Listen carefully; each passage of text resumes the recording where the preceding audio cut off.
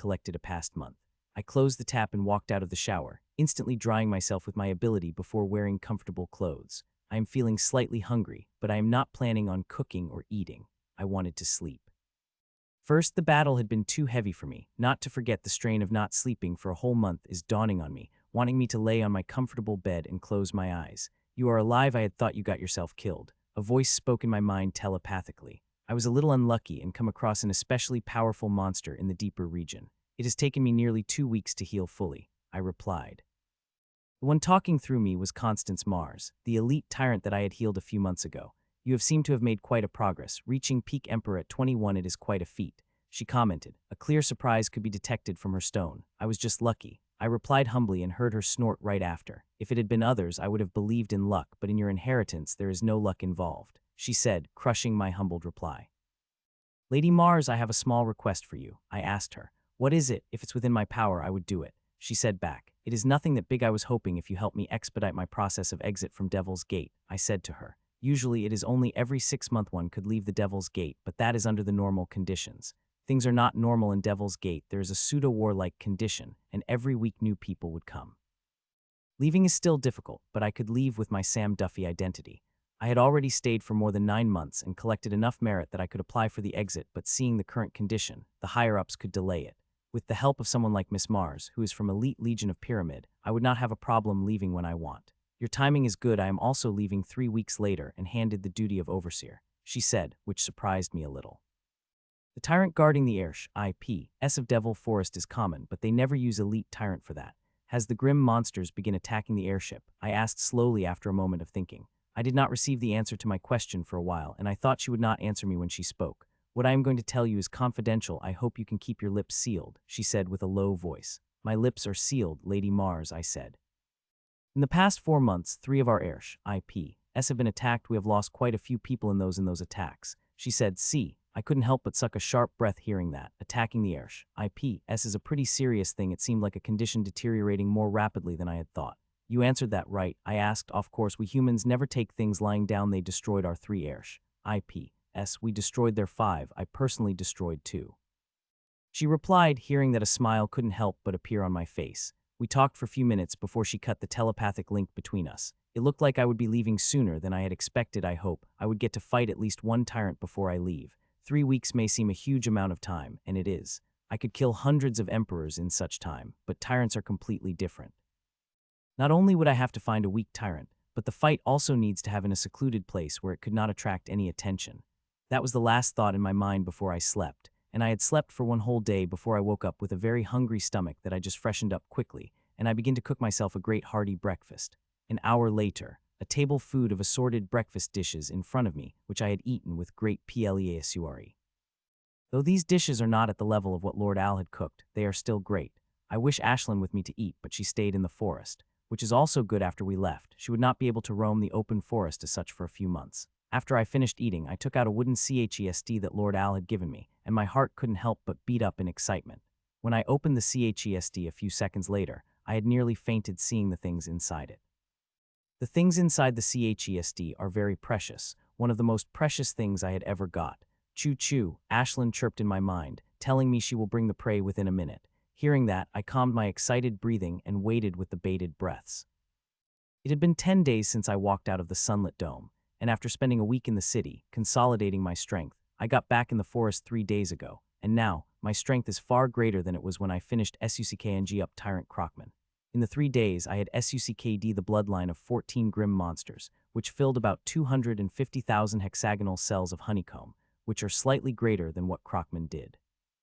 Which had again increased my strength immensely, and that now I could kill even the most powerful emperor with a single swing of my sword, but that is to be expected.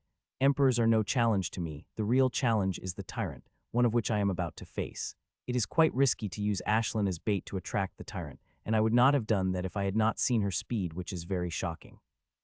Only elite tyrant like Miss Mars could catch Ashlyn now. As for average tyrant, they could forget about it. To prove that point, 3 days ago, Ashlyn had made a pretty powerful tyrant chase her for an hour before she disappeared right in front of its eyes. After failing to find Ashlyn, it caused quite a commotion that attracted a human tyrant against which it had fought for a few minutes before ran away after getting seriously injured. Few seconds passed and Ashlyn chirped in person before she came at me with blur and stayed inside me. A fraction of a second later, a lightning werewolf came, clad in blue armor, which had blue lighting flying all over it. It looked surprised seeing me, not expecting a partner of such swift bird being a puny emperor. "So that wretched bird is yours, human," it said and bore down its aura at me. "Bring it out, and if you do that, I will give you swift death, or you will be tortured with my lightning before I eat you alive," it said, blasting me with the full power of its aura.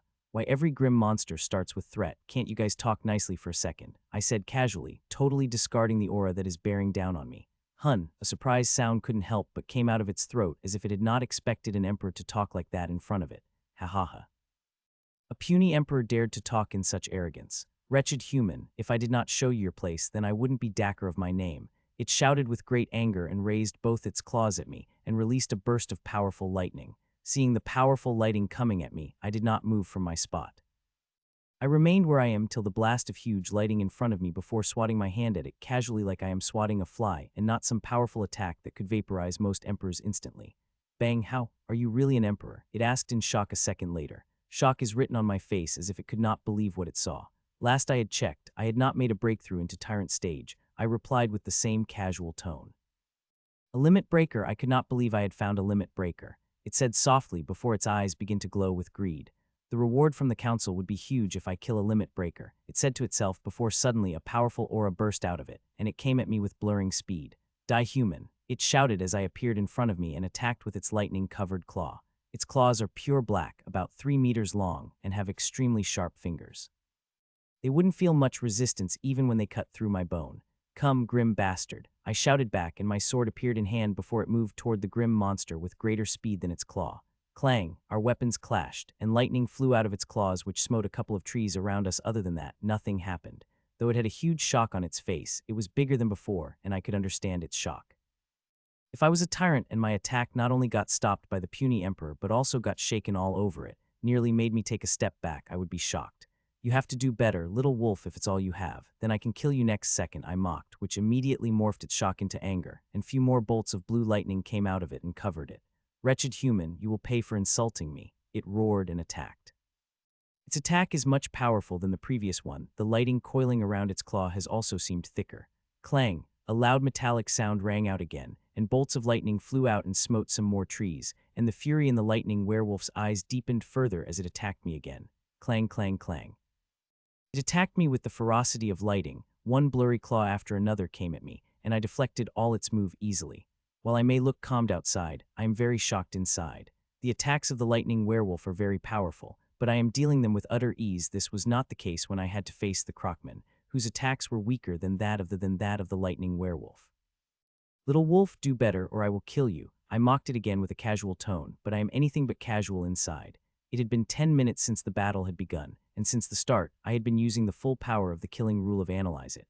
My last battle with Tyrant had taken too long. I did not want this battle to last more than 6 hours like the last one. If possible, I want to finish it within an hour, which is a target I had set in this battle. "You want to see my powerful moves, human? I will show you even if it shames me to use them on puny emperor like you," it said, and a powerful aura blasted out of its body, and thick lighting came out and began coving its hands and claws. Blue lightning's fury, it roared and attacked. Its attack is much faster and powerful that I did not hesitate and activate first boost and swing my sword at it. There is huge strength roaring inside me. Till now, only around 500,000 hexagonal cells of honeycomb merged with me, and I am already this powerful. I wonder how powerful will I be when the whole honeycomb merged with me, all the 5 million hexagonal cells. Clang, my sword clashed against its claws, creating a deafening sound. The power behind our attacks was intense, but still no one able to gain the upper hand, which made it even angrier as it attacked again. Clang, clang, clang. Attack after attack came at me, and I have responded against them all flawlessly. Not only have I responded, but I have also attacked proactively at its weak spots to see how its attack. If I want to get quality data quickly, then I have to make it reveal the limit of combat style, and that is only done by attacking the weakness. I usually don't do that at the beginning of the battle, seeing it made the opponents wary, but I do not have to think about it much. Even if I am showing such power and attacking its weakness, there is not feet in Lightning Werewolf's eyes. It is shocking, very much, but it still did not believe that I could kill it. Clang, clang, clang. Another 10 minutes have passed, and I became more proactive. Every attack of mine was more powerful than the previous, and I would always target its weak spot, that as battle long on, it went on completely defensive despite having the power to go on offense. To gain an edge, it would increase power behind its claws every moment, but that is not helping it at all, easily destroying each of its attempts to get an edge, and that is making it really angry. Blue Lighting's destruction. It shouted and an even more powerful and thick aura burst out of it. The lightning bolts covering it became thicker and darker, and I could feel the powerful distributive energy from the lighting. With this destructive, its powerful increased multiple folds, and it attacked for the first time in quite a while. Its attack is fast and destructive like lightning, and if I dare to underestimate it, I will regret it very much. First boost plus second boost. I activated second boost, top of the first, and swung my hands on counter. Lighting Werewolf is truly more powerful than the Crockman. This attack is the limit of what Crockman was able to perform before it awakened its bloodline. Such power had got me to retreat a week ago, but now I am confident in dealing with it without a shred of fear. Our weapons clashed, and thick, powerful lighting energy coming at me. It looked like a snake that came to smite to shred. I became a little careful seeing the lightning form. When one upgrades to the Tyrant stage, it is not just power that increases, there are many more things one could do. This Lightning Werewolf barely molds in the average category. It could not do many things that powerful tyrants could. It could not even make a basic sentient projection, though it is trying and made some process otherwise. It would not be able to forge its attacking energy in the form of a snake. Though its progress is not much, and I did not have to fear it. The lightning snake, made of powerful destructive lightning, crashed into the defenses of my armor and instantly got shredded into pieces before getting sucked by my runes. CLANNG, CLANNG, CLANNG. That was just the beginning, and as the attacks got stronger and stronger, the lightning snake got bigger and bigger. With it, the power of the lightning snake had also increased, and so is its size, but despite that, my armor's defenses still shredded it, and my rune absorbed it before giving me converted energy back. Time passed when suddenly I noticed something, and it became sure I continued observing it, which couldn't help but surprise me a little.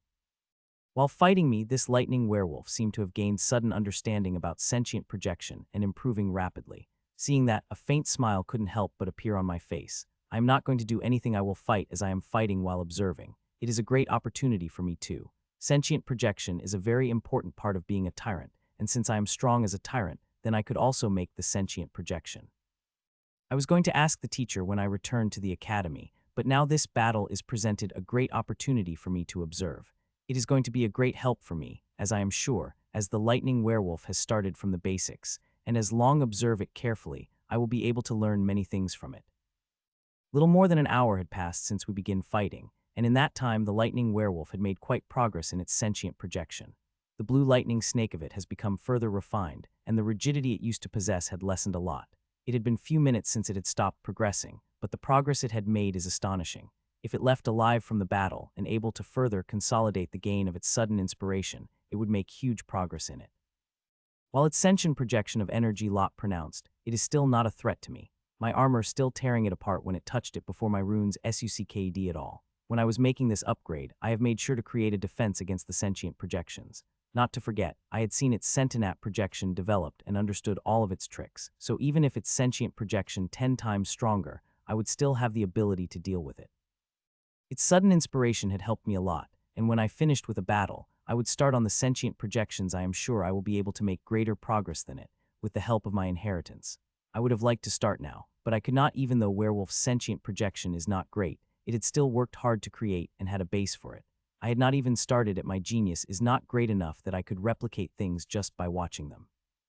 I have to say, little wolf, you might be below average in defense but quite good at defending. I mocked the lightning werewolf as it again blocked my attack, which was going for its weakness. My words are not true, of course. If one counts our strength, I am weaker than it in pure strength, but I am more skilled and have great analyzing ability, not to forget the defense of my armor, which helped me nullify everything that came at it. All these factors not only helped me perfectly survive the battle with lots stronger opponents, but also helped gain an edge over them, which got them killed. Shut up, you bastard. It shouted, tried to attack me in a fury, but I did not give it a chance and attacked again, forcing it to defend. This bastard is quite smart. Even after so much mocking and my edge over the battle, it did not reveal its most powerful move, which I know it is hiding. It is very different from the Crockman, who just wanted to kill me as soon as possible and did not hesitate to one powerful move after another. As I observe it, it is also observing me, not to forget using the natural rage of grim race to dig out the potential of its method. It is how smart grim monsters fight. They are very rare. In over hundreds of emperors I had killed, There is only a select few who could fight such a way. Blue Thunder Tribulation. Few more minutes passed by, and when aura rose like never before, which instantly transformed into a thick dark blue bolt of lightning that had a tinge of redness in it, which I am sure came from burning one's blood. My expression couldn't help but change, feeling the aura of its move, and I felt cold running down on my back. Not wonder it had not revealed this move till now with a requirement of it. It will be weakened condition for a while after using it, which is a very bad thing here for Tyrant. There are a lot of tyrants are roaming around. For emperors, this forest may be huge and perilous due to its powerful suppression, but for the tyrants, it's not much. They could even fly under the most intense suppression and need an hour barely to cross the whole forest. So when using such a move that weakens you, smart ones think 10 times before making a decision as their life and death depend upon it. While I am surprised to see the power of its move, it is a most welcome development. I had got all the data I needed, and I am sure that I would be able to kill it in the next 10 minutes after I got familiar with this powerful move.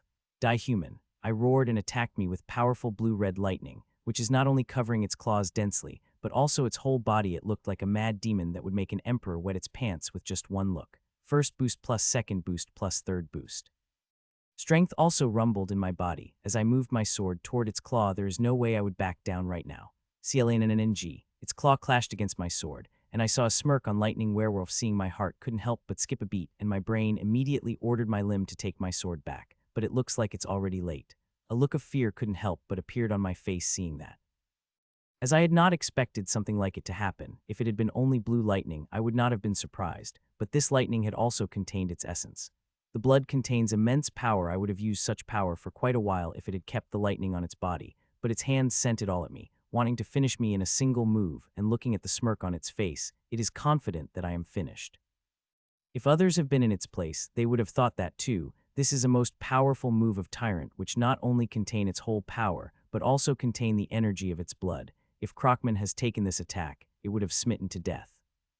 They say careful of the insane as they are unpredictable. I would say careful of the smart. If I had followed this line, I would not have been in my current predicament. It looks like I had a little too careless fighting Lightning Werewolf. The powerful blue-red lightning had covered my body, forming an inescapable cocoon. Every bolt of lightning covering the werewolf is not confining me, wanting to tear through my armor, which I could not let happen. My armor is the only thing stopping lightning from tearing my body apart. A single bolt could heavily injure severely, and if a couple of more struck me, then I would be dead. Even my powerful body would not able to help me from turning to ashes. The bolts of lightning are extremely powerful, and I could not let them pass through my armor, and they would do if I did not do something in a few seconds. Powerful lightning snakes striking me from all the corners. Their strength is extremely destructive, and if not for the powerful defense of my armor, I would have been finished by now, but the defense of the armor is not going to last. Very soon, the lightning would tear through my armor, and I could not let that happen. I am still young. There are still many things that I haven't experienced yet. Human bastard, you may be a limit breaker and have the power to fight the tyrant, but you are still not tyrant. Think on my words when you reach Underworld. Lightning Werewolf said before it laughs loudly. It looks like I would have to use that. I thought and activated the specific formation, and just as I did, strings of my armor began to shine, and many tiny runes appeared on them, and my armor, which had been completely sealed, not letting in even tiniest part of lightning, finally let the lightning in, and not just from one place, all from everywhere from armor. The strings begin to suck the lighting in wild abandon, and as they did, the strings begin to grow rapidly like never before.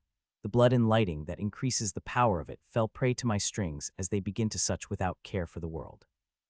Due to that, size of my armor begin to grow visibly, and as it grows, the strings begin to absorb the lighting greater intensely, making the armor grow even faster. This is gigantification, and I am using Lightning Werewolf's lightning instead of my own energy to groan, just like I did when I fought against the werewolf in the arena to manage the immense power that werewolf had thrown at me. Soon my height had reached 5 meters, but it is just the beginning as I barely started absorbing the power of the lighting. The lightning is still covering me, and there is barely any change had occurred in it.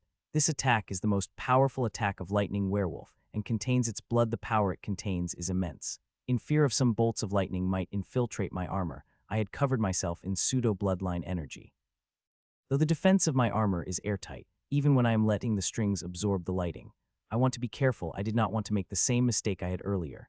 It is a good thing I had developed this move. If not for it, I would have turned to ashes by now. What is happening? The laughter of the Lightning Werewolf stopped, and it asked a question as it finally saw my form growing rapidly and reacted immediately despite the intense shock it is feeling. Powerful aura again blasted off its body, and bolts blue-red lightning appeared again, and as they did, its body struck visibly, and brown-purple fur it had become paler. Using blood in combat had its price. Die, you bastard! It roared and attacked me, and seeing that I also moved my sword toward it, which had been growing with my size. CLANNNG, my 4-meter-long sword clashed against it, and unlike before, it moved back swiftly before it could attack me with lightning like before. CLANNNG, CLANNNG, CLANNNG. Our weapons begin to clash. It is attacking me from all the direction, and its speed is extremely fast. It is a blur of blue and red that is coming at me from every direction, and I am very big of my strength, not only of power but also of knowledge to fight it. It is a battle I had never fought before. I am growing rapidly while responding to each of its moves. I am calculating everything, the slightest mistake, a fraction of error in calculation, and its lighting would strike me, which I cannot let happen. We continue to fight for nearly a minute before it suddenly stopped, looked at my 40-meter gigantic shape, which now barely any lightning lingering on it, turned to ashes. Shouted lightning werewolf as aura exploded and even more lighting covered, and it sent all its lighting at me through its claw, and it appeared next to me instant, but when it instead of striking me, it passed through me. Its eyes constricted seeing that, and shocked look couldn't help but appear on its face. I had dodged the powerful attack of it with a huge body. You have used all the chances you have, now die, I said in a booming voice as I appeared behind it and moved both of my giant palms toward it. It is not easy to kill me, human. It shouted back and moved to dodge when it noticed it could not move from its spot, and a look of horror appeared on its face when it finally noticed extremely fine threads had climbed over its legs and now binding it. It tried to move away and even able to stretch the strings when my hands finally caught it in my palms. Got you, I said in a booming voice. 11 more days passed by since my battle with Lightning Werewolf. Since then, I had killed 4 more tyrants. That is more than I had expected. Totally, I had killed 6 tyrant within a month, which is a very good score even for tyrant, and I am not a 1 yet. It would have been great if I had been able to awaken the bloodline inside one of the grim monsters other than first. All the grim monsters were normal. There were many tyrants with bloodline. Those with bloodline have a much easier time reaching the tyrant stage, and they are also quite powerful compared to the ones with inheritance. Even the weakest of them are above average, which I do not have the confidence to defeat. Though I was not able to awaken the bloodline of tyrant after the first one I had fought, my seeds have caught many emperors with bloodline, which gave me quite a rise in strength, which is likely the last big rise I will have for a few months. In the next few months, I will be at the academy and with my family. Most of my time will spend working on the tyrant stage of my inheritance, which had become even harder and amazing with my encounter with Lord Al, with whom I had said goodbye from outside of the dome. Tomorrow is the day I will leave, and to be honest, I will miss the Devil's Gate and its unique environment. Still, I am quite excited about my return. It would be great to feel the night again. Even the beautiful golden sunlight will bore you if you experienced it 24/7. There is still a day before I leave, and currently, I am doing what I had been doing past 10 days after my fight Lightning Werewolf. I am practicing sentient projection. Currently, a beautiful 7-colored thumb-sized sparrow is flying around me. Its features are very vivid in that it looked like real sparrows, but its movements are not as smooth as the real sparrow. It may look flawless under my energy manipulation, but they are not. Any tyrant would able to tell that. My forehead is sweaty right now as I tried to project my consciousness inside the sparrow, which is extremely difficult. I had been trying that thing for 10 days and did not have the slightest success, which is quite frustrating. I had not thought that projecting the consciousness would be this hard. It looks like I would have to take some guidance from a teacher, who is one of the best in the world in a sentient projection, that even people from Supreme come for the tips. I tried for a couple of more minutes before I stopped. Today is not the day I would succeed, and there are many more things I have to do. Sigh. With a tired sigh, I got up and walked toward the shower. I had been at this thing for 2 hours, which is very tiring. After taking a cold shower, I walked into the kitchen and began to cook. Today I only used my hands as I still could not cook the soul food with my strings. My control is not perfect enough, but I am getting close. If I continued practicing, I would be able to do that in a month. The thing I had learned from Lord Al had been very useful in mastering the new soul recipes. Then now I have a total of 8 soul recipes in my arsenal, which is great. 1.5 later, I finished cooking and set the table for 2. Just as I served her plate, Ashlyn flew into the table and began to eat. The dinner was amazing without a doubt. Every soul food recipe is amazing. It is not only nourishing to the body, but also to the soul, and preliminary soul recipes that I am learning could be eaten by anyone. Come to the 6th floor of the admin immediately. I had just taken out my sword when a familiar voice rang out in my head. Why? I asked back. It is Miss Constance who spoke. Her voice seemed quite urgent, and I could even detect a hint of tiredness from it. Just come as soon as possible. I will explain everything when you came, she said hurriedly and cut off the telepathic link before I could ask her any more questions. I left, stumped for a moment before I took back my sword and walked out of the training room. I had never seen her voice so urgent, and if not for me having no choice, I would have never heeded her call. My identity is quite sensitive. If grim monsters find out I am here, they will bring huge trouble to me. Not to forget humans, there is a complex political structure, and I have made quite an enemies who might kill me to save themselves some future trouble. I soon walked out of my house and took the air immediately, and flew toward the administrative building at a fast speed which is still within the boundaries of the Emperor. Ting. On the way my holowatch buzzed with mail and I was about to discard it, and when I saw the sender and opened it. Thud, 3 minutes later, I landed in front of the administrative building and enter inside. Inside, I walked toward the blue elevator reserved for tyrants. I could feel the eyes of receptionists and Emperor-level guards on me as I went toward that elevator. As the sensor scanned the key, which was kindly provided by Miss Constance, the door of the elevator opened with "Sup" and closed as I entered inside. Before it begins to go up fast, I did not even have to press the floor button. Ting, a few seconds later, the door of the elevator opened, and I found myself face to face with a blue-haired tyrant who looked to be in his early 40s. If I remember correctly, then his name Nicholas Robbins. He is one of tyrant who went for engine-like thingy with Sir George and other tyrants when I had released the news. "You are late," he said before I could even open my mouth, and I found myself covered in tyrant energy. I got yanked out of the elevator a little too forcefully before everything became a blur. I could easily break out of the energy cover, but I did not. I decided to wait and watch for a while. On the way here, I thought why Miss Mars had called me. This may very well jeopardize my identity, which I worked very hard to create, and I would be in loads of trouble if people get to know it. She understood it, but still called me. She better have a good reason for it. A second later, the blue became clear, and I found myself in a huge hall, and there are auras of more than 10 tyrants concentrating on me. "You are here," I heard the familiar voice and soon found Miss Constance in front of me. I am quite surprised seeing the state, which looked quite bad. Her clothes are torn and her hairs are disheveled with a sign of healed injuries all over her body. "Mars, are you sure about him?"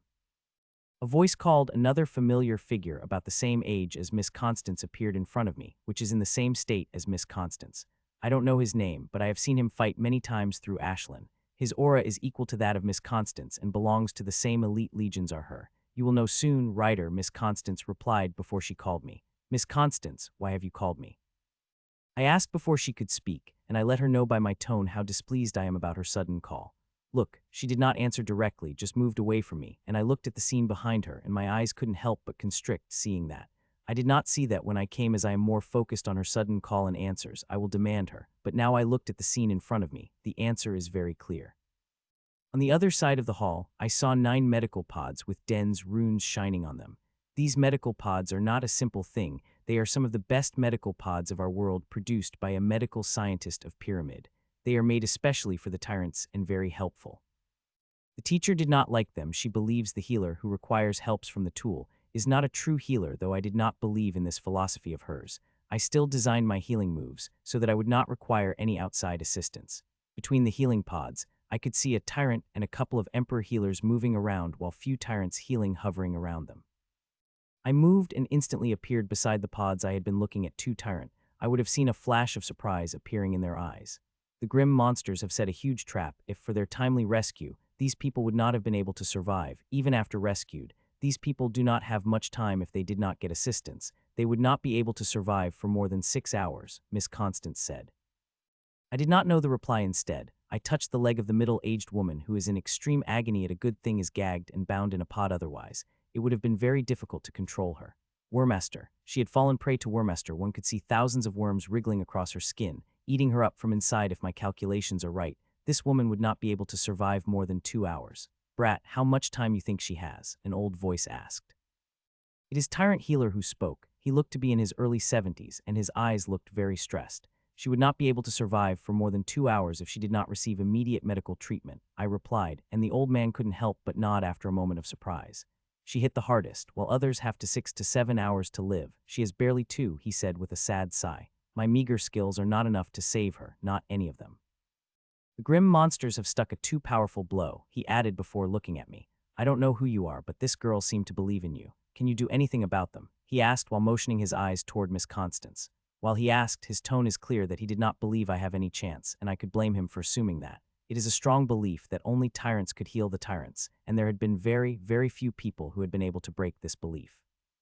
Yes, I can, I said with confidence that not only seemed to surprise the old healer, but other people around him. The only one who isn't surprised is Miss Constance. Please focus on stabilizing the condition of others while I will heal this lady, I said before the old man could say anything. Life coffin. I said as I placed both of my hands on the lady, and as I did, hundreds of vines released from my hands and began to weave themselves rapidly, and 20 seconds later, a semi-transparent green runic coffin appeared around the lady. It is going to be painful, please bear it, I said gently, and thousands of hair-thin vines shot from the coffin towards the lady. It is going to be painful, please bear it, I said gently, and thousands of hair-thin vines shot from the coffin towards the lady. Thousands of hair-thin vines pierced through her from all directions. There is not even a single area where my vines had not been pierced. It is important to cover every part of the body when healing someone this serious. As the vines pierce through the lady's skin, they begin to spread inside. The look of pain in the face of a lady has become even prominent, and she screamed fortunately. The coffin not had muted all the sounds. Every special energy of grim monsters is treated differently, with worm type is one of the most difficult to deal with. The worm type of energy creates all sorts of words, big and small, visible and invisible, worms with all kinds of functions, and the stronger Wormaster, the more varieties of powerful worms it can create, which can be bitched to deal with. The Wormaster that injured this lady is at the league as that of the Poison Master that had injured Miss Constance. The good thing is that worm energy in the lady's body is not as thick as poison energy had been in Miss Constance's body. If it had been Constance in their place with her strength, she would be easily able to hold on for days. These are regular tyrant who had got injured by the elite worm master. It is a good thing they have been rescued quickly, otherwise they would have died long ago. As my strings begin to spread, pale brown energy begins to come out of them and filling the runes of the coffin. Unlike before when I had extracted poison from Miss Constance, I don't spread my vines into every part of her body before I begin to heal with worms. I had to begin extraction from the start. My vines spread inside the lady and pierce through every worm they come across and suck them whole before dividing into multiple branches and spreading. The look on the lady's face became that of horror, and she screamed like she is in extreme pain, and she is. The worms started their counterattack, and it is very painful to her. While the pain is bad, I could not anything about it. I need these worms to react. The worms have begun to attack my strings madly, and my vines are moving toward them in vengeance as they continued to pierce through their body's wild abdomen. In just 10 minutes, half of the runes have been filled with pale brown liquid, which looked like spoiled shit. The last time when I am healing Miss Constance, I had needed more than an hour to reach this stage. Well, a lot of things have changed in the past few months. Not only have I grown much stronger, but I had also made necessary upgrades in my healing arts with the data I had collected when I healed Miss Constance, which made the process of healing much faster. I have to be fast here. It may not look like it, but I am giving all my efforts to heal her. She's not the only one I have a deal with. There are other 8 who are also barely hanging by their lives. With half of the runes filled with worm energy, the counter-suppression it was able to create is great. It had slowed down the offensive worm, and with my strings quantity increased tremendously, I was dealing with them at a much faster speed. The runes on the coffin filling at a visible rate, but such healing also had cost the pain that the lady is feeling is huge. The veins on her head begin to pop out. He is torturing her, Mars, I heard behind me say, and the next moment powerful aura of elite tyrant crashed down on me hard for a moment before it was crushed by a familiar aura of the same caliber, which enveloped my body like a warm blanket. He is healing her, Robbins, and if can't watch it, then get out, said the familiar voice. I did not focus on what is happening behind me, and nor I am surprised to see it happened. My peculiar healing style tends to get people all riled up, but it is extremely effective and fast, so I am not going to change it. If people don't like the pain, they could always go to the other healers. The aura of the man named Robbins disappeared after Miss Constance's warning, but he did not leave the room, and the aura of Miss Constance around me became even more, reinforced to save me from another idiot's outburst. It would have been fine even if she had not covered me with aura, though the aura of Elite Tyrant is very powerful and made me feel a little stuffy in the chest. I could bear it without affecting my healing speed. 10 more minutes passed, and nearly all the runes on the coffin filled with the pale brown energy. The counter-suppression such energy is creating is great that the worms can barely do anything against my vines. My vines are now projecting special suction energy, attracting worms that burrowed in even the deepest part of her. It won't take long to take out all the worm energy outside her body.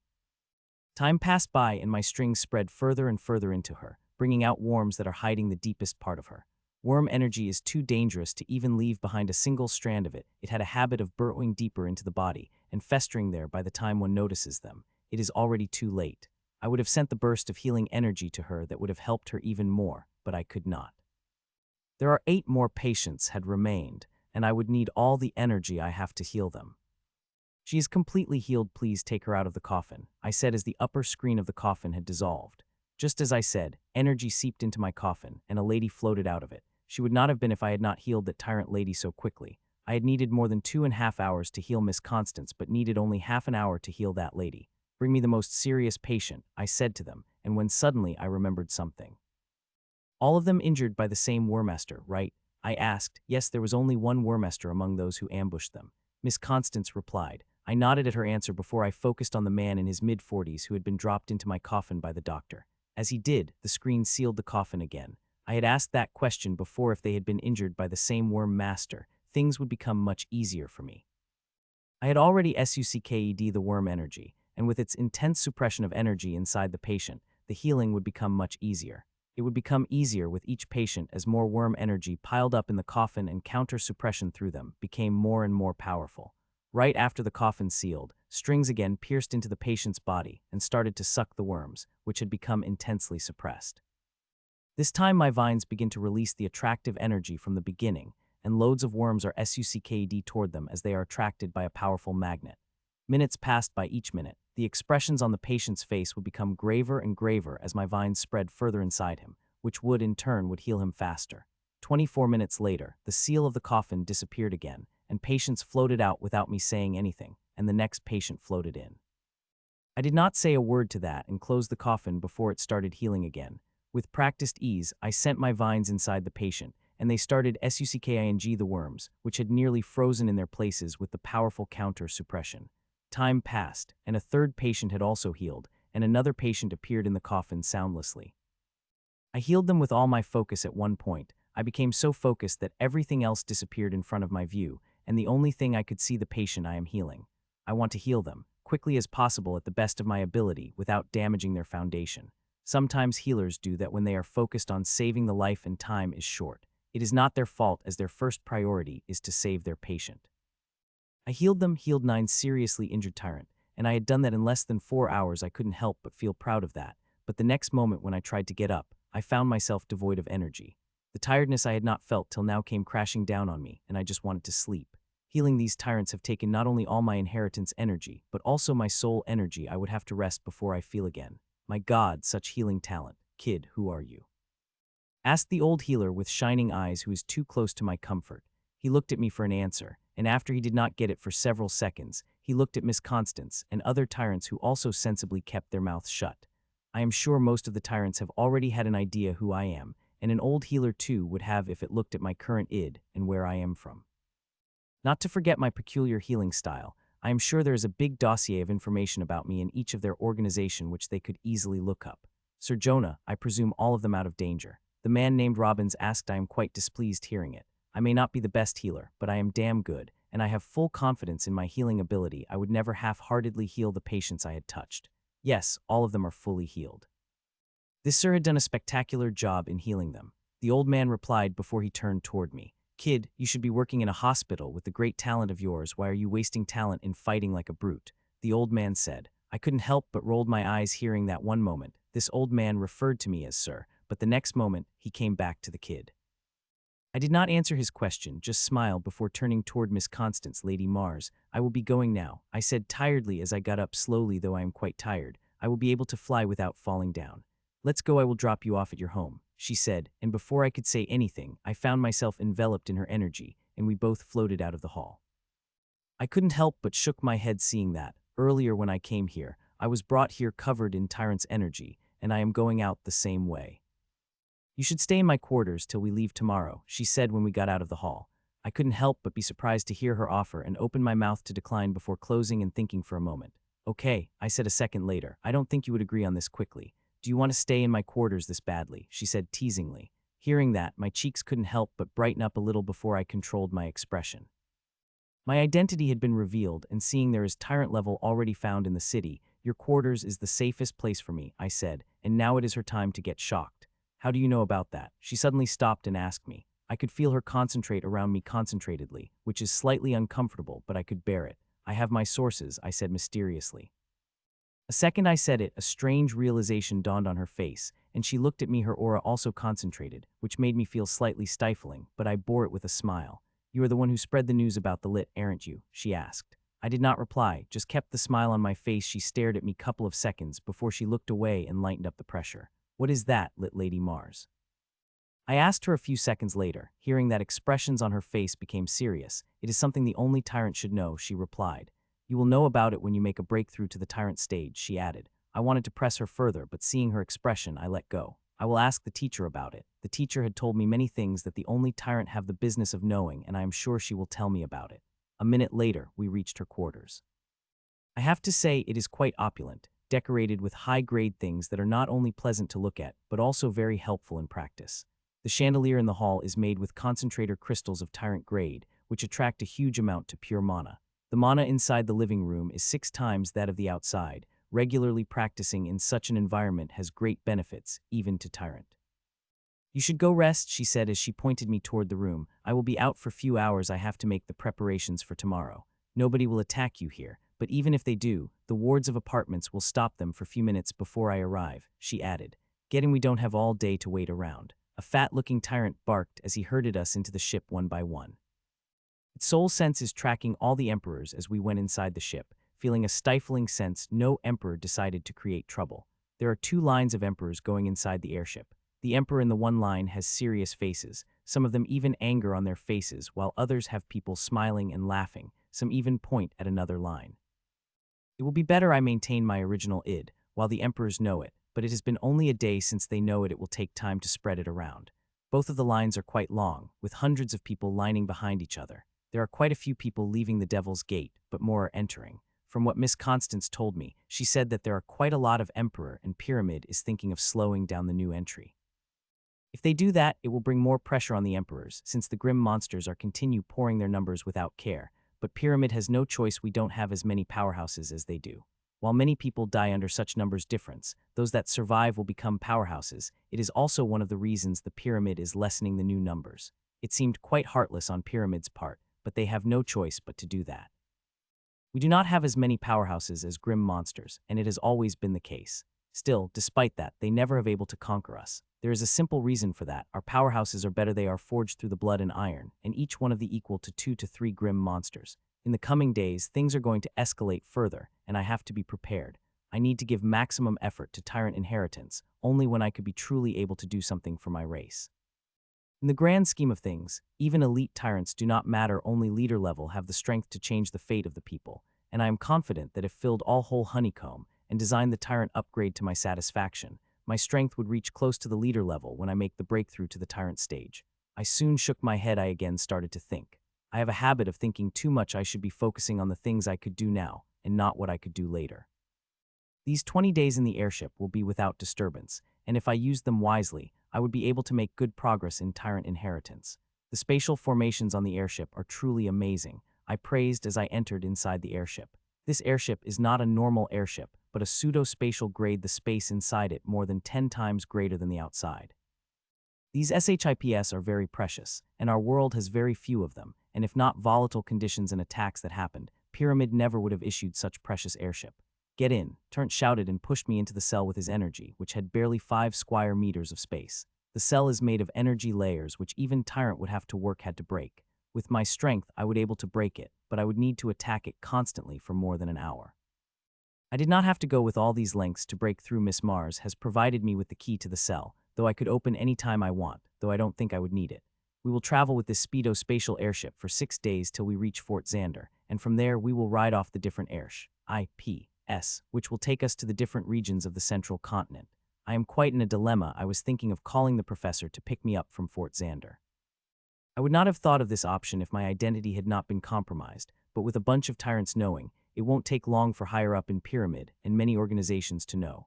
Teacher herself suggested that when I had talked to her in the morning, she would have sent the professor to the Devil's Gate if not space here being so stable that even tyrants could not cut through it.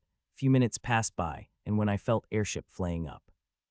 The sensation is very faint that if not for me concentrating, I would not have felt it. The energy walls of cells have been fogged. Forgot windows. One could not even see their neighbors properly, which is good. For the 6 days, I would be able to work on my inheritance without anyone's disruptions. With that thought in mind, I laid a simple bed and closed my eyes next second. I was in my inheritance space, which has become much larger than before, but one could barely see any open space in it, every space filled with formation diagrams. A smile couldn't help but appear on my face as I looked at beautiful chews before a comfortable chair materialized behind me and sat in. A second later, 7 books come flying, and I chose them, the Book of the Curse, before putting away the 6 of them back into their places. These 7 books are of the 7 elements of my constitution given to me by the mysterious being. I study them regularly, they are the foundation of my inheritance, and I have to have great knowledge of these 7 elements if I want to harness the maximum power of my constitution. I read the Book of a Curse for few hours before changing the book. With time being multiplied several times, I could study many things. I wish I could bring the things outside here if I could do that. Then I will waste even less time. Time passed by. I studied the books for more than a day inside my inheritance space before working on my inheritance. There is too much to do with Lord Al opening my mind with new ideas. I had to append all the work I had done before on the inheritance. It was a time-consuming process, but its benefits were great. I could see how powerful my inheritance going to be with the new changes I brought. 3 days passed by as such, and except for eating and sleeping, I spent most of my time in inheritance space. I am sure the tyrant that had been tracking me would be really frustrated seeing me sleeping in bed all the time. I had felt a very fine sliver soul sense covering my whole cell ever since I had entered it. The sliver of soul sense is very faint, so faint that even some tyrant would not be able to sense it. It is obviously from elite tyrant. Regular tyrants do not have such fine energy control, only elite has it. It is quite surprising, as I had not expected there would be 2 elite tyrants would be guarding the airship. Miss Mars did not say anything about it. BANNNG. I immediately opened my eyes and felt the airship shaking. Sirens are blazing loudly, and while energy walls of my cell turned red as many types of warnings projected in front of me, seeing that my expressions couldn't help but change. Boom, boom, boom. I was just wondering what had happened when I heard faint booming sounds which made a powerful pseudo-spatial spaceship shake every second. The airship is under attack. I screamed in my mind as I felt the airship slowing down, and within a minute I could not felt any momentum for it. FUCK. I couldn't help but curse loudly, seeing the airship stopping. The defenses of the pseudo-airship are very strong that even elite tyrants could not break it. The airship stopping clearly means that grim monsters came very prepared. Ting, ting, ting. My holowatch buzzed with mails. Most of them are from an IPS interface except for one, which is from Miss Mars. I immediately opened it, and when I began to read, as I read, different expressions couldn't help but dawn on my face with each line. By the time I finished reading, my whole body shook in fear before forcefully controlled my emotions. They have blocked the space, which they had no need to do, seeing it is extremely hard to break the space in Devil's Gate. Elite tyrants could not do it, only leader-class tyrant with exceptional capabilities could do it. They likely feared that a leader-class tyrant might come in for the rescue, which is likely to happen. Each leader-class tyrant is very busy, and if it is not something extremely important, they did not take action.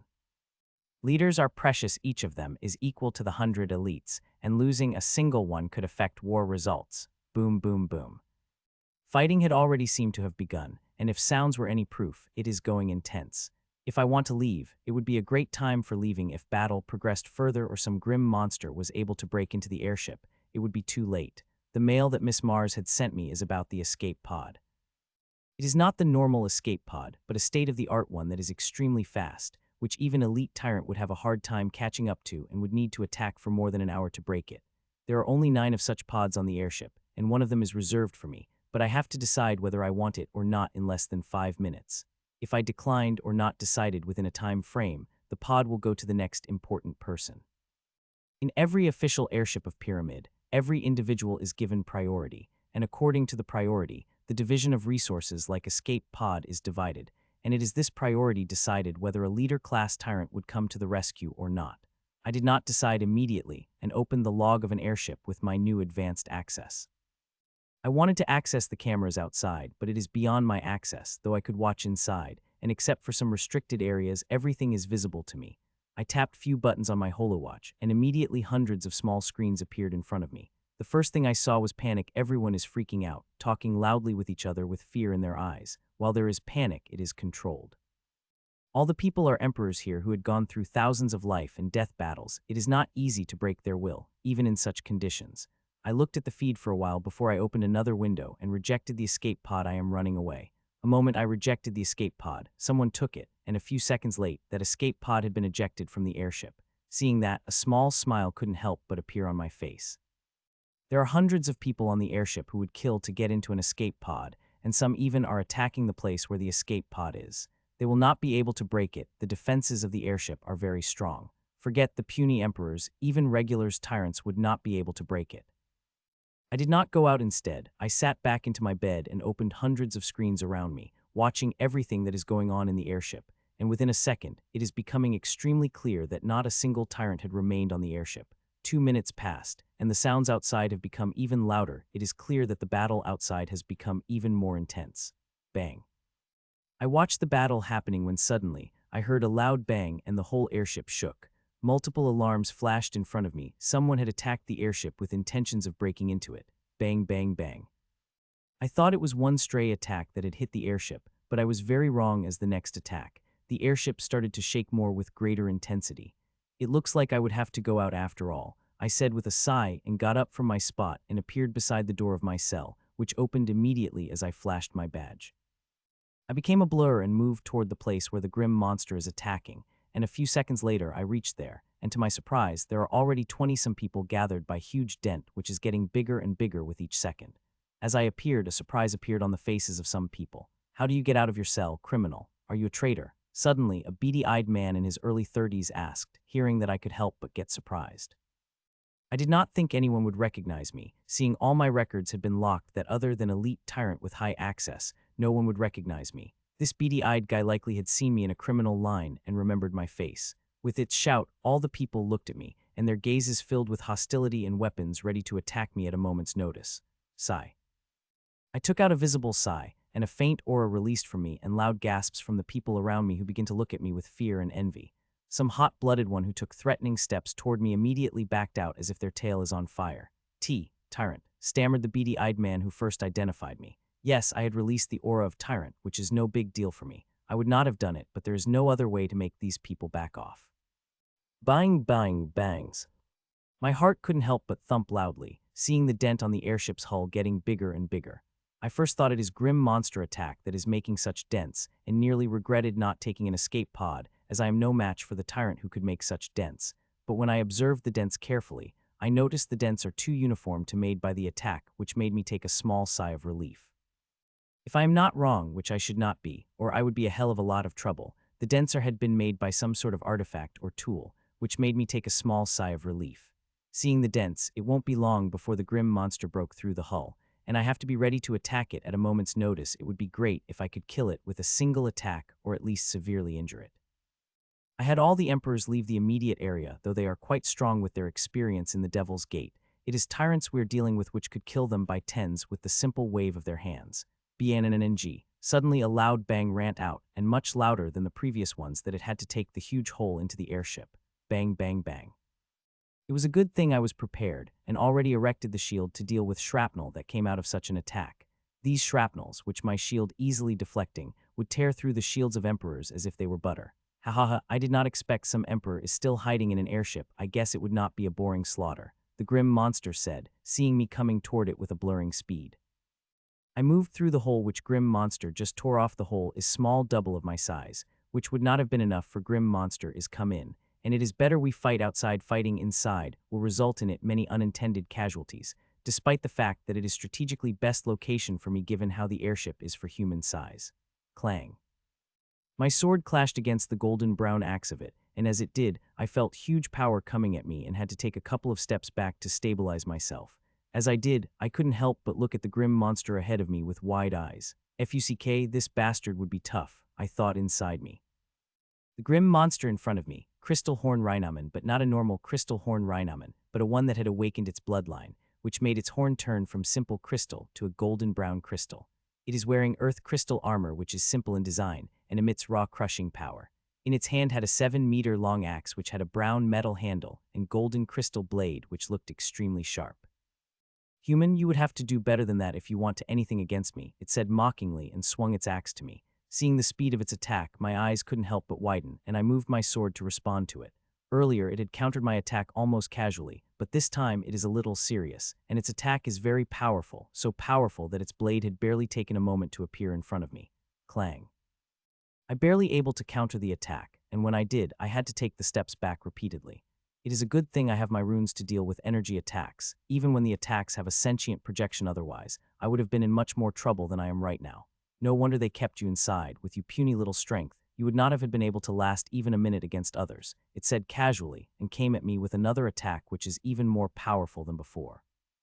The big battle is being fought on the other side of the airship, and I could not sense it. They seem to be using some sort of artifacts that, other than sound, I could sense anything, no aura, not energy fluctuation, just sound. Its axe had been halfway when it suddenly changed its direction. Instead of coming toward my neck, and it is now coming toward my waist, and its speed and power also tripled. A frown couldn't help but appeared on my face before it eased the next moment, when the speed of my sword also suddenly increased. I have been prepared for something like that. One would have to be an idiot not to guard against such a simple trick. Though knowing them and having the power to guard against them is a totally different thing. Fortunately, I could, albeit barely. Clang! I was able to move my sword in front of me in time and guard against its attack. If I had late by even a fraction of a second, that axe would have been able to cut me into two pieces easily. Human, let me see how long you last, it shouted and attacked. This time, it did not give me even a moment to stabilize and attack directly. Clang, clang, clang. Its attack came at me with a lightning-fast speed that I could barely move my sword to defend against it, but that was just the beginning. From the next moment, it began to shower me with its attack as if it wanted to divide me into 100 pieces. Its combat style is efficient, and every attack of it targets my weakness. Seeing such fighting style, I couldn't help but curse inside. It is one of the reasons why I hate fighting those with bloodline. These bastards get combat knowledge imparted in their souls, which makes them very hard to deal with. Human, I have to say, you are very good for a weakling, it said as it finally stopped attacking me. It had been more than 10 minutes since we have started fighting, but till now with the great advantage, it was able to injure me. Krolin's eruption. It thundered, and a powerful aura of bloodline blasted off it, and a phantom of huge Rhinaman appeared behind it. Human, now have a taste of my real strength. It shouted and appeared in front of me like a phantom that, despite expecting it, I couldn't help surprised. Clang! Its huge axe came down on my toothpick like a sword, and as it did, I felt mountain-like pressure before plunged down with the speed of a bullet. Even Rhinaman had not expected I would fall down at such speed that it took a moment for it to react, and it followed me down. Immense energy came crashing down me, and with it came a huge shock that had rattled my body. If not for my body being so strong, many of my bones would have cracked, and I would have vomited blood. I am very close to vomiting the blood. I had not come from this attack unscathed. I had suffered some internal injuries. If the attack had been slightingly powerful, I would have had definitely vomited the blood. Suddenly my fall began to slow down, and a few seconds later I have completely stabilized, and by that time there is only 100-meter distance between the third. I thought my energies would tear through you and blasted you into pieces, but it seemed like my attack barely did anything other than making you fall down a little. It said. Its voice was full of surprise as it looked at me carefully. Well, I have time to play around with you. Those guys would need some time to finish off all the humans, it said as it looked above before it came at me. First boost, I activated silently, without making the slightest aura of my move leak. I could have activated it earlier, but I wanted to test the power of its attack, which was not disappointing at all. Clang, our weapons clashed, and despite me using the first boost, I still have to take the 2 steps back before I was able to stabilize myself. A frown couldn't help but appear on its huge face as it saw me taking only 2 steps back, but that frown disappeared as it had appeared before it came at me, leaving a trail of brown crystalline aura in its wake. Clang, clang, clang. A ferocious smile appeared on its face as it moved its axe at me. Its crystalline blade passed through more than half of the distance between use before my sword able to catch it, and even then, I had to take the steps back. It is an artist with an axe. Seeing it move its axe reminds me of an artist moving a calligraphy brush across the paper. Its attacks are smooth and powerful. There is deception hidden in them, and if not for my vast experience and powerful analytic ability I have, I would have already been hit by its axe thousands of times. It is very skilled, and I would have had to work hard to decipher it, which would not be quick work, but I am still excited about it. Each tyrant is a challenge, especially like this one, which I barely have a 25 chance of defeating. Surviving against its attacks would not be a problem for me, but defeating it would be a huge challenge. The 25 chance I had given it is very generous on my part. The real possibility is much low. Still, I would continue to fight it. It would be a great battle before my big break. It would be months before I could fight another tyrant, so I should use this chance well and fight it with my heart's content and kill it. The bloodline of it is quite powerful, more powerful than the bloodline of the last tyrant. I had harvested the bloodline before it would give me a substantial increase, and also 1 more essence rose. I am sure the 1 more essence rose in my tyrant rose collection look even more beautiful. So no matter how small my chances are, I have to kill it. Thud. I took another of its attack, and finally, my feet landed on the ground. Seeing that small smile couldn't help but lit up on my face. I love to fight on the ground. At my current stage, some of my moves could only be used successfully from the ground.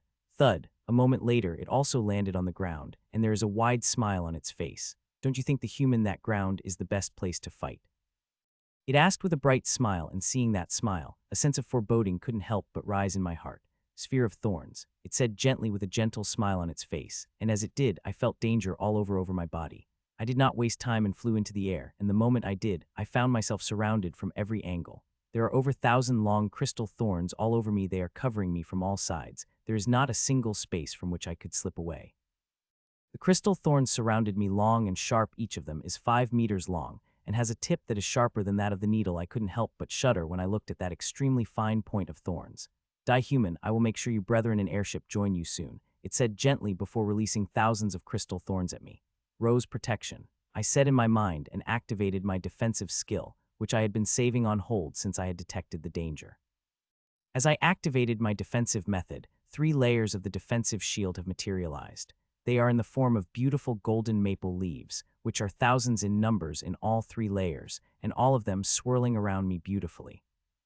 My defensive method is not only look pretty, but it is also pretty powerful. These leaves contain quite a much essence power of my runes, and now I just hope they will be able to help me survive the attack of this Rhinoman, which is looking at me as if I am already dead. The moment my defensive method materialized, the long golden-brown crystal thorns appeared next to them and moved toward them with destructive strength. Clang, clang, clang. Hundreds of crystal thorns clashed against my leaves, creating deafening metallic sounds that make one believe that hundreds of people are fighting. The crystal thorns shattered into dust as they clashed against the maple leaves of my defensive method.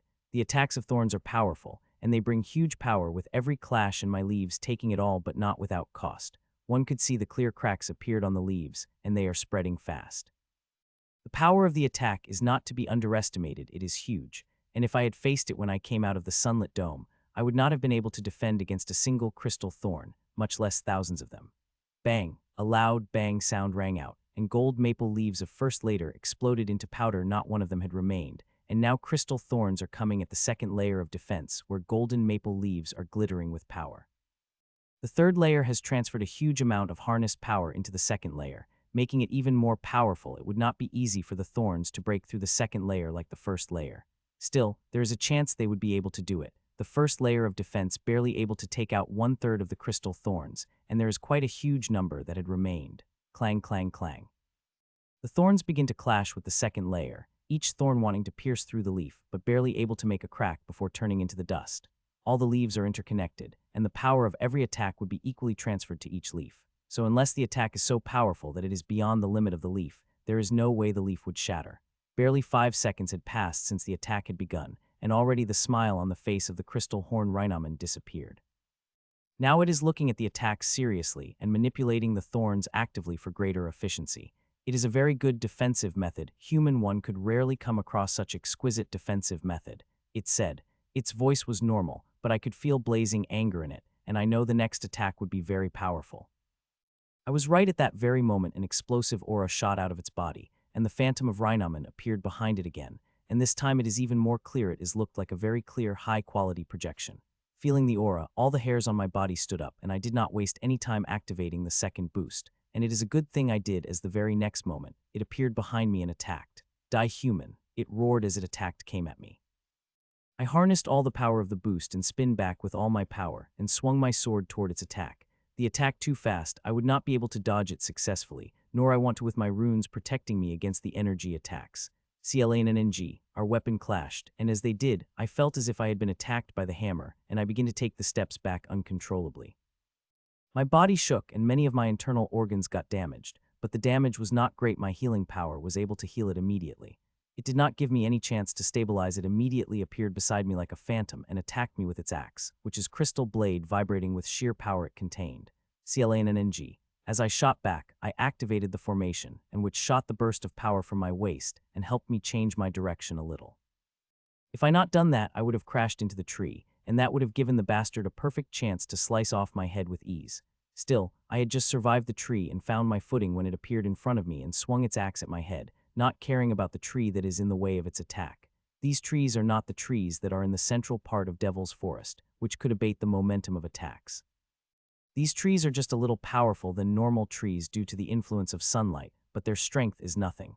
They would not be able to abate the momentum of the attack by one, even if there would have been 10 trees back to back. CLANNG. As I expected, its axe had cut through the tree like it is nothing and clashed with my sword, sending me further back with even greater speed than before. Nearly an hour passed, and those bastards still couldn't defeat the bunch of humans, Rhinoman said with a frown as it stopped attacking.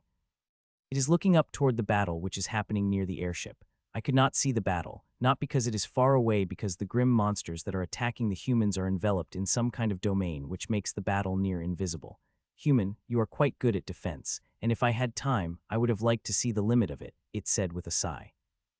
Unfortunately, I have to go and slaughter the rest of the humans in the airship before reinforcing the idiots who hadn't finished the job yet, it added with regret. Such missions are on a time limit. I am quite surprised this idiot in front of me dared to even waste much time. If I had been in its place, I would have used my full power within the first minutes to finish me off. Every minute they waste, they give the enemies more time. If we were to be rescued, these bastards would have killed by those who would have come to rescue us. But it seemed like these people also know that there is a fat chance of rescue, which is why they dared to waste so much time.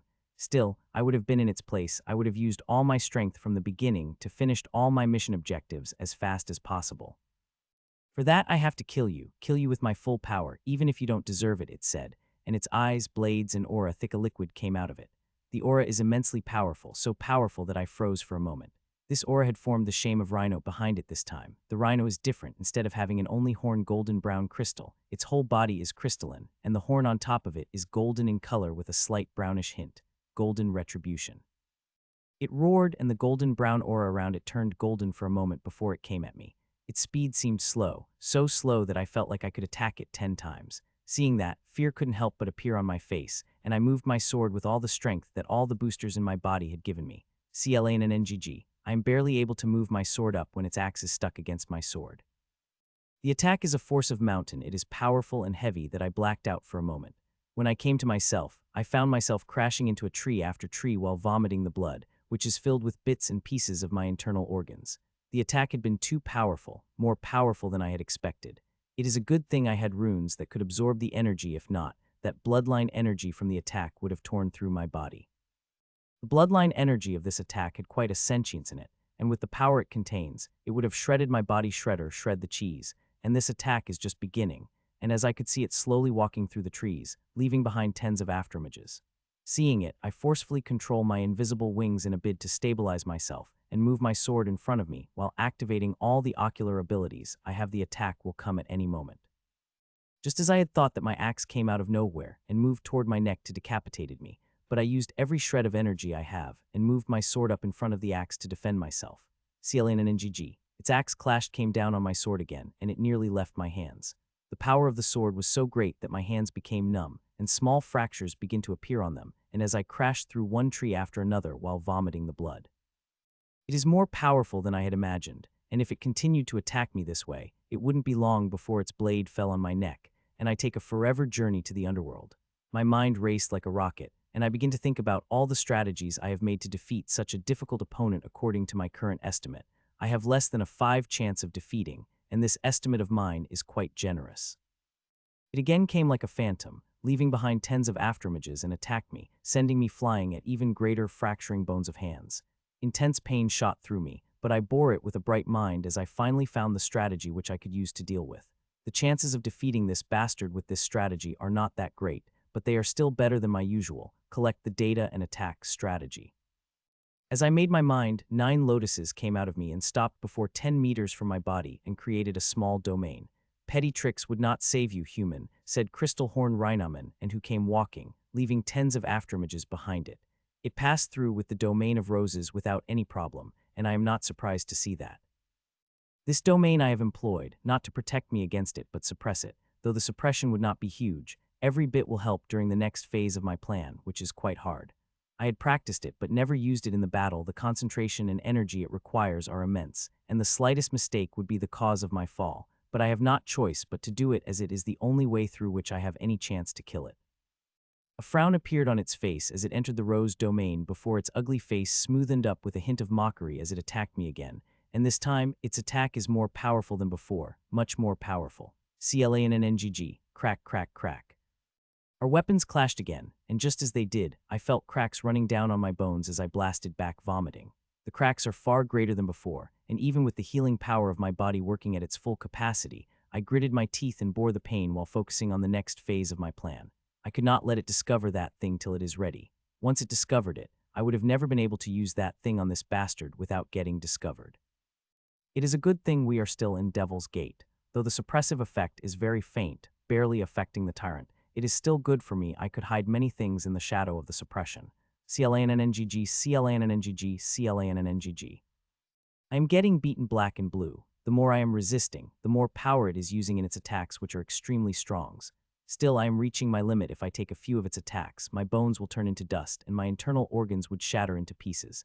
11 more seconds passed and I got attacked with few more times. I had reached my limit, and if it got attacked with such fearsome power once more, there is no way I could survive, so I have to act even when the plan is not ready.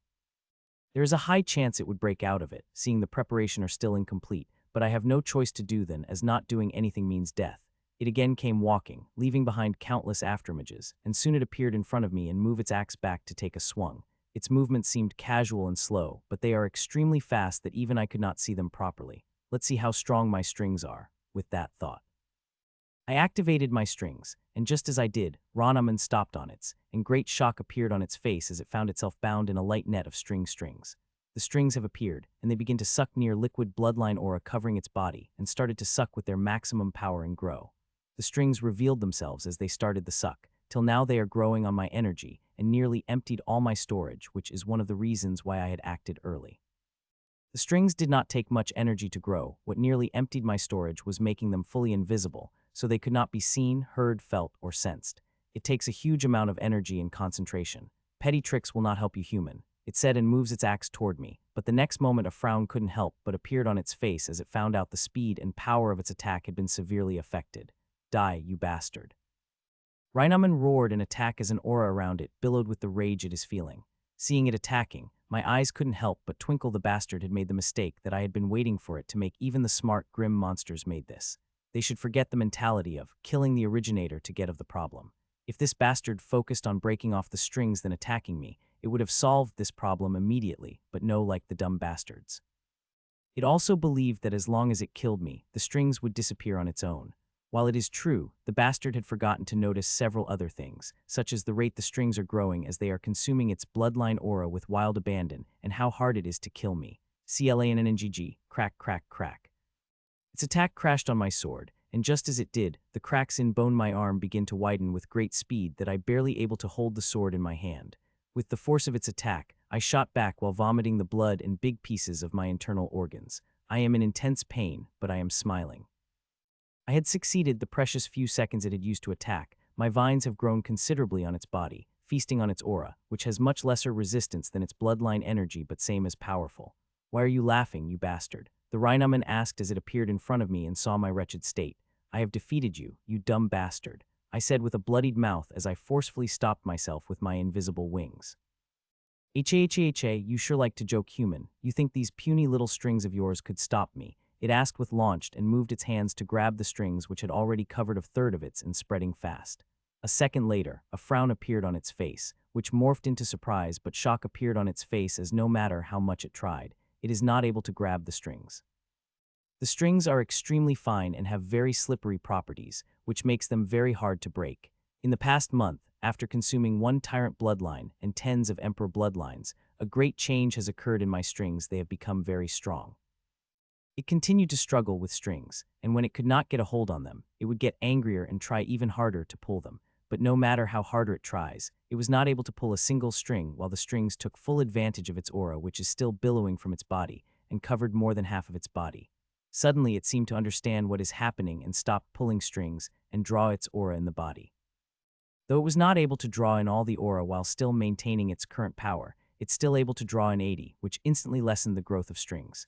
It is quite a scary move, human, able to bind me without me noticing, it said as it looked at me. Its eyes have now become much calmed, but don't think I could not deal with it. it said with eyes brimming with confidence as it truly believed it could deal with the strings.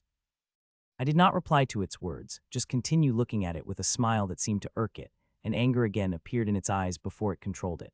Crystal vortex, it shouted a moment later, and thin sharp crystals began to materialize in front of it within a few seconds. Thousands of golden brown crystals materialized in front of me and formed a vortex of it. Seeing the vortex made of tiny sharp crystals, all the hair on my body couldn't help but stand up. This attack is extremely dangerous, and if it hit me, I will end in very bad condition. The vortex of crystal appeared, and instead of coming at me, it moved at Rhinaman before drowning it in it. See, I couldn't help but suck a sharp break seeing that it is clear that Rhinaman is planning is using this dangerous move to get rid of my strings. This will be torturous even if this move is its own. I don't think the move will show any mercy as thousands of tiny sharp crystals cut through it. A new sense of respect couldn't help but appear in my eyes for it. Unfortunately, these tiny sharp crystals would not help it instead, they would help me. The sharpness and power of these crystals are not enough to cut my strings. The strings instead will use the energy of crystals to groan. The second after the crystal vortex enveloped it, the grunting noises of pain began to appear, and with each second they became louder and louder, and it lasted till the 9th second before the noises stopped. Except for the crackling sounds of crystals, no sound could be heard, and this crackling sound became louder and louder as the vortex spun faster. A smile couldn't help but appear on my face as I saw the spinning speed of the vortex increased suddenly. This is the sign that my strings had succeeded, and now I am truly out of danger, so unless Rhinaman could dig out an extremely powerful move from its bloodline, there is no danger to me. Seconds passed as the vortex spun faster and faster when suddenly, a loud painful scream broke out of Rhinaman, and the vortex disappeared. When Rhinaman revealed itself, it looked like an ugly green cloth doll. The strings have every inch of Rhinaman, there is not a center which is not being covered my strings, and the scream it let out just now because my strings have pieces inside its body and started to grow. I did not waste any time and begin the harvesting process. With bloodline it is very hard to harvest, but I do not have to worry about it as long as I begin the harvesting process. The mysterious silver and green runes will come out and finish the job for me. Sup, stop you bastard. Rhinaman roared in a loud, straining voice as it came at me with blurring speed, but compared to before, its speed is quite slow, and I was easily able to dodge the attack. Try harder, little rhino, I teased as I dodged the attack. The harvesting process had started even if I barely harvest any essence of it. It could feel the impending danger and began attacking me crazily. Unfortunately, my strings have restricted its speed and strength, making it extremely easy for me to dodge its attacks. I even began to tease it to make it matter, so it could focus more on me rather than the strings inside it. Buzz, seconds passed by, and I dodged attack after attack before I finally stopped as I heard the sound I had been waiting for. My body buzzed, and silver and green runes came out of me begin to spread into strings fast. With these runes coming out, I am finally out of danger, and now even if its bloodline evolved tens of times, it would only be turned into food for runes. Gasp! A few seconds later, the runes spread fully, and the harvesting process begins a moment later. A thick, purified bloodline essence came inside my body, and I couldn't help but gasp seeing it. The bloodline of this crystal horn Rhinaman is much powerful than the first tyrant's bloodline I had consumed. The advancement I will have with the help of this bloodline is immense if my strength is increased enough. I might go up and help the humans that are fighting. Buzz, I couldn't help but moan as the strengthening energy began to fill the cells of the honeycomb, which then merged into my body and soul, increasing my strength rapidly. Bloodlines are the best tonic, I said drunkenly. I am really feeling drunk. The increase in strength this bloodline has given me is really something else. The bloodline of the crystal horn rhino has filled about 100,000 more hexagonal cells of the honeycomb, nearly 300,000, which increase my strength immensely.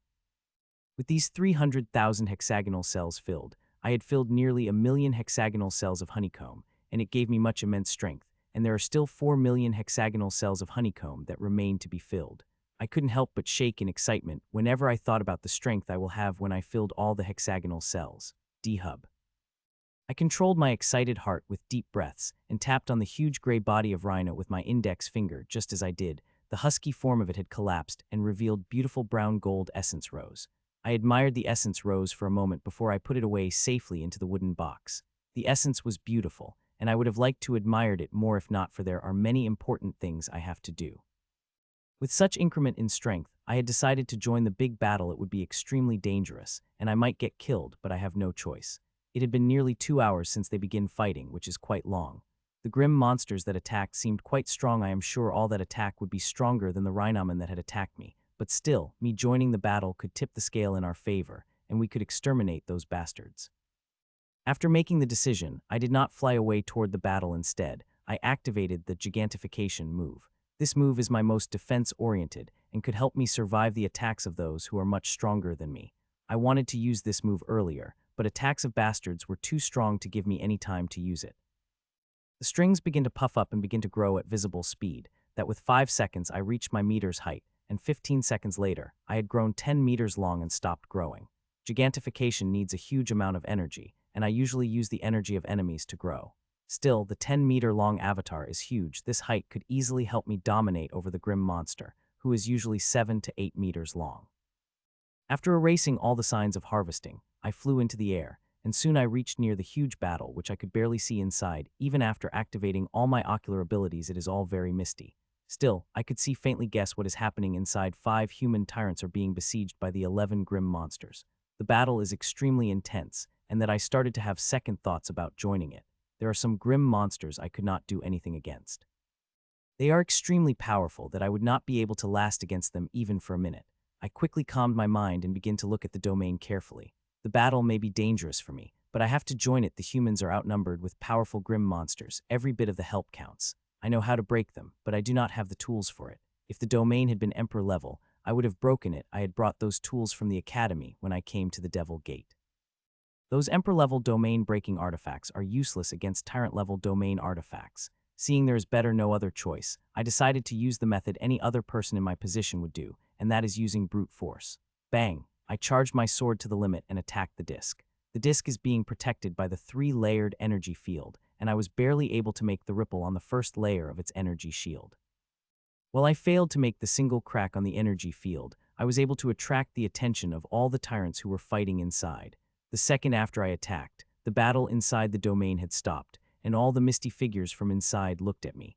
I could see both sides regrouping toward each other and looking at me while I also stared back at them. For the first few seconds, nothing happened before the lead grim monster motioned with its hands, and one grim monster on left separated from the ground and came toward my direction. The humans moved to block it, but the grim monster moved to intercept. They successfully stopped the humans with double numbers while the grim monster came at me and stopped at the edge of the domain. Bang. For all they know, they might be fighting all the human tyrants from the airship, and I am rescue they had called, and since I am a rescue, I am going to be powerful who could kill it at single attack. Seeing its dilemma, a smile couldn't help but appear on my face, and I remained static on my spot. Let it think what it wants to think. I had already succeeded. I was able to successfully extract the one grim monster from the battle. This is the most I could do. As for fighting it, I will do it if it came out, and if it turns out to be too powerful, I could always run, and as long as it is not the elite that is chasing me, I could run away successfully. It stayed at its spot for 22 minutes before it finally walked out of the domain. I thought it was some kind of rescue, but here you are, a stray tyrant that we missed, the grim monster said. It seemed to be very angry, not only at me, but also at itself for wasting so much precious time. Oh, look who is talking, a little hyena who spent more than 20 minutes making the decision. I said back, mocking, and which instantly made it very angry, and a powerful aura began to seep out of its body. The grim monster in front of me, Scarlet Hyena, a fire elemental grim monster which is famed for its rage and bloodthirstiness. As I mocked it, it got so angry that it literally started shaking, and its scarlet became even darker with rage, and I felt all the hair on my body standing up before it even attacked. "Ufusking bastard," it said with gritted teeth, pronouncing each word heavily before earth-shattering scarlet aura akin to blood burst out of its body and attacked me. CLANNNG. Its 5-meter-long scarlet sword crashed into a 7-meter-long sword of mine and sent me back with heavy steps. Its attack sent powerful energy at me in shock that could turn my internals to the paste. It is a good thing I had the foresight of being gigantified. If I had fought without it, the shock would have torn my internal organs apart, and I would have to vomit the blood right now. Die, you wretched human. Its voice appeared in front of me, and I found a red sword that came streaking toward my giant neck before I could even take 2 steps back. CLANNNG. The red sword struck against my sword like a phantom, sending me back again with much greater force than before. I had just taken a step back when I found a figure of Hyeman appearing behind me and attacking at my chest.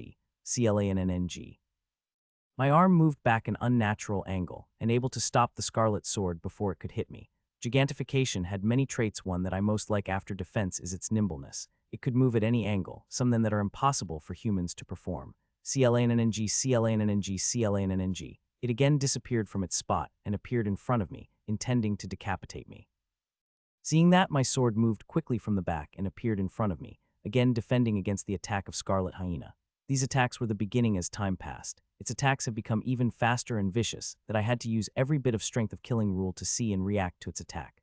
I also used all my soul and Killing Rule's power to create the sensory field. This Scarlet Hyena is very powerful. If I had met it before, I would have found my end in a single attack. Without the advancement that the bloodline of Crystal Horn Rhinoman's bloodline has given me, I would have been no match for it. Even now, I am no match for it and barely surviving due to the preparation I had made and the move I am using, which is very good at taking the beating. The more I defend against its attacks, the more powerful attacks it is using against me, and I have no choice but to defend against them. This bastard is very powerful that, even if I use all my moves, I would have less than a 1 chance of defeating it. The difference between it and Rhinoman is too great. It would not need even a minute to finish someone like a Crystal Horn Rhinoman. An hour passed by since we started fighting, and now I am using every bit of the power I have to defend against it. If I need more strength, I would have burned my blood, which I am very unwilling to do. I would rather run away than burn my blood, and I am confident that I could successfully do it, and I am thinking of doing it. The only thing making me hesitate is that I will expose my identity to grim monsters. So I decided to wait until this bastard has really become a danger to me. I would not run away from it. CLANNNG, CLANNNG, CLANNNG. In these 1.5 hours, a great change occurred in our battle. I am now on the offensive. I am still incomparably weaker than in offense, but I am still attacking it without care for its attacking, which striking me hundreds of times a minute. Around 50 minutes ago, I was able to find out an amazing thing when its attack finally able to land on my giant body. That time I had quite a scare and thought its sword would cut through my strings, but to my great surprise, it only able to make few scratches. Seeing that, I completely stopped defending and began attacking. Though not a single of my attack is able to hit it due to its great speed, I am still very happy as now I have no need to fear it. Still, I hope this bastard would die quickly. Even if I could not kill it, someone else could, but those who could kill it are still fighting in the domain. I don't know how the humans are fighting inside, and it started to worry me seeing so much time had passed, but the battle had not finished. Die, you bastard! It roared and launched another flurry of attacks. It had been nearly 3 hours since we had begun fighting, and it went mad. It is still very much in control, but it taking more risk to inflict more damage. It is now fully covered in the scarlet cloud that one could barely see its figure in it. The aura is raging around it, and its attacks are devastating. Unfortunately, it could not do any damage to me, not no matter where it attacked and how much strength it used. My size had increased further, and now it had reached slightly over 30 meters. I am still attacking it, but like before, it was easily able to dodge all my attacks despite me targeting its weakness. Sai again couldn't help but come out of my mouth. The difference of strength between us too great. It could easily dodge all my attacks, no matter how much power I use. Wretched human, if you are the son of your mother, come out of your turtle shell and fight me like a real warrior, it said with taunt. A real grim monster would have broken this, though this weak shell of mine by now. Only weakling like yourself could not do anything against it. I taunted back. You bastard. It cursed and attacked me with even more strength. I could see it appearing and disappeared all over my body, attacking me from all sides, but its attacks are doing nothing more than making scratches on my strings. I once again took a glance at the domain that is covering the big battle, and sounds have become even more intense than before. Little hyena, I am getting bored. For some challenge, I will give up my sword and fight you with my fists, I said suddenly, and the sword disappeared from my hands. This sudden action, due to the sudden idea that came to my mind, allured me so much that I acted on it immediately. I am not this impulsive and never throw away my sword, which is a big part of my strength, but the idea that came to me too alluring to not to act on it. The idea produces the possibility of me killing it, and there is no way in hell I will not act on it. Hee, you must think I am an idiot. I will not fall in whatever trap you are concocting, human, the scarlet hyena said as it stooped, attacking me, seeing me putting away my sword. A smile couldn't help but appear on my face, hearing that its reaction is not one bit surprising. This scarlet hyena is very intelligent, and I would have been surprised if it had to continue attacking before seeing my suspicious actions. Whether you will attack me or not, but I am going to attack you, I said with a booming voice and attacking it with my fist. I had lied a little. My sword had not truly disappeared. It is still inside me, and I am using its enchantment of heaviness to make my fists heavier. The huge fists of mine are powerful. That single hit from my fist could make it seriously injured. It dodged my fists and attacked back, but unlike the attacks from before, the attacks this time are not close-ranged but long-range one. Bang, bang, bang. It had begun to shower me with huge waves of scarlet fire, nearly drowning me in it. This attack is extremely dangerous that could turn the below-average turret to ashes, but it is doing nothing to me. It is much weaker than the sword attacks. The scarlet hyena seemed to understand it as well. It had attacked me with long rang attacks for half an hour before it again shifted with a close sword attack. Its attacks became more cautious as it fears it might fall into my trap, but as time passed, its caution begins to whittle away and again started to attack me from all the angles madly. I continue showering my fists at it, though it had dodged each and every fist of mine. I am not sad about it. There is even a sharp glint in my eyes as I watched every minute's movement of it carefully as it continues to dodge my attacks while attacking me. 20 more minutes passed when suddenly, the glint in my eyes became blinding like the sun, and I acted. In the past hour, there had been thousands of times I wanted to act, but I did not. I controlled myself and searched for the perfect opportunity, as I know I have only one chance against it, and if I messed it up, I could forget about killing it. CLA and an NGG, sup. It had come to attack my CHESD, and just its sword touched my CHESD, I acted. All the power I had stored released, my hands which were behind the grim monster, transformed into thick vines, not only my hands but also my head and shoulders, they all transformed into thick finger strings and formed a sphere with grim monster inside. Bastard, I had not only released all the energy I had mulated fighting for hours, but also nearly empties all my storage for this. Bang, it crashed into a wall of a newly formed sphere. If it half a fraction of a second faster, it would have been able to get away, but now it had no chance to do that. BNNNG. I had just formed a sphere and about to move to harvest it when suddenly, I heard an earth-shattering bang behind me, and a moment later, its shockwave hit me and sent me rolling tens of kilometers before I could understand what is happening. I had just stabilized myself from the power of the shockwave when I saw 7 streaks of light flying away at the blurring speed and 5 blurring lights following behind them. The 7 lights in the front are the grim monsters, while the 5 lights chasing them are humans. Both of the groups are flying at extremely fast speed, a speed I could not match with my current strength. Clang, clang, clang, let me out. I watched the blurring lights disappearing from my view when I heard a loud voice of Scarlet Hyaenamen, which began to attack me inside the sphere, and its attacks are quite powerful. I will have to deal with it as soon as possible before it creates the further trouble for me. With that thought in mind, I controlled several of the vines and moved towards Scarlet Hyaenamen. If it had been outside, it would have completely dodged them without problem, but in the sphere, it was powerless. It was still able to deflect half of my vines before they are able to found it and made it completely immobile. Now is hanging in the center of the sphere, unable to move even a single each hell. It could not open its mouth to curse as it is bound by wire-like strings. Putch, putch, putch. A second after it got bound, the wire-like strings pierced through its body from all angles. It is a good thing I had its mouth bound, otherwise the screams of it would have been earth-shattering, seeing it is not fine strings had pierced its body but thick finger wires. The process is a little slower than usual. The bastard is powerful and resisting the harvesting of all its might. It would have been great if it had a bloodline. Not only the harvesting process would be faster with the help of green and silver runes, but I would have also got another huge boost. I shook my head of those thoughts and focused on the harvesting. It would be great if I am able to harvest this bastard before the tyrants came back. There would be a lot fewer questions. 15 minutes passed, and I had finished harvesting half of its essence, but the tyrants still had not come back, which is beginning to worry me. Who knows, the grim monsters might have set up a trap and fell right into it. I could not do anything about those tyrants. The only thing I could do is harvest the bastard. The essence rose I will get from powerful bastard like it would be extremely helpful. 10 more minutes passed, and I had finished harvesting all the essence of the Scarlet Hyaenamen. It had turned to husk, and its essence is converging to form into the rose. It would take a few seconds for that to happen. I was looking at the convergence when suddenly, I have different color lights streaking toward me. When they got close to me, 3 went toward the airship while the other 2 come toward me and stopped in front of me. One of them is Miss Constance, of course, while the other is a lady in her early 30s with brown skin whose aura is similar to Miss Constance, which means she is also an elite. Except for Miss Constance, all the other tyrants are unknown to me. They have come with the airship and change with every round of airship. You have done a great job killing 2 tyrants. It looks like it was wise of me to hide you as criminal, Miss Constance said before I could say anything. You are wise as always, Lady Mars, I said with a serious tone and took back all the strings inside me and revealed myself to the ladies who looked worse than me.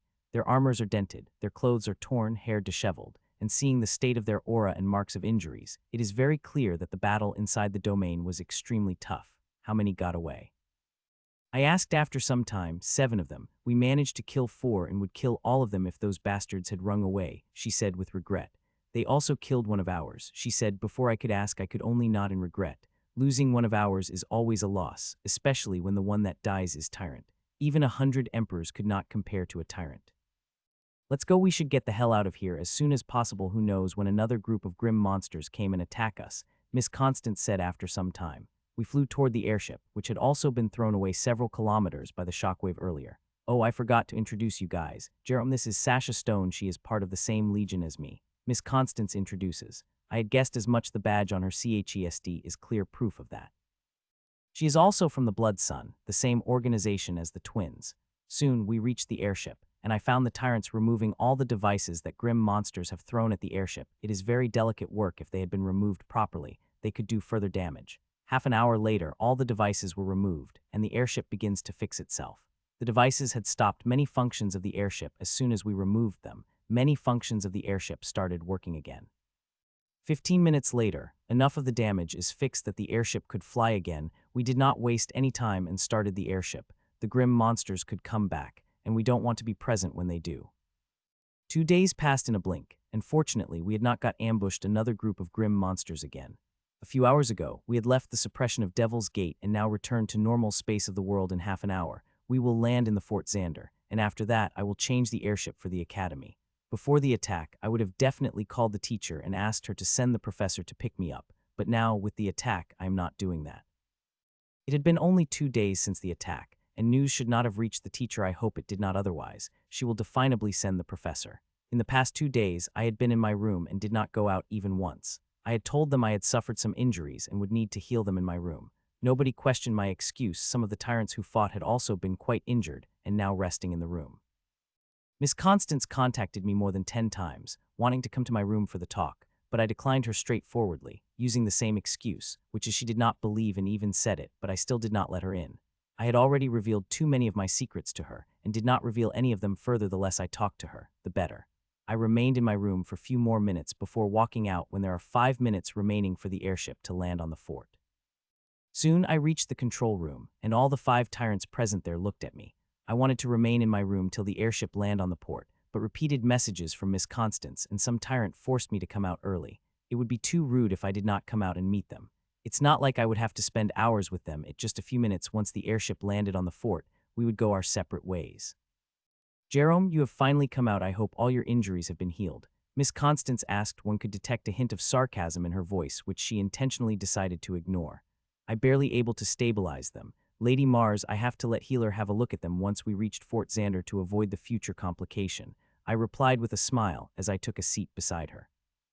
I could see the twitching of her mouth and could clearly see she wanted to say something, but she controlled herself and did not.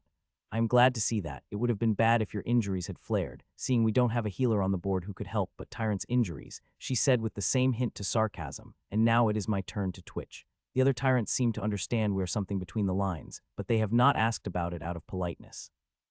Jerome, it was good that Lady Mars hid you for emergencies. If not for you, that grim monster would have slaughtered all the emperors in the airship, said the middle-aged man. It is all due to wiseness of Lady Mars, Sir Rodrigo, I replied with a smile. Minutes passed by, and soon the airship slowed down as we reached the fort. The shield of Fort Xander opened and the airship passed through it, and a minute later, the airship landed on the strop of the fort. Click. There are 3 people in front of me, 1 woman and 2 men, and all of them are tyrants. One is I know, and the second is I only read about, and the third one is completely unknown to me, but seeing the badge on his CHESD, he is likely the administrator of Fort Collins. Professor, you did not have to come and get me, I said as I resumed my walk toward her. Lord Mycroft, the other 4 tyrants beside me said, their tone is very respectful when they look at the middle-aged man with white hair in the middle. Even Professor and Tyrant in the right had respectful expressions on their faces when they looked at him. He is Wheeze Mycroft, an old monster from the Blood Sun. He is over 300 years old and an extremely powerful tyrant. His appearance is quite surprising, as people of his caliber remained hidden in their organization or guard the important places of the human race. He nodded at others slightly before he looked at me, and I felt a powerful soul sense covering me for a second. The soul is very powerful, around the same level as I felt from some old monsters during the championship. A slight surprise could be seen on his face as he looked at me. Little guy, you have one of most best disguises I've ever seen, the middle-aged man said as he looked at me. The tyrants got quite surprised hearing that. The only ones who are not surprised is Professor and Miss Constance. Now that we got him, let's go, Lord Mycroft said to Professor, and before I could say anything, I found powerful energy covering me, and I am flying with middle-aged man and Professor. Professor, what is happening? I asked Professor after this strange turn of events. You will know soon, she replied without much explanation as we flew up toward the energy layer, which is opened automatically as we got close to it.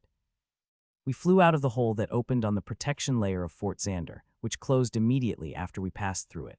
We stopped outside of the energy layer, and Lord Mycroft waved his hand gently in the air, and a huge spatial tear appeared as his hand moved. I couldn't help but get surprised by the ease that Lord Mycroft had torn through space. It may seem like a simple action, but it is an extremely hard one and require a huge amount of strength. Only powerful elites and grade above tyrants could do it. A moment after that, I found myself pulled into spatial tier by the energy of the Lord Mycroft and entered the space sea with them. The space sea is just as I had remembered when I entered here first time by accident. Waves of spatial particles could be seen anywhere. These waves look very dangerous, and they are dangerous for someone like me who would not be able to stay here alive for more than a second. If not for the powerful energy of Lord Mycroft protecting me against the spatial particles, I would have died by now. We flew the space sea in silence in the lead of Lord Mycroft, who seemed to know where we are going. The space sea is infinite, and without a beacon for the destination, one would get lost in it. Only those who are extremely proficient in space travel could move here without a beacon, but those people are very few, almost negligible. Even among the old monsters, very few could travel the space sea without a beacon. We traveled for a little more than a minute before we suddenly stopped, and again, Lord Mycroft tore space and we walked out of the space. When I walked outside, I found myself in the hall. The hall is not big, around medium size, but it is covered completely in silvering runes which are shining brightly. Lord Mycroft had landed us precisely on top of the beacon, which is kind of amazing. Lord Mycroft, the patriarch, is waiting for you, said the man in a man who seemed to be in his late 30s. I couldn't help but be surprised hearing his voice. He had been in the room all along, but I had not sensed him. If not for him speaking, I would have taken a couple of seconds to see him. I couldn't help but shudder at the thought of the enemy like him attacking me sneakingly. With such stealth ability, it would not be hard for him to sneak attack without one noticing. I am sure he would have killed many powerful people with that ability of his. Lord Mycroft acknowledged, and we walked out of the hall with the middle-aged man following behind us silently. A few seconds later, we walked out of what seemed to be like a small tower, but my focus is not only that. My focus is on the scenery in front of me, which looked like some kind of wonderland. In front of me are tall skyscrapers and palatial buildings on the top of natural and artificial mountains. There are huge gardens and waterfalls. People could be seen everywhere, both on air and ground, and all of them had a powerful aura of kings and above. We are Blood Sun in its core campus, to be precise, Professor informed me telepathically. It is the first time Professor spoke to me since we left Fort Xander, and I wanted to ask her many questions, but controlled myself as I felt like all my questions would be answered soon enough. Once again, I found the energy of Lord Mycroft covering myself, and we flew into the air, and our speed is not slow at all. Everything became a blur in front of me. I wanted to watch the beautiful scenery of Blood Sun from above, but I did not get a chance. With speed, everything passed by me in a flash, and a few minutes later, we entered the forest where nothing else but trees before we suddenly stopped, in front of a small tower which is made of blood-red crystals. I am barely able to stop myself from gasping as I saw the tower. The tower is small. It had only 10 floors. The shockingness about it are those blood-red crystals. They are known as vitality crystals or life-prolonging crystals. These crystals are insanely expensive, and these people have made a tower of them. This tower is standing in the center of the lake, which is equally strange as the tower. The lake is divided into two parts. One part is extremely cold enough that only tyrants would have a hard time surviving, while the other side is boiling water, which has the strength to boil even tyrants. Normal boiling water does not affect knights, much less the tyrants, but these boiling and frozen lake are not normal lakes. There is the intense fluctuation of rule of fire and ice could be felt from it, and fluctuation is at grandmaster level. The lake could be said to be a powerful treasure for the knights to tyrants, who practice ice and fire rules, but there is not a single person around the lake. We landed at the entrance of the lake and walked toward the bridge which is connected to the blood-red tower. As I stepped on the bridge, I found all the power of the ice and fire rules disappear completely. It had completely isolated it. As I got closer to the tower, I noticed one more thing about it. It is covered in the dense tiny runes. I had not noticed them before. They are of the same color as the blood-red tower, and a faint aura emitting from the tower hides them. Only when one reached closer to the tower could one see them. Lord Mycroft pushed open the huge gates of the tower, which is made of blood-red crystals as the tower, and also had dense runes carved on them. I stopped for a moment as I entered the tower. The vital energy radiating from the blood-red crystals came at me, opened all the pores in my body, and made me feel like I am in some exceptional spa. I would have liked benefit from this feeling in peace, but Lord Mycroft did not stop for even a moment, and I had followed him to the stairs. We climbed stair after stair without stopping at any floor. I thought we would stop on the first floor or the second floor, and I will finally know why I have been brought here without my choice. But no, we kept climbing the stairs till we finally reached the top floor. Click, Lord Mycroft opened the door to the top floor, and we entered inside, which looked huge round hall. There are a couple of people here, all with powerful aura, but one attracted the most attention seeing him. My eyes couldn't help but widen up in shock. Patriarch, Grand Lord. 4 of us greeted the old man in front of him respectfully, Professor, and I even bowed a little. It is due to our respect for him. Is he the one? He looked quite different than I saw him last time, the old man said as he looked at me. His gaze is simple, without any hint of the soul sense, but he still couldn't help but shudder to see those gray eyes. This old man, who looked to be in his mid-60s, is actually over 400 years old and is one of the strongest people in the whole world. He is Patriarch Branford, the most powerful man in the Blood Sun. Mitchell, take off the mask. Professor said. I am a little surprised hearing it, but I nodded and tapped on my forehead. As I did, my bones begin to move, and my skin begins to change color. A minute later, I changed back to my original appearance and took the mask from my face to reveal my original appearance. It is quite an artifact your academy has, Patriarch Bradford commented as he looked at the ceramic mask in my hand. Professor, why I had brought here. I finally asked. My question is a little rude in front of such a person, but I had enough with the silence. I had plans, but they disrupted them all, and they had brought me here without giving me the notice. I had called you here, a familiar voice said. Teacher. I exclaimed, hearing the voice, and saw my teacher walking out of the green energy circle, which is in the center of the hall. What are you doing here, teacher? I asked and looked at her. She is quite a mess. Her face is tired, her eyes are red. It looks like she hadn't slept for weeks and is in very stressful condition. It will be better to show you than tell you. Come, she said with a sigh and asked me to follow her, and I did, and soon we entered the energy screen, and when I saw the scene inside, a shock couldn't but spread through my body. Sophia, Reina, what happened to them? I asked a little too loudly. In front of me, 2 beds made of blood-red crystal. On it, Sophia and Reina are lying in a state I had never seen anyone before. 90 of their bodies have been turned into the rock from the neck down. Everything had turned into the stone. Even some part of the neck had turned into the stone. I walked toward Reina first. She's lying on the bed with her eyes closed with an energy layer covering her whole. I could see her condition clearly. The neck below part had turned into icy white stone, which is releasing a very dense white mist. This white mist is immediately being absorbed by the formation carved in the blood-red bed they are lying on. I first thought they have been poisoned. Such type of petrification occurred when one inflicted with it powerful elemental type specially crafted poison. But when I looked carefully and sensed the residual aura, I know it is no poison. Unstable elementalization, their bodies are being elementalized. I said slowly with deep shock in my voice as I realized how bad the condition of the twins is. They are at death's door. Such condition is nearly impossible to heal. Boy, how you know about elementalization. Someone asked behind me. Only then I moved my focus from Reina and looked around, only to see there are 5 people in the room aside from the teacher and Patriarch Bradford, and looking at their aura, all of them are powerful tyrants and healers. I had about it somewhere. I answered vaguely as I do not want to name my source, which is Lord Al. Lord Al had brought the topic of elementalization in one of our conversations and explained it in detail when I asked him about it, as I had no idea what it is at that time. Twins Apex plus Constitution advanced to the elemental bodies, but it became unstable for a reason. I mumbled as I turned toward Sophia, who is in the same condition as Reina. When has the transformation begin? I asked the lady in her early 60s, who is the one who asked me a question earlier. She had an extremely powerful aura, the same level as Lord Mycroft, and like him, she has also seemed to be an old monster, but unlike him, she is a healer. It started about 3 months ago, she answered as she looked at me carefully. Their condition is extremely severe from the looks of it. They don't have more than 2 weeks, I said, hearing that old lady's eyes flashed scarily. Do you think we don't know that? We have called all the best healers and sages of the world to treat them. Even high healer Carmichael had come, but he also failed to find a way to stop this unstable elementalization. She snapped at me, releasing her powerful aura that froze me on my spot for a moment. Don't be angry, Lady Jasmine Mitchell is just stating the facts he had observed, the teacher said to the old woman. The old woman calmed down a little and put her aura off me after giving me a look. Everyone is very stressed here, Mitchell. They have been trying to heal the twins for 3 months, but nothing they had done was able to heal the twins, the teacher explained telepathically. I couldn't help but sigh hearing that Blood Sun is a supreme organization, but even with all its resources, they are helpless in saving the twins. If twins had any other affliction, they would have easily able to save them with their vast resources and connections that could even make them call some like high healer Carmichael, who is known as the best healing in the world. But unfortunately, they are dealing with unstable elementalization, which is not a problem of our world. The elementalization or cosmic elementalization, as Lord Al had said, it is a very rare thing. Even in a higher world, extremely few people go through it.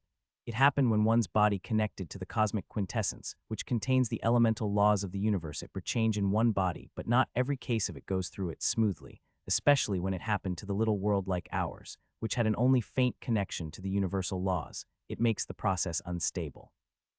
Elementalization is a blessing that one could dream of. Having the elemental bodies make one journey to a higher path is much easier. Gaining elemental is a complete transformation. Their very being is changed. They became different from their original race. They became children of the universe, and due to having the favor of the universe, they are also very hard to kill. For the twins, this should have been a blessing, but it had turned them into the curse that is killing them slowly, and now seeing their condition, they have less than 2 to live. My heart couldn't help but ache to see my good friends in such a condition. "Marina, we have called your student as you asked, and now ask him if he had any ways to save the girls," said Patriarch Branford, who have appeared besides teacher without me noticing. "Michiel, what do you think of the twins' condition? Do you have any way to save them?" Teacher asked, looking at me with hopeful eyes. She's the only one who had that expression on her face, while everyone around pretty much has given up hope. I would not blame them for not having the slightest confidence in me. They have called some as High Healer Carmichael, who had hundreds of years of experience, and he was powerless against it. Then how an emperor could do something that even great healer and sages could not do.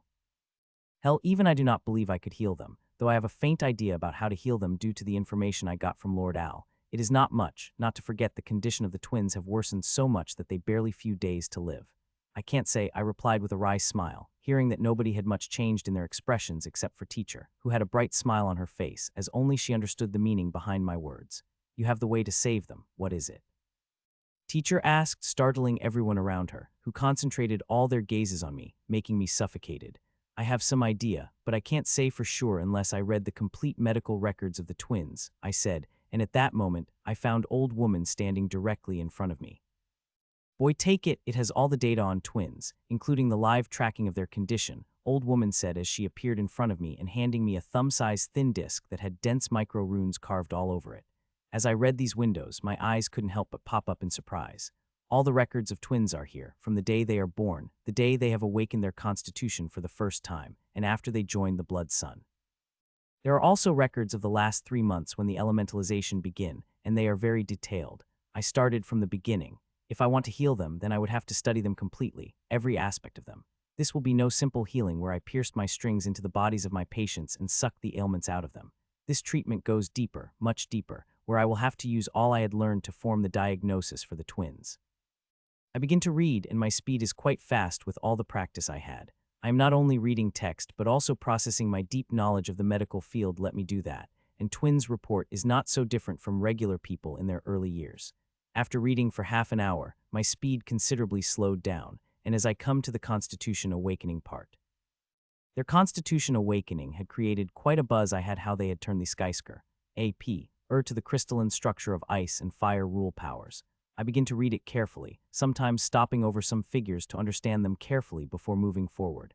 As I read, I understand that ever since the Constitution of Twins has awakened, it has always been advancing. It had never ceased to advance even for a second.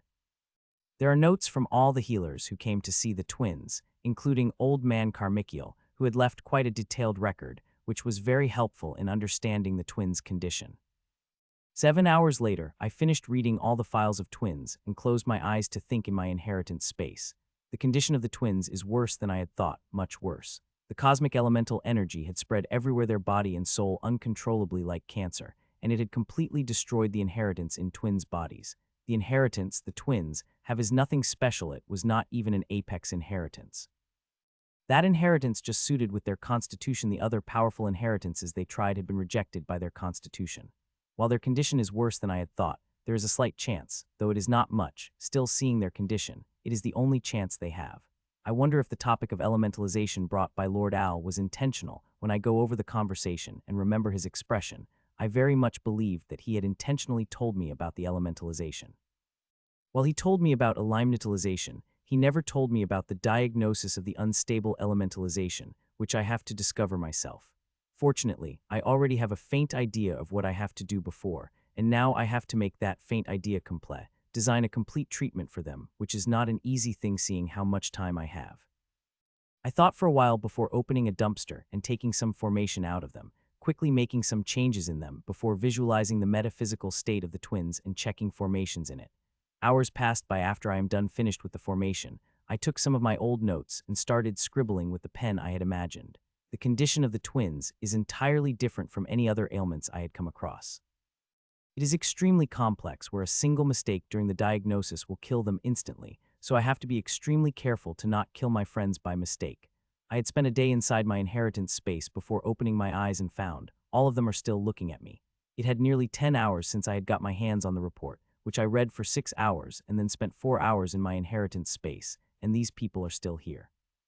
There is a chance that twins could be healed, I said softly, found bodies of people in front of me shake, especially of the old healer Jasmine and Patriarch Bradford. What did not say? Patriarch Bradford asked as he got his emotions controlled. I said there is a chance they could be healed, though the chance is minute, about 20. I replied with controlled breaths as his powerful aura bore down on me. It is good that the teacher immediately touched my shoulder, and her aura covered me, helping me resist the aura that Patriarch Bradford emitted intentionally or unintentionally. Lord Bradford, control your aura, it is affecting the vitality formation of the tower, the old healer, Jasmine, said before she turned to me, and her eyes are blinding like the sun and her face is unreadable. Forgive me for being skeptical, but I would like to know, how do you plan to heal them? Some of the healers that came before had made things worse rather than making them better, old healer Jasmine asked. I was not surprised by her question. I had read the twins' report, and I know how some healer had messed up grandly. If not for their mistakes, which increase elementalization, the twins would have had easily had 6 months to live. It is an extremely expensive process it begins with. I started explaining the treatment at first. All their expressions were not normal, but soon look of shock appeared on their face, and it kept going bigger. As I had said, the treatment is expensive, so expensive that only Supremes could afford them, and even they have to think about it 10 times before they will be going through it because the materials they require are not simple. One of the things the treatment required are the divine crystals, one of the most treasured resources in the world. They are extremely rare, and that even old monsters like Bradford will fight to the death.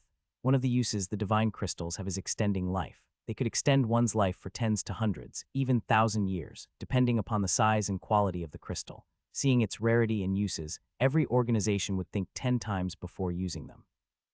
Not to forget, in the treatment, they are one of the rare things that require. There are 3 more materials same level as divine crystals require for the treatment. It took me a little more than an hour to explain the treatment. By the time I finished, they are still in shock.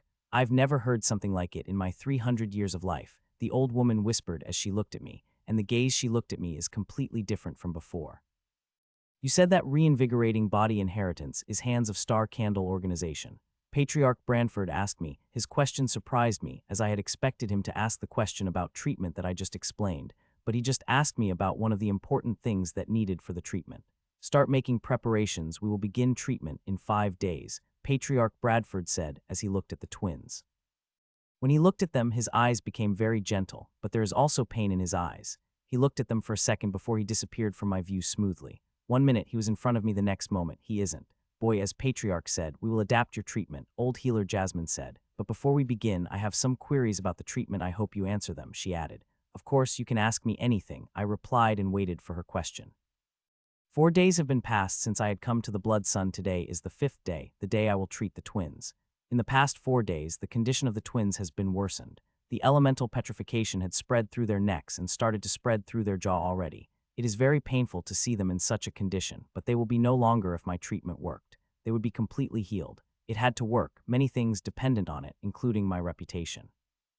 Currently, I am sitting on the 9th floor, a floor below that of the twins. I had been sitting in this place for 2 days. In front of me are dots of energy that looked like seeds, and if one of them carefully looked at them, they will see extremely tiny runes of energy moving from my hands into those 2 points. For the past 2 days, I had been emulating every bit of rule-breaking energy I have into those 2 seeds. The rule-breaking power is an important part of my treatment, just as important those divine crystals, even more seeing I am the only person who could produce something like it. It is very tiring to pump out rule-breaking power constantly, especially when you are morphing them into the runes.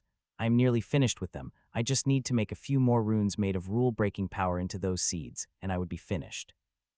An hour more passed by, and I finally finished with the seeds, now both of the seeds floating in front of me glowing in purple light. Seeing them, a smile couldn't help but appear on my tired face. I did not get up as I finished. Instead, I closed my eyes and started taking meditative breaths to rest and cover my rule breaking.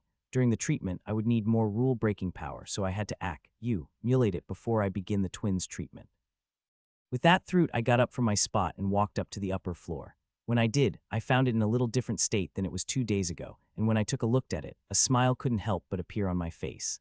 On the floor of the hall, a dense runic formation had been carved. Grandmaster Carr is really good each and every rune is perfect. One could not find a flaw in the runes he had carved. Even I could not carve them as perfectly as he could. The energy screen in the center of the hall had disappeared, and twins who had been on the blood vitality crystal bed are now on the floor, which is also made of the blood vitality crystal like the whole tower. There are 8 people in the hall aside from the teacher. There is Patriarch Bradford, Old Healer Jasmine, Grandmaster Carr, and Lady Lenora, the leader of the Blood Sun. There are also 3 other people who bear a close resemblance to the twins. They are the twins' parents and older brother, whom I met 4 days ago. I nodded at them as they looked at me before I turned to Grandmaster Carr and Old Healer Jasmine. Is everything ready? I asked. Yes, everything you have asked for had been prepared, Old Healer Jasmine replied, and she took out a crystal box from her storage and gave it to me. I took the box in my hand and opened it. Inside it, green color fish-sized diamond. This diamond is none other than the inheritance crystal of reinvigorating body inheritance, an inheritance from Candle Star Organization. Inheritances are sacred of organization, and I don't know what Patriarch Bradford did to get it from Candle Star Organization, which is King Grade Organization, one of the weakest grade, but still they are an organization affiliated to Crystal Domination. He would have definably paid the heavy price to get it. The solution you had asked for is also ready, Grandmaster Carr said, motioning toward the alchemical vat beside him. Any parent would feel what she is feeling seeing the condition of their children. I will give all I have in saving them, I said to her, who nodded and moved away from the formation covering the hall. I sat between twins with inheritance crystal in front of me before turned toward the old healer Jasmine. Lady Jasmine, please wake them, I said to her. The twins had been put into the artificial coma after finding out that process of elementalization is 4 times faster when they are conscious. For the treatment, they remain to be conscious. It is a risk we have to take to heal them. Okay, she said and touched both of their temples. Same time azure energy flashed between her finger before it disappeared. A few seconds later, the eyelids of twins began to flutter before they opened their eyes. Their gazes looked disoriented before they were able to concentrate. Michiel, Sophia asked in a very straining voice as she focused her gaze on me. Half of her jaw had been elementalized. It is a wonder that she could still talk. You have also died, Reina asked before I could say anything. Hearing Reina's question, a soft laugh couldn't help but escape my lips. I am not the only one who had laughed. Others in the room had also got a smile on their faces hearing Reina. No one had died, and you both will also not die, as I am going to heal you guys completely, I said with confidence that I am not feeling inside. We don't have much time, so listen well. I am going to start treating you, and you guys have to be there with me at every step, I said, and begin explaining the treatment. I tried to be faster but clearer with my words, as I could see the elementalization had picked up the speed. You guys understood what you have to do, right? I asked about 15 minutes later when I finished explaining them. By that time, the speed of elementalization picked up by 5 times, which is greater than what records have suggested, though not entirely unexpected. We understand, both of them said in unison in a very straining voice.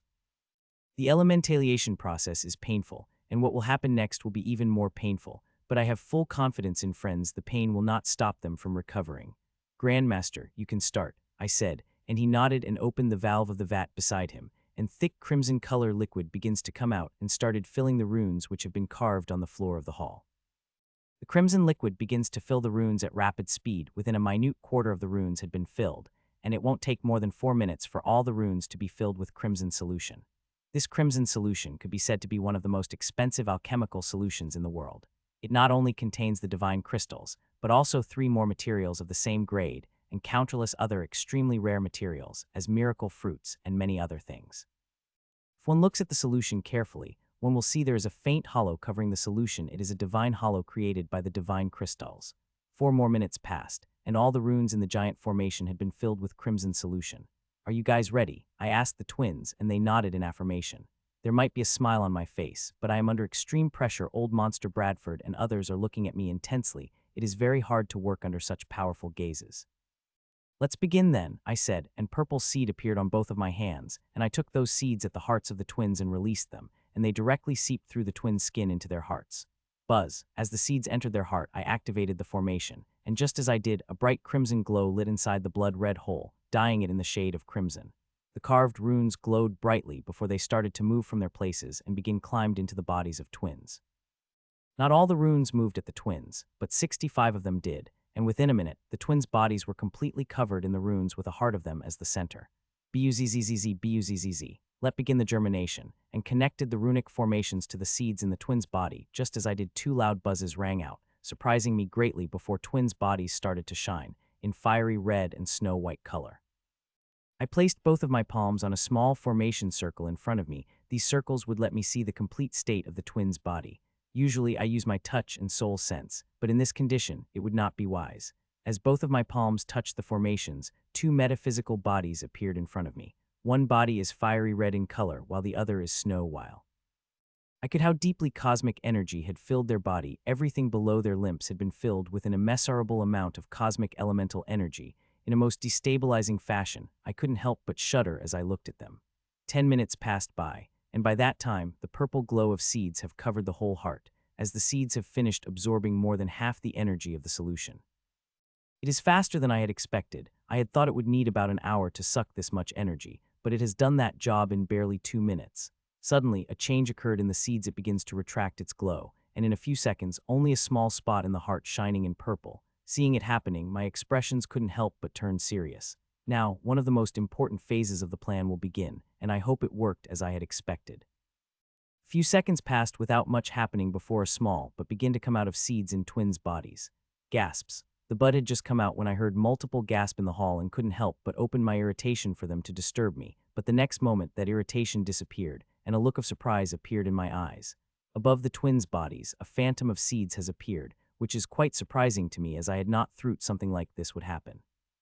The seeds are wholly made by rule-breaking power, and how they react to others I could guess, but I do not have the whole idea due to the extreme strangeness of the rule-breaking power. Seeing the phantom, I kept my one eye open while closing the other eyes to see the metaphysical state of the twins. Slowly, a sprout begins to come out of the seed. Seeing that big bright smile couldn't help, but came out of my face. The seed had germinated finally. One of the biggest hurdles of the treatment had passed. Another round of gasp could be heard from the people, as what is happening inside the heart is being directly projected into the phantom of the seeds above the twins. As the sprout coming out of the seeds, the change could be seen in the two seeds. At first, both seeds were purple in color, but now, the fiery red pattern could be seen on the seed above Sophia, and the snow-white pattern could be seen on the seed floating above Reina. I looked at the phantoms for a moment before focusing on the real thing inside the chest. It will be the most important thing for the twins if they survived. When the elementalization process starts, it first formed the core inside the body, and through the core, the cosmic elemental energy spread into the in a gentle, uniformed fashion, changing the body in perfect fashion. This did not happen with Sophia and Reina. There was no core formation. The cosmic elemental energy had simply assaulted their body. It is a good thing our world is small, and its connection with cosmic quintessence is faint, which made the process slow.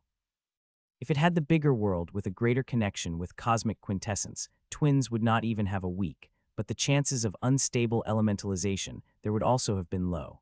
What I am trying to do is create a core. The seed I planted will turn into a tree, and that tree will act as the core for the elementalization. It may seem simple, but it is extremely hard as the first this nascent tree had to do it suck away all the cosmic energy that twins' bodies had absorbed, and it is not an easy thing. Not to forget, it will be an extremely painful process to the tweens. As the seed germinated, it begins to grow. The sprout begins to absorb more cosmic energy and grow. It is not only absorbing cosmic elemental energy, but the energy of solution to balance the things out. If it only absorbs the cosmic elemental energy, it will wither and die. Time passed by, and another 10 minutes passed when the sprout transformed into the seedling. The seed had disappeared. In its place, the roots have the place and upper-like, the small leaves have appeared. First, both trees have had purple covering the majority part, but it had become a minority in the tree. The most preeminent color in both trees now is fiery red and snow-white. As the tree begins to grow, it begins to absorb more and more cosmic elemental energy in the heart and energy of solution to balance out. The more energy it absorbs, the greater transformation begins to happen in the tree. Half an hour later, the great transformation appeared as the tree finished successfully absorbing all the cosmic elemental energy from the heart, and it also nearly absorbed all the energy of the solution, leaving less than one, which nothing. I couldn't help but take a sigh of relief seeing that, when I gate list of materials, I intentionally maximize it, but it looked like even after maximizing, the solution barely able to fill the need of the core. Beautiful. Someone said, and I couldn't help but agree, there are now 2 hand-sized trees floating above the twins. These trees looked like the grand cherry blossom trees, the favorite trees of twins. I had asked Sophia and Reina's mother about their favorite, and to my great surprise, both of them liked the same tree of grand cherry blossom, one of the 10 most beautiful trees in the world. The twins are so different than each other, including their constitution, which is opposite of each other, but they like the same tree, which is quite surprising seeing they usually like the opposite things as their elements. I once again sigh, seeing the beautiful phantom of a tree before I focused on the heart again. Now that the nascent core is formed, it is time for it to take the greater responsibility, which is to suck cosmic energy present in her body, which is tens of times greater than her heart, and this time there will no help from the solution. Rustle, rustle. Suddenly I heard a faint rustle in my eyes as the beautiful branches of both trees shook, and the next moment, I saw branches of both trees growing at an explosive rate and begin spreading outside of the heart. They begin to spread everywhere across the bodies of twins, from spreading toward their neck to spreading toward the legs. The branches move toward every direction, hands, feet, neck, head, everywhere, and within a minute they have spread through every part of the twins' body. There is not a single part of them where they hadn't spread. Seeing that, a small smile couldn't help but lit across my face, while the branches are not started absorbing the energy yet. They spread such widely, this quickly despite facing the huge resistance from the cosmic elemental energy, is an amazing thing. Give the favorable impression for the next phase, where they will have to absorb cosmic elemental energy on their own. About 10 seconds after the branches had spread into their body, they begin to absorb the cosmic elemental energy. The speed of absorbing is faster than I had expected, which is a very bad thing as this cosmic energy had gone very deep into the twins, and when the branches absorb it at such a fast speed, the pain they give is immense. I had just thought about pain when I heard the blood-curdling scream from the twins. It is a very painful scream, far more painful than my patient gives. The cosmic elemental energy is no simple energy. It has a connection with the cosmic quintessence, thus very hard to absorb. If I had used my strings to absorb it, I would have utterly failed to do that. It is one of the reasons why I had made the core central part of my plan. I germinate it using the cosmic elemental energy and used extremely precious resources, so it could absorb the powerful elemental cosmic energy. The screams of the twins have become louder, and they are filled with so much pain that I wanted to close my eyes. The twins' mother is crying. If not for Old Healer's energy enveloping her, she would have come running toward her daughter. The twins need no disturbance. They are at a very critical juncture. They have to bear this pain with their sanity intact. Only that way they can get out of this predicament alive. Suddenly, I noticed something which made me very surprised, but also brought a smile to my face that I immediately opened my eyes and looked around the formation and saw what I had expected to see. The formation of the floor and on the twins' body glowing very softly. The work of the formation is already over, but it's still doing something. It is taking the energy from the blood-red vitality crystal and fusing with the twins' body. This stage should have happened at the end when branches finished absorbing all the cosmic elemental energy, but started at the beginning. The vital energy it is taking from the crystals is very small, so others had noticed it, yet as all of them are looking at the twins' bodies, but they will soon notice it when the runes begin to absorb the greater amount of energy. The absorption of cosmic element energy is increasing. Its release of vitality energy into the twins' body had also increased with another change had begun. The phantom of trees that is floating above the twins are slowly becoming bigger and more clearer. 10 more minutes have passed, and now the size of the tree had increased by 5 to 6 inches, and they have become even clearer. The change of the tree is not only happening outside, but happening inside too. The tree-shaped core in the twins' chest also becoming more solid with the absorption of a greater amount of energy. The people in the hall had finally noticed the changes that are happening in the hall. The floor of the hall became a little pale compared to other parts of the hall. It is clear that runes are absorbing the vitality in blood-red crystals, and it is just a beginning as till now, the branches spread in the body had not even absorbed 10 of cosmic elemental energy contained in the bodies of twins. While most of the things going smoothly, there are some problems occurring too. The rate of cosmic elemental energy entering the twins' body had increased several times. At the beginning of treatment, it was only 5 times, but now in less than an hour, it had increased to 8 times speed, and its rate is increasing rapidly. Within few minutes, it will reach 9 times. It is a good thing, all the cosmic elemental energy coming from outside, directly being absorbed by the core, not a one of it absorbed by any other part of the body, which is great. Still, I hope it would not increase at such speed, not before the core is fully matured, and I begin the next phase of my plan. I opened my other close eye for a moment and looked at the body of the twins carefully. At first, I did not saw any, but as I looked carefully, I saw the elemental petrification is easing slowly, which pleased me greatly. With breaks of core sucking of cosmic elemental energy and pumping vitality into the body, the signs of petrification are easing. I need them to disappear completely before I begin the next phase of my plan. A little more than an hour passed by, and 60 of the cosmic energy present in the twins' body had been absorbed. Not only that, but the floor I am sitting on had also turned mostly, while one could be barely able read in it. The runes have absorbed all the vitality present in the vitality crystals of the floor, and now they move toward the wall. A few minutes ago, I detected a tint of pain from the leader of Bloodsun Eyes as she saw how quickly twins are absorbing the blood vitality crystals. If I had been in her place, I would have had the same expression too. While the blood vitality crystals could not be compared to the resources as the divine crystals, but the sheer number of crystals present in the tower more than enough to compare to it. Each floor of a tower could be comparable to a piece of divine crystal. With such progress, the visible change had occurred into twin skin. The elemental petrification had been reduced by a huge degree, and rock-like skin had nearly vanished, but one could see some signs of flesh, the faint layer of fiery red and snow white. While everything may seem like going great, it is not.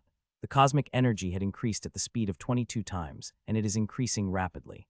If it continued increasing at such speed, then I would have to bring the next phase of the plan a lot earlier than I had decided, and there is substantial risk in doing that, but the rate of cosmic elemental energy coming at twins leaving me no choice but to take the risk. It leaves me no choice, I said to myself as I looked at the metaphysical bodies of twins.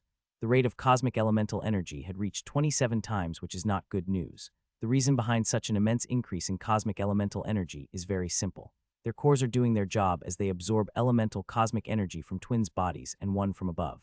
The connection between the core and cosmic quintessence became stronger, thus getting more cosmic elemental energy. With core sucking more energy, the connection between them would only get stronger, and if everything Lord Al said about the elementization process is right, then soon, floodgates of elemental cosmic energy would open, and that I would not be able to stay in place as I am.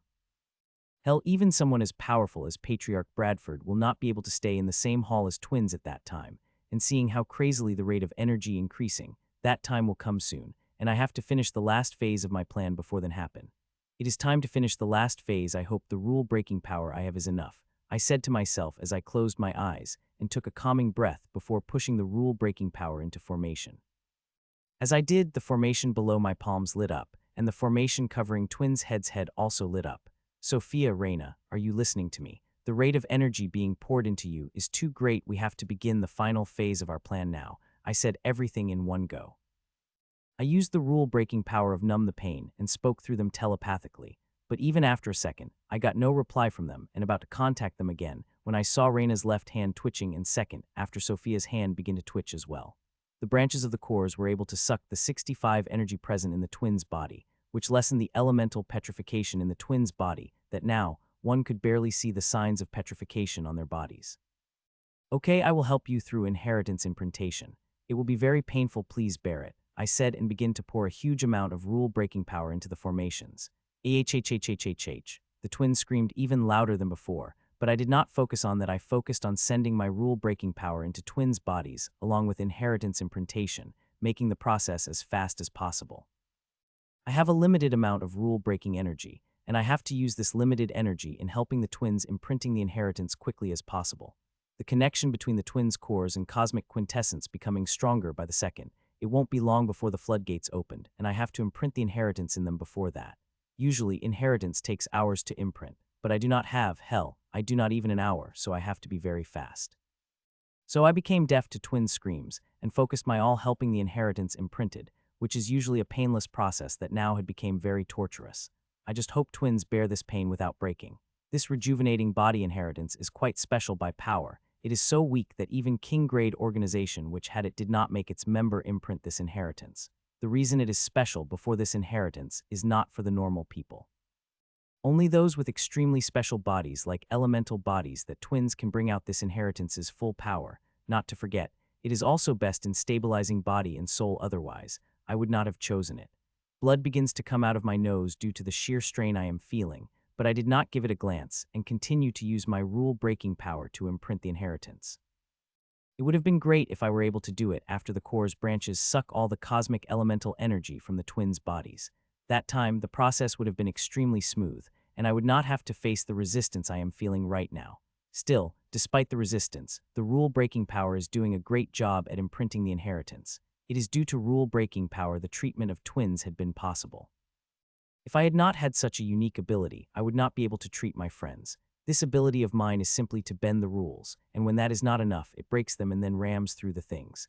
As time passed, the veins of my head began to pop and not only did the blood begin to come out of my eyes and nose, the strain I am under is too much for my body, but despite that, I did not stop and continued with my work.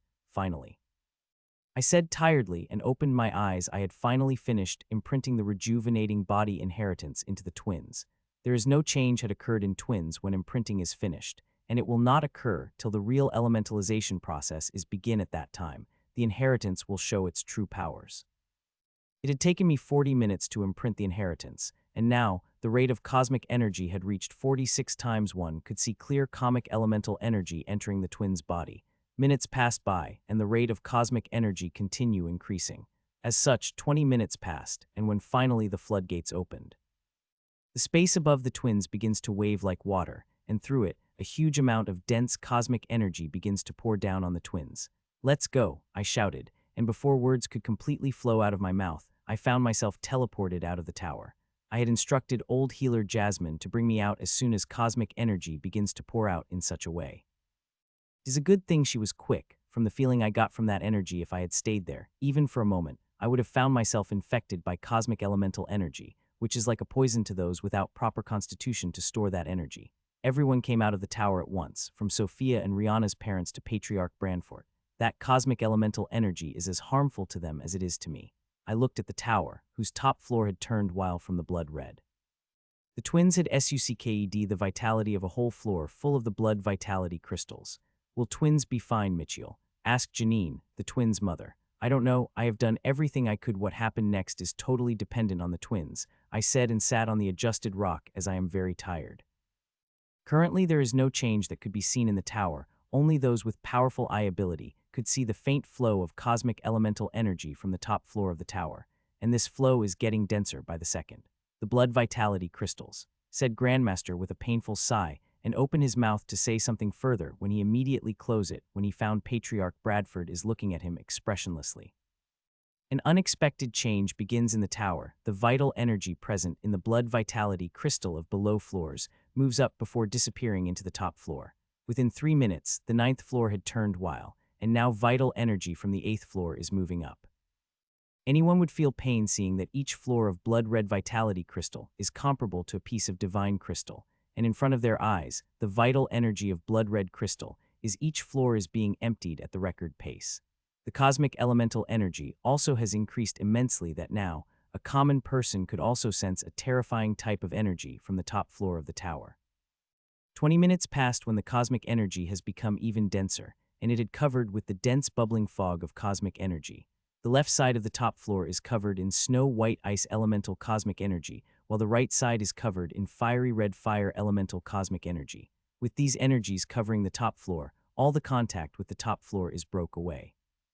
My soul's sense is getting repelled as it touched that powerful energy, and I even got a small backlash, and I am not the only one who felt the backlash, others felt it too. As the minute passed, the energy got even denser and began to go lower, covering the floors below. Within 5 minutes, the 9th floor is covered.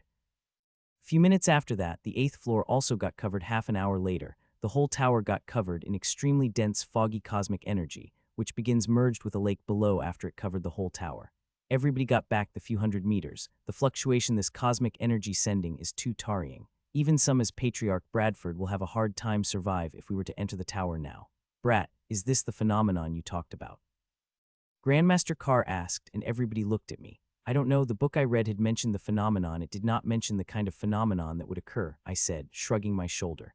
Lord Al was not too deep about the phenomenon. If I had my friends going to suffer something like it, I would have asked Lord Al about elementalization more deeply. "Lenora, expand the isolation formation." "Nobody should know about it," Patriarch Bradford ordered after a few minutes when the cosmic energy got even denser and spread through the whole lake.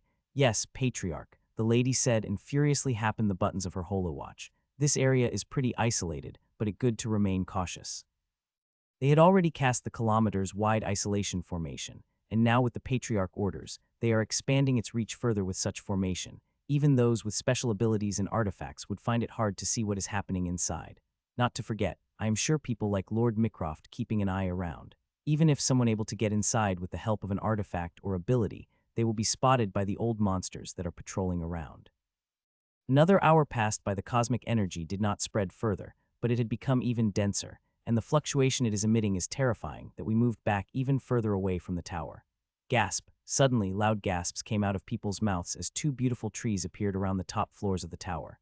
Near the top floor, two grand cherry blossom trees materialized, and they looked even more amazing than the real trees of grand cherry blossom. The grand cherry blossom tree on the left is purple snow-white color, and the grand cherry blossom tree on the right purple flame red color. These trees looked like they have come out of someone's dreams. They looked amazing, beyond amazing. The appearance of a tree had shocked me, but also pleased me greatly, as now I could tell that my friends are alive, and they have not been broken up by the immense amount of cosmic elemental energy that is pouring into them. As the trees appeared beside the top floor of the tower, they started growing, becoming bigger every minute, and with it, the energy fluctuation there sent also becomes stronger. My eyes couldn't help but glow seeing such changes as I record everything. The thing that is happening in front of me is a treasure trove of precious data. Recording it would be very helpful for my research. A minute after I had come out of the tower, I sent a string of soul scents into my inheritance space, and recording everything that is happening in front of me, I would analyze it deeply when all this is over. After consuming the bloodline of the last Turret Grim monster, my soul had become especially powerful that now I could send a string of my soul scents into my inheritance space. When I first learned to do that a few days ago, I had felt very disoriented, even fell down. The difference between time in the real world and inheritance space is huge. It is very difficult to have parallel thoughts between the strand of soul sense and the main soul. Even after few days of practice, my head is still hurts whenever I sent the strand of soul in my inheritance space. My head is currently hurting like mad, but I am bearing it to collect such precious data. I am not the only one. People like Teacher and Grandmaster Carr, all of them looking at the tower intently, making notes in their own way. Another hour passed by. The grand cherry blossom trees on both sides have become even bigger than they have reached the height of half of the tower and still growing. That's not all. The cosmic elemental energy covering the tower also became denser, sending out even more terrifying fluctuation. The things have gone beyond my imagination. I had not thought that twins would create such a ruckus. I wonder how powerful the twins would be if they came out of this scenario alive. If they survive, then they would be one of the most fortunate people in the world. From what I heard from Lord Al, the elemental bodies are precious. Once they appeared, they would quickly be swept away by the powerful organization and houses. With the talent of elemental bodies, which connect them to the cosmic quintessence, this world will be too small to contain them. All this to happen, they have to survive first, and as the phenomenon became bigger, the chances of their survival lessen. I could only imagine what kind of state the twins had been in. Right now what is happening is not easy for them to bear. Another 2 hours passed by, and two trees have now become gigantic. Their height had reached greater than the two. Both trees have taken their roots into the lake, emitting the fluctuation that had sent us even further back. To be honest, I had not been worried about my friend's right. I definitely would have enjoyed the scenery of two gigantic grand cherry blossom trees, which are looking beautiful beyond the imagination. Mitchell, are you feeling good? Teacher asked suddenly. No, I am just feeling a little tired due to not sleeping for few days, I said. Ever since I had come to Blood Sun, I had only slept for 1 day, and due to straining work, I became even more tired, and even now I am recording everything through the hammering headache. Take a good sleep after this is all over, she advised. I nodded without moving my gaze. I do not want to miss anything that is happening in front of me. 40 minutes passed by when a sudden change occurred. The gigantic trees of the grand cherry blossom disappeared in a blink, and dense cosmic elemental energies covering the tower, and the lake begins to shine without a powerful aura coming out of them. Within a few seconds, the shine of cosmic elemental energies had become blinding, and the aura had become so powerful that Patriarch Bradford teleported us all to the edge of isolation formation and protected us with his powerful energy. The tower became blinding like a sun. One could no see what is happening there at the same time. The clouds above the tower took a fiery red and icy snow shade, which spread over a huge area while releasing shuddering fluctuations. With clouds covering the huge area, there's no hiding the phenomenon. The fiery red and snow-white colored clouds spread so wide that anyone on the campus of Blood Sun could see them, not to forget to feel that shuddering aura that clouds are releasing. Few more people have joined us as we looked at the twin-colored blinding sun in front of us. Other than Lord Mycroft, there are also many unknown people, and to my surprise, I also found Professor in them. I had thought she went back to the academy after bringing me here, but it seemed not to be the case. Everyone watching twin-colored blinding light in front with great focus. They can feel that it is the most important time. If twins could survive it, they will gain the fortune of their lifetime. Seconds passed by, but there is no change in the blinding light, but no one seemed to mind that as they kept looking. At the third second, the twin-colored light suddenly disappeared, and the tower came in front of the view. The tower had now completely changed. It is different from what it had a few minutes ago. It is even different than when I saw it the first time. It looked more like the skyscraper than twins had changed in the native continent. One side of the tower is completely fiery red, while the other side is snowy white. The lake below the tower had also changed. It is now looked like it is filled with two types of liquid. One looked like fiery red magma, while the other is like transparent water with snowy white crystals all over floating in it. The whole tower is giving off a dangerous feeling, but one could feel the power of rules and some other type of energies from that feeling. Currently, nobody is admiring the beauty of the tower and the lake as everyone's gazes are focused on the top floor, waiting for twins to come out. Seconds passed, but twins had not come out, and the expectant look on the people's faces began to change. The parents even started crying. I wanted to console them with positive words, but no words seemed to come out of my mouth, as even I don't know whether my friends have survived or not. Sophia, Reina. Suddenly, Patriarch Bradford shouted, and at the same time, two figures flew out of the top floor of the tower. When people looked at them, the expression of each person's face couldn't help but change. There is drastic change had occurred in the twins. Not only have their bodies completely changed, but also the aura they emitting. It is different from anything I've seen before. Sophia and Reina came out of the tower and looked around in the air before they flew toward us in few seconds. They are in front of us. Mom, Dad, teacher. They greeted my girls. Their mom sad teary-eyed and moved to hug before she gently got repelled. Mom, we are not able to control over new powers properly. Until we do that, no hugging, Sophia said to her mother, which brought the smile on the face of those who were listening. I looked at the twins properly, who had completely changed. Sophia and Reina's hair had become fiery red and snow, but it is not great change that shocked everyone. What shocked them is their skin. The twins' bodies have transformed to a cellular level. Their flesh had disappeared and transformed to the elemental crystal. Sophia is crystal red while Reina's snow white. It is not a hint of flesh that could be seen in it. Everything is crystal, which acting like a flesh. The twins' eyes had changed. They have not only become crystalline, but they have to change the color. Before, Sophia had red eyes and Reina had ice blue. Now Sophia's eyes had become half purple and half red, while Reina's eye had also turned half purple and half blue. The seed seemed to have affected them more than I had imagined. From what I could observe, it is soft like a flesh. When twins move their hand and feet, it behaved like a flesh, stretching, contracting just like the flesh. They have got the elemental bodies, and it is not just mere constitution of theirs, it is what are now. They could not be considered even human after getting elemental bodies. According to Lord Al, they are cosmic elementals, children of the universe. They have got one of the most envious things in the universe. Girls, what happened to your skin? Twins' mother asked, looking at her expression. It seemed like she is quite worried about her children's crystalline skin. You don't know, Mom. It is likely due to us gaining the elemental bodies, Reina said before she looked at me for the answer.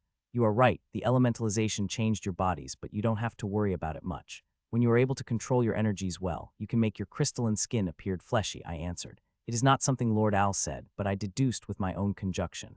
The twins turned to their teacher and began to talk something with him which I could not able to see or hear. From what one could see, the old man seemed very happy talking to his students, almost giddy, which stark different from the usual expressions he bore. My students Sophia and Reina died due to unstable elementalization. Their funeral will be held tomorrow at this tower, Patriarch Bradford said, shocking everyone to their core. Only twins did not seem surprised by the news of their own death. I will spread the news, Patriarch, Lenora May said a second later. Everybody here is smart, especially the willy old foxes who barely took a fraction of a second to understand the meaning of the Patriarch words. The phenomenon is too huge for one to conceal, so they might as well blow it up and release the news of everywhere. Though this news will not be able to fool all the grim monsters, it will fool them for long enough that twins would grow powerful enough that they would not need to fear anyone. After talking few words with Lenora, Patriarch Bradford disappeared with twins, leaving everyone with a sigh. I could tell everyone here is very interested in the twins, would like to interact them with more, but the old man did not give them any chance as he whisked away his student in second. Lady Marina, Lady Josephine, it would be our great honor if you could stay in Blood Sun for few days. Lenora said with smile before she turned to me. Sir Mitchell, Patriarch asked me extend the invitation you. He will meet you tomorrow personally in his residence, she said. I was quite dumbstruck hearing that, not the invitation but her referring me, sir. Who is Lenora May? She is leader of Blood Sun, a very powerful leader-class tyrant. Her referring me, sir, who is not even a tyrant, feels very weird.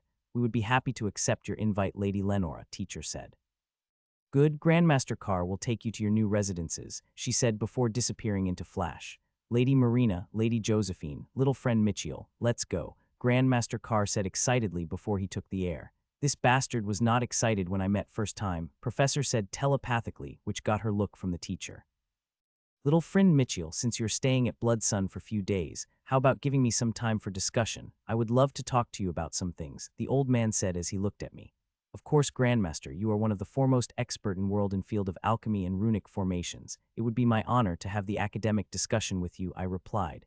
Then how about a day after tomorrow at my residence? He asked. It would be my honor, I replied respectfully. I did not let the recent success get over my head. I was only able to heal the twins due to the unique advantages I have. My stay in Bloodsun is a great opportunity for me, and I should use it to get the greatest benefits. It would be hard to get such an opportunity in the future. Somewhere deep in grim territory.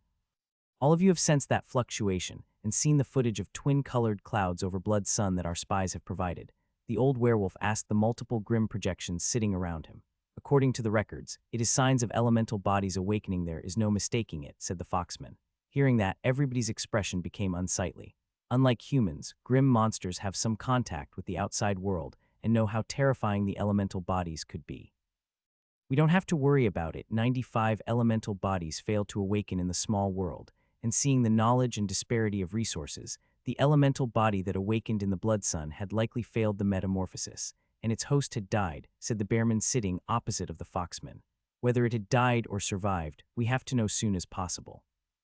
We are very close to reaching our goal. I don't want any variables appearing and messing things at the last moment like that happened 3,000 years ago, the werewolf said, and everything acknowledged without a serious face. In the headquarters of Pyramid. All the 13 chairs of Pyramid Council filled with 13 projections, and all of them looking at the projection of the Lenora May. Lenora, what is that phenomenon that appeared above your organization? Asked the middle-aged man. He is Sylvian Chalais, the current leader of the Hawthorn Sea. Their funeral will be held tomorrow, and it will be a personal affair, she said before her projection disappeared from the table. Well, this is much better than the one we had stayed in before. It even has the underground mana spring, Professor said as the Grandmaster left, leaving 3 of his in front of the beautiful house. In front of us is a beautiful 2-story house. It is not small, but it is not big either. It is in an isolated location like that the tower, and the most notable thing about it is the underground mana well that Professor mentioned. As I entered the compound of the house, I felt the rush of mana covering me, making me feel comfortable all over my body. The natural mana wells are really rare even in the academy. We do not have more than 50 of them, but here in the Bloodsun, there are hundreds, even thousands, that they spared few to make the guest houses over them.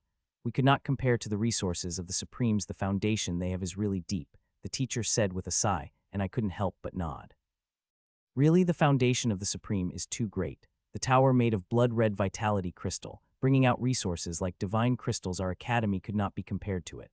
The decoration inside the house was simple, but each thing used as decoration is of the highest grade. Even tyrants' eyes would get red with envy seeing the stuff around the house, then an emotion of thievery couldn't help but arouse their heart. Josie, Michiel, you guys freshen up, I will start the dinner, the teacher said. I nodded and walked toward one of the bedrooms. Grandmaster Carr had invited us to dinner, but we rejected the invitation saying we are tired, and we are. I am very tired and sleepy. If not for my stomach is rumbling, I would have directly slept without care for showering and eating. In the room, I directly went for the shower and 15 minutes later came out feeling clean. After changing into a new set of clothes, I walked into the living room and saw the teacher in the kitchen making preparation for the dinner. Do you need a hand, teacher? I asked. No, you rest. The dinner will be ready in an hour, she said, and multiple hands of energy came out of her, and she begins cooking in a real sense. As I watched her energy hands move, I couldn't help but marvel at her energy control. It is much better than mine. Even with thousands of hours of practice, I could not do what she is doing. Cooking soul food with the help of my strings is still difficult for me, but I am working on it and will be able to do it soon. Soon Professor came out looking fresh out of the shower, and I joined her in the living room. In these few days, I have heard quite a few things about you. They are quite shocking, Professor said as I sat beside her. What did you hear? I asked. I heard that you could now kill the tyrants, she said in a low voice, and even created an energy field around us when she said it. Hearing that, I was quite shocked. The news of what happened on the airship should not have been out yet, especially of what I did. Pyramid keeps a very tight lid on such things, but it looks like the news had got leaked somehow. Who told you that? I asked back instead of answering her, and hearing my question, a look of shock couldn't help but appear in her eyes. So it's true, I thought Sasha was joking when she told me about it, she said incredulously. How many did you kill till now? She asked when calmed down enough. 7, I replied with a sigh. Now that she knows, there is no need to hide it. 7, she exclaimed loudly, even more shocked than before. It is a good thing she had covered us with an energy field, or her exclamation would have attracted a teacher who cooking soul-type food with great concentration. Dinner is ready, teacher announced and brought everything to the dining table. Professor and I took a seat to the opposite of each other. Soon we begin to eat. Usually we talked while eating, but everyone seemed too hungry to talk even a little. For 45 minutes, the dinner table remained silent. The only soul that could be heard is the sound of us eating. This new recipe is really amazing. It seemed like you have learned few recipes since Mitchell had given you the tome, Professor said as she put her cutlery down. I had given the tome to the teacher on the first day I had come to the Blood Sun, but I did not expect her to learn the new recipes in just a few days. I am not much far behind the teacher, and I know difficult the recipes have become, but she's still able to master a few of them on such short notice. I should not be surprised. There is a huge distance between the teacher and me. I would need quite much time before I could catch up to her. Yes, I was able to learn the few recipes. It was a pleasant surprise how quickly I was able to learn them. She said there was a pleasing smile on her face when she said it. Those soul recipes are damn hard, but learning them is also very helpful. The skills I learned while learning the recipes have helped me quite a lot in controlling my bloodline power. Professor said, and sparkling azure-colored energy lit across her right hand before disappearing.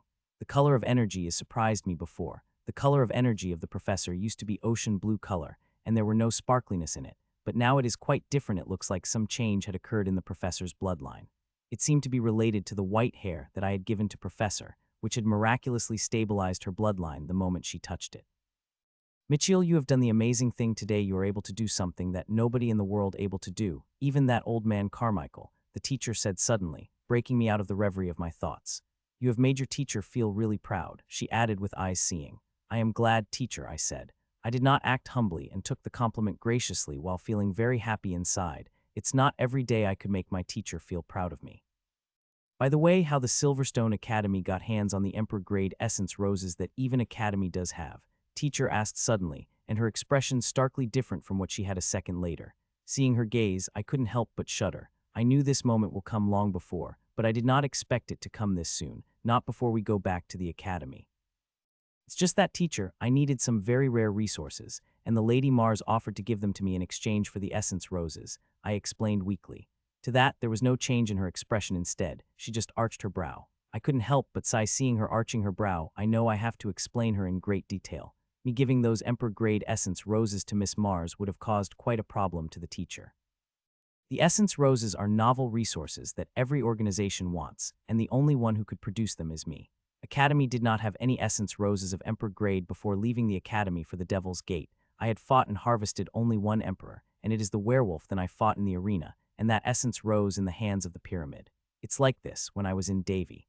I begin to explain to the teacher while the professor watched it all with great relish. Astrot roots, Pertraun crystal, why did you need such rare resources? As far as I know, these resources are not required for your breakthroughs, the teacher asked. It required for this, I said, and erected the energy field before producing the runic diagram of the honeycomb.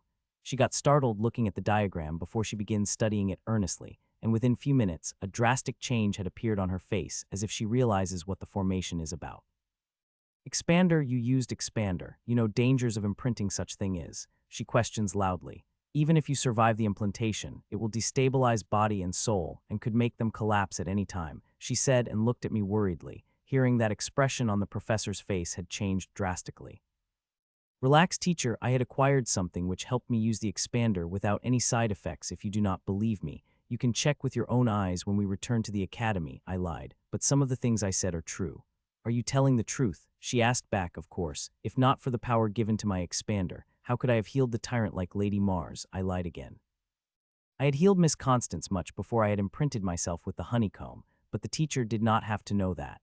If she comes to know the real facts, she will murder me herself for taking such huge risks. It's good to know, but you should still let me check on you when we go back to the Academy, she said. Of course, I replied. I have every intention of doing that. The curse had broken the many layers of formations that the teacher had placed. I will ask her to reinforce them. Though with curse rising strength, no formation will able to stop it. It will be fine if it is able to buy some time till I reach the tyrant stage. There is something I want to give you, teacher, I said and took out 5 sealed boxes from my storage. What are these? She asked, seeing the boxes. Open them, I replied without answering. She looked at me for a second before she picked up a box and opened it. Emperor grade essence rose. Wait, no, it's not emperor grade but tyrant. Teacher exclaimed loudly, especially the last word as she looked at the tyrant grade essence roses. Professor had also picked one box and opened it. Inside it was black-colored essence rose. The tyrant grade essence roses are very different from emperor grade and others essence roses. The energy inside them is huge, so huge that if I am able to somehow explode all the energy, it would even be a threat to the elite tyrant. Till now, I did not focus much on the applications of the essence roses. Only I had focused on researching for data which could be used in my inheritance. But with the sheer amount of energy, these tyrant grade roses couldn't help but make me think about bombs. The things that could harm the tyrants are very few, but these tyrant grade essence roses have potential, and for that, I did not need rare and precious resources. I will just need to do some tinkering with roses, and I am sure I could transform them into bombs. Academy had researched quite a lot in essence roses. They are being used in the artificing and alchemy. I will have to read those research notes carefully when I went back to the academy. These essence roses are too powerful with such power. They could be used in many things, the teacher said softly as she took an essence rose in her hand. She is handling it very delicately, fearing it would explode if she handled it wrong. Despite having such huge power, it will not going to explode. It is unlike the first generation of essence rose, which were delicate and got spoiled with slight mishandling. I have done great research on them, and now even if someone throws a punch at them, the energy inside then would just be dispersed instead of exploding. These roses means you could kill the tyrants, right? Teacher asked. Her voice is much calmer than before, but hidden excitement could see deep within her eyes. Only the most weakest one. I am no match for elite, I replied. Hearing that, excitement hidden deep within her eyes had not decreased but increased. It does not matter if tyrant is weak. A tyrant is a tyrant. Defeating a tyrant while being an emperor is a great thing. There have been very few people who were able to do it, she said. To that, I just smiled. Here are the emperor grade essence roses you had asked me for. Their amount is more than you had asked for, I said and handed her storage. So much essence roses, teacher exclaimed as she seeped her soul sense inside the storage. Have you killed all emperors in Devil's Gate to harvest so essence roses? Professor asked as she looked at the storage in her sister's hands. Nothing of that sorts. I could now just create traps which could capture and harvest the grim monsters, I said with a smile. Both of their expressions froze after hearing that, and they started to look at me as if I am some kind of monster. It took them more than a minute to get control over their emotions and ease the expression on their faces. It looked like Devil's Gate had been quite fruitful for you, teacher said with a smile. I talked with the professional and teacher for a few more minutes before we went to our separate rooms, seeing all were very tired, especially me and the teacher who had not slept for days. A minute after I opened the door of my room, I was in a deep sleep. I did not set any alarm. The fake funeral tomorrow is going to be a private affair. No outsiders are allowed to attend it, so I can sleep with my heart's content. There is one important thing I have to do tomorrow, but it is in the evening, so I did not have to be worried about not waking up on time. I slept through the night in deep, dreamless sleep and woke up in the late morning, feeling completely refreshed. There is not a hint of tiredness that could be seen in my eyes, and my rule-bending power, which had been drained for a couple of days, had also completely filled. As I woke up, I did not immediately get up. I stayed in bed for a couple of minutes, thinking before I got up. 45 minutes later, I walked out of my room. Showed. Hun, I am very surprised to see them here. I thought they would be in some secret place, especially today when their funeral is being held. Mitchell. Twins said in unison as I walked into the living soon. Both of them looked the same as yesterday, but unlike yesterday, they are not releasing any energy or emitting any aura. One could not sense anything from them. It is like they are normal persons.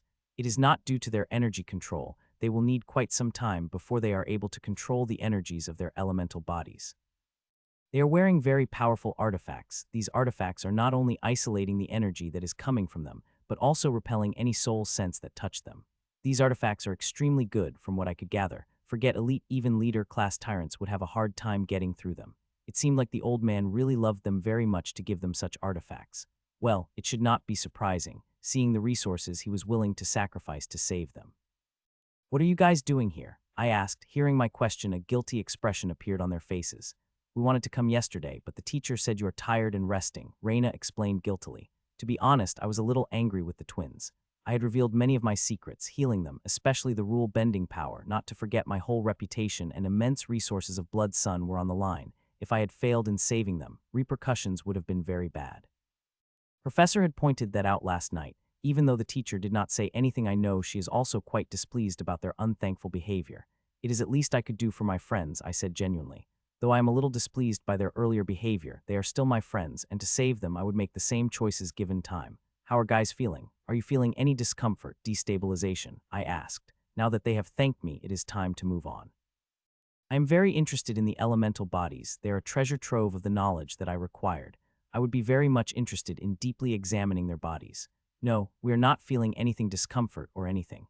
It could be said that we are feeling amazing. The cosmic bodies we have gained give us impeccable insight and control over our respective elements. It is unlike we have ever experienced before, Sophia said excitedly. The elemental bodies aren't called children of the universe for nothing. What you guys are feeling now is just a tip of the iceberg of what elemental bodies could do, I said with a smile. Even I couldn't help but feel slightly jealous of them for a moment before I crushed that feeling. While elemental bodies are amazing, my inheritance runes did not pale compared to them. They bear the same or even greater potential than that of the elemental bodies. We would love to stay and talk to you, Mitchell, but we have to return early, Reina said guiltily. No problem, you guys coming here personally is already more than enough for me, I said. We will meet you at teacher's home in the evening, Mitchell, the twins said before disappearing with old healer Jasmine. Josie, teacher admonished. Mitchell deserves it, big sister.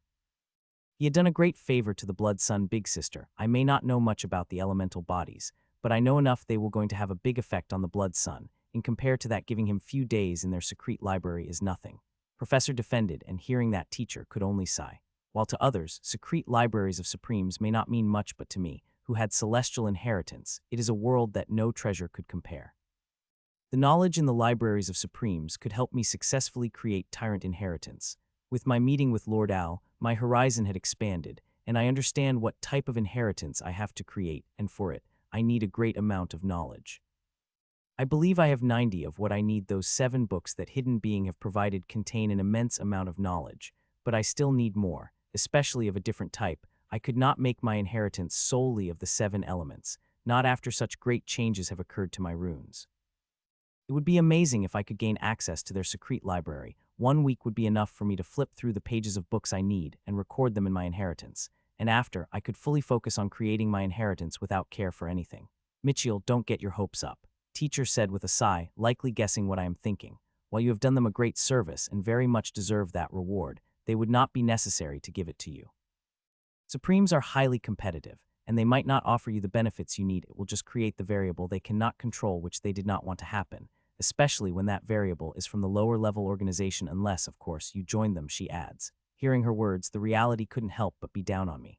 While we humans are united in the face of great danger, the union is not as pure as it propagated. Self-interest and politics heavily ruled in our hearts. The day passed by and soon the evening approached. The fake funeral started in the afternoon, finished in the evening. It is a shame that I did not get to attend the funeral. I had never been to a fake funeral. Teacher and professor both have been to at least one fake funeral. Ring ring.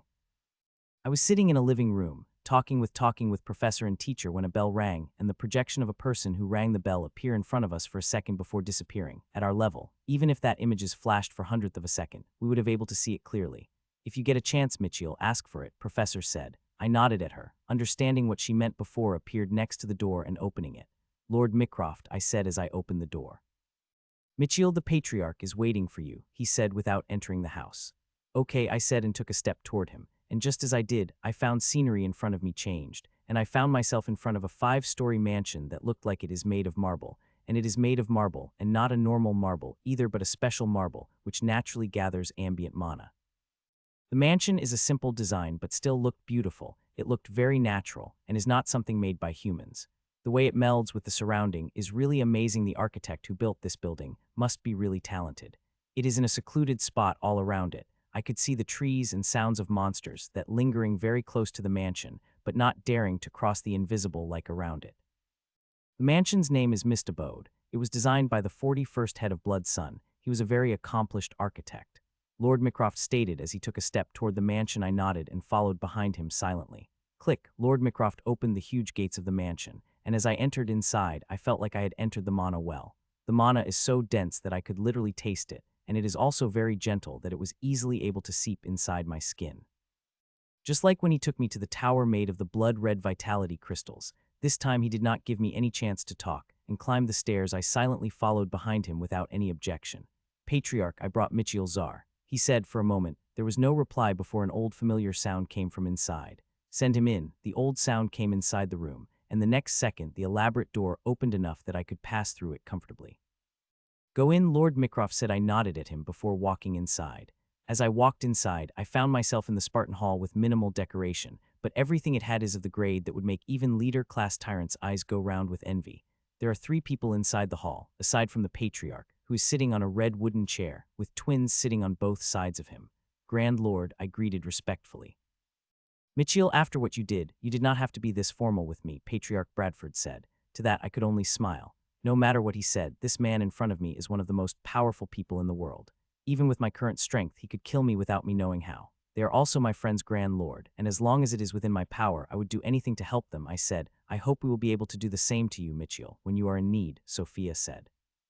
I will be counting on you then, I replied with a smile. Mitchell, how do you feel about joining Bloodsun? Patriarch Bradford asked, surprising me greatly. I had expected this question to come, but did not expected he would ask this soon.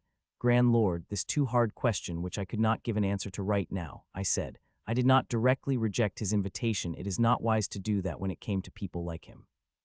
He did not seem to be mad about my rejection. He seemed to have expected I would say something like it. Mitchell, you should be aware that for the Celestial Inheritance host to break through the Tyrant stage, you will need resources that your academy could not provide.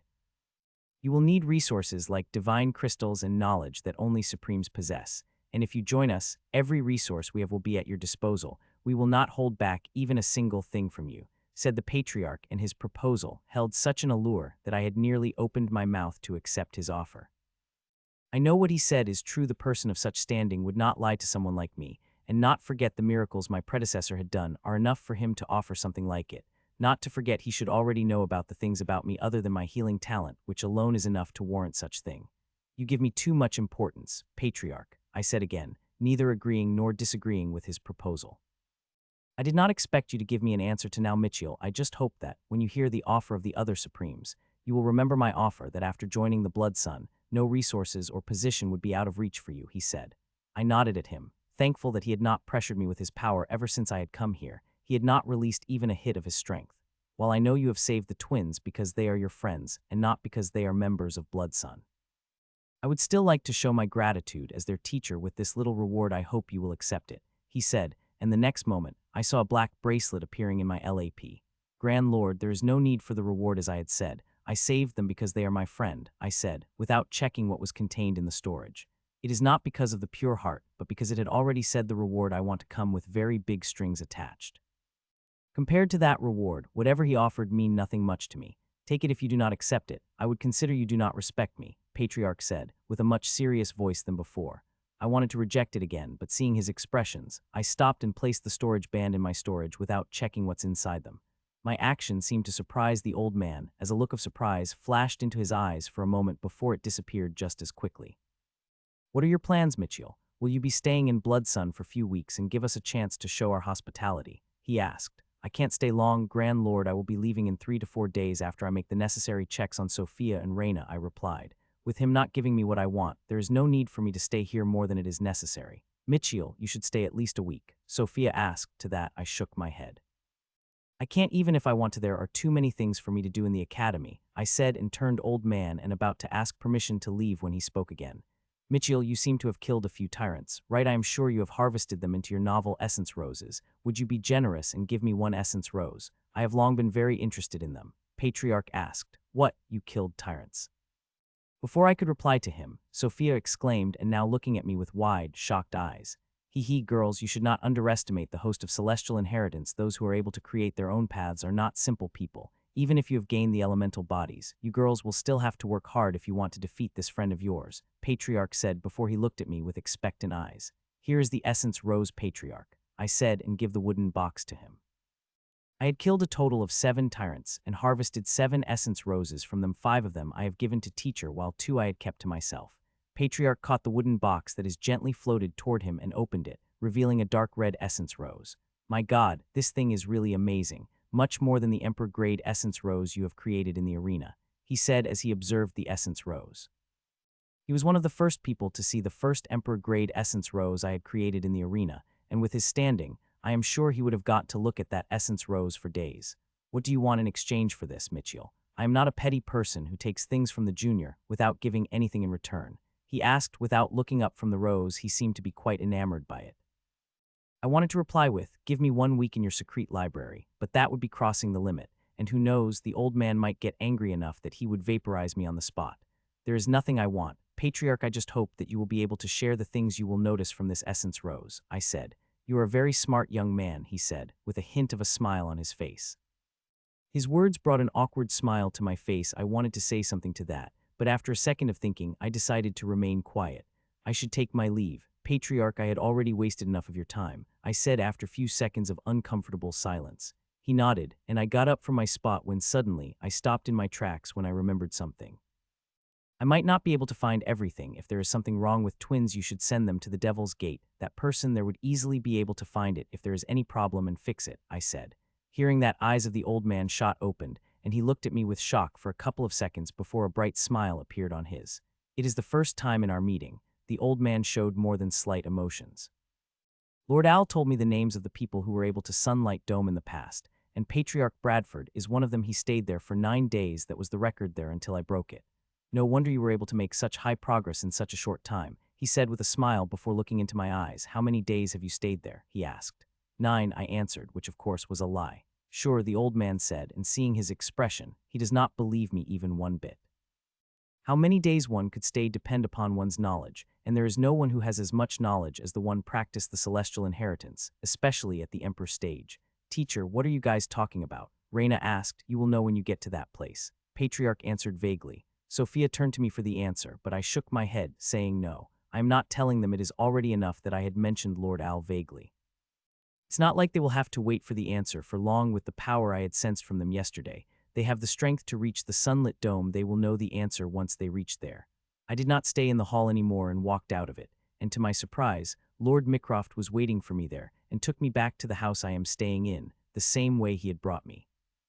Teacher, why did not you give Mitchell permission to enter the secret library? You know he deserved it after he saved us. Reina asked a minute after Mitchell left. Both of them are a little angry with their teacher. They are very well aware of how important the knowledge is for the host of celestial inheritance, and giving it Mitchell not only would have lessened the burden of favor Mitchell did for them, but also would have created a good impression in Mitchell's heart for their organization.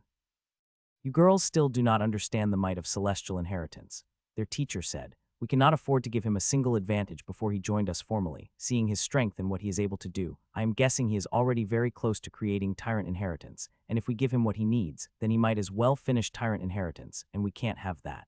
He added with a sigh. Twins opened their mouths to say something but closed after some thoughts. They are not naive to think every powerful person will have the same interest as them, and sometimes the interests clash. They love their friend and hope for him to succeed in every avenue of life, but they still hope they and their organization would remain strong to influence the world around them and maintain survival. The Supremes may seem all-powerful and indestructible, but throughout history, Supremes have been wiped out too, and grim monsters are also not the only ones who were able to accomplish that deed. History is proof of what an all-powerful person can do. Ramona Hawthorne herself had destroyed a Supreme with thousands of years of foundation. Looking at your expressions, it looked like the old man did not give you what you wanted, Professor said as I walking into the living room. It would be wrong to say I am not disappointed with how my meeting had gone, but the result is not surprising.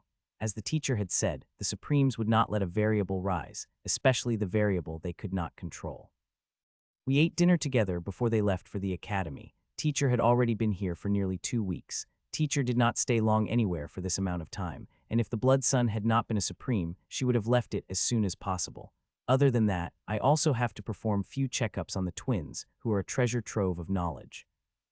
4 to 5 days are not enough, but I could not stay here longer. I am sure if I did not leave this place in the week, they would find a way for me to leave. So it is better for me to take my leave gracefully without any hard feelings. I stayed up a little late, going over the footage I had recorded in my inheritance space, extracting the important data from it. It is exhausting but fulfilling work. What I got now is not even the tip of the iceberg, which I will get tomorrow when I checked up on the twins. Next morning, I woke up a little late, freshened up, and showered before walking into the kitchen to cook myself a great breakfast. 50 minutes later, there was an elaborate breakfast in front of Ashlyn and me. I had just finished with the breakfast when the doorbell rang, and old healer Jasmine had appeared. Like Lord Mycroft, she also teleported me from the doorway, but the place she took me is completely different than where Lord Mycroft took me. Welcome to Reinhardt Tower, old healer Jasmine announced as we appeared by the huge glass window. Through the glass, I could see the clouds everywhere below me. The clouds are so dense here that I could not see the ground. I looked outside for a few seconds before I turned back and looked at the huge hall, which is filled with instruments. These instruments are the wet dream of all the healers. Nearly all the instruments are from runes, so rare that only Supremes could have them. The Reinhardt Tower is really legendary. Just a single hall contains such precious instruments. I wonder what the rest of the tower contain, I thought. The Reinhardt Tower is the headquarters of Blood Sun's medical departments. All the powerful healers of Blood Sun work here, and old healer Jasmine is director of the tower. The twins are waiting for you, Mitchell, old healer Jasmine said and took me to the adjacent room, where twins are lying in a huge pod with an internal projection of their bodies floating above them. When I saw those projections, I stopped on my tracks.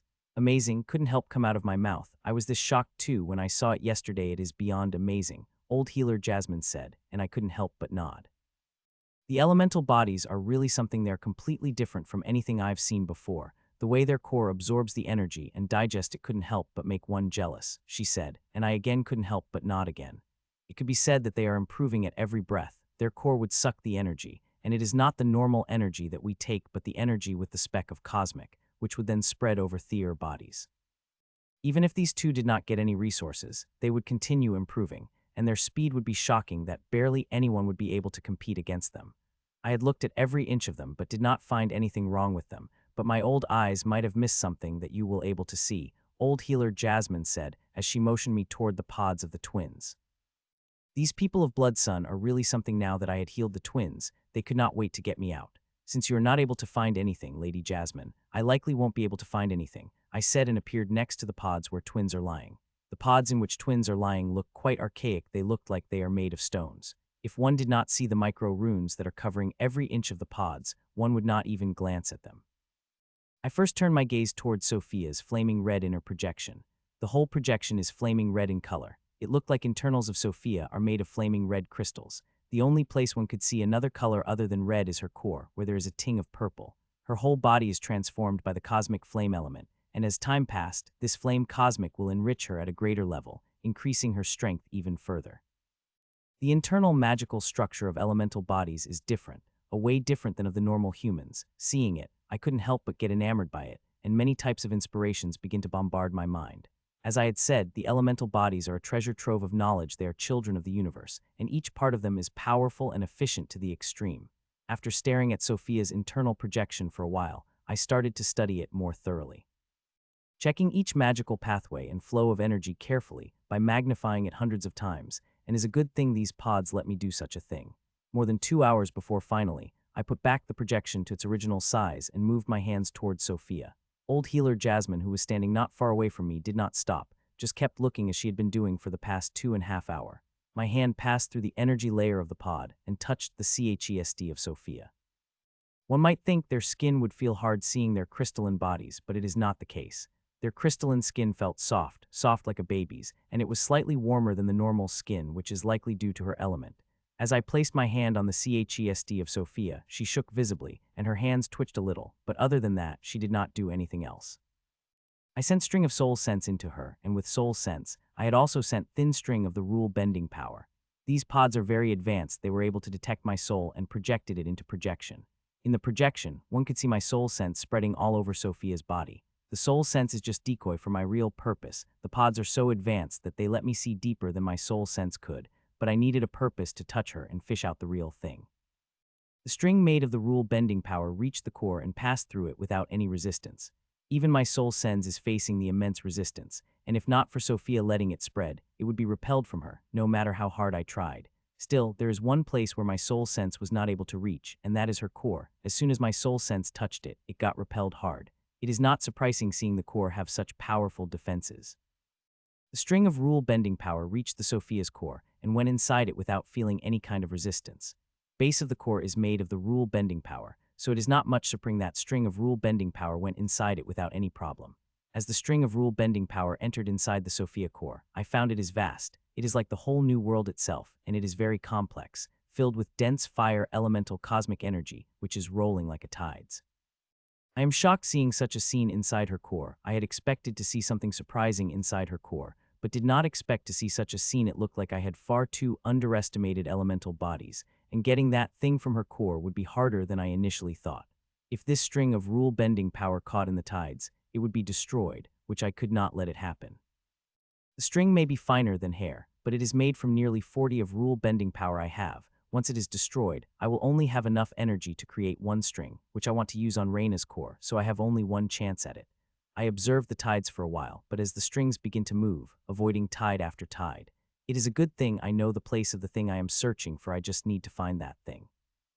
The strings moved, avoiding powerful tides that could destroy it till finally, it reached that thing.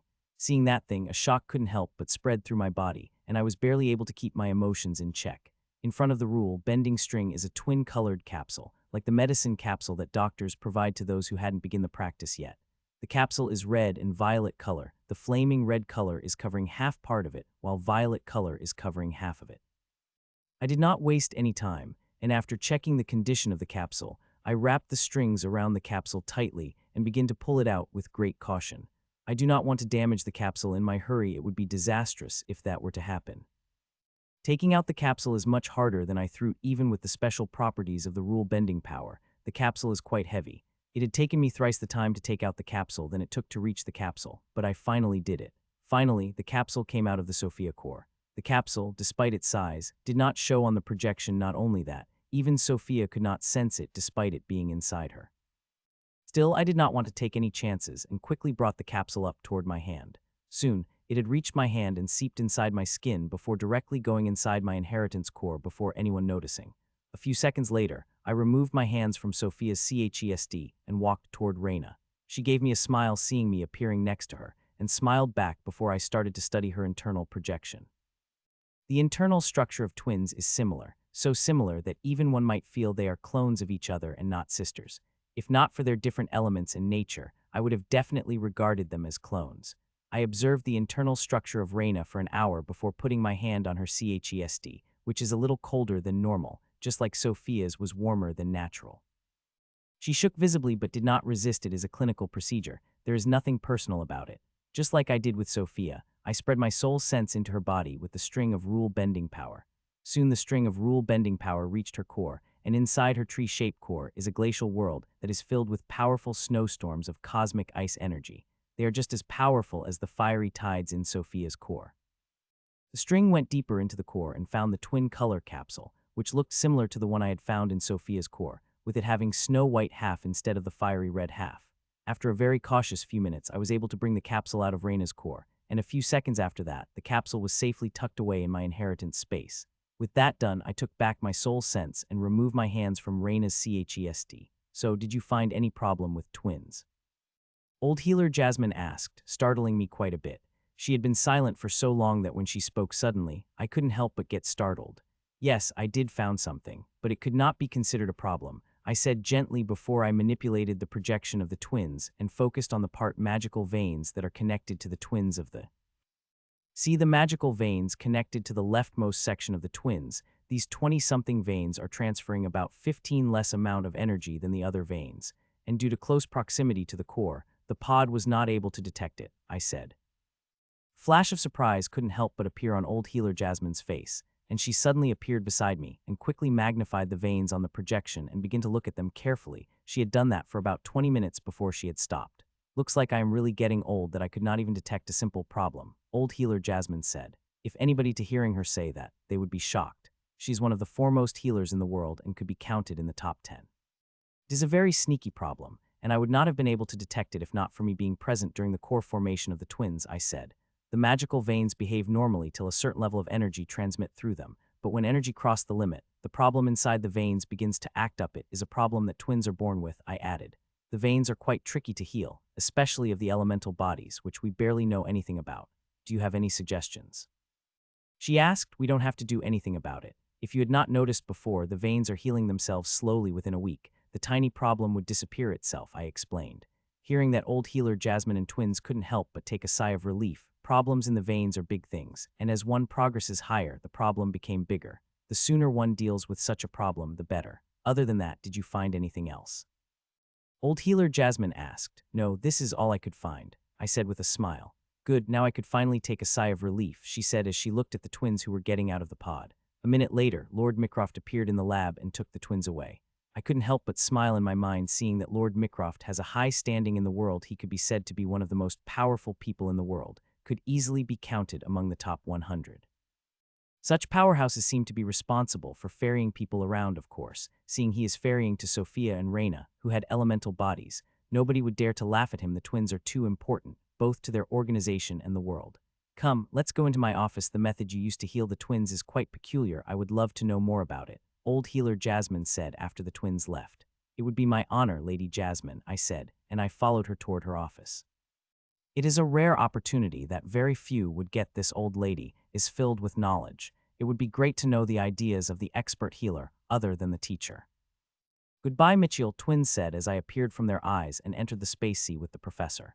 Home sweet home, I said as we appeared in the academy looking around. Nothing seemed to have changed. Everything seemed the same as before when I left about a year ago. It is evening and the sky is glittering with the stars. The sky seemed to be unusually clear today, which is likely why there seemed to be a lot more people than usual, and most of them in a pair. It seemed to be a perfect night for the date night.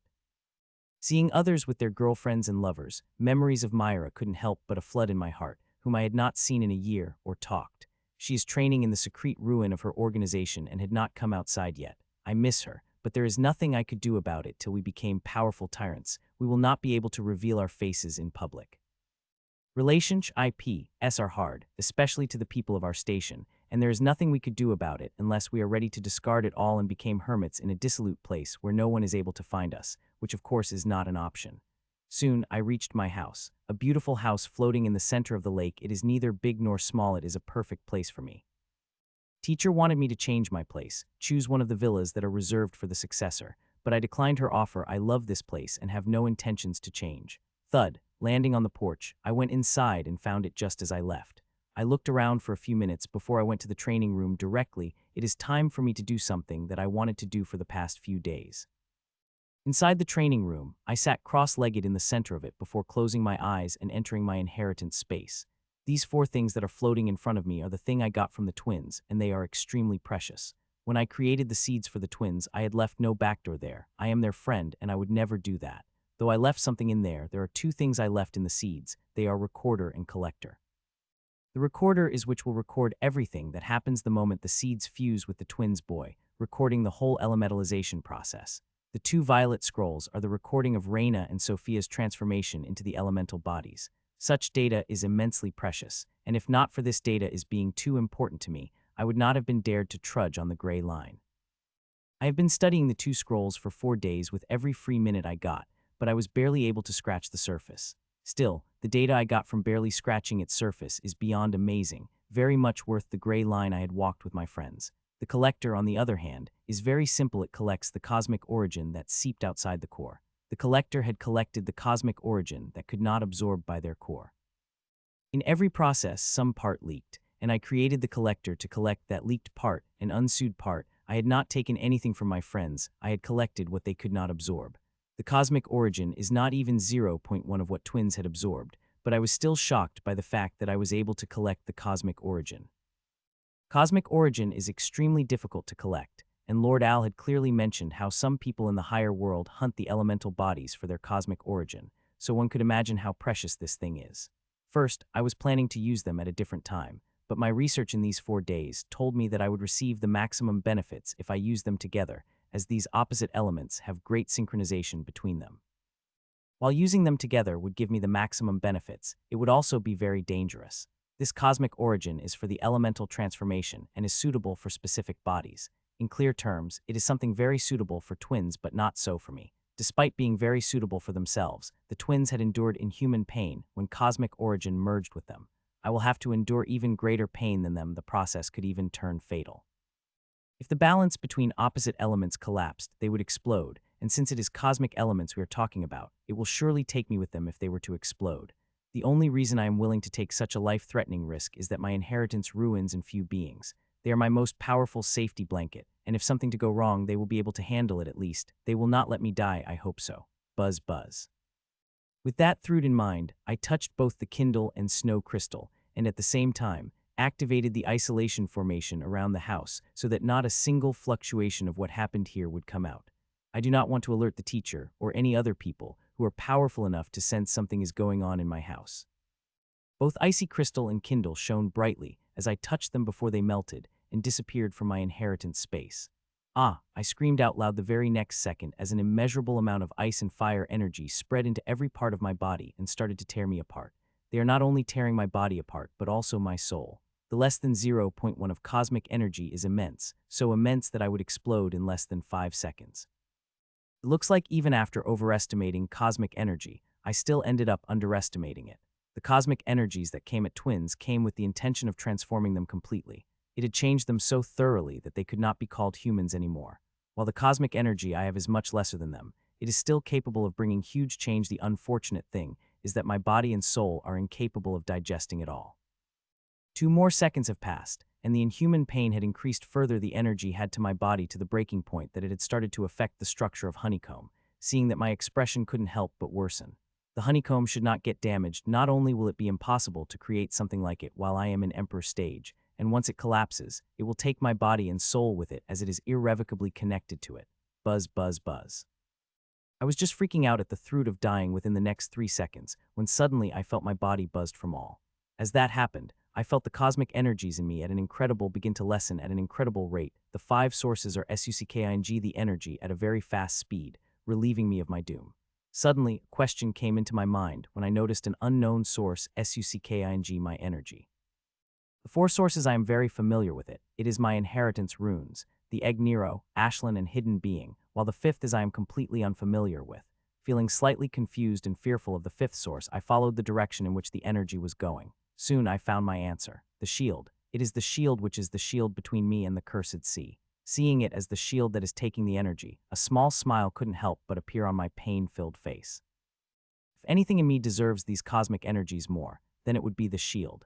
It had been acting as the defensive wall between curse and me. Its role had especially increased ever since the curse had nearly destroyed the runic net confining the curse.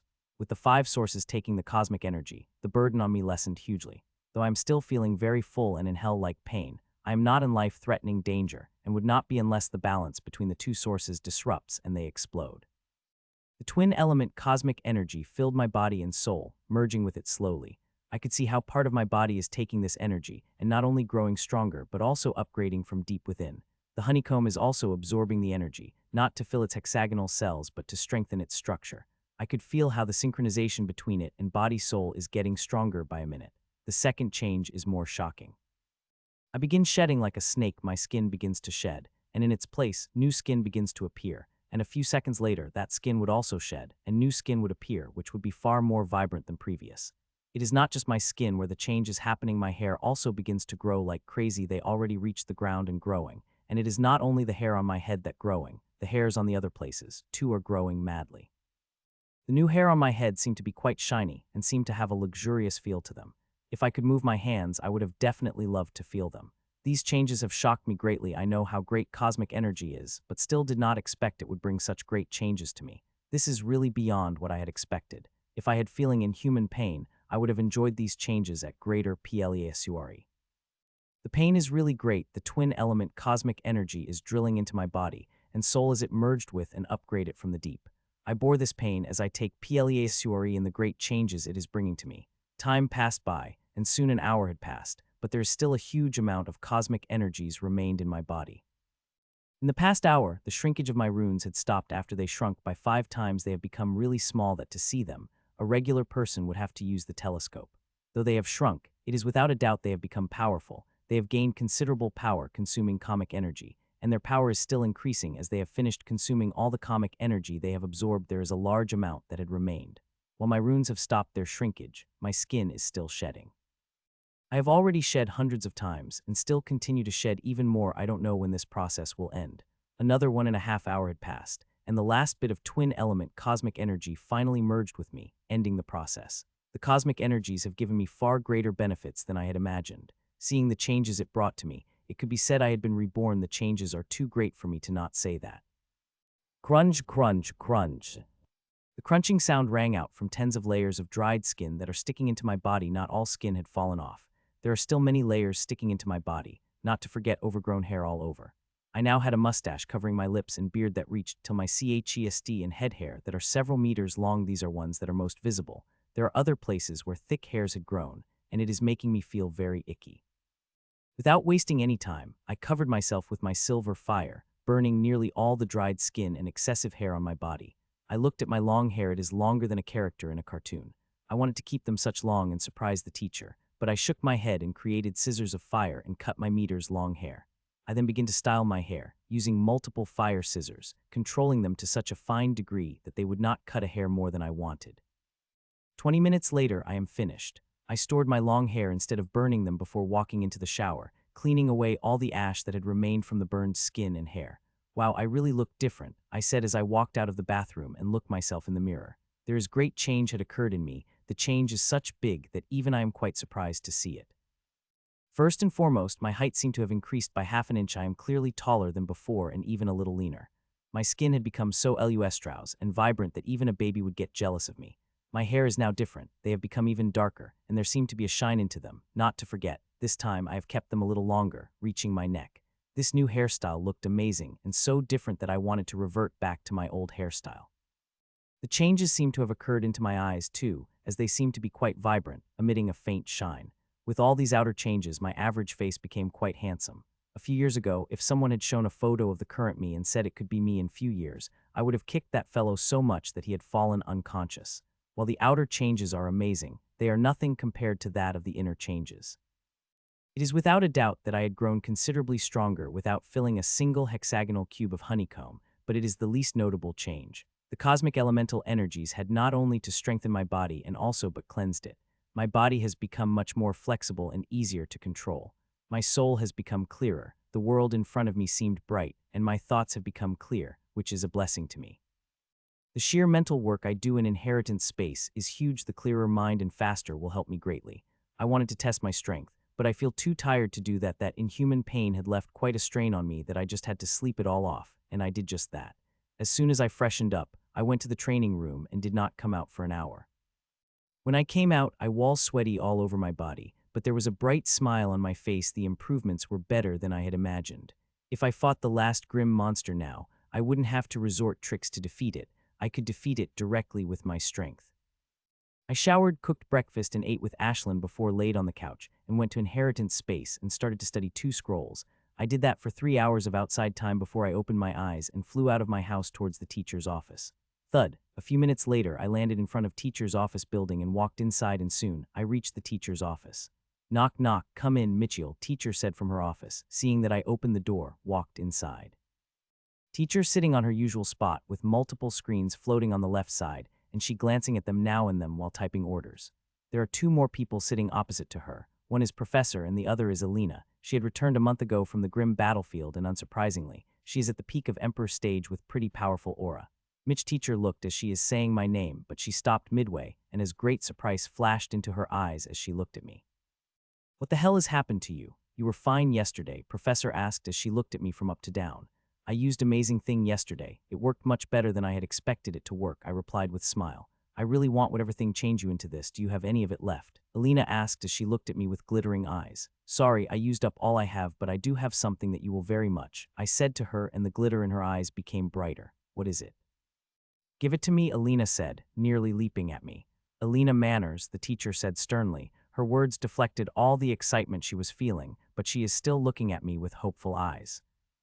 I have come across a very good tea, teacher. Would you like to taste it? I asked the teacher, totally ignoring Alina, who is a glaring dagger at me. Sure, it is time for tea anyway, she replied.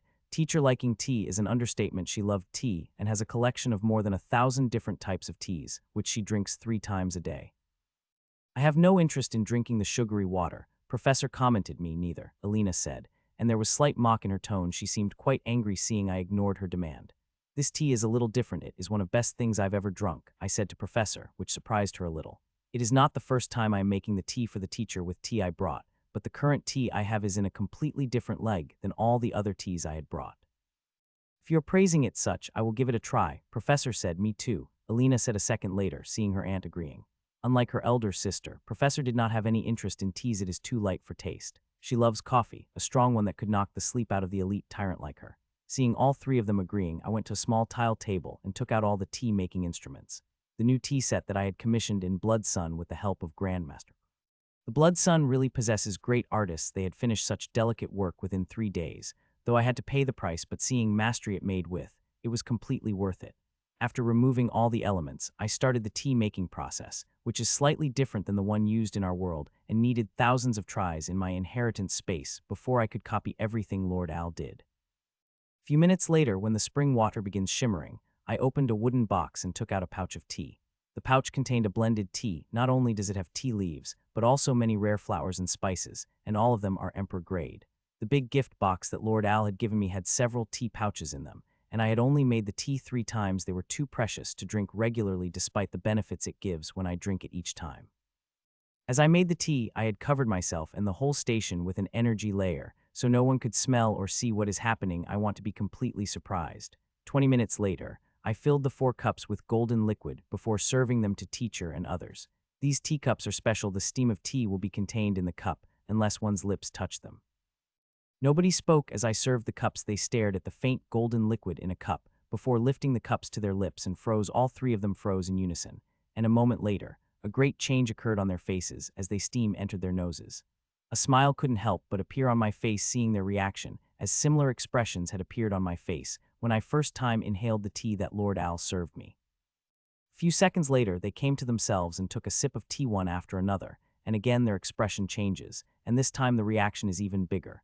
The tea not only tastes amazing, but it is also very beneficial. It is made from tyrant-grade materials, so it is very beneficial for tyrants, and emperors also could drink it and enjoy its benefits due to its mild nature. The many teas I had drunk with Lord Al had benefited me immensely. They have helped me from detoxicating to stabilizing my body. What is this tea? I never have a drink a tea this amazing, teacher asked as she finished with the tea. It is called Golden Orchard. It is a cleansing type of tea, I replied.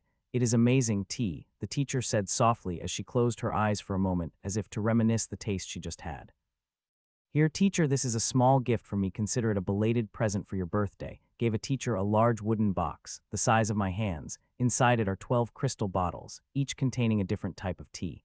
This is too much, Mitchell. I cannot take it, she said as she opened the wooden box. You should keep it to yourself. These teas are very beneficial to you, she added forcefully as she slid the box toward me. Take it, teacher. These teas are just a small part of what I have, I said, sliding the box back to her. I only gave the teacher 30 of what I have. There is still quite enough for myself. I also had a birthday 2 months ago, Mitchell. Where is my belated present? Alina asked suddenly, hearing that a bright smile couldn't help but appear on my face. I do have prepared a present for you. I don't know whether you dare to accept it, I said with a smile, and put a box appeared in my hand. The things inside the box are very precious, but it is also very dangerous for people like her. Many have died, became crippled using it. I showed the box to Alina before gently opening it, revealing the 6 glittering vials of bloodline furnace potions. 3 of these vials held red liquid inside them, while the other 3 held the black liquid. What are these potions? Alina asked, looking at them with high interest. Not only her, but also Professor looking at them curiously. Blood furnace potion of S and S+ grade, teacher said in a shocked voice as she looked at the potion. What? Both Professor and Alina said in unison, and their shock is 100 times greater than teachers, and their eyes started to shine like a blinding sun. The expressions I've seen on their faces, I've never seen before. Looks like I had underestimated their desire for bloodline furnace potion the bloodline hosts have. It is one of the things that give them 100% chance to upgrade their bloodline, and it upgrades it numerously in a short period of time. Its effects could be said miraculous, and barely anything could match it, and due to that, despite the grave danger, the hots of bloodlines would fight to the death for it. The benefits of its too extreme, it could transform weakling into powerhouses, and for such chance, people do not about being dead or crippled. Mitchell, I want the potion, Professor said, startling me greatly. Josie, no, given the condition of your bloodline, it would be extremely dangerous for you to take the S-grade potion, much less the S+, the teacher said before I could say anything. These potions are dangerous, but they are especially dangerous for the people like Professor, who had an unstable bloodline. The only reason her bloodline seemed stable was due to that mysterious hair that had stopped the instability but not cured it. You know, I have been searching for something like it for years. The instability of my bloodline had consumed the majority of my vital energy. If I did not fix the problem, I would not be able to live for more than 5 years, Professor said, shocking me greatly, and I am not the only one. Alina, too, seemed to be shocked by her aunt's revelation. Bloodlines are blessings that help one reach the power that is above one's limit, but it could turn into a curse if it is unstable. There is loads of trouble when it happens, and seeing how unstable the professor's bloodline was, I knew there would be some troubles, but I had not thought they would be this great. This is really extreme. The bloodline of Professor had directly attacked her vital energy and eating her life force, leaving barely enough for her to remain alive for only 10 years. There are high chances you will die drinking the potion, teacher said this time. Her voice is soft, and her eyes are misty. I know, but I have no choice, Professor said, sigh. The hair that Mitchell given me is losing its effect within a year. It will lose all its power, and the bloodline will start eating away my vital energies again, she added. Alina couldn't help but shudder hearing it. Professor had hidden her state quite well, so well. Usually it is quite easier to notice vital energy-related afflictions. They are most difficult to hide, but from the Professor I could sense nothing. Even now her aura felt like vast as the sea with no embellishment in it.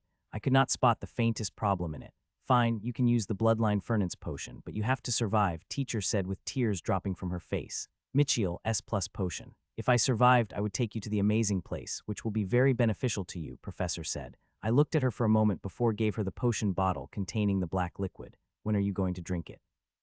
Teacher asked. Within a week. I do not want to delay it any longer now that I found this thing, she said. I already have a place decided which would increase my chances of survival by 10. Professor informed with a smile, seeing everyone looking at her with a grave expression. With the state of her bloodline, her chances of surviving are very low. The extra 10 will help her greatly. Still, it would be a miracle if she was able to come out safely. Drinking blood furnace potion with an unstable bloodline is akin to suicide, but it is the only chance she has to survive. There are very few things that fix the problem, and all of them give the abyssal chance of survival. I will go now and make a preparation to leave, she said and disappeared before anyone could say anything. Seeing the mood of the room, I couldn't help but sigh. I also want the potion, Alina said a minute later, and nobody said anything. I just placed a box in front of her to choose the potion she wants. If there is one bloodline that could hold the greatest chances of survival from the blood furnace potion, it is Phoenix bloodline. When I discussed the things with Grandmaster Carr and intentionally brought this subject, he said that there is an 80% chance of survival from such encounters. The Phoenix bloodline deals with death as much as it deals with fire, and the bloodline that Alina had is of Death Phoenix, which is very famous for its rebirth ability. Though Death Phoenix bloodline in Alina is not strong enough to perform a rebirth, it will still help survive the death-like situation. Alina looked at the potion bottles for a while before picking up a bottle with glittering dark liquid in it, the S+ grade, the same as Professor. Darling, even with your bloodline, it will be very dangerous for you to drink S+ grade blood furnace potion. Take the S grade one, it will be a lot safer to you, the teacher advised. No, she said adamantly before her eyes softened. Times are changing and everybody is stronger. Look at Mitchell, how strong he is despite being on the same level. I felt like he could crush me with single finer, Alina said. Her words took me by quite a surprise. I am releasing the aura that of the powerful emperor. It is quite strong, stronger than what Alina is releasing, but nowhere nearly real power. Despite that, Alina was able to predict my strength, which is not easy seeing how tightly I am controlling my energies. Her intuition seemed to be strengthened by her bloodline. I will have to work harder to strengthen my energy control, and would even need to use rule-bending power to avoid such powerful intuitions provided by the bloodlines. Fine, but let me make the preparation first, the teacher said with a sigh. She sounds a little defeated first. Her sister decided to drink the potion and now her daughter. If I had been in her place, I would felt the same as what she is feeling. Since you have given me a gift, Mitchell, it is fair that I would reciprocate the gesture, Alina said suddenly and took out a broken bone size of her hand. It looked quite dirty, and there are lots of holes in it as if some insects have burrowed inside it. The moment my gaze fell on it, I shook, and I sensed intense hunger for my inheritance runes for that bone. I never felt such heavy hunger even when I saw the divine crystals a few days ago. This feeling far surpassed the ones that my runes have given me seeing the divine crystal. It is 100 times stronger, and if it was not for my self-control, I would leap at Alina and taken the bone from her hands. What is this bone? Where did you get it? I asked. With the reaction of my runes, it is very clear this bone is very important to the runes, and I want to get more of these if possible. I had got it from the ruins I went a few months back, she replied. This dirty-looking bone is extremely strong. Even my strongest attack could not leave a scratch on it, and my bloodline wants to burn it into ashes, she added before she threw the bone at me. I caught the bone and found the reaction from my runes got even more intense. I ignored their reaction and began to observe it carefully. As I observed the bone, I couldn't help but get surprised. At first glance, the dirty-looking signs on the bones have seemed to be the signs of decay and not of dirty and other things, but this decay did not seem to be caused by the passage of time, but due to the powerful attack, the decay seemed to be too uniform to caused by the time.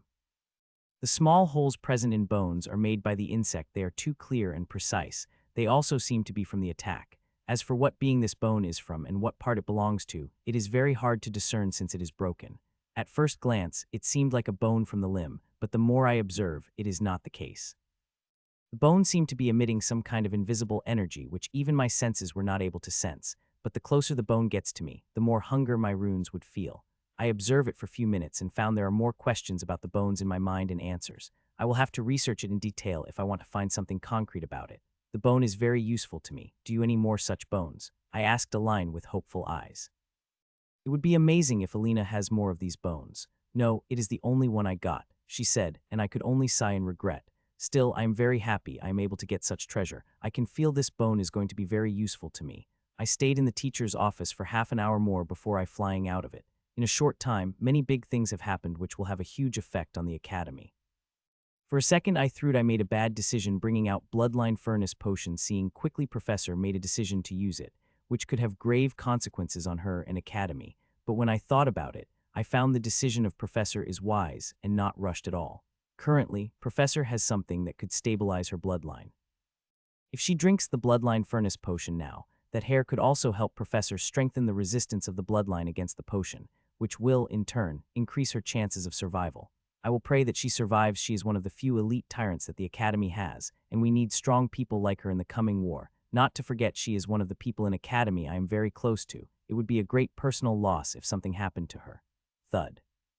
Soon I reached my home and went to my office research room and took out the bone that Alina gave me.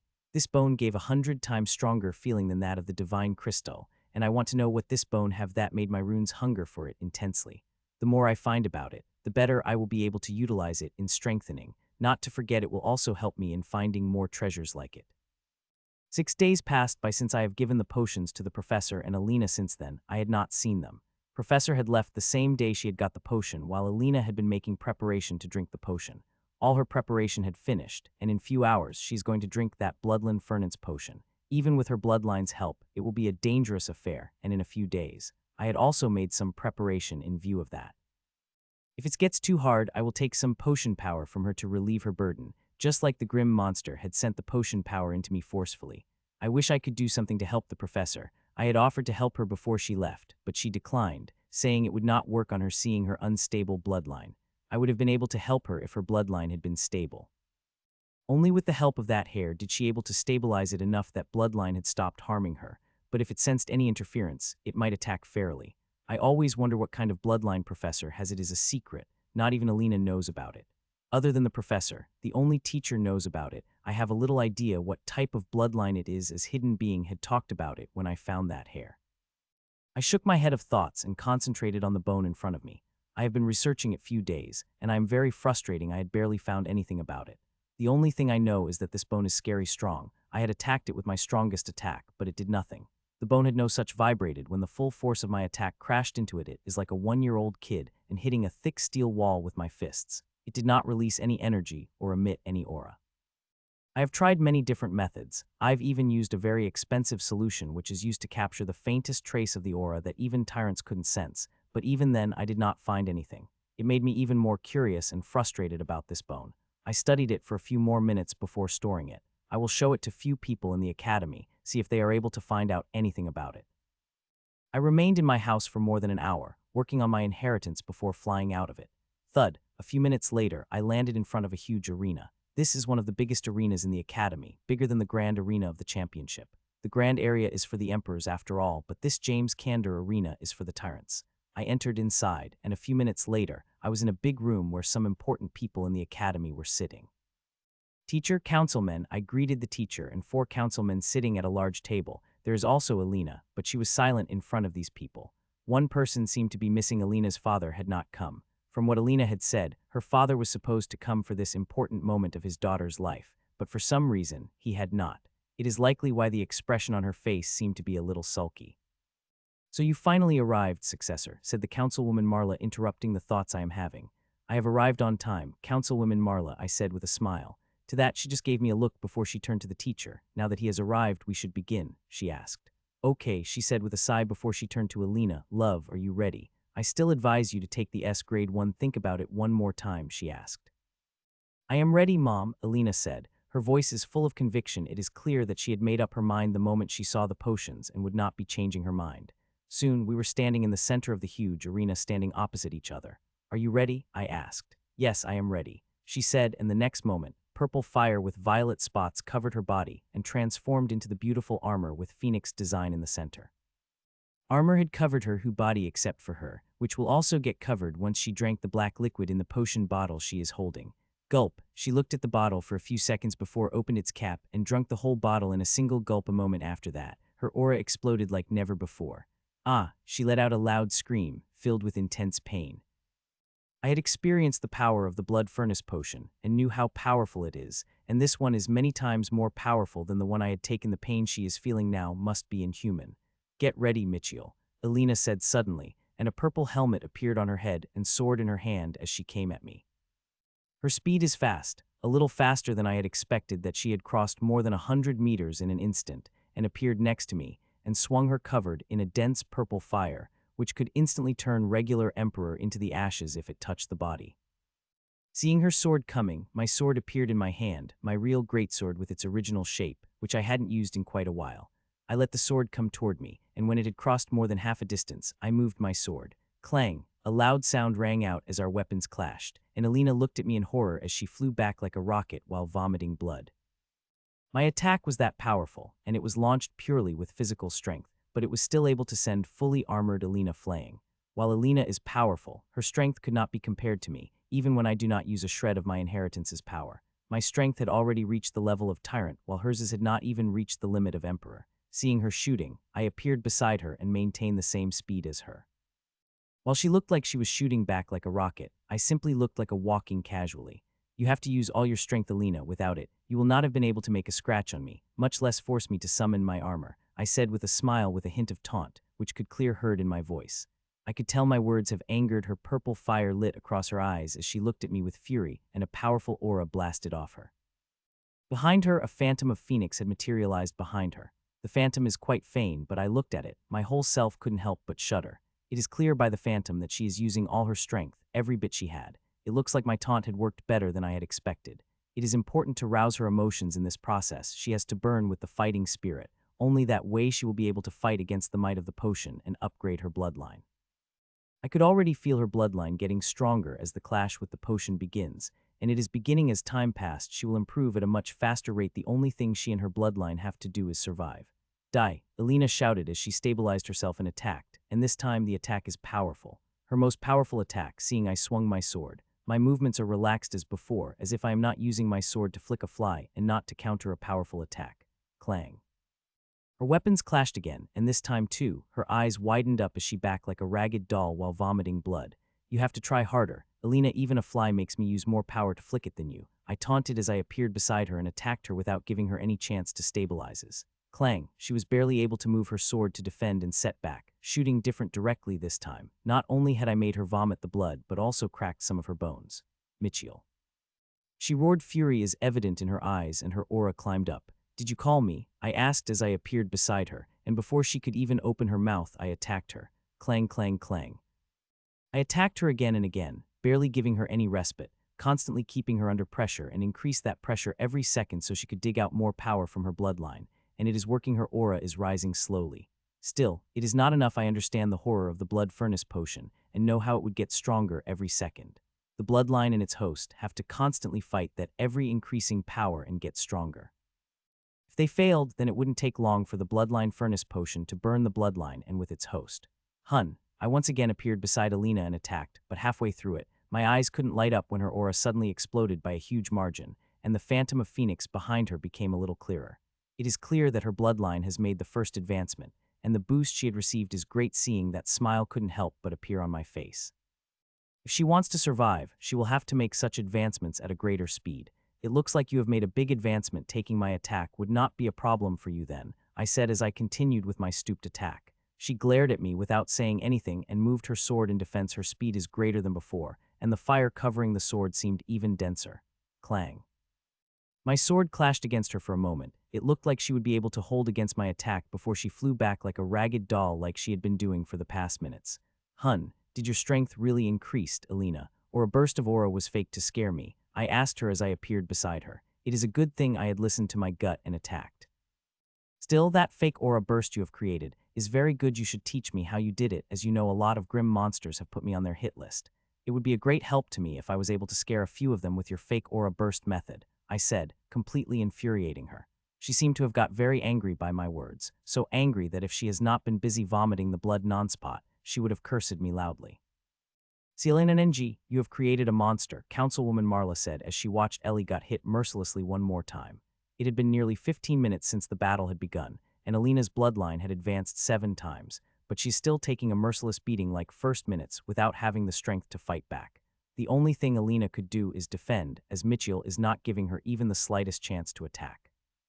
I have not created him, he already had all the qualities to be a monster. When I met him I had just guided him. Marina replied and looked at the battle before flinching slightly as her daughter got hit by another merciless attack. While she understood why Mitchell beating Ellie like a dead dog, but she still wished he would tone it down a little. She is my daughter, and it hurts very much to see her getting beaten up like this. He is really his mother's son, his mother also able to kill the tyrants when she was emperor, Councilman Rufus commented. Snort, Councilman Marla snorted. While it is true that Anna Mitchelson was able to kill the tyrants when she was emperor, it is mostly because that powerful grand art empire of mist, it would let her trap the enemies that are many times stronger than her and kill them through the sneak attack, she said. She did not have raw strength as Mitchell has, she added. Strength is strength, it does not matter which form it comes from, Councilman Rufus said without backing down. It seemed to irk Councilman Marla as she snorted at his words and continued watching the battle. Few more minutes have passed when suddenly, expressions of all people sitting changed reading the message that appeared on the holowatch. Your husband has finally come, and he had brought quite a guests, Councilman Marla said. Marina's expression is unreadable, but those who are familiar with her could tell she is not happy with her husband's behavior or the unannounced guests he had brought. If he had brought an elite tyrant with it, it would not have been a problem. They would have even managed a leader-class tyrant, but the one he brought with him is bigger. There is no way any of them could remain calm when that person is not the campus. He had brought Matron Mavis with him, and she had brought her precious student with her. Should we invite them to the arena? Councilman Rufus asked Marina. She is headmistress, such a decision fell under jurisdiction. Yes, let them come here. With someone like Matron Mavis here, we would have a greater chance of protecting Alina if something goes wrong with her, Marina said. Be careful of that old hag, she has definitely come here to steal your student, Councilwoman Marla advised. A moment later, other than the Councilwoman Rufus, everyone disappeared from their spots. They have to leave to welcome the distinguished guest that had come. Welcome, Matron Mavis of Riverfield Academy. It is such a nice surprise if you had informed us before. Marina greeted the old woman who looked like she has one foot in the grave. While she may look like a fragile old woman, she is anything but that. She alone possesses the power to wipe everyone in the academy single-handedly. I was getting bored and my student wanted to meet her friend, so I tagged along with Richard. Seeing he is coming to the academy, old woman replied. Hearing that, a faint, mirthless smile couldn't help but appear on Richard. Marina looked at her husband, flashed him a look that brought quite a change in his expressions before she turned to old women. Matron, you have come at quite a time. Would you mind if we continue our conversation in the arena, Marina? Hearing that, a flash of confusion couldn't help but flashed into the eyes of the three of them. Sure, she said, and the next moment, all of them disappeared and appeared at the entrance of the arena before going inside, and soon the battle is in front of them and different expressions flashed in everyone's eyes. Marina, what is happening? How can you let him beat your daughter like that? Richard asked. He seemed quite angry seeing the state of his daughter. When his wife invited him to the academy to witness an important moment in his daughter's life, he is quite angry at her for telling him at sudden notice. He was amidst the important assignment and had to call a couple of favor to leave the assignment midway, and when he was leaving, Matron Mavis suddenly appeared in front of him, wanting to tag along, and you don't decline the matron, no matter what. Now he came here to the academy, only to see his daughter getting beaten hard by his wife's precious student, and she is not doing anything about it. So how can he not get angry? Calm down, little Richard, can't you see your daughter had taken a bloodline furnace potion, and that little guy is just helping her, old woman said, and took a seat without anyone saying anything. While Richard became shocked hearing it, it took him a couple of seconds to calm down. The S+ bloodline furnace potion is extremely rare, but also very dangerous. Even with a specialty of her bloodline, it will be a very dangerous affair. The old woman commented a second later, surprising everyone in a different way. People from the academy were surprised seeing how the old woman needed a mere moment to identify the potion and its grade. Her experience and knowledge are as terrifying as her strength. Why do you let Ellie drink S+ bloodline potion? Don't you know how dangerous it is? Richard asked his wife telepathically.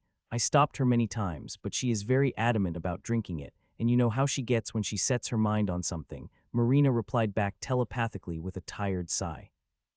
Jill, I couldn't help but see Jill appearing. Her appearance is quite surprising. just as surprising as the old woman sitting beside her. I glanced at them for a moment before I focused back on the battle, despite many questions running in my mind about their sudden appearance. The strength of the potion is increasing, and her bloodline is not progressing fast enough. If this continued, she will be in great trouble. I continued hitting her, taunting her, forcing her to dig out more of her potential to fight against the power of the potion, and she is doing good, but it is still not enough. She will have to do better if she wants to survive. Her bloodline is really something. If it had been any other bloodline with similar power, it would have burned to ashes by now and taken its host with it, but her phoenix bloodline is still fighting. Still, this advantage would not last long. Within few minutes, the bloodline would fight for its survival. 5 minutes passed by, and the potion begins to show its real strength. It had begun to overpower her bloodline and attack her body. Because of the armor, I could not see much, but from what I could see from the state of her eyes, which seemed to have dried up and looked very scary, her condition has become quite worse. Unlike her bloodline, her body does not have the advantage. It will burn to ashes before her bloodline could. If you want to survive, you have to dig deeper, Alina. Dig out the strength you need from your bloodline, I said as I reached her, and like usual, I did not attack her. At her current state, there is no use in attacking. She is barely holding her sword right now that I move my hand and snatch it from her without getting a shred of resistance. If you can't do such a simple thing, then I will have to help you neutralize the power of the potion, I said. A look of surprise appeared in her eyes. Yes, I have a way to help you. I could just take the power of the potion into me and bear it. It wouldn't be my first time dealing with blood furnace potion, and this time I am quite strong, I said, shocking Alina and all those who are listening. While the bloodline furnace potion is dangerous for the humans with bloodline, it is even more dangerous to those without bloodline. To those without bloodline, drinking bloodline furnace potion is akin to taking a dip into highly flammable oil and lighting a fire. One would burn to ashes within a second. I was able to survive due to my inheritance runes and pseudo-bloodline it had created. So do you need my help managing the potion?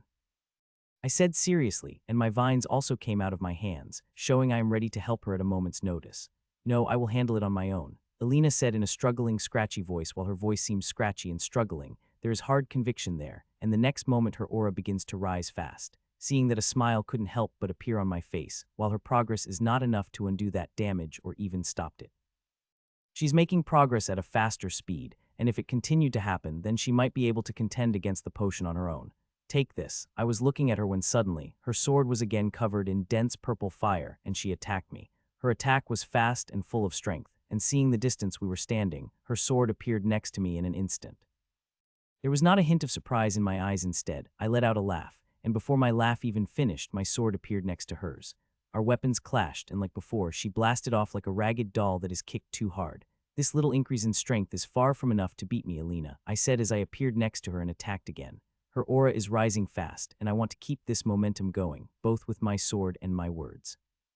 I will continue to force her to advance while she had started progressing fast. It is still not enough to counter the potion. She is currently fighting a losing battle, but if she kept advancing with the improving speed, she might be able to reach the equilibrium with the potion before crushing it.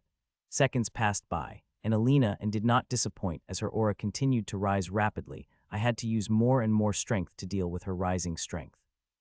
Her strength is still within the Emperor stage, and unless it reaches the Tyrant stage, my physical strength would be more than enough to deal with attacks hell. Even when it approaches the Tyrant, I will be able to deal with her without summoning my armor. The cosmic elemental energies I had got from the twins have given a huge increase in power without filling a single hexagonal cube. My current strength is comparable to the above-average Tyrant, which is shocking, seeing I am still an Emperor. We were fighting when a powerful aura blasted out of Alina, and it is not from the bloodline feeling that aura. My expressions couldn't help but change drastically. Fuck, I cursed, and multiple strings released from my hand. I had those ready for this moment, which I thought would come at least half hour to an hour to come, but I am wrong. The instant burn had occurred much earlier than I had thought. The time of the final stand has arrived. If her bloodline survived, it would make advancements beyond her imagination, but if it failed, not only her bloodline will be burned to ashes, but so is she. I did not think your student has improved so much that he had gained tyrant-level physical strength, which is much harder to gain than the magical strength, Old Woman commented, surprising nearly everyone, including the young girl who is sitting beside her. The only one who isn't surprised is Marina. She had examined the body of her student when she was doing the patch-up work on his curse defense a few days ago. That day she got the shock of her life, not only seeing the shocking physical strength of her student, but also seeing the state of the curse. The curse's strength had increased beyond what she had imagined, and she could not do anything about it, except for delaying the inevitable. The curse had become too powerful for her to do anything. Jill, see how efficiently he is using his physical strength. Very minimal waste of movements and energy. That is why I kept telling you, you should focus on all three aspects of power. When they are strong and you have perfect control over them, you will be able to beat those who are stronger than you, she advised. Yes, teacher. I'll remember, the girl said, without taking her eyes off the table. Few minutes passed by, and when suddenly, a powerful aura burst out of Alina, taking everyone by surprise, making horror appear on their faces. While the Phoenix bloodline is great in dealing with such type of potions, there are also many flaws in their ability. It aggravates these types of powerful potions, which makes them burst out with their full strength earlier than expected time, the old woman with a sigh. The purple aura that had been covering Alina had disappeared, and in its place came the glittering black aura of the blood furnace potion, which covered her body whole and started consuming her from both inside and outside. Ah, a blood-curdling scream echoed out of the girl's mouth, making anyone shudder who hears it. The pain in the girl's voice is too much for anyone to bear. This is bad. The power of potion will consume Alina in minutes, said Richard, and he turned to the old woman. Matron, please save my daughter, I beg you, he said as he appeared in front of old women with folded hands. I will be able to save her life, Richard, but not her bloodline, and her practice will also regress by a huge degree, old women informed. Let the little guy is doing something. He seemed to be prepared for this scenario, and from what I had heard, he is quite a miracle worker, the old woman said, again surprising everyone with her praise. Marina had peculiar expressions flashed in her eyes hearing those words, especially the latter part of the sentence, which seemed to have deep meaning inside it, as if she is referring to a secret that very few privies of. The man wanted to say something, but seeing Matron's expressions, he bit his words and turned to the arena. There he saw his daughter getting covered in strange vines within moments. She got completely covered in vines that not a single part of her could be seen. The glittering black aura of potion that had covered the whole body thickly disappeared, as if the vines had blocked the flow of it. I had covered the Alinas with my vines, and now it is time for the next phase. After taking a deep breath, I begin to manipulate the vines. The runes begin to appear on the vines, each vine begins to morph into the runes, and such hundreds of vines begin to appear within a second, and that speed is only increased. There is not much time Alina could survive for. Within a minute she will be burned to ashes. I will have to save her before then. In 12 seconds, every part of her body got covered by the rules, and I waited not a single second before I poured rule-bending power into the runes, and these green runes made of while shown in the pink. The moment runes have begun to shine, I had appeared behind Alina and pressed both of my palms on her head before closing my eyes. Alina, I am going to numb your pain now, and also to release energy to save your body and soul. So use you all concentration on your bloodline and fight the power of the potion with it, I said telepathically. Right after I finished speaking, I poured even more rule-bending power, mixed with healing power and my pseudo-bloodline inside Alina, without knowing whether she heard me or not in the soul-tearing pain she is feeling. It seemed like she heard me, I said as I transferred the rule-bending power and healing power without any resistance. There is not even a usual resistance from the bloodlines, as it is fighting the battle of survival against the potion's energies. More than half of the rule-bending power went to her mind. I want to numb as much as the pain I could, so she should focus her all on aiding her bloodline fighting the potion. I would not be able to help her for long, at max for 10 minutes. She had to deal with a potion in 10 minutes. I would like to help more, but I am already at my limit. The potion is extremely powerful that if I had consumed it, it would have taken me to the edge of death even with my current strength. Alina concentrated all her focus on aiding her bloodline fighting the potion's energy. It is clearly seen in the way her bloodline is fighting. Earlier at each clash, the potion would take a large bite of bloodline and sent it retreating. Now while it is still taking a large bite of bloodline, but it is not able to send it flying it as used to before now, the bloodline is attacking it almost fairly, not caring about the losses it incurred. This is the last stand for Alina. Whether her bloodline survives or not depends on the fight, she puts. Either the potion will consume her bloodline and her, or they consume the power of the potion first. Currently, the odds did not seem to be in their favor, but nothing could be said about it. The bloodline of Alina is a phoenix, one of the most powerful bloodlines. It is not easy to defeat it, even at the end of its rope. As the seconds passed, the wild nature of bloodline became even greater. Even if potion energy bit a big part of it at every attack, it would still attack, even at greater ferocity. Alina seemed to make up her mind to attack like crazy, making the use of instincts hidden in the bloodline to make the attacks even more powerful. Half a minute has passed, and the power of the bloodline has been reduced to more than half when the cloud of the bloodline energy begins to shine. Its aura begins to rise rapidly, and its size begins to change. From the shape of a cloud, it changed into the rough shape of the bird and continued with its attacks with even greater ferocity. This advancement was different than before. It had directly increased the strength of the bloodline by the 50 from the usual 10. With such a huge increase, the eventual end was postponed by at least half a minute. While this progress is good, it is far from enough to contend against the potion's energies. The bloodline will have to become a lot stronger if it wants to crush the potion's energies. She's not the only one who is having the problem with the potion's energy. I am also having a great problem, much greater than I thought I would have when I had decided to use my pseudo-bloodline. With the cosmic elemental energies I had consumed, my bloodline has gotten much stronger. One thing it could do now is directly increasing strength if circulated. It also had become very tensile, which is why I used it as protection while healing energy work on stabilizing the injuries. The potion's power attacking my bloodline madly, though it is not a regular bloodline. It is still a bloodline which the potions are designed to attack madly. I am surprised to find that my bloodline is dealing with the potion's energy much better than I had expected and even deriving some benefits from it.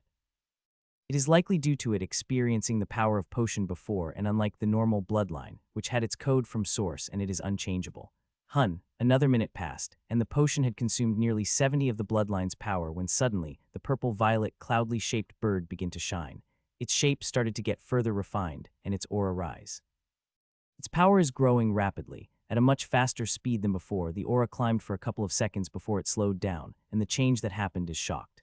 The bird is really looking like a bird and not cloud-shaped like a bird, and its power had increased 50, which is huge comparing to strength. With such strength, it leaped at the gigantic black cloud. In the first attack, the cloud had taken a big bite out of the bird, which is not surprising, seeing how powerful the cloud is. Alina will need to go through such big advancements, couple of more times before she would be able to defeat the cloud. Still, if the past 2 advancements were any proof, then it won't be long before Alina's bloodline became powerful enough that she would eradicate the cloud on its own. That thought had just entered my mind when suddenly, the black cloud began to bellow like it is boiling, and as the bird went to attack the black potion cloud, it enveloped it without giving it a chance to run away. I couldn't help but be shocked seeing it, but soon understood what happened. The potion understood what is happening, and it had decided to burn itself and finished off the bloodline before it became powerful enough to finish it. The rule-bending power I had stored up for emergencies merged with my bloodline powerful and created strings that went tower the black cloud. I could only see a faint sign of purple inside the black, and it is fading. I have to save it before it fades. The bloodline is too important for Alina. With its current strength, saving even a small amount would be enough. It would be able to recover its power with enough time. The bloodline should not get burned away. The repercussion of it would be too grave. Not to forget, she would be regressed in levels. Her core would be get damaged as well. It is a good thing. I prepared for something like it and have full confidence in saving a small part of a bloodline.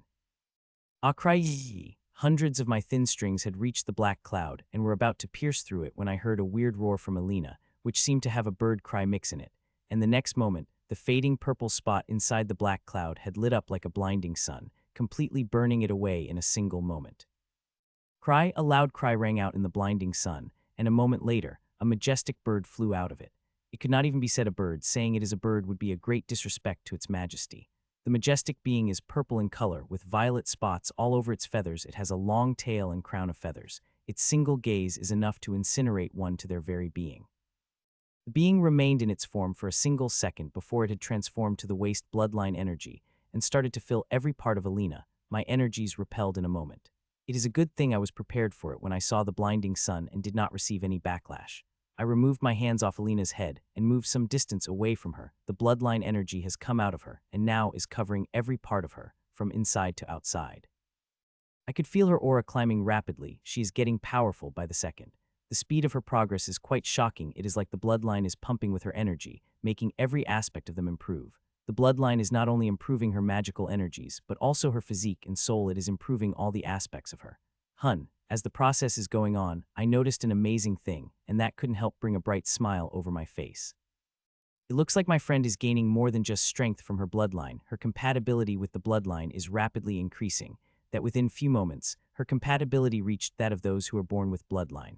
Like somewhere, a drop of phoenix blood had fallen on the ground or feather or any part that had its origin source. Thousands or millions of years later, there is a fraction of chance that from that place, a miracle fruit will grow, bearing the bloodline source of being, which we call a bloodline-type miracle fruit. Like the inheritance, not every bloodline is suitable for everyone, but due to the special properties of bloodline fruit, it makes nearly anyone compatible with bloodline contain the bloodline fruit. It gives them enough compatibility that they could use the power of bloodline without any side effects, and as they use the bloodline's power more and advances the bloodline became even more compatible with them, and became one with them. It is what happening with Alina. Most of the time, everything goes smoothly for those who ate the bloodline fruit, but every now and then, a problem occurred. Professor who ate the bloodline fruit of unknown bloodline has a very high incompatibility with her. The incompatibility is so high that every time she uses its power, it zaps away her vital energy. It is the reason why Professor made a quick decision to drink the bloodline furnace potion. Through the potion's power, she wanted to make her bloodline powerful enough that her bloodline makes her body compatible with itself. Alina's bloodline is currently releasing special origin energies that are molding her body to a perfect vessel which have perfect compatibility with her. After around 13 minutes, the rising aura finally started to lessen, and a few seconds later disappeared, revealing a completely new Alina. Many changes have occurred in her aura, armor, and looks all have changed considerably. Her strength has taken a step in a tyrant boundary. It could clearly be felt from her. Though she had barely taken a step and was still much weaker than me, it is still quite unbelievable to think that she needed me months to accomplish. She did it in an hour with only one life and death tussle. As I had said before, the bloodlines could make even a weakling a top powerhouse. One couldn't help but get jealous about them.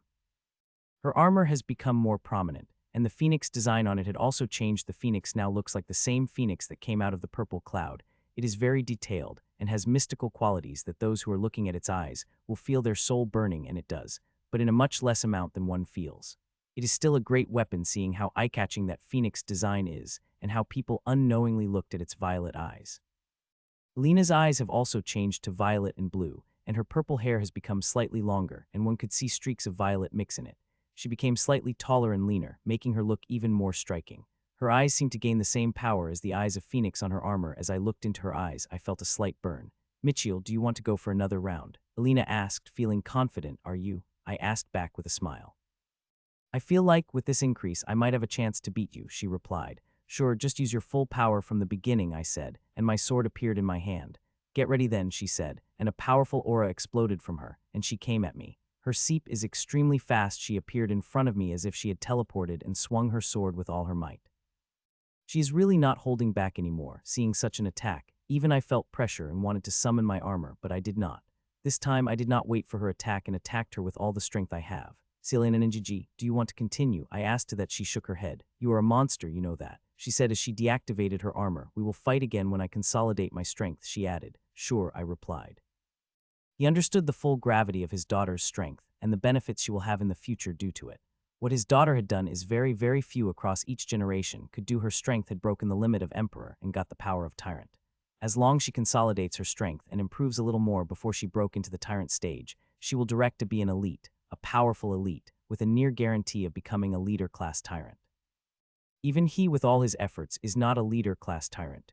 Unless he could live for 100-some years and have some lucky encounters, he will never be able to reach the leader class like the other 99 Tyrants of elite class. There is a huge insurmountable gap in each class of the Tyrants, and that class became bigger, the higher class is. While he may not have a chance in his life, but his daughter sure has. With current power in her bloodline, she will become leader-class Tyrant as long as she survives, and she won't need that long to reach that stage. She will need a decade or two at most to reach that level. He looked at his daughter proudly for a second more before he turned to the monster his wife had created. This guy had not used even his inheritance, even when taking his daughter's strongest attack. I wonder how powerful his real strength is. I'm not the only one wondering that. Matron and old guys from Academy also thinking about it. "Matron, we have to get this guy at any cost," he said telepathically while he could not read through the matron's thoughts from her expressions. He is sure she will try her all in getting him.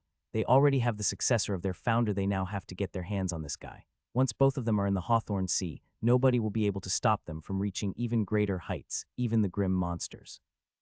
"Little guy, your advancement has surprised me. It looks like your time in Devil's Gate had been quite beneficial," the old woman said as I walked up to the teacher and others.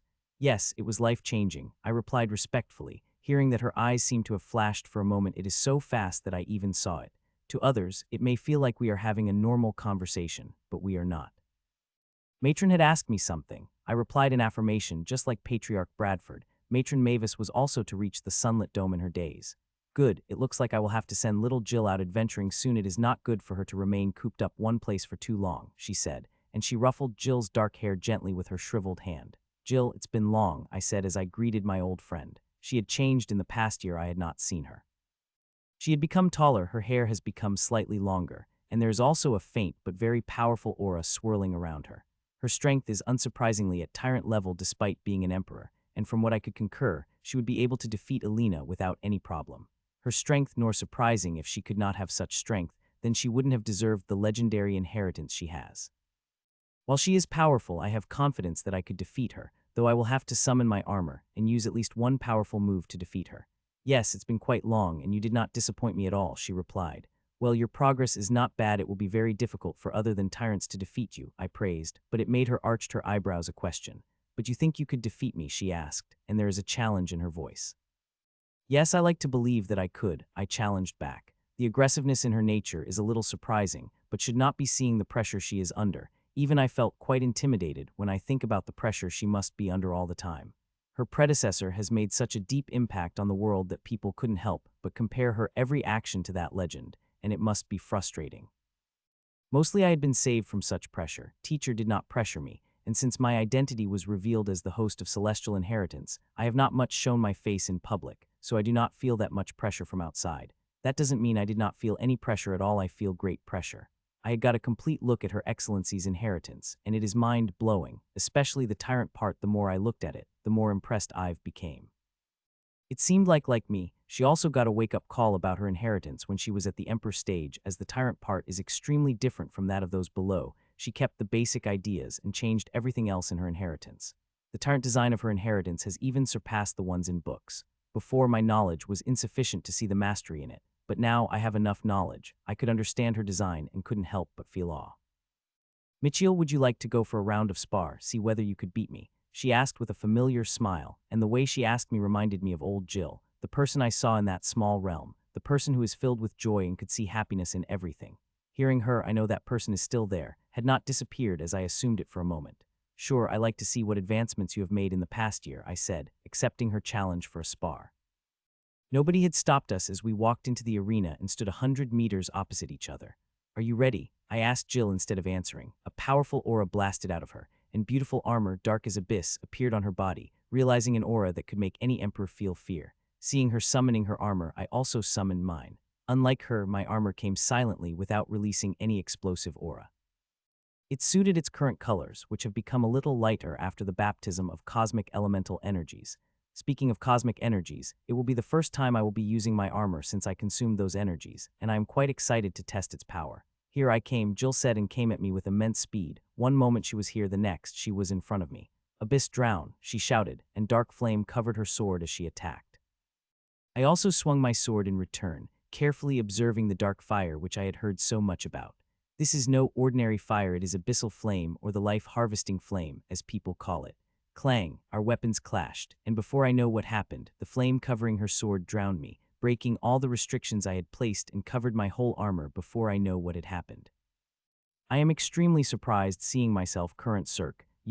stances, as I had put up quite heavy defenses, something like it due to suffering under this nature of attack before. Step, step, step. While I had got covered in the abyssal flame, she had not come out unscathed either and began to take a couple of steps back to control the tide like momentum she had got attacked with. I kept one looked at her before dealing with the abyssal flame covering me, and as I brought it inside after filtering through my armor, I was surprised to feel lacerating feeling all over my body as these flames got sucked by my runes and converted.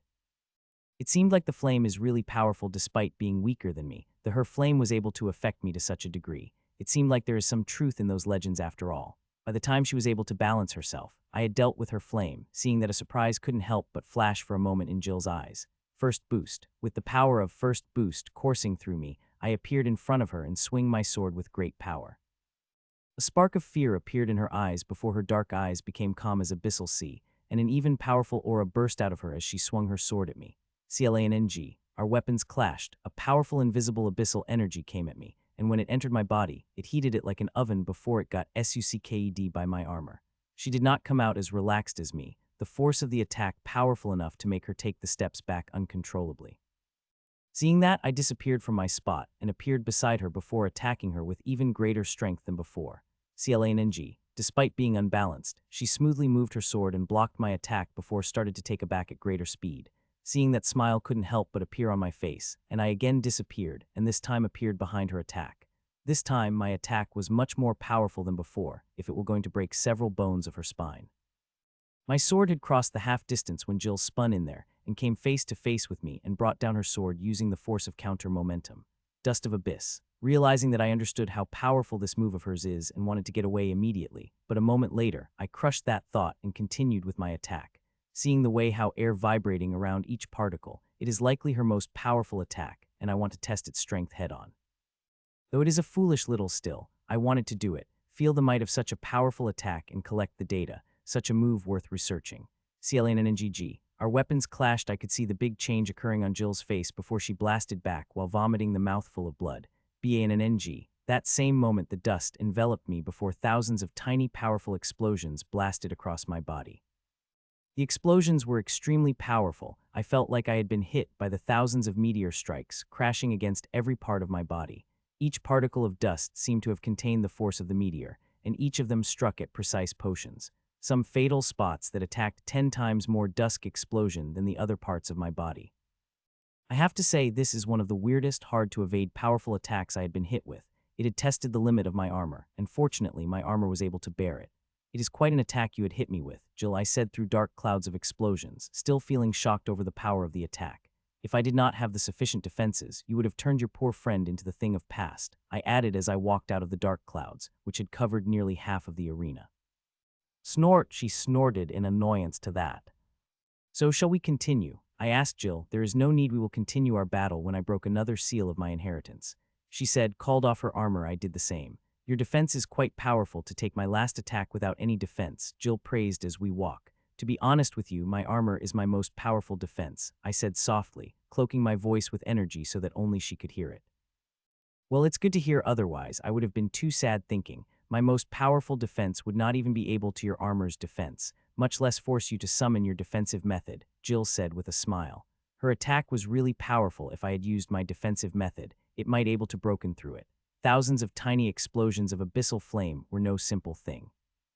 Soon we reached the teacher and others. They were all excitedly talking about the battle and looking at us as if we were some kind of monster.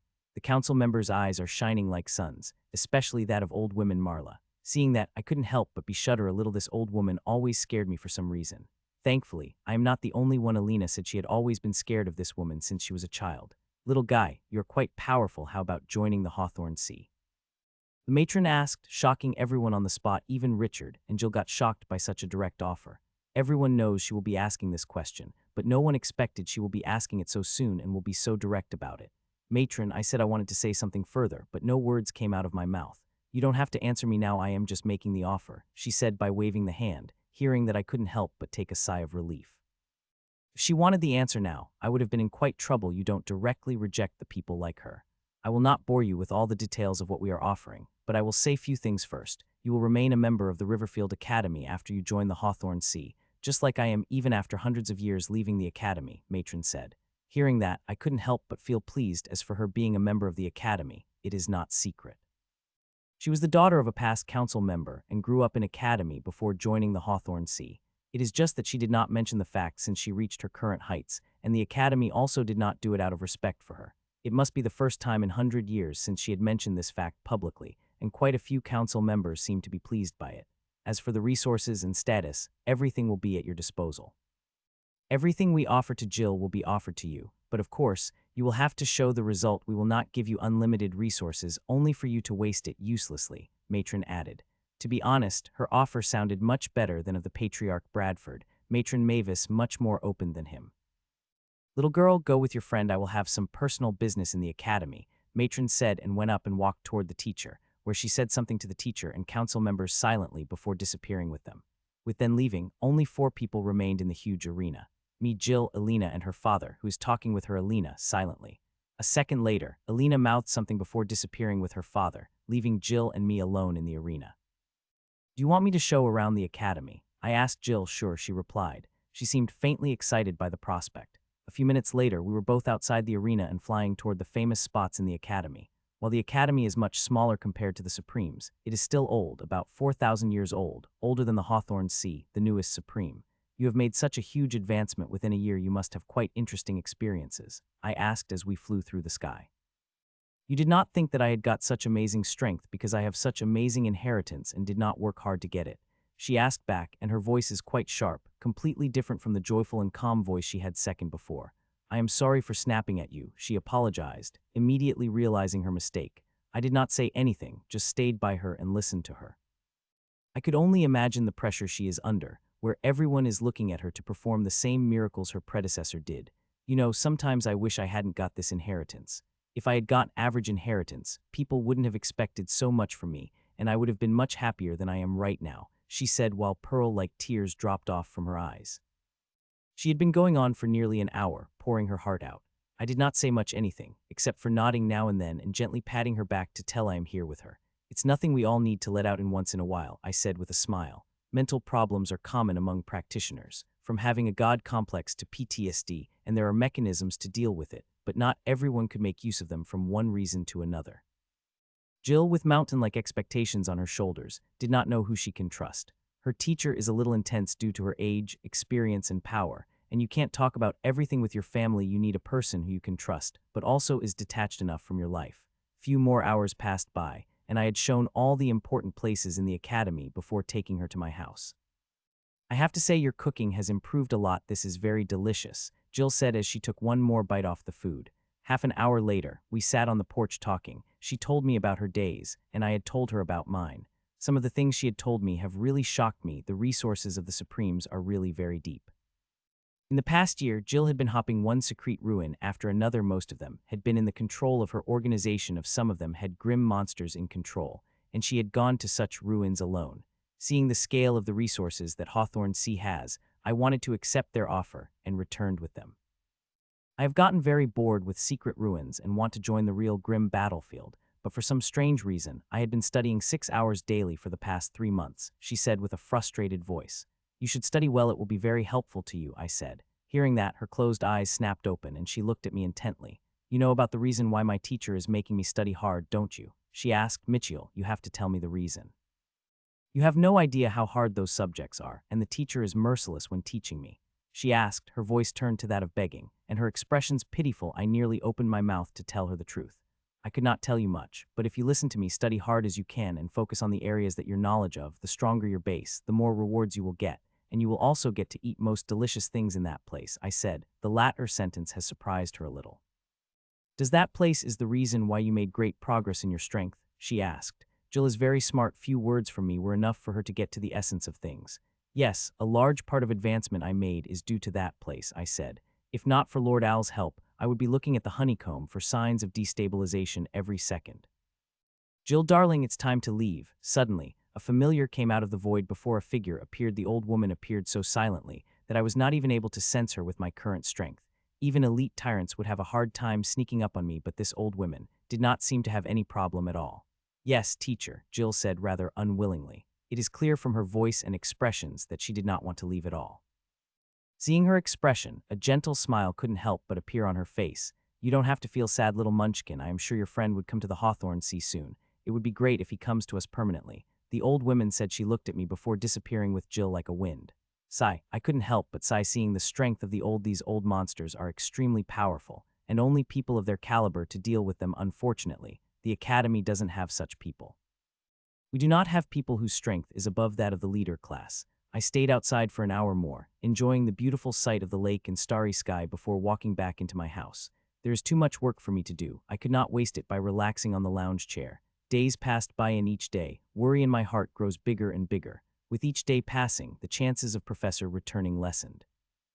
I could teach her getting worried by the day that dark circles begin to appear under her eyes, and she begins to look quite haggard. It had been 9 days, and she had not returned. It is very worrying, seeing the professor said she will be returning within a week at most. The thoughts of her fate came to my mind, and each time they became worse, till only one fate could be seen, the fate that any of us did not want to accept. Buzz. On the 9th day, I was in the inheritance space working when my holowatch vibrated powerfully that it shook my whole arm. Seeing it might be something important, I withdrew most of my consciousness from my inheritance space and looked at new mail that came from the teacher. This, I said in shock before I leaped out of my bed and flew out of my house at my greatest speed. Professor, you have returned, I said as I opened the door of the teacher's office, but soon stopped in my tracks when I looked at the woman sitting in the spot where professor usually sits, the seat is occupied by a person who has many similarities with the professor. Professor.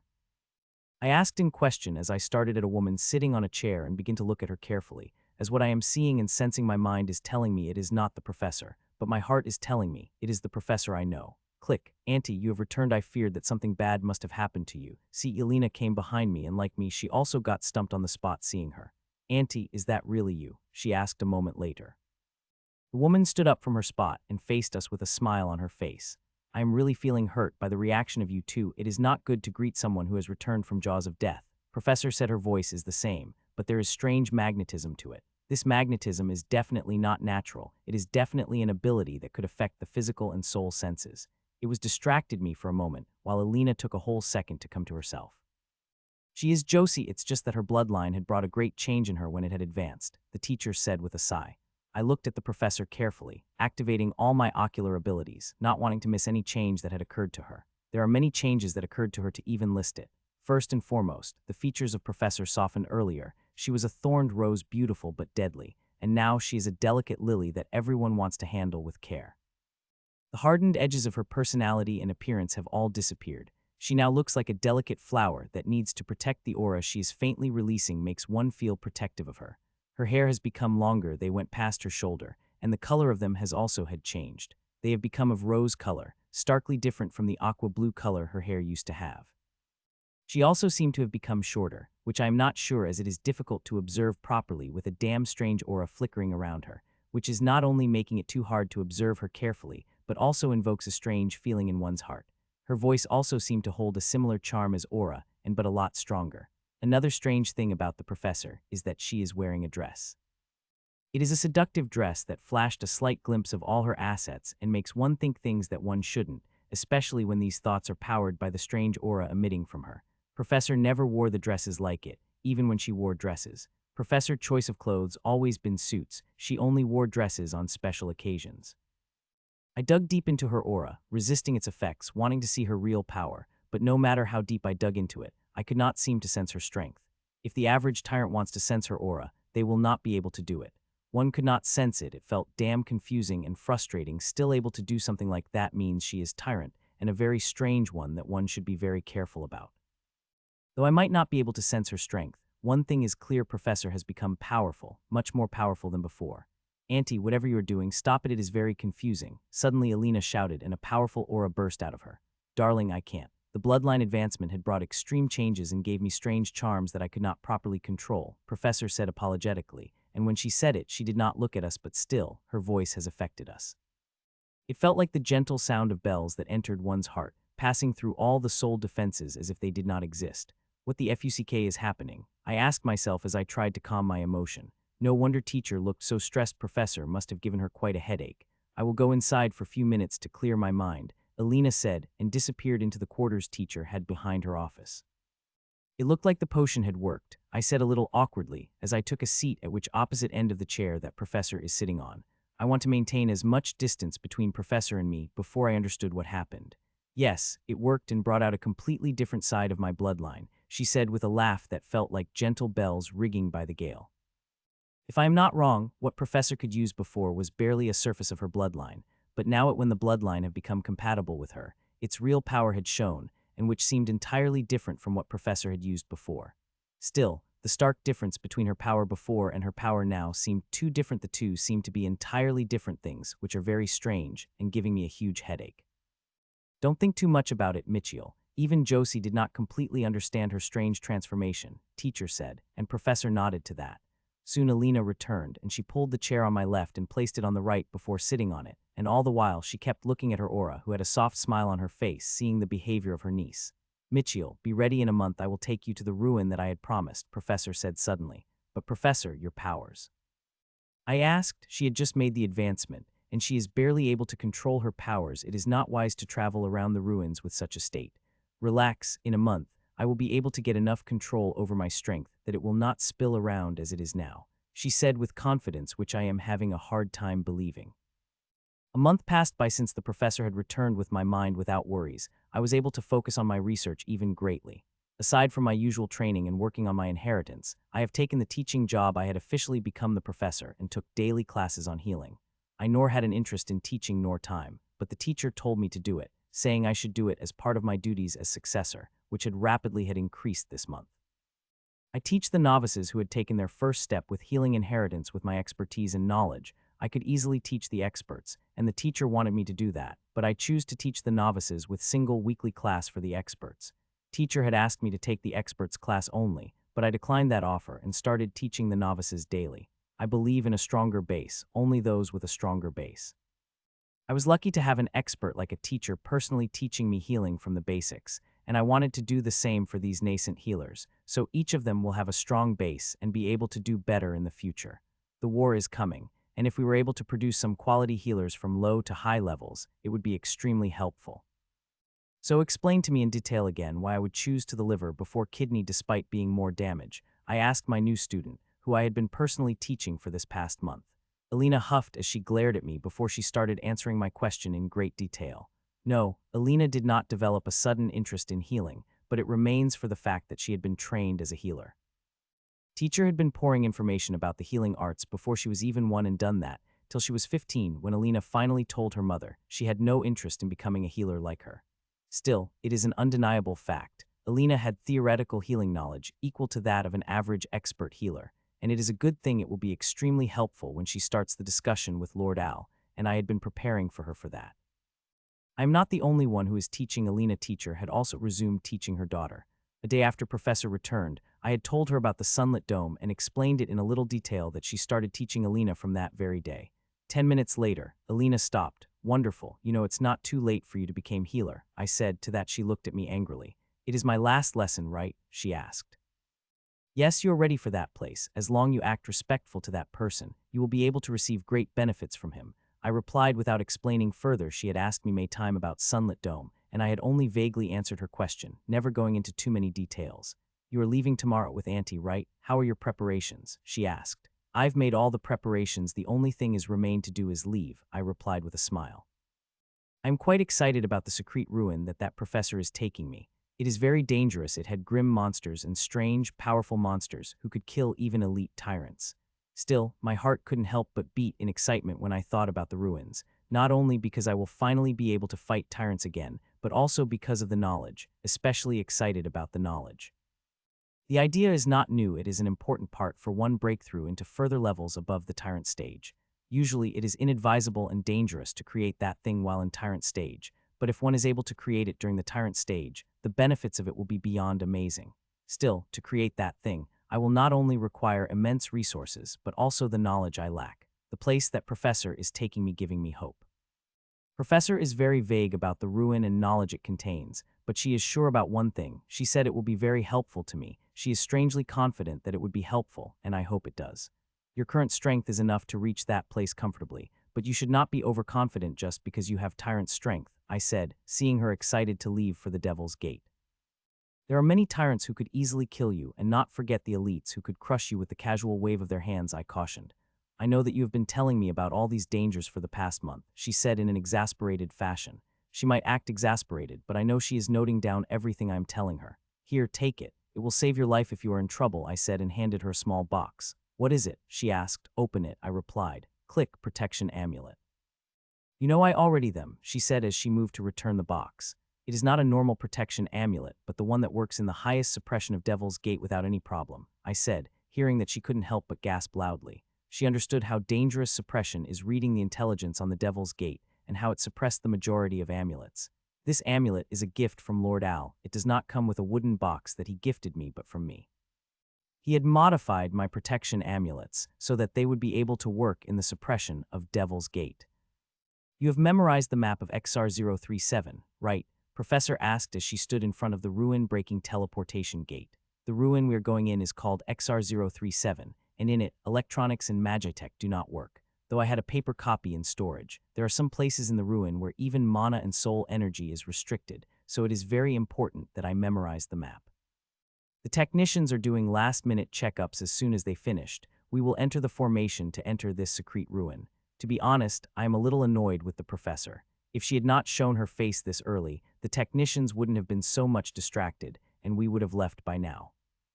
In 1 month she had able to control her powers enough that those with tyrant strength can remain unaffected, but those below would be quite affected, and not to forget these dresses she had started wearing. They are really distracting when the aura she released makes one attracted to her. In the past month, I had met Professor a couple of times, and all those times, Professor was wearing these long seductive dresses. Not once I had seen her wearing the usual suits she used to wear before. Now she is wearing a long red dress which is slit on one side showing off her smooth, toned leg, and it is also backless and has a deep neck. I am very confused seeing her with this dress, as one would wear such dress for the parties, not to fights which we surely will at the ruin. "We are finished, headmistress," said the chief technician Joel. "Finally," she muttered.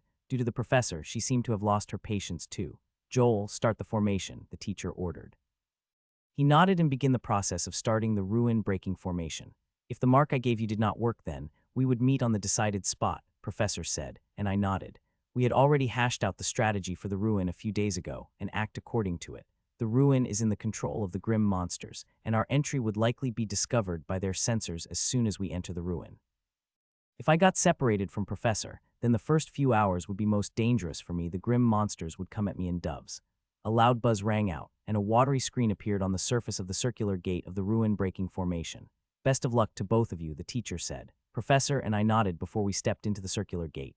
Next second, I found myself in a space tunnel, moving at extremely fast speed, so fast that even I couldn't keep track of it. I could feel the professor around me, but she is getting further and further away till I could not sense her. I wanted to move toward her, but I stopped myself from doing that. It is very dangerous to make a movement in the space tunnels. They are very fragile, especially when people like Professor traveling through them. Bang! Suddenly, a gray light flashed in front of me, and the next moment, I crashed into something hard. It is a good thing I have physique of tyrant which had saved me. If I had been emperor, even a powerful one, I would have broken quite a lot of my bones. The first thing I did was sit up and looked around. It is a dark night that not even a single star could be seen in the sky. The place I had crashed into seemed like a collapsed wall of some very old building, as it had turned to dust the moment I crashed on it. Even powerful emperors would not be able to survive this place for long. The energies are too powerful. They will start attacking internal organs the moment entered inside you, and the killing intent they produce will distract you from concentrating. After few hours, one internal organ would turn to paste, and one will become mad due to the terrifying killing intent attacking the mind. From what Professor had said, this ruin is a piece of the battlefield. The energies and killing intent are remnant of powerful attacks that had been used in this piece of land. After spending few seconds checking my condition, I looked at the back of my right hand. There is a red mark with the design of the compass. It is the mark that Professor left me, and seeing it is not reacting means it is not working in this ruin, or Professor is too far away for it to work. That means I will have to follow Plan B and move toward the destination we have decided to meet, which really sucked. Now the first few hours would be extremely dangerous for me, so dangerous that I could very die due to it. It would have been great if Professor were close by. She would have been found me in no time, and I would have been completely safe with her protection. I did not know what kind of advancement she made other than having a huge change in her bloodline, but one thing is very clear: she is very powerful now, much more powerful than before. "Ashlyn, come out," I said, and Ashlyn flew out of me. She did not chirp as always do, instead flew up high with a speed that I was barely able to follow. Choo-choo. Few seconds later, she chirped, hearing that a bright smile couldn't help but appear on my face, and I began to move silently toward the direction she had mentioned. I am not the only one who had memorized the map. I had made Ashlyn memorized it, which she took a minute barely to do, to my great surprise. Now, she barely needed few seconds to find where we are before we started to move toward our destination. I am really lucky that I have a partner like Ashlyn. She makes so many things easy. It had not been a minute since I had arrived in the ruin, but I am sure sensors, the grim monsters placed across the ruin, had discovered us and would have already started to move in our direction. Choo-choo. I had just thought that when Ashlyn informed me of the coming grim monster, and it is not a normal grim monster but a tyrant. Shit. Seeing that, I couldn't help but curse and continued moving even faster. This place would soon be swarmed by tyrants, and I want to create as much distance from it as possible. It is a good thing the energies of this ruin suppressed the soul power, and killing intent in those energies infect the soul sense as soon as it came out. So the range, power, and ability of soul sense are quite limited in this ruin still. The tyrant's soul sense is no joke. I have to be very careful of it, lest I got caught. 10 minutes passed and 5 tyrants have already arrived, and I had finally stopped and hid behind a rubbled wall and activated a formation, which cloaks me from the soul sense. Ashlyn had just informed me that grim monster is coming, and it is coming me directly, seeing that I had wisely decided to stop and hide. I had not activated my armor yet, which, if Professor had been with me, would have called out a great mistake. The energies of this ruin you mutilate one's body, and the more they act, you mutilate, the more powerful they became due to that. It is very important to have armor on to block the energies and stop them from you mutilating in the body. I do not have that problem. I had realized it the second I had entered this ruin. As these energies entered my body, they are immediately being sucked by my runes, and surprisingly, my runes are consuming these energies instead of converting these energies to raw energies. My inheritance runes only do it when it found the energies beneficial to it, and these seem to quite beneficial to it. It is a good thing because not only it saves the need for me to summon my armor, but it also saved me from detection. Professor had that once enough ruin energies you mutilate in the body, they make one's energies, and soul goes haywire. One became the lighthouse that could see anyone for miles. The tyrant came closer and close to me, and soon it was just a few miles away from me when its soul sense covered me. I remained frozen in my place, not dared to move even an inch while continuously feeding the power to the formation. The soul sense of tyrant did not seem to discover me, as it remained uninformed. I remained hidden in my spot as the grim monster come closer and closer, and its soul sense became stronger. Though I did not expect it would discover me, I remained ready to fight the moment it discovers me. I will summon my armor and attack it with all my strength. Soon, it was just a few hundred meters away from me, and its soul sense is dense. I had never been such close to a tyrant without getting discovered. Through Ashland's eyes, I could see it is moving at its regular speed, looking around for any signs of humans through its huge wild eyes, but it did not seem to notice me as it continued flying without any change of expression or pace. Few more seconds passed, and it passed by me without discovering me. Though its soul sense is still covering the area I am in, it is much thinner than before, and it will disappear with grim monster covering more distance away from me. Few seconds later, the soul sense covering disappeared as the grim monster flew toward the spot where I had first teleported. I did not immediately move away. I waited for 20 seconds before I started to move again. Currently, grim monsters are gathering toward the spot where I had first appeared, but it won't take long before they started tracking. I am sure they have several trackers with them, and I hope that the words of Councilman Rufus would be held true. Councilman Rufus is the best tracker we have, and I had practiced with him a few times in the past month. He had said with my techniques, even elite turret tracker would have a hard time tracking my path. It is due to it that I had not summoned my armor. If I had, I would have been able to move much faster than I could right now, but using it would help grim monsters tracking me. I am just using a few formations which destroy any type of smell or energy signature that is released from my body. I moved as fast as I could without leaving any signs. My speed is pretty good, and with Ashland's help, I had avoided nearly all the grim monster that came toward my direction, including the two elites. It had been 20 minutes since I had come to this ruin, and at least 12 tyrants have already gathered. Such numbers have shocked me. If they could gather such numbers within 20 minutes, then there are definitely lots of tyrants here. Professor had said there are 20 to 25 tyrants in this ruin, and I clearly disagree with her estimation. Seeing such numbers tyrants could gather here at short notice, I am pressure there must be at least 50 tyrants are in this place, which is more than double of important place like Devil's Forest. What in the world is in this ruin for them to have such numbers? If this ruin has such importance, then why did they not sealed it? I asked myself.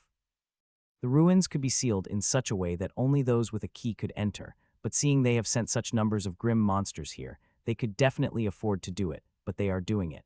The only reason I could see behind such action is that they don't want to attract unwarranted attention. With both sides preparing for war heavily, such actions would easily catch an eye. Pyramid and various supremes keeping a tight eye on the ruins floating around our world, and if they spotted sealing of any ruin at such period, they would definitely investigate it, and that would not be a good thing for the grim monsters.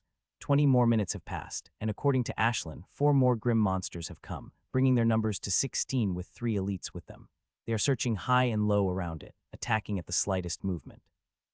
Many of the poor monsters around got slaughtered by dozen. I am very lucky that these grim monsters seem to think they are a little late, and I had already moved far away. Most of them had gone way ahead in search for me, leaving only 6 grim monsters, including 1 elite in my close vicinity, who are searching for me like they are hounds hunting for blood. 3 hours passed by, and grim monsters are still searching for me like crazy, and in this past hour, their search had become crazier. They are searching through everything, attacking anything under which they think I am hiding. Seeing the way they are searching for me again had made me question what this ruin has to make them act like it. Choo-choo. Ashland again chirped in a warning, and I quickly hid behind the wall. With the way they are searching for me, I had been hiding every few minutes and wasn't able to create much distance from them.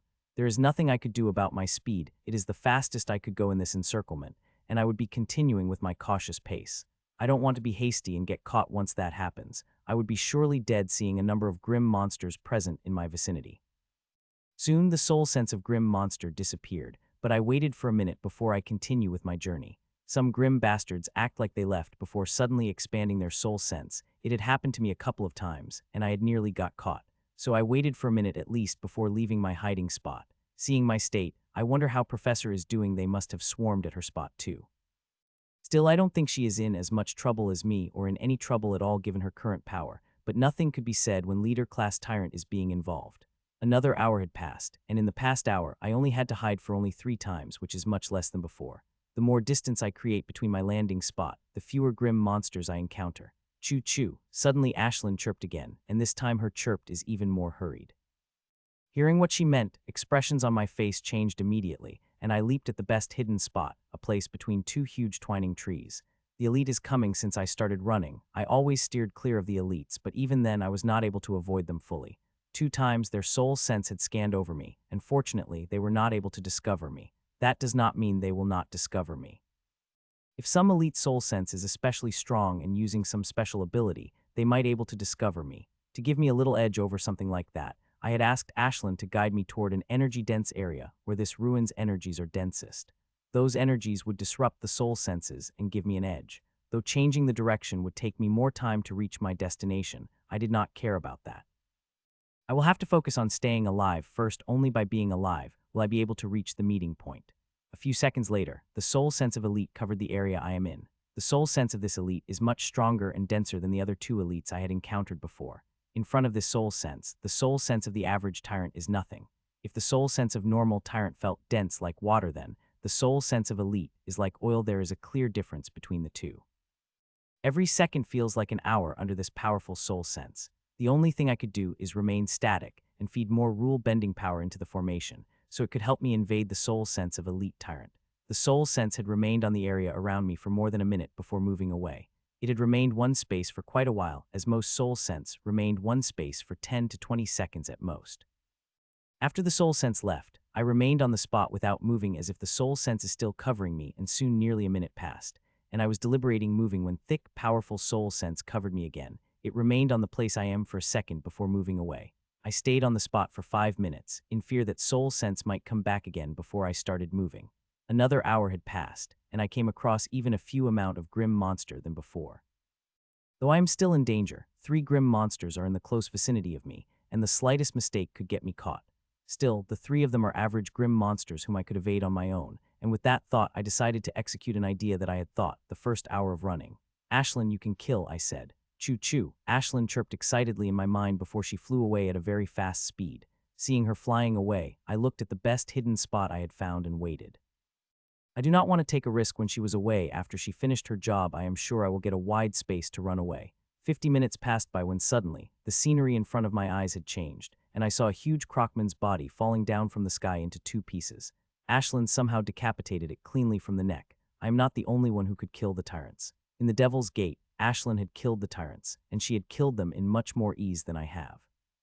The hell had broken loose within a half hour of Ashlyn killing the crocman. More than 10 people gathered on that spot. There was no proof on that aside from hastily burned blood marks, but that is enough for them to know that one of them is killed there. I would have loved to leave the body to make the effects even more dramatic, but what kind of runway I would be if I did not keep the body and removed all the proofs. It is like I am intentionally trying to tell them where I am, and nobody is that fool. Soon, Ashlyn stored the body and burned the proof of battle in such a way that it would seem like a hastily done job. These grim monsters seemed to be in communication with each other, at least in short range. Otherwise, they would not have been able to come to that spot such quickly. These monsters have gathered by a spot and using a different method to track down the killer. It is useless. They might be able to track me, but there is no way in hell they will be able to track Ashlyn. She is directly above them in the clouds, watching everything, and the 2 elites in the group of tyrants could not even sense her. She watched them for a minute more before she flapped her wings and came flying toward me. It took her 20 minutes to reach me despite flying at high speed. She had killed the grim monster far away from us, so even if the grim monsters spread in search of the killers, they will have a hard time coming across me, who is moving in the opposite direction. Choo-choo. Ashlyn appeared in the clouds above me and chirped. Hearing her, I moved out of my hiding spot in which I had been hiding for an hour and started to move. This time I did not hold back and summoned my armor finally. Ashlyn said there are no grim monsters in the vicinity, which means it is the perfect time to summon my armor and use speed to cover as much distance as possible. I moved at great speed, and I did not hold back on the rule-bending power to erase my energy signature and other things. Grim monsters are very frustrated with their inability to catch me and losing their people. I saw the elite Grim monster losing it and attacking everything around it had created quite a destruction. It is a good thing I was nowhere near it, or I would have vaporized under its attacks without even having a chance to scream. The strength of elites is no joke. Regular tyrants are cats and dogs to them, whom they could easily slaughter at their plesuari. I am moving at a fast speed, creating more and more distance between me and the Grim monster. Though I still come across the Grim monster, even had come across elite, but I was able to avoid it because of Ashlyn. 21 hours had passed, and since past 3 hours I had not come across any tyrant Grim monster, though I had come across especially powerful monsters, some of which I had no match of. One was even able to detect me and chased me for a few minutes. If not for Ashlyn's interference, that bastard would sure chase me as it had chased Ashlyn before she was able to unload that problem into the Grim monster she had found. While I had come across any Grim monster in the past 3 hours, I have no plan on stopping. I continued moving toward my destination, which, by the way, is quite far and would need me a week or more to reach there. It would be great if I am able to find the professor on the way. It can make a lot of things easy, first and most. I could finish my adventure in this ruin fast and return back to Academy. Only I know how much work I have to do on my inheritance. Each day I spent here, each day is added to my work. Not to forget that bastard curse hiding inside me and growing stronger. Only reaching the tyrant stage will I be able to deal with it. If it acted before that, then I would be in great trouble. Only I know how powerful the bastard had grown. I want to recharge it before I continued my journey in that time. I might as well cook some food for Ashlyn and me and get some sleep. Now that I am sufficiently away from Grim monsters that are hunting me, I plan to hunt some Grim monsters that I found on the way to my destination, though only Grim monsters with bloodline. I would not have taken such risks before I met Professor, but seeing the sheer numbers of Grim monsters present in this ruin, I want to increase my strength, so I could deal with any challenges that came my way. It did not take to find a suitable spot to set up my abode. It is inside the mostly collapsed palace. This ruin is strangely have lost of building. Almost all of them are collapsed, but still the sheer number of them more than I had seen in any ruin. The data Professor had provided me had said that it is a place of the huge organization, the organization which is much bigger and powerful than any supreme. From the signs of it, the Grim monsters seem to attack the organization with such force that a piece of land broken off of its world. The Grim monsters are not special to our world. These bastards are spread everywhere, and everywhere they go, they bring destruction with them. 8 hours later, I came out of my abode feeling completely refreshed. I had a good sleep, and all my rule-bending power had been recharged. I could now continue with my journey toward the meeting spot. Choo-choo, Ashlyn chirped from the sky, and this time for real. Her chirping means there are no Grim monsters in our immediate vicinity. After getting direction from Ashlyn, I summoned my armor and started to run. Running is the best way, though flying would be fast. It is more discoverable, and I don't want to be discovered by the Grim bastards in this ruin. As run I through, I noticed the place where I am moving has slightly dense ruin energy than the places I had been. Which is good. Though I had summoned the armor, I did not see completely sealed it. The energies of the runes are coming to my armor. I even created a small suction to take more ruin energies. I wanted to create an even bigger suction, but that would just attract attention. 2 hours passed quickly, and I had only come across only one Grim monster, which I avoided. It was an average one, and I would have fought it if not for it had no bloodline, and I don't want to take the risk of being discovered just for the essence rose. I had now come to an area where the ruin energy is thrice denser than before, and this area is also filled with lots and lots of collapsed buildings. This ruin had already gone to at least one other world before it came to ours. Everything here had been picked clean. There is nothing important here. If not for that, the pyramid and supremes would not have let fall into Grim monsters' hands easily. Still, now and then I would go into relating good condition building to check whether there is something useful inside, but till now I have found nothing except for scraps of artifacts which I have no interest in picking. 3 more hours passed. In these 3 hours, I had come across 2 Grim monsters, invaded the chase of another powerful monster who was able to sense me. It is a good thing I have Ashlyn, otherwise I would have been running for my life right now. In front of me there are 2 routes. One is a long route, other is a short route. The long route is safer while the short route is dangerous, but it will save me a day of travel. The thing that makes me hesitate is that I will have to cross the place known as Mist City. The place is called Mist City because the huge collapsed city is covered in a dense red-gray mist. This mist is a kind of ruin energy that is not denser, but also filled with dense killing intent that even affects the tyrant. But the mist is not the most dangerous thing in the city, but the wraith-like beings that roam it. They are said to be very hard to deal with. They will burrow into you and attack one's soul with the powerful mad killing intent at the same time. the physical part of energies will attack the physical body and turn you into mush from inside. It is a dangerous route, but it will save me a day of travel. I thought for a while before started to run down toward Huge Mist City, which is just 20-something miles in front of me. On the way, I did not spot any monsters, but there was one patrolling grim monster tyrant whom I avoided. These bastards are everywhere. Seeing how many grim monsters I had seen patrolling and the size of this ruin, I think there are surely more than 50 grim monsters here, and with such numbers, there is sure a leader-class tyrant. A few minutes later, I reached closer to the Mist City and felt a powerful lacerating sensation spreading into my body, and killing intent powerful than usual is attacking my mind. There is a faint amount of red-gray energy here, but it is still able to affect me to this degree. Then, I wonder what will happen when a thick, powerful mist entered inside me. It looks like a plan of using red-gray mist for advancements would not work, I thought with a sigh, and grudgingly sealed my armor so that not a speck of red-gray energy come inside me. Not only that, but I had also begun to emit the aura of red-gray energy from my body.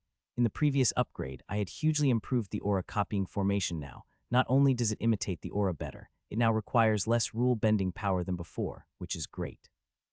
I had chosen to walk through the city to save the time of traveling, and not to get any benefits as long as I do not forget that I would be able to get out of the city in few hours completely unscathed.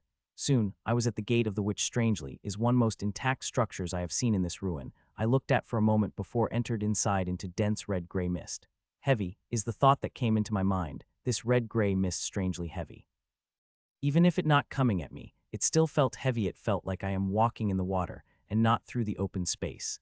The aura I am emitting seemed to have worked as well. The energies are moving around me, totally ignoring me. Seeing that, smile couldn't help but appear on my face as I begin to make my way toward the outskirt of the city. Roared. I hadn't walked a few hundred meters when I heard the ghostly roar. The roar felt like a normal roar, but it had the ghostly qualities in it. I looked in the direction where the roar came from and saw a huge tiger about 10 meters long. Its body is made of red and gray mist, and it is moving in eerie the way that ghosts do. The thing that surprised me most is its eyes. Those eyes are alive, and they have monster-like intelligence in them. There is not much data on the Mist City, and even less than wraiths living there. I first thought these wraiths would be lifeless beings, a construct made from powerful ghost-type attacks or any ghost treasure, the lifeless beings, but it looks like I was wrong. If the sentient I see in its eye is true, then it is very much alive. It is looking at me, and I looked back at it while at the same time perfecting the aura I am emitting. Earlier, the aura I released is that of mist, but now I am releasing an aura similar to the wraith but much more powerful than it. From the aura it is releasing, it is just an emperor, a powerful emperor but still an emperor, but I am releasing the aura that of the tyrant. Rare sensing the powerful aura from me, it let out the subservient sound before running away. Seeing that, smile couldn't help but appear on my face before I continue with my journey. I am running through the boundary of the city. I have no interest in going any deeper where energy is much denser than before. I just was quickly cross the city and reached the meeting point to meet the professor, so she could take me to that place. A few minutes after coming across the first wraith, I come across second. It looks like a dog monster if it not for the ghostly body and vibe it is giving off. I would have said it is a very cute monster. An hour passed by, and I come across tens of monster wraiths. All of them are at Emperor stage, and when they sense my aura, they have left me alone, which is good for me. I do not want to waste my time dealing with the wraiths. I am moving through the outskirt of the city, and I am surprised to find how complete these buildings in the city are. Though they are damaged, their damage is nothing compared to what buildings outside the city suffered.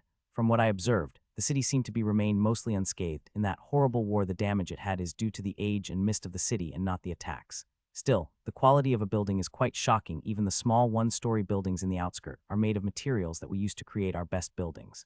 Whatever this organization was, it was sure quite rich to have something like it.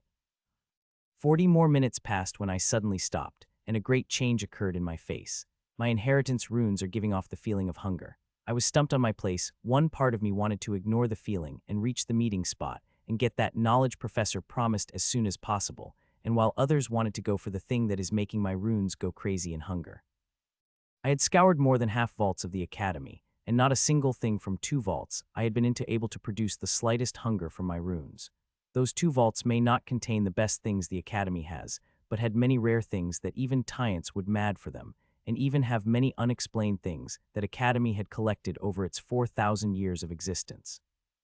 Still, my runes have not reacted to them, and so one could imagine how particular my runes are, and how difficult it is to find the things which could aid them. Not to forget the resources I would need for my tyrant breakthrough. I will need lots of resources that even Academy will not be able to provide all of them. It will be extremely helpful in creating that thing if I am able to get the things that my inheritance runes need. I thought hard for minutes before I finally unclenched the teeth I am clenching and walked toward the thing that is making my runes this hungry. I need resources, and unless I am willing to join a supreme, I will not get them. So whether I want or not, I will have to take the risk for it. I am moving carefully toward the general direction my runes are providing, and as my luck would have it, it is taking me deeper into the city. Till now I had intentionally avoided the deeper part of the city, but now I walk into it. I wonder where that thing is. It should not be much deeper. It should not be at the center or close to it, or I would be in trouble. I don't think I have the power to deal with the wraths that live in the center part of the city. Nearly an hour passed by, and I still see no sign of that thing. My runes are taking me further and further into the city, and that is scaring the hell of me. I might be a little suicidal, but I have no intention to lose my life. If things are above the level of what I could handle, I will leave without sparing a single thought toward the treasure my runes are feeling hungry for. Choo-choo. Suddenly, I stopped as the warning of Ashlyn rang out. The moment had come. She had finally spotted the first tyrant wrath. The tyrant wraith is a little distance away from me, but I could still see its features. It is a 15 meters long snake. It has red-gray ghostly scales all covering its body. It is not that strong, barely entering the tyrant stage, but that's not the question. The question is how to kill it. I had killed ghouls before, thousands of them, but never killed a wraith, though I read about tens of methods to kill them. I don't know which one to use on it. Choo-choo. While I was thinking, Ashlyn chirped loudly, and metallic shin covered her body, and before I could say anything, her tiny body burst into silvery flame, and she moved like a super-fast beam toward the tyrant wraith's snake. Roar! It let out a huge roar, but soon that roar cut off as Ashlyn directly went inside its huge head and came out the next second, holding a thumbnail-sized red-gray marble in her hand, while the wraith tyrant behind her turned into mist. I noticed while most of the mist merged into the environment, a tiny percent of holy red mist had gone to Ashlyn and merged with her. She did not seem to mind it, as she did not fly away from her spot. As for the marble in her little beak, she ate it. I could hear the faint crunching sound as she ate it, and from the look on her face, she is enjoying it very much. Like it is not a piece of tyrant being's core, but a candy she could easily digest. If she dared to eat, I don't think she will have any problems digesting it. Well, at least she had shown me how to kill a wraith, I said in my mind, and again begins head deeper into the city. Despite coming this deeper, even encountering a tyrant wraith, I was not able to find the thing that my runes are taking me to. Whatever the thing is, it must be very powerful to make my rules sense it away from such distance. Even the bone that Alina had given me could not be sensed by my runes after putting a 300 meters distance between it and my runes. Till now, I had crossed nearly 50 kilometers, but I could still not see a sign of it and felt like I would not see it for quite a while. I stopped and thought hard for a few minutes before continuing again. Whether I want to accept or not, I am becoming a little greedy for the treasure that could attract my runes from such a huge distance, but still, I would retreat without a doubt if things get very dangerous. With that thought, I once again heading deeper into the city before stopping after about 15 minutes as I had come across another tyrant wraith. It is a hog monster, which is about 15 meters long. It is made of red-gray, which looked a little more solidified than the last tyrant wraith. Still, one could see it is a wraith, with the way it is floating on the ground. I will take this one, Ashlyn, I said to Ashlyn. I don't want to waste time in useless fighting, but some aspects of the earlier battle had made me curious, and I want to experience myself. Vines flew out of hand and soon morphed into a sword. A moment later, a silvery layer is beginning to appear on the sword. It only took a second to cover the sword fully. The silver layer is no color, but my fire concentrated heavily. As for why using the vines as my sword instead of my real sword, I have my reasons. First boost. I directly activated first boost and moved toward the tyrant wraith. There is no time to dilly-dallying. The quicker I kill this wraith, the sooner I will find the answer and be able to move toward the place my runes are taking me. Oini. Soon there was only a meter distance between us, and it aimed its left tusk at me, is sure that it would be able to tear through me. It came closer and closer to me, and just when it inches away, tearing a giant-size hole in my stomach, I disappeared from my spot. Crutch. I appeared over its head and pierced my sword into it, and was quite surprised to find that despite looking misty, its defenses were equal to that of grim tyrant of the same level, but despite that, my sword was able to pierce through it before coming out next instant. When it came out, it did not hold the sword shape, at least not at the end. The end transformed back to vines, and it is holding a red-gray pearl of thumb size. As I removed its ghostly core, the tyrant below me turned into the mist, and like when Ashlyn did, most of it merged into an environment, but a tiny amount of pure red mist came at me. Seeing it coming at me, I did not move away. I had asked Ashlyn about this mist, though she did not say much anything. She said it is very beneficial, and I should take it. So I released some seals when red mist touched me and let it inside me. Fuck. The next second I cursed loudly, the mist turned into the boiling liquid and began to boil my insides. I have experienced many pains and am quite used to it, but it still made me curse out loud. The pain lasted for a few seconds before it started to lessen as the red mist began to get absorbed in my runes. It is not only my runes, but also the shell of honeycomb is also absorbing it, not to fill the cells, but strengthening itself. It couldn't help but surprised me greatly. Crutch, my vine sword, went inside the of ape tyrant wraith, and a moment later came back with red-gray wraith core. This core is about 80 while 20 gray, the amount red increased with the power of the wraiths. I did not get to observe the core for as long as the ape wraith had turned to mist, and a small amount of red mist entered inside me, giving me intense pain, which increases with the power of the wraith. I got quite used to this pain and did not scream a few seconds later. My runes and shell of honeycomb begin to absorb its red mist, and with it, the pain begins to lessen, and a few seconds later, it disappeared as mist got completely absorbed. With that finished, I did not waste a second and continued with my journey. The ape wraith is the 4th tyrant wraith I had killed, with Ashlyn killing 7. I had decided to kill them because of the red mist, which my runes and honeycomb seem to like very much. The red mist is strengthening them, which is a very good thing. I want my runes strong, so they could bear the pressure of that thing when I create it. The honeycomb is sucking energy to strengthen itself is quite surprising. I would not have been surprised if the honeycomb used the energy to fill its cells, but no, it had used it to strengthen itself. The benefits of it's unclear, except for the shell becoming more stable and stronger. The shell had taken the energies to strengthen itself before, the cosmic energies. It was not surprising that time, as everything present in me had taken the bite off the cosmic energies. While I did not receive any strengthening energy in return, I am not sad about it. The important thing is that my runes strengthen. It will help me very much in the long run. As for the core which Ashlyn's eating like Katie's, I have no interest in doing that. She is Ashlyn, she is strange and could do anything she wants, but if I ate that core, there is a high chance that I might explode. That is core fucking tyrant's core. People should not eat them like candies just because some strange bird does. While I am not planning to eat cores like candy, I am planning to consume it nonetheless, in a much safer way when I am in safety. An hour passed by. I killed another 3 wraiths and Ashlyn 6. We have now come quite deeper into the city. It could be said we are at the near end of the middle part of it, and it won't take long for us to reach the central part of the city, which is going to be extremely dangerous. I am now very sure that the thing my runes are sensing is in the central part. If it had been in the middle part of the city, I would have sensed it already, but I did not. Half an hour later, I entered the central part, the city's heart, and immediately noticed the change. The buildings became a lot more luxurious, made of materials that even we could not afford. If these materials not have been damaged to the core, I would have filled them in all the storage I have.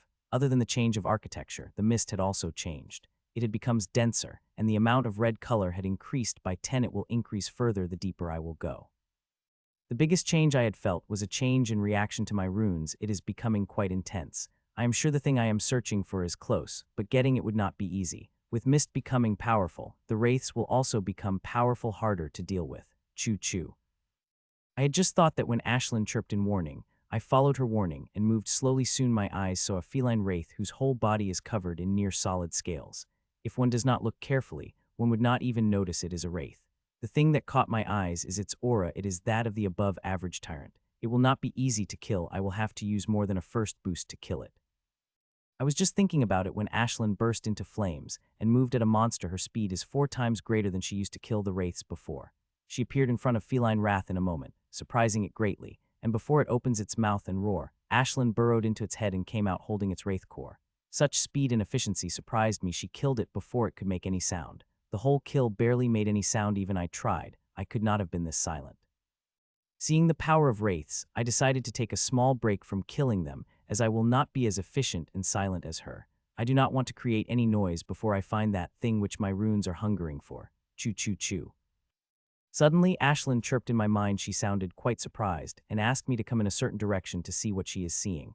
I moved and reached the place she wanted me to and looked at the place she had motioned. First, I was not able to see anything, but soon I saw, and my eyes couldn't help but constrict. A grim monster. There is fucking grim monster in here. I had not thought they would post sentry in this place, but they did, and it seemed to be practicing, sitting cross-legged without care for the world. Seeing it practicing in such a dangerous environment, I became even more careful about it and did not take action hastily. Nobody in their right mind would do something like that in such a dangerous environment unless they have full assurance of their safety, and seeing how calmly it is sitting without a tense muscle, I am sure there is something else than it seemed.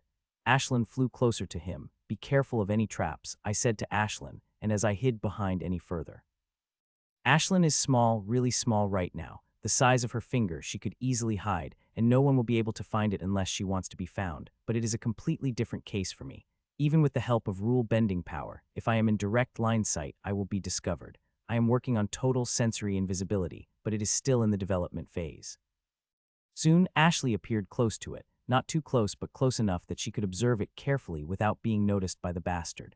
Ah, no wonder it is sitting here like a care for the world, I said in my mind. It took me a mere second. It had employed an artifact. There are 6 small red spherical crystals floating around it. They seem to hide it from the wraiths. This treasure seemed to be hiding it from the wraiths only, as Ashlyn and I could see it without any problem. This set of artifacts seemed to be forged for this special purpose. I could see these 6 spherical crystals have a lot of similarities with the core of the tyrant wraiths, except that the core is much smaller than the crystals, and on these crystals, dense grim runes could be seen. What is that? Suddenly, I had noticed something else. I first thought the circular mat that Grim Monster was sitting is nothing off to the important, but now it seemed like this mat is the most important treasure here. Sensing my intention, Ashlyn concentrated on the mat, and soon, I got a clear view of it and could help but get surprised by what I saw. It is a mat with dense runic formation painted on it, and above it, tiny red-gray marbles are seen. These marbles are clearly the cores of Tyrant Wraith, and it is sucking energy from them. The mat is seen to be purifying the energies of the core and sending it to the Grim Monster hair thin crimson like which Grim Monster seemed to be breathing it. I was planning on doing something like that with the core when I am safe, consuming the core in a way, not crunching it up like Ashlyn. I want that mat, I said to myself as I looked at the mat greedily. The degree it is purifying the energy from the core before letting the batard take is not something I will be able to do with the formation I would design. I will fall short compared to it. I am going to attack Bastard even though it is very dangerous to do it here. I will do it. Ashlyn said it is an above-average strength grim monster which I would be able to handle. Her definition is sketchy when she said something like it, but I am willing to believe her. Still, I did not attack immediately. I want to observe for a few minutes before I attack. This grim monster is quite weird. Most grim monsters stayed away from the Mist City, but not it had not stayed away, but it is even using energies of Wraith cores to practice. Either it is practicing some ghostly art that needs ghostly energies, or it had a bloodline that helps it absorb the energy. I will soon find out about it. A minute later, I walked out of my hiding spot and took out a dagger. It is not a common dagger, but an Emperor Grade 1. Sup, I charged it with energy and throw it at the grim monster, aiming for its next. The dagger released from my hand and became a blur before appearing in front of the 6 spherical crystals which are floating around the grim monster. Ting! A bell-like sound rang out when an invisible energy shield sprang out from the crystal and stopped the dagger before repelling the dagger back at me with twice force. Cap. It is a nice surprise to see a human here. I wonder why they did not catch you yet. It asked as it got up. Its blue bull body filled with steel-like muscles is one of the most muscular grim monsters I've seen, and it is also one of the taller ones, reaching the height of 8.5 meters. It is likely because you appeared in the Mist City. The city's energy makes it hard to sense the intruders that appeared in the city. It mumbled, answering its own question. It is wrong, of course I had appeared quite far from the city. It's just that the force of the grim monsters wasn't able to catch me. Of course I would not be telling it, and on the good side, this bastard had let me know a very important intel. Their sensors won't work here, which means killing it would not alert anyone. The grim monster in front of me is Azure Bullman. They are strong physical type grim monsters. They are known for their powerful physical strength and body. There might not be not single scale on its body like much high defense grim monsters have, but its defense is strong as theirs, even stronger. After it got up, it took the map back to its storage and stored the spherical crystals too before a powerful aura burst out of it and armor appeared. Seeing that my eyes shone blinding like a sun, the bastard has bloodline. Finally, I had found someone with bloodline. Human, you shall not have to this ruin. Allow me to send you on your way, it said before a strange gray aura released from its body. Jai, strange sounds began to come out of it, and a gray aura released from him. That gray aura had formed a huge gray figure behind it. It is a figure of the Bullman, but this Bullman is strange. It held a crooked ghostly smile, instead of the regal smile the bloodline phantoms of grim monsters possess. Also, its body seemed to be moving in a ghostly rhythm, which is extremely distracting that after looking at it for a moment, I avoided directly looking at it.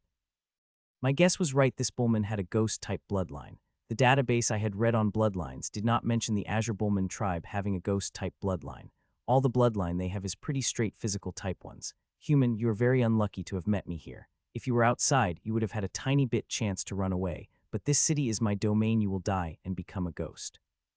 It said with a crazy laugh with a hint of ghostliness, just like the faint, irritating, ghostly sound that phantom behind him releasing. I long wanted to exorcise the powerful ghost. You fit the criteria perfectly, I said back, and silvery fire lit across my sword in first boost and second boost, along with all of my soul defenses.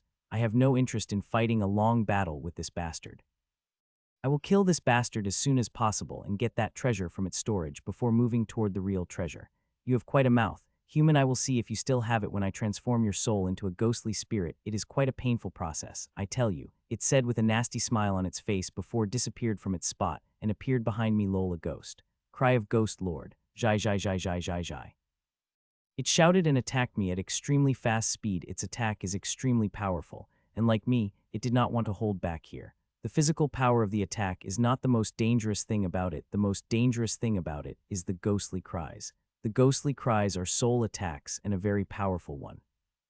If I did not have the powerful soul which had been purified by the likes of the cosmic energy and powerful soul defenses carved into my armor, these cries would have immobilized me, and that would have been enough to finish me off. Even those above average tyrants would have been stumped by the ghostly cries and died by its axe. No wonder it had such confidence, with such strange bloodline. Those with the same power are no match for it. Even those who are powerful than it are no match for it. I let the axe came closer to me. I could feel it smile behind my back, seeing me being stumped on the spot, thinking, I will die in a single attack like most of its prey had been. Well, that's not going to happen. When its axe had crossed half the distance, I moved, and my movements were so fast that it was a complete blur to it. Our weapons clashed, and a look of shock appeared on its face as its body shook before it begins to take steps back rapidly. The Azure Bullmen are famous for their physical strength, and this one has immense physical strength despite having a ghost bloodline which is part of the soul domain.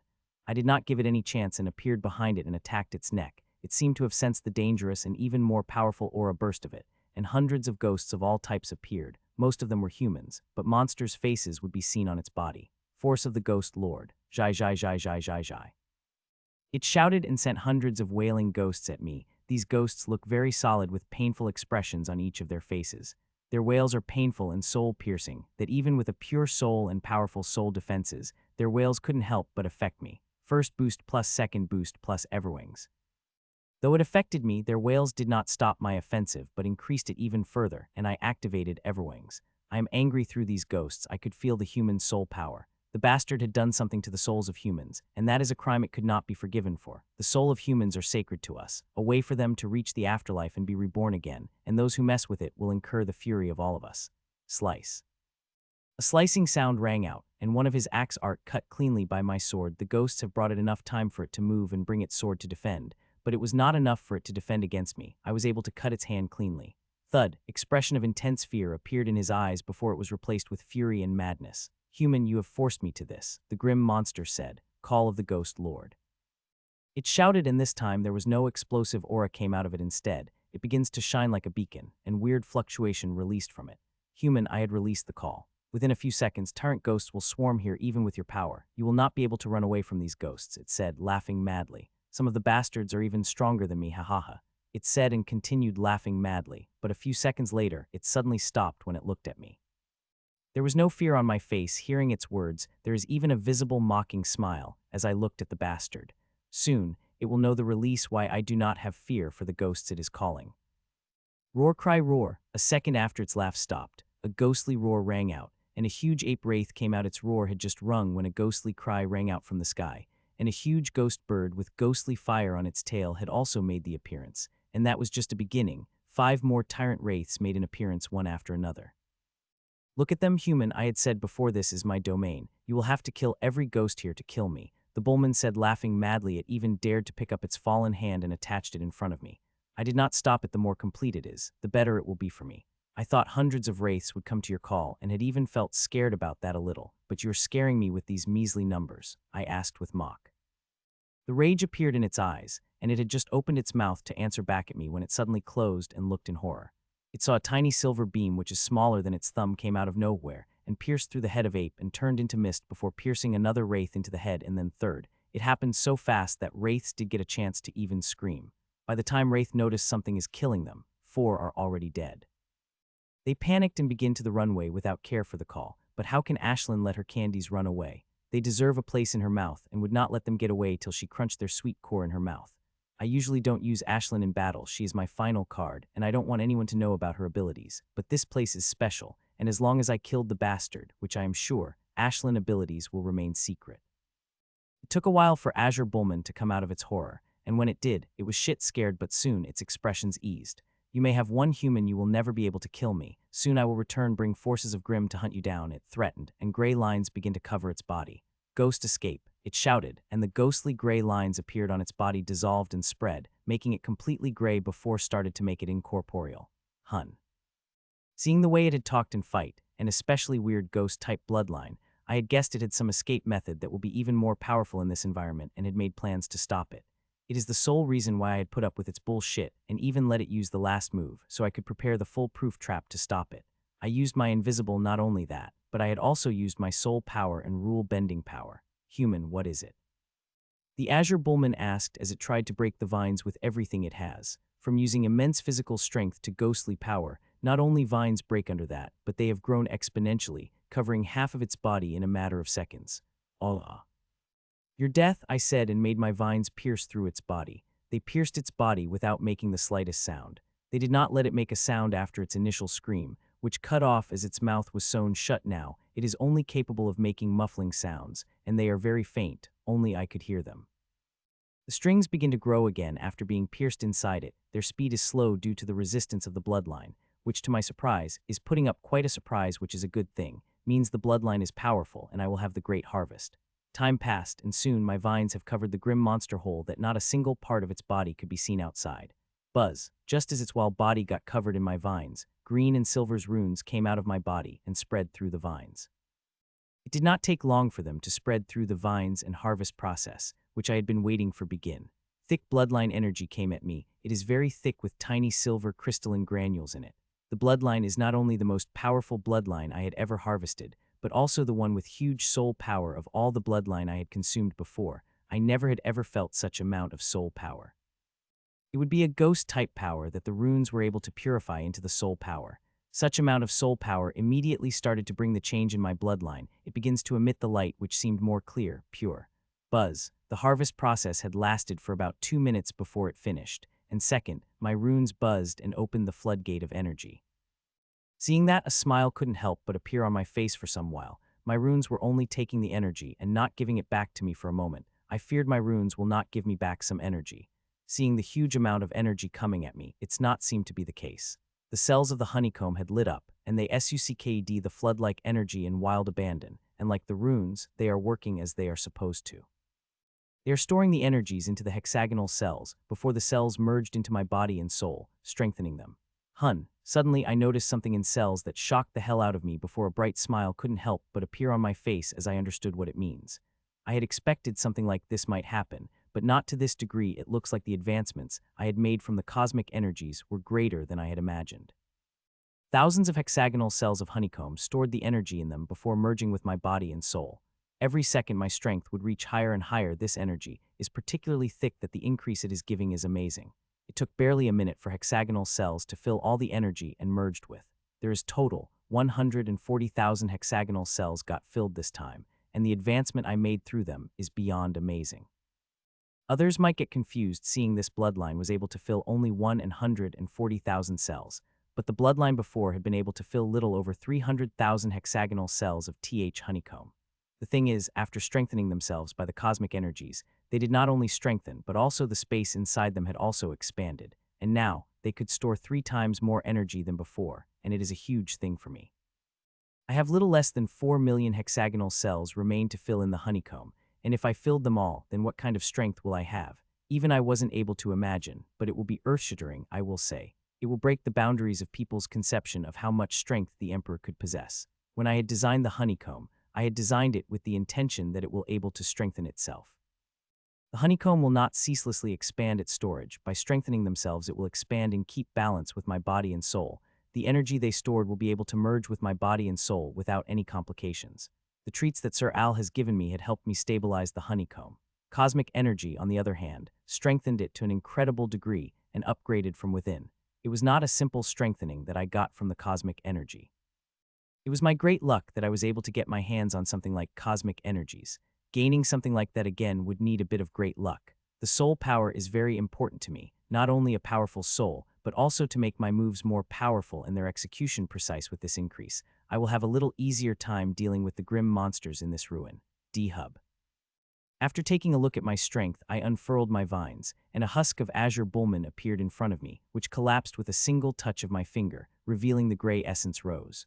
While it is gray in color, it had barely any ghostly qualities. Ghost power was its bloodline, not its. It's no surprise there is barely any on it. Yes, it's yours, I said with a sigh and took a rose in my hand. Just as I did, the gray energies of the rose had covered me before they started to get sucked inside me. It is not me that is sucking up the energy, but Nero. This is the first tyrant rose I had given him. He had been asking for it quite a while, but I resisted. I wanted to those tyrant essence rose to myself. Now I don't have any intention to deny Nero the essence rose, so I gave him and also watched him carefully. He had been inside that egg for far too long despite sucking bloodline energies, essences, roses, even cosmic energy. It had not come out of that egg. I wonder if the essence rose would be enough to make him come out, I thought as I saw it sucking up the energies. Within 4 minutes, the essence rose had disappeared, and the egg returned to its normal size without making any additional movement. Seeing that, I couldn't help but sigh. Looks like even a tyrant rose would not be enough for him to break out of his little egg. I shook my head and collected the stuff of azure bullman from the husk before vaporizing that husk to erase all the signs of the battle. I put all the stuff into my storage. A few seconds later, the seal on the storage opened by my ring and took out the formation mat, for which I had attacked the grim monster. Fuck, I curse in amazement. A second later, I sent my soul sense into it to know the details about this treasure, which I know is uncommon from the beginning, but only after spreading my soul sense inside it, I realized that uncommon words would be too low for this treasure. This mat is named as Mat of 1,000 Formations. As its name suggested, it had 1,000 formations inside it, and the one grim monster using is one of the formations of the mat. When I looked at few runic formations in the mat, I couldn't help but get shocked. Each and every formation is amazing. The one that grim monster using was the simplest one. That mat, there are some formations here that could make my head spin with a just glance. Studying these formations would be a great help to me. It will expand my runic knowledge exponentially. There is one more amazing thing about this mat that is not limited to the formations stored inside it. I could also store the formations I had designed inside it.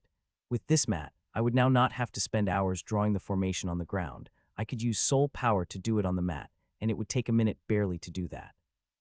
After some time, I stored the mat inside my storage. I want to study it more, but I don't have time. I have a target that I want to accomplish. I am happy with my trip to Mist City. I had got more than I had imagined. Now, even if I did not get my hands on the resource that my runes are taking me to, I would not be disappointed, but I would still try my all to get that thing. I begin to travel again with careful pace. There are powerful wraiths present here. While some of the wraiths called by the Azure Bullman were powerful, they were not the most powerful wraiths of the Most City. We could be said to be in the outskirt of the Mist City. Those wraiths at the center of the central part of the city are the real deal. In that part, the mist is very dense and all red with now part of gray present in it. One could imagine how powerful wraiths would be there. I am slowly closing into that area. I think it is in that part that thing is. I am not sure before, but I reach closer to it. I could actually feel the distance between us, and from a distance, it is the center of the city. It will be dangerous, and if I had not come this far, I would not have decided to come here, seeing the dangers. 3 more hours passed. In these 3 hours, I had been extremely careful while Ashlyn killed nearly all the tyrant wraiths that came in without making the slightest sound. I have never seen her kill so many powerful beings in such a short time. She really seemed to enjoy the cores of them to keep killing them in such fashion. I had felt the change when I entered the center of the city. All the gray parts had disappeared from red-gray mist, and now there is only red mist, and it is powerful. If I had no intention of attracting the attention, I would release a couple of seals of my armor and let this red energy in. The mist is dangerous but also very beneficial to me, but unfortunately I could not do that.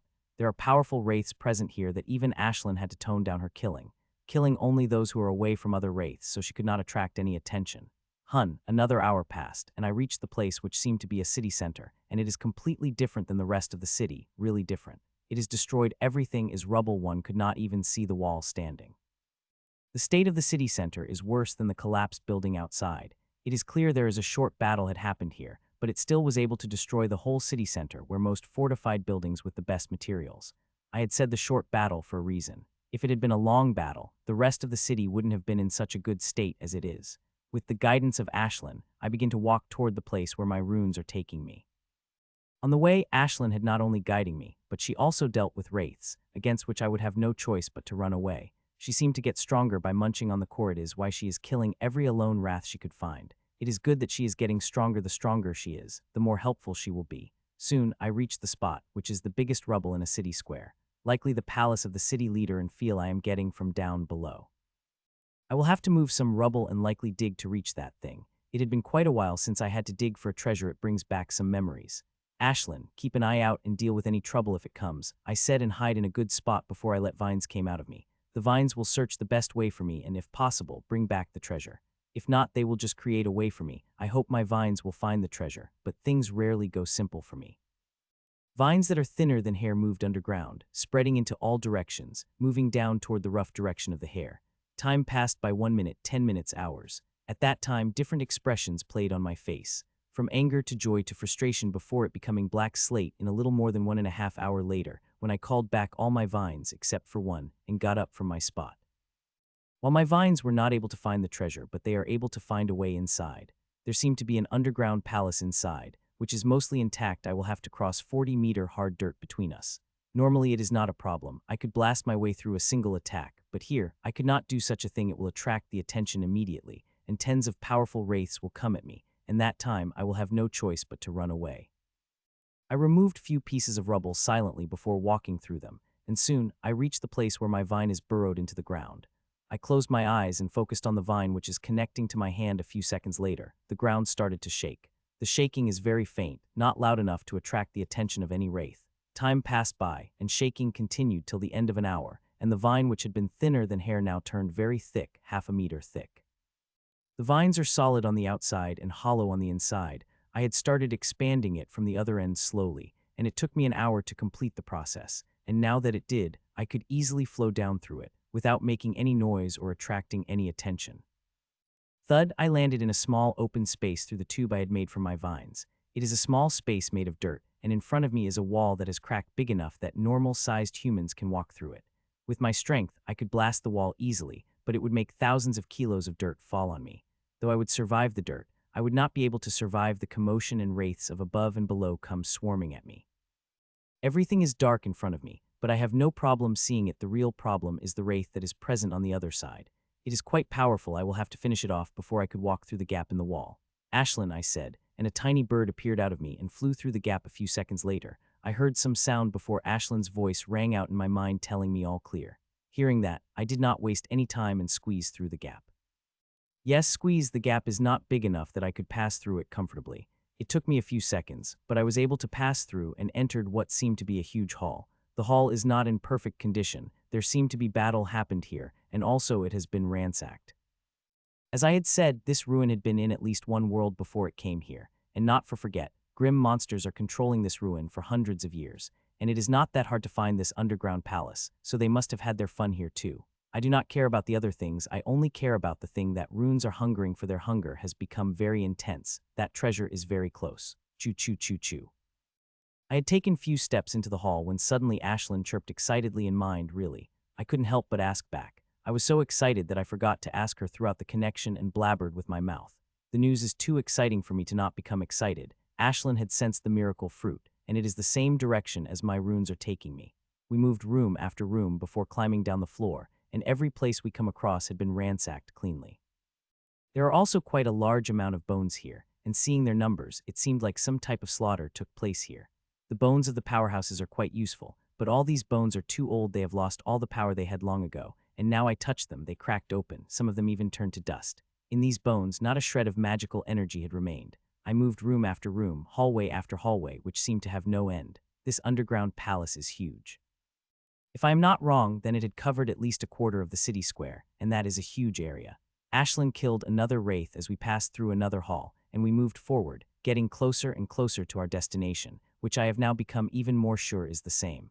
I wonder what kind of bloodline fruit it would be at my current stage. Regular miracle fruits are no use to me.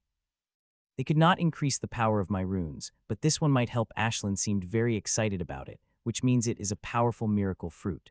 We passed through multiple hallways before climbing downstairs and found ourselves in the huge open ground, or I might say, a true underground arena. As I look at it, a look of fear couldn't help but appear on my face. I did not expect the last floor to be such wretched condition, I said to myself as I looked at the arena, which is filled with small and big cracks that look like it could collapse at my moment. I would not have dared to stand in such a dangerous place if not for my senses telling me treasure is right below it. Choo choo choo.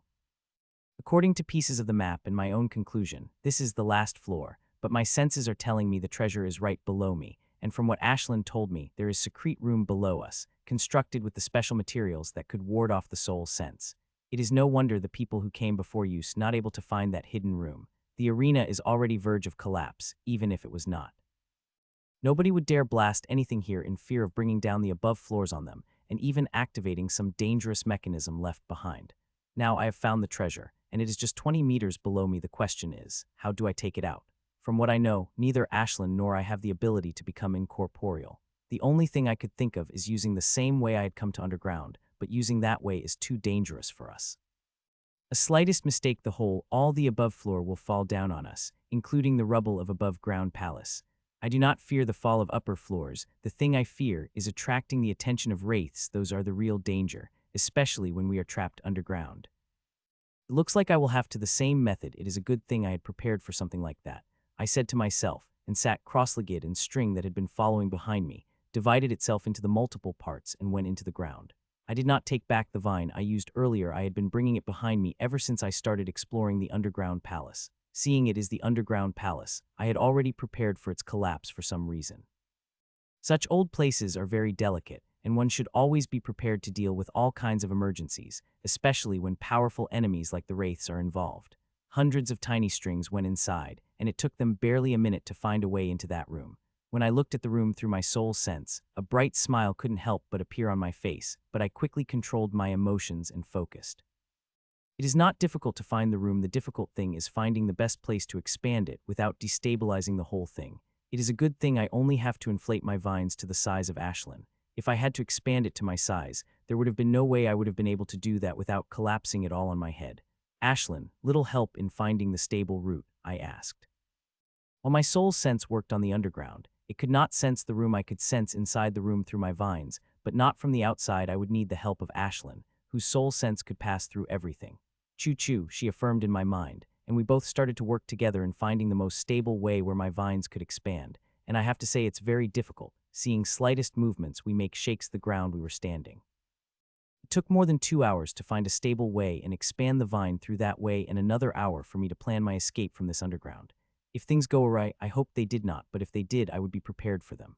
Ashlyn, get in. I asked Ashlyn to get inside my vine, which had split up to let us in. Ashlyn flew into it, and after her, I walked into the tube. The vine tube above the ground is my size, and the one below is of Ashlyn's. If things go awry, then I would use this tube to flew up, and I am confident in the tenacity of my vines that it would take me up even if the whole palace collapsed. Choo-choo. I closed my eyes and looked through the Ashlyn vision, which is extremely clear, unlike my soul sense, which is the only world in the monochromatic field, which is fine normally, but in some things you have to see the colors. The room is normal size, made of thick gray stones. The stones were likely the soul-blocking material which had not let my soul sense discover the room. In the center of the room is a square blue stone bed which had filled with runes, and on the bed is a skeleton lying in a sleeping position. The way it placed its hands and feet and marks on its bone, it was extremely injured and using some healing method to heal itself. Seeing the result, it is clear that the person was not able to heal themselves and died. The strangest thing about the skeleton is that there is a small purple tree of meter-long height coming out of its chest, and that tree had one small white color fruit hanging on it. Ashlyn's eyes concentrated on fruit, on the patterns on it specifically before disappointing emotions flashed in her mind. While she is disappointed, I am extremely happy I am able to identify the miracle fruit. It is called bloodline strengthening fruit. As its name suggests, it is used in strengthening the bloodline, and my bloodline really needs some strengthening. This fruit is specially made for people like me. It will be very useful to me than those people with the real bloodlines. Feeling my hunger for the fruit, Ashlyn flew to the ripe fruit and swiped it out of the tree, and it disappeared into storage. Once a thing entered Ashlyn's space, it cannot be sensed from outside. I had tried with the bone. My runes could not sense its position even when Ashlyn entered inside me. Ashlyn, look for the treasure, I said to Ashlyn, who nodded her tiny little head and began to look for the treasure I am sensing. She first looked at the room, which is empty aside from dirt and pieces of soul-blocking stone. She took some pieces without me asking her to do that. These pieces are small ones. She intentionally avoided the bigger one in case they destabilized the room, which is barely maintaining its existence. Ashlyn scanned through the whole room but did not find a single piece of the treasure. It means the treasure is on the skeleton, and she flew at it. D-Hub, the miracle fruit tree, had already turned into ashes, and just as the Ashlyn landed on the skeleton, it also turned into ash like the tree. Seeing that, I couldn't help but sigh. The skeleton was a powerful person without a doubt. If not, the miracle fruit would not have been born out of their essence, but in the end, that person also turned into the ashes. Flap, flap. Seeing the skeleton turning the ash, Ashlyn flew up and flapped her wings gently. Her movements were gentle, but they were able to move away from all the dust off the bed, and now there are only two things remaining on the stone bed: a ring and a small green-violet pearl. The pearl is a little smaller than the fingernail and radiating gentle light. Just one look at the pearl, and I know this is the treasure my runes were hungering for. Even Ashlyn's eyes begin to shine for a moment seeing the pearl before she was able to calm herself. My eyes turned a little greedy seeing the ring, and I desperately hoped that it is a storage ring. Even if something little had been left in it, it would be a great treasure for me, seeing the difference between that person's level and mine. Ashlyn, take the treasures and return, I asked Ashlyn. She nodded with her little head and swiped up the treasure before flying up toward the vine pipe. She had reached Vine's pipe when she suddenly stopped, and I immediately got a bad feeling about what she is gonna do, and was about to open my mouth to warn her when she swiped her wing toward the room. Instantly, all the big and small rocks of soul-blocking stone had disappeared, and also the blue bed, which I desired but held back the urge, seeing it will destabilize the room, but Ashlyn sensed my desire for those things and did not hold back. Shake, shake, shake, fuck Ashlyn, I cursed seeing her Ashlyn coming up from the pipe. I hadn't finished cursing up when the shaking begins, and it became greater and greater by the Ashlyn reach me. The shaking has become loud and huge pieces of stones begin to fall down. Let's go, I said, and a powerful aura burst out of me and I shot through the vine pipe. It's a good thing I had prepared for an emergency. Otherwise, it would have a hell of trouble to get out of the underground, and now it would only take few seconds. My speed is great, and why it wouldn't be when I used all my strength. I had activated first boot plus second boost plus everwings together to get out. Not only to get out, but also to run away from the real trouble I am going to face after I get out. The underground palace is collapsing, huge stones falling all over, the earth is caving, and some residual formations and bursting apart like bombs. Some of the big stones and explosions had hit my vine too, but it bore it all. The most I had felt were the light shakes. My vine is very strong, it would not break easily, it would need a much greater force to break it. Sup, a few seconds later, I burst out of the pipe and came out in the open sky.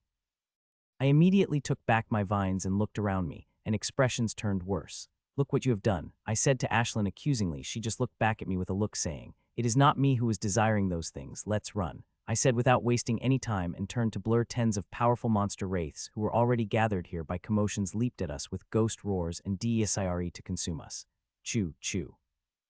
Ashlyn besides me chirped loudly and turned metallic before bursting into the flames and flew ahead toward the elephant wraith that is blocking our way. Snort. The elephant wraith let out a huge ghostly snort and attacked Ashlyn with its snot. Its attack is very fast, blurring to me, but Ashlyn expertly avoided it by centimeter before pieced through its head and coming out of the other side, holding its core which she crunched in front of all the wraiths.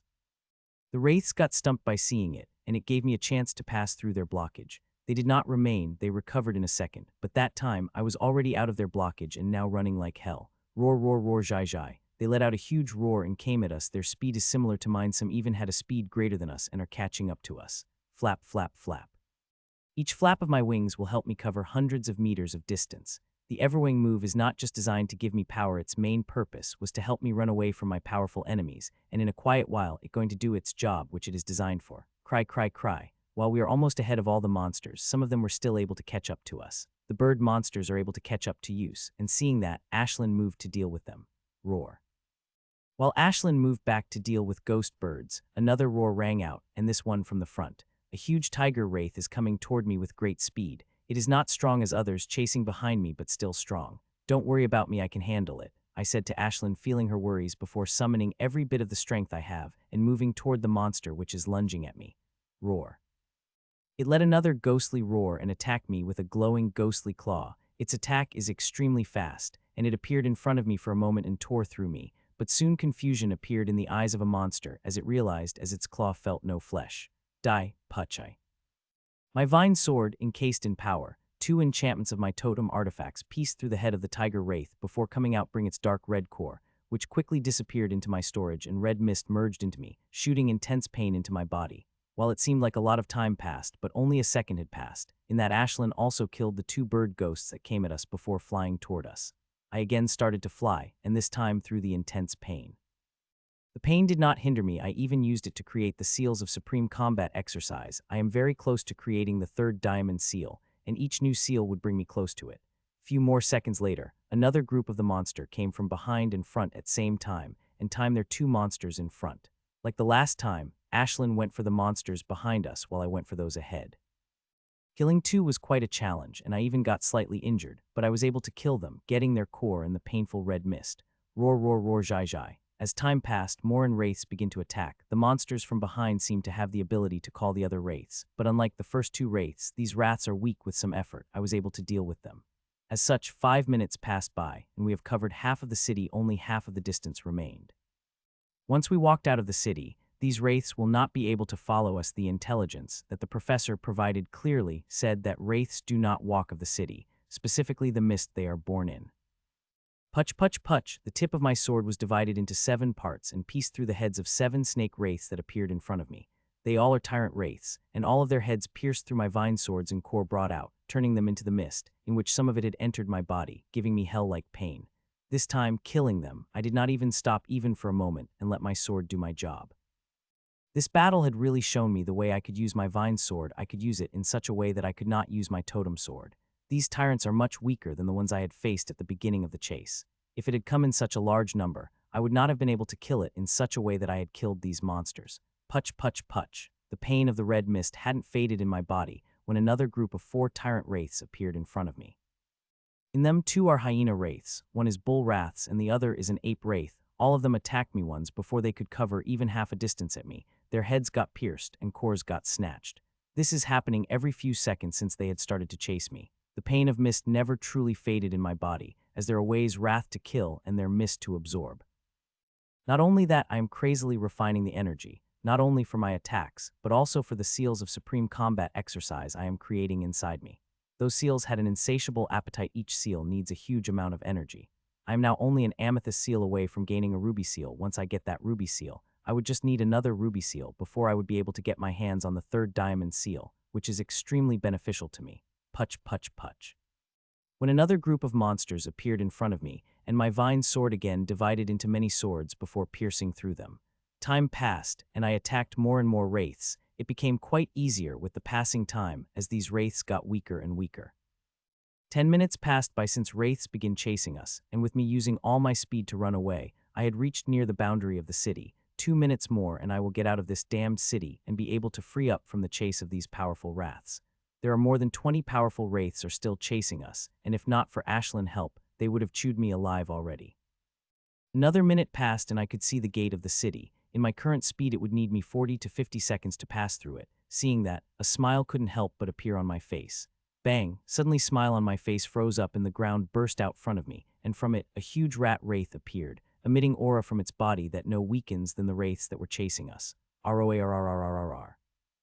It let out a weird ghostly roar, and came at me. Its speed is so blurring that it won't take even a second to reach me, and I won't be able to avoid its attack even if I want to. Ashlyn is busy dealing with 4 powerful wraiths at this time, and from the looks, these dumb wraiths seem to have planned it very carefully, and it is a good plan, I will say. Ashlyn wanted to come to help me, but I stopped her. If I could not deal with such a wraith, then all the power I had accumulated will be for naught. It looks like I will have to use that, I said. I felt quite angry using that move with my current strength. With the current level of my strength, I should not have to use that move, but the enemy coming at me is powerful enough to force me to use that move. Third boost. I activated the third boost, and a powerful sanguine aura burst out of me. The aura is so powerful that even Rat Wraith's eyes constricted sensing it. What level are my physical and soul power right now? It is unmatched in the Emperor stage, enhanced and purified by the treasures that others could only dream of, so the power I could burst with when I burn my essence could easily be imagined.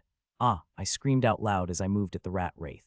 As I did, my sword begins to grow, and within a fraction of a second, it reached 10 meters in height and clashed again with the Rat Wraith. Rip! A ripping sound rang out as my huge sword, covering in sanguine silver flames, ripped through the Rat Wraith. It took less than a second for me to rip into two. The Rat Wraith did not even have a chance to scream before it ripped into two and disappeared from the world. From the mist, I had caught its core, which is dark red filled with dense energy, and at the same time, dark red mist entered my body and made me nearly screamed in pain. The red mist from the rat wraith is extremely powerful, so powerful that it slightly made me disoriented in pain, but I had quickly controlled myself and moved toward the city gate at my stop speed. On the way, I had attacked with even more tyrant wraiths, but these wraiths nothing in front of that rat wraith which I had slain a few seconds ago. While they are nothing, the red mist from them increased the pain I am already feeling. It is a good thing I have been circulating the supreme combat exercise, otherwise it would have been very hard to deal with such pain. The allure of benefits make one bear anything, even torturous pain. Few seconds passed by, and finally, Ashlyn and I passed through the gate at blurring speed while monster wraiths behind us roared in indignation. It felt good to be coming out of that damn place. I thought and looked back at the angry wraiths inside who were roaring at me crazily, but no one dared to come out. I looked at them for a second before I started moving forward while deactivating all my moves and crazily refining more and more mana through my refining engine. In the last 40 seconds, I was able to create the 90th amethyst seal, and since it happened, a small problem has been created. The amethyst seal is sucking the energy from me right now, but it is not a problem. I could easily provide the energies for it. The problem is that I now had 10 amethyst seals in my temple, and from them, a ruby seal would be created. I will have to control my energy expenditure as I moved, so I could provide enough energy for the coming ruby seal. I could drink the potions for the energy needs. I have stocked them heavily in my storage, but I did not plan to use them. Those are for emergencies where I did not have time to refine my energy. I am closer to breaking into the 8th floor of my refining tower, even able to make cracks on the base of it. This will be good practice. Then the next time I tried to break into the 8th floor, I might actually succeed. Soon, the amethyst seal finished, and it gave me the boost that I did not even felt, but that's not the point. After it finished transmitting the boost, it took its place in my temple before it started spinning with the other 9 amethyst seals. As the formation of ruby seal begins, it begins to suck a huge amount of energy from my storage. It had happened to me hundreds of times, but I still could not believe the number of energies it took. The amount of the energies it takes depend upon my strength, and since it is increasing, the energies needed for the ruby seal had also increased. It is a good thing that diamond seal did not take even a speck of energy from me. If it had taken the energies, it would have been huge. My refinement engine would have been enough. I would have drunk those hundreds of potions. Time passed by before finally, the seal stopped sucking energy and revealed itself a few seconds later. As it did, it released the energies, and which spread into my body and soul. Most of these energies have been absorbed by my body and soul, but some went to my runes and the honeycomb. Soon, all the energies had absorbed away, and ruby seal took its place among the other 8 ruby seals. The strength it gives is good, though nothing compared to the bloodlines, but still good. It is especially helpful in dealing with the loss of vital essence I had after I had burned my blood. I now only have to create another ruby seal, and I will have my 3rd diamond seal. Just thinking about sent excited shivers in my body. The benefits of diamond seal are too great not to be excited about. While its benefits are great, creating it is also equally harder. Creating these last 10 amethyst seals will be very hard. Choo-choo.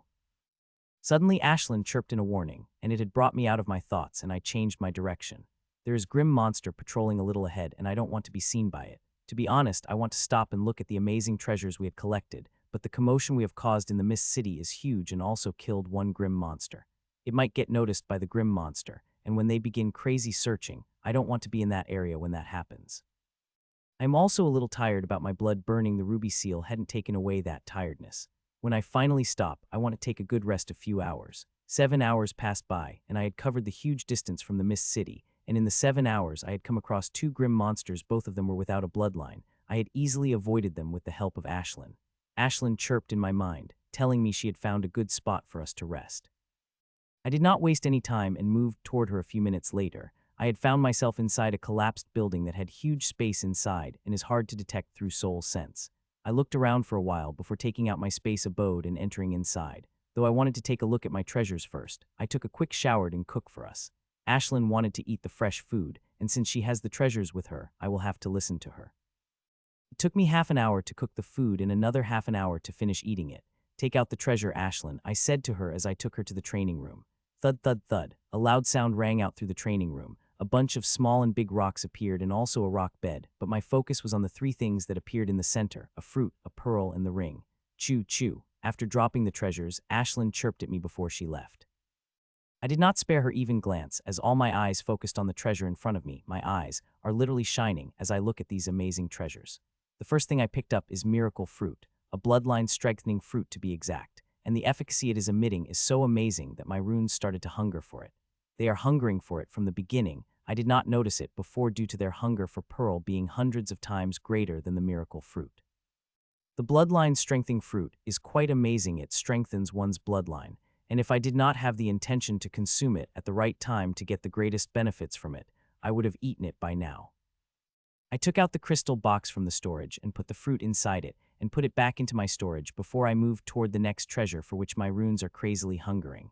The hunger of it is so great that it easily drowned their hunger for the miracle fruit. The pearl is smaller than a fingernail and is blue-violet in color, which it faintly emitting. As I scanned it with my soul sense, I was not able to find anything about it, but it's still shocked by the way my soul sense acted around it. As my soul sense moved around it, it was somehow able to attract my soul sense toward it like how a huge mass of bodies like planets attracts nearby objects toward them through gravity. I tested it with energy, and even a faint bit of physical energy I could produce after concentrating, but the pearl did not do anything to them. It is very clear that it is a soul type of treasure, and it is shocking seeing how rare the soul type treasures are, especially as powerful as this one. While I do not know what grade this treasure is, I know it is very high, and seeing the reaction from my runes, I am very lucky to have it. Like the fruit, I am not going to use it and not even sure even I could use it, seeing I was barely able to find anything about it. I will do some research about it, and if it had elements IDSIRE, then I will use it during the creation of that thing, and I am sure it will act as one of the main resources in the creation of that thing. I stored the pearl in a crystal box before putting it away in my storage before looking at the ring with hopeful eyes. I took the ring in my hands and insert my soul sense into it as I did. A flash of disappointed expression appeared on my face. Though I had known about it, finding it still couldn't help but make me quite disappointed. On the way, I couldn't help but Ashlyn whether this ring storage ring or not, and she said it is not. Yes, it is not a storage ring, but it is a space treasure of very high grade. It is quite damaged, but still usable. The treasure's name is Space's Breath. It had two functions, one is tearing the space, and the other is leaving the space markers. Those two things could be done by any sufficiently powerful tyrant. What makes this treasure especially useful is that it could tear through unstable space, and not let the user get swept in space wave or lose the direction. One would be able to safely return to the place where a marker is placed. This treasure is so amazing that if it got known outside, many people would go frenzies for it. As not only could it tear through the unstable space, but also through the very stable spaces or spaces that are made stable through the artifacts. This means it could help one get away from space locks. For this ability people would go crazy for, as it literally life-saving. If it had been in its peak condition, a tyrant could forget about using it. Even the most powerful tyrant would not use it no matter how much energy they pour in it. With it being damaged, its functions had lessened, and so is the power required to use it, but the requirements for energy are still huge. So huge I could forget using it. Even elite tyrant would be sucked try by it without being able to activate the ring. Only leader class tyrant could activate it, and it would dry most of them after a single use. The ring is clearly mentioning the energy it requires for its activation, and it left my head spinning. I wore the ring in my hand. It turned out it could not be stored in a storage ring like mine. Its level is too low to store this type of space treasure. I will have to wear it in my hand till I find the storage treasure strong enough to store something like it. I wish I had natural storage ability like Ashlyn with it. I would not have to worry about storing such powerful things. Now there are two things in front of me, the gray stones, which are soul-eluding rocks. They elude the soul power, making one's soul sense believe they do not exist. When I scan my soul sense into the rocks, I could not find them. They do not exist in my soul sense. These stones are in very good condition, and many would pay a very high price for them if I were to sell them. Such treasures are always in very high demand. I put away the stones, and now the only thing that remained in the room is a blue stone bed carved in dense runes. Seeing the runes in the stone, I know the bed is very special, and now I just have to find what it does. An hour later, I unwillingly put the bed into my storage. I was barely able to scratch the surface of the bed's ability, but it was still made me very shocked. The bed was a very powerful medical-type artifact. It might be a similar grade as those beds that twins were bloodson. Those beds were extremely amazing medical artifacts. The academy did not have something like it, and I know the teacher would be very happy. She knows I got something like it. Teacher had wanted such artifacts for many years. Crack, crack, crack, bang. My energy broke through the base and entered the 8th floor. I had been trying for some time and had finally able to break through the 8th floor of my refining tower, gaining purer energy, greater storage, and the ability to merge 8 types of energy. This ability might not seem useful, seeing I only have 7 energies, but it is. I could copy one of my energy and tweak it a little with rule bending power. it will bring a huge change in energy that I could use to merge with the rest of the energies. With my energy reaching the 8th floor of the refining tower, I could not use that formula of inheritance energy that I had perfected not long ago. This new formula gives 27 more power than the current 7 energy formula I am using, and not to forget the increase I will gain from the purity of energy. Reaching the 8th floor had increased my strength considerably. It will make dealing with the grim monsters a little easier. After making a breakthrough in my refinement tower, I applied the new formula and refined my inheritance energy through it before I left the abode. Nearly 3 days had passed since I had come to this ruin, but till now, I saw no sign of a mark on my wrist activating. Even when I am steadily gaining ground, Professor seemed to be really far away from me for the mark to sense it. Still, some good things have come out from Professor not finding me sooner. If we had met sooner, I would not have gone to Miss City with her strength. We would have chosen a different route altogether. While this ruin may seem moderate, it is very dangerous. There are some places here that even elites would think twice before passing through them. I have no interest in going through them. I went to the Mist City because it was saving me a day of travel, though I ended spending nearly a day there searching for the treasures. 7 hours passed by, and I had covered quite a lot of distance on the way. I had come across the 3 grim monsters. The grim monsters are still searching for me ever since I had entered this realm. They had not stopped me.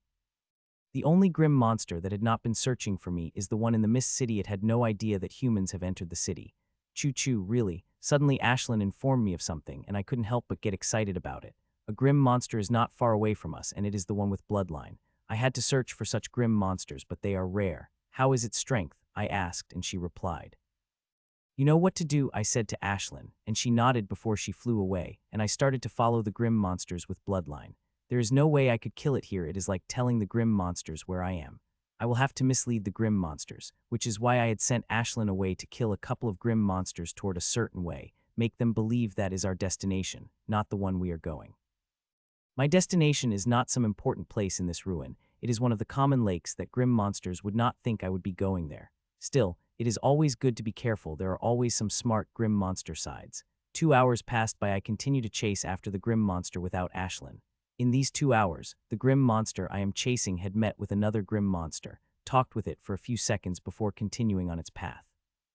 It's time, I said about 3.5 hours later, as we have moved quite far away from my main path, and Ashlyn also killed a couple of grim monsters successively, and now returning at her top speed.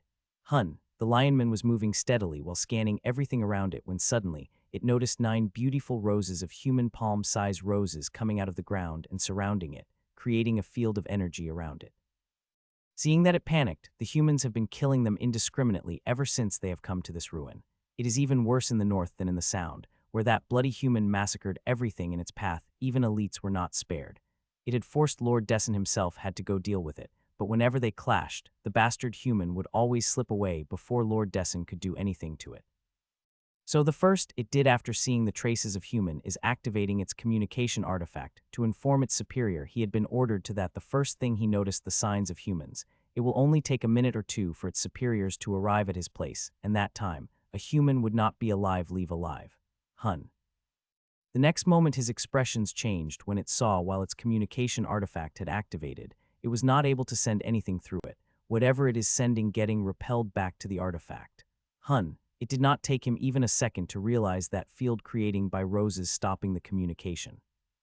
Seeing that, he did not waste any time and charged its first and about to attack when it found it could not move its body. It was bound by the invisible strings. Seeing that, fear couldn't help but appear on his face.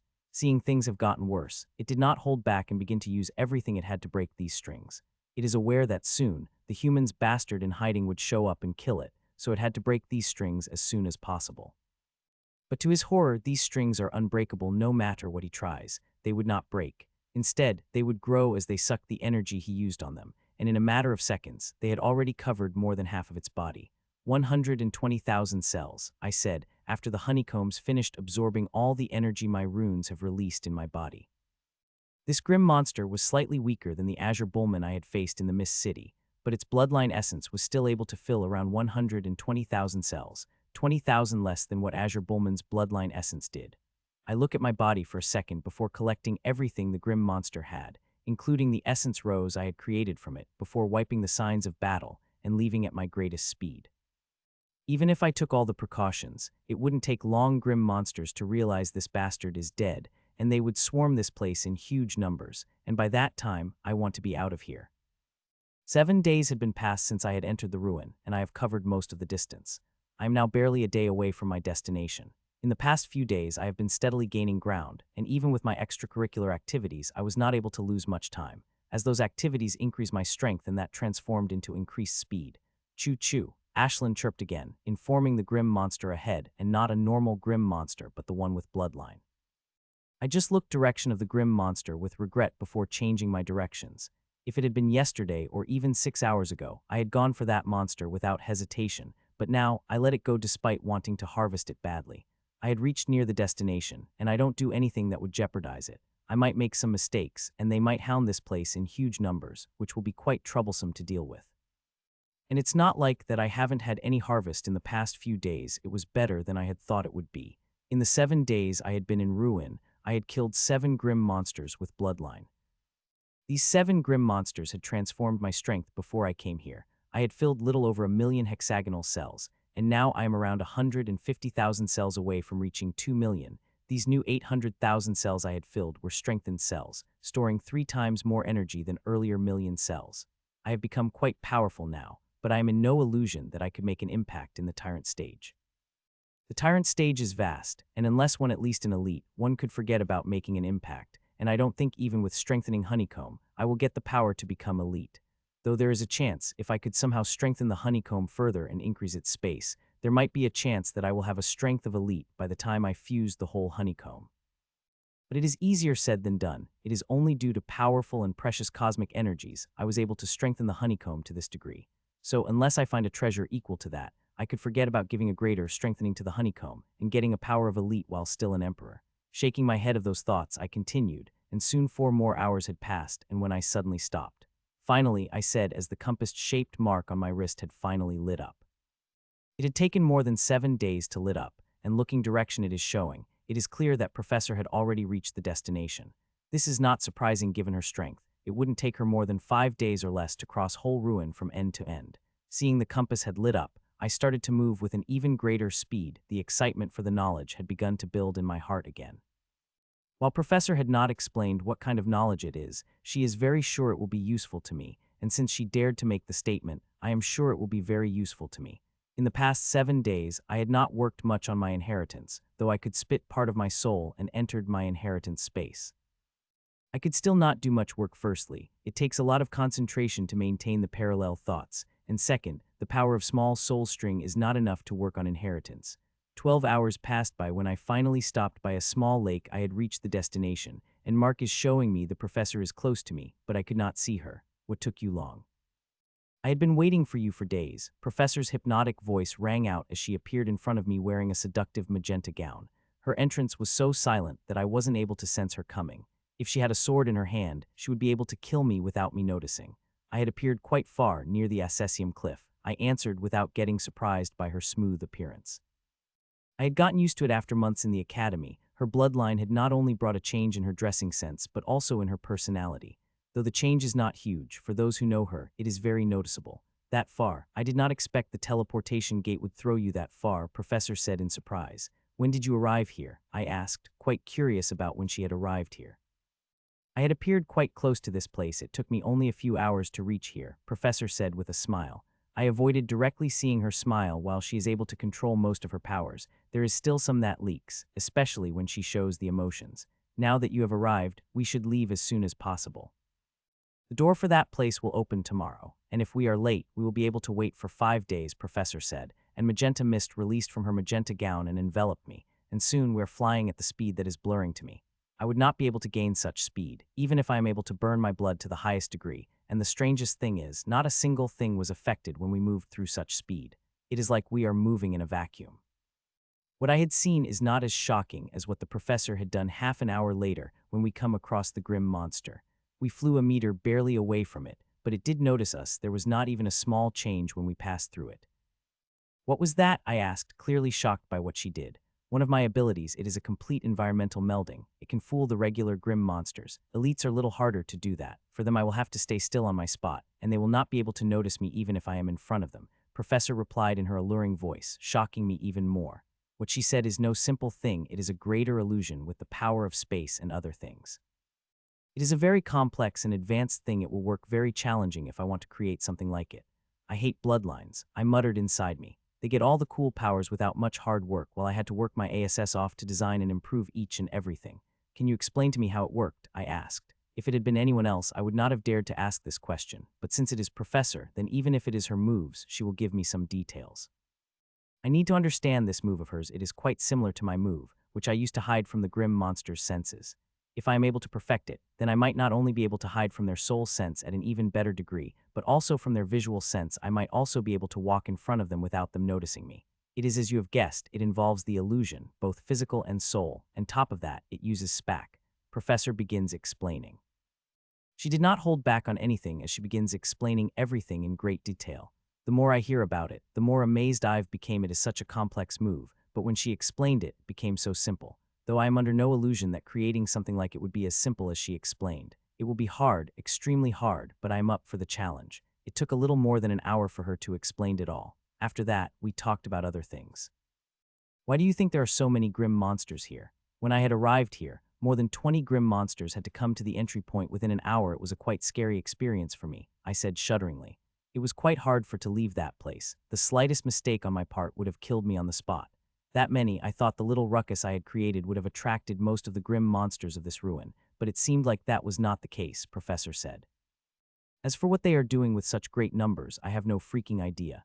I tried to find out about it. All my attempts have been unsuccessful, she said a little angrily, hearing that I couldn't help but get surprised. You know, there is a high chance that a leader-class tyrant here to see things, I said. I know, she replied with a sigh.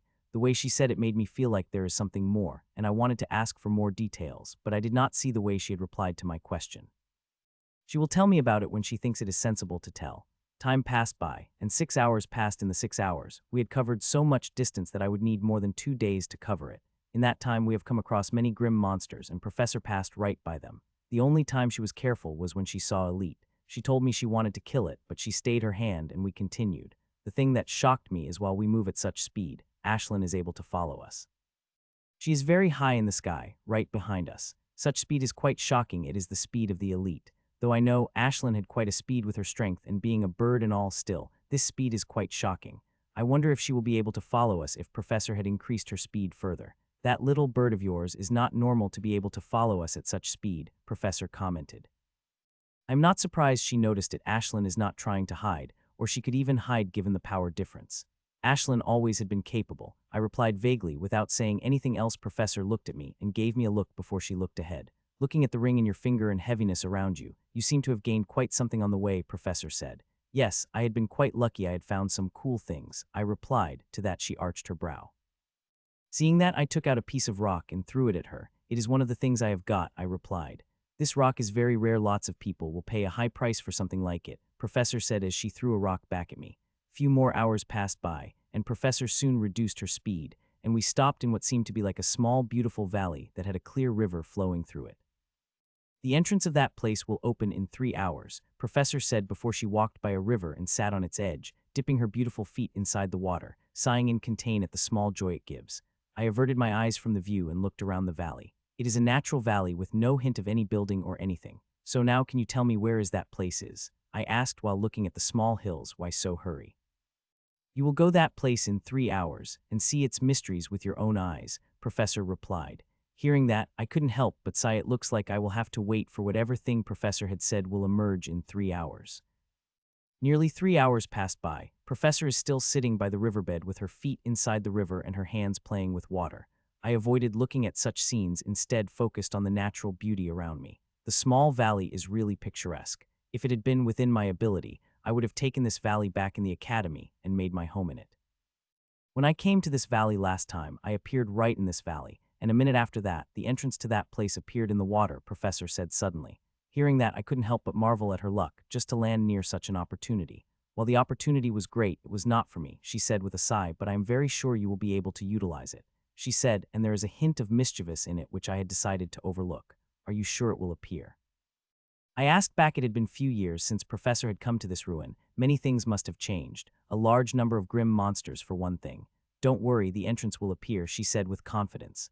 Zin, a second after Professor said that, the water on the river vibrated, and a complex runic circle appeared on it before it had transformed to the teleportation gate. For a moment, I wonder if it is Professor's doing, seeing the perfect timing. Let's enter the gate will only remain open for 1 minute only, Professor said, and flew to the teleportation gate before entering inside it. Seeing her disappear, I also did not waste any time and flew toward the teleportation gate before entering inside. Next moment, I appeared inside a huge building, and when I looked around, my eyes popped up. I am shocked, so shocked I have not been this shocked in quite a while. It is the only word that came out of my mouth. Seeing the professor had talked so mysteriously about it, I had expected it would be amazing, but I had not expected it would be this amazing. I had not expected she would take me to the giant FUCKING library. I am in the library, it is huge. No libraries of Supremes could compare to it. Its shelves filled with thousands and thousands of scrolls, books, and tomes, there are millions of them, and I could already see the other halls and rooms, which have more books in them. There's also a sitting arrangement for thousands of people to read the book. It looked like the library of supremely powerful organization I had read about in books. The library is not only big, but also very beautiful. Every little part of the library seemed to be made by a great artisan. It is beautiful, and also the library had an aura that makes it feel like a sacred thing, and speaking loudly in this space would be sacrilege of this sacred space. For a moment I thought whether I am in some illusion. This library is real, very real. I could not see even the faintest hint of illusion in it. Patrons, I welcome you to the Library of Hermes, a gentle voice said, and a very beautiful woman who seemed to be in her early 50s appeared in front of us. Elf, I asked myself. The beautiful woman in front of me did not seem like a human, with a beautiful angular face, radiant purple eyes, flowing green hair, and most importantly, long pointed ears, all referred to the mythical elves I had heard about. Patron Josephine, I hope you have not come here empty-handed as last time. If you did, I would have to throw you out, the woman said. Her voice is gentle and her expression is soft, but when Professor heard her sweet warning, she couldn't help but shudder visibly. It looks like Professor did not have much pleasant experience when she came here last time. Unfortunately, yes, Overseer, but I brought him. I am sure he has something that you will love to add to your library, Professor said, and she literally placed me with the front of her. Then now I am directly sight of gentle-looking, terrifying elf, and the worst thing is, I do not know what is happening. Her explanation had sent a huge shockwave in my heart. From what I heard, the artifacts which could create the spirit are crazily powerful, and so powerful that people in a small world like ours should not mess with them. No wonder Professor is scared of this woman. Have this one has explained the rules of the library to you? The library spirit asked. To that, I shook my head. Not surprising. The foxes are always very naughty, never doing the things they should be doing, the library spirit said as she cast a glance at the professor before she turned to me. In the absence of a librarian, we have an exchange system. Under this system, you have to give something to the library. It should not be something library possesses or contain the different view from the books library had. In exchange, you will be able to read the books of the library. The time you could spend in the library and sections you will read will depend upon the value of the thing you provide to the library. The lady explained the rules, and they are quite surprising and held the true meaning of, there is nothing free in the world. I looked at the professor accusingly, who smiled at me mischievously without a hint of an apology in her smile. It would have been better if she had warned me about the system of the library. I would have been better prepared to deal with it. After glaring at the professor, I looked at the library spirit. So the knowledge I submit to the library will give me access and time in the library. The quality of it will decide the access and time, right? I asked. There is another question I have in my mind, but I decided to ask it later when I finished with my business. Who knows? She might get angry by it and throw me out. Yes, that's what I had said, she said. Hearing her confirmation, I begin to think. I have many things, but not all of them would be useful. Looking at the scale of the library, and since it is an artifact that is powerful enough to produce the library spirit, it might have already had everything I want to provide. Still, I have a few things that might even impress this grand library. Please see these, I said, and 6 books appeared in front of me. These 6 books have an amalgamation of all the knowledge I had comprehended from the 7 books the hidden being have provided. I only did not bring out my comprehension of rule-bending power. That is my secret, and I don't want anyone to know about it. If I could, I would have given her copies of the 6 of 7 books that hidden being have provided me, but I could not. They could not be taken out of inheritance space, and knowledge inside them couldn't be transmitted unless I comprehended it and written it down.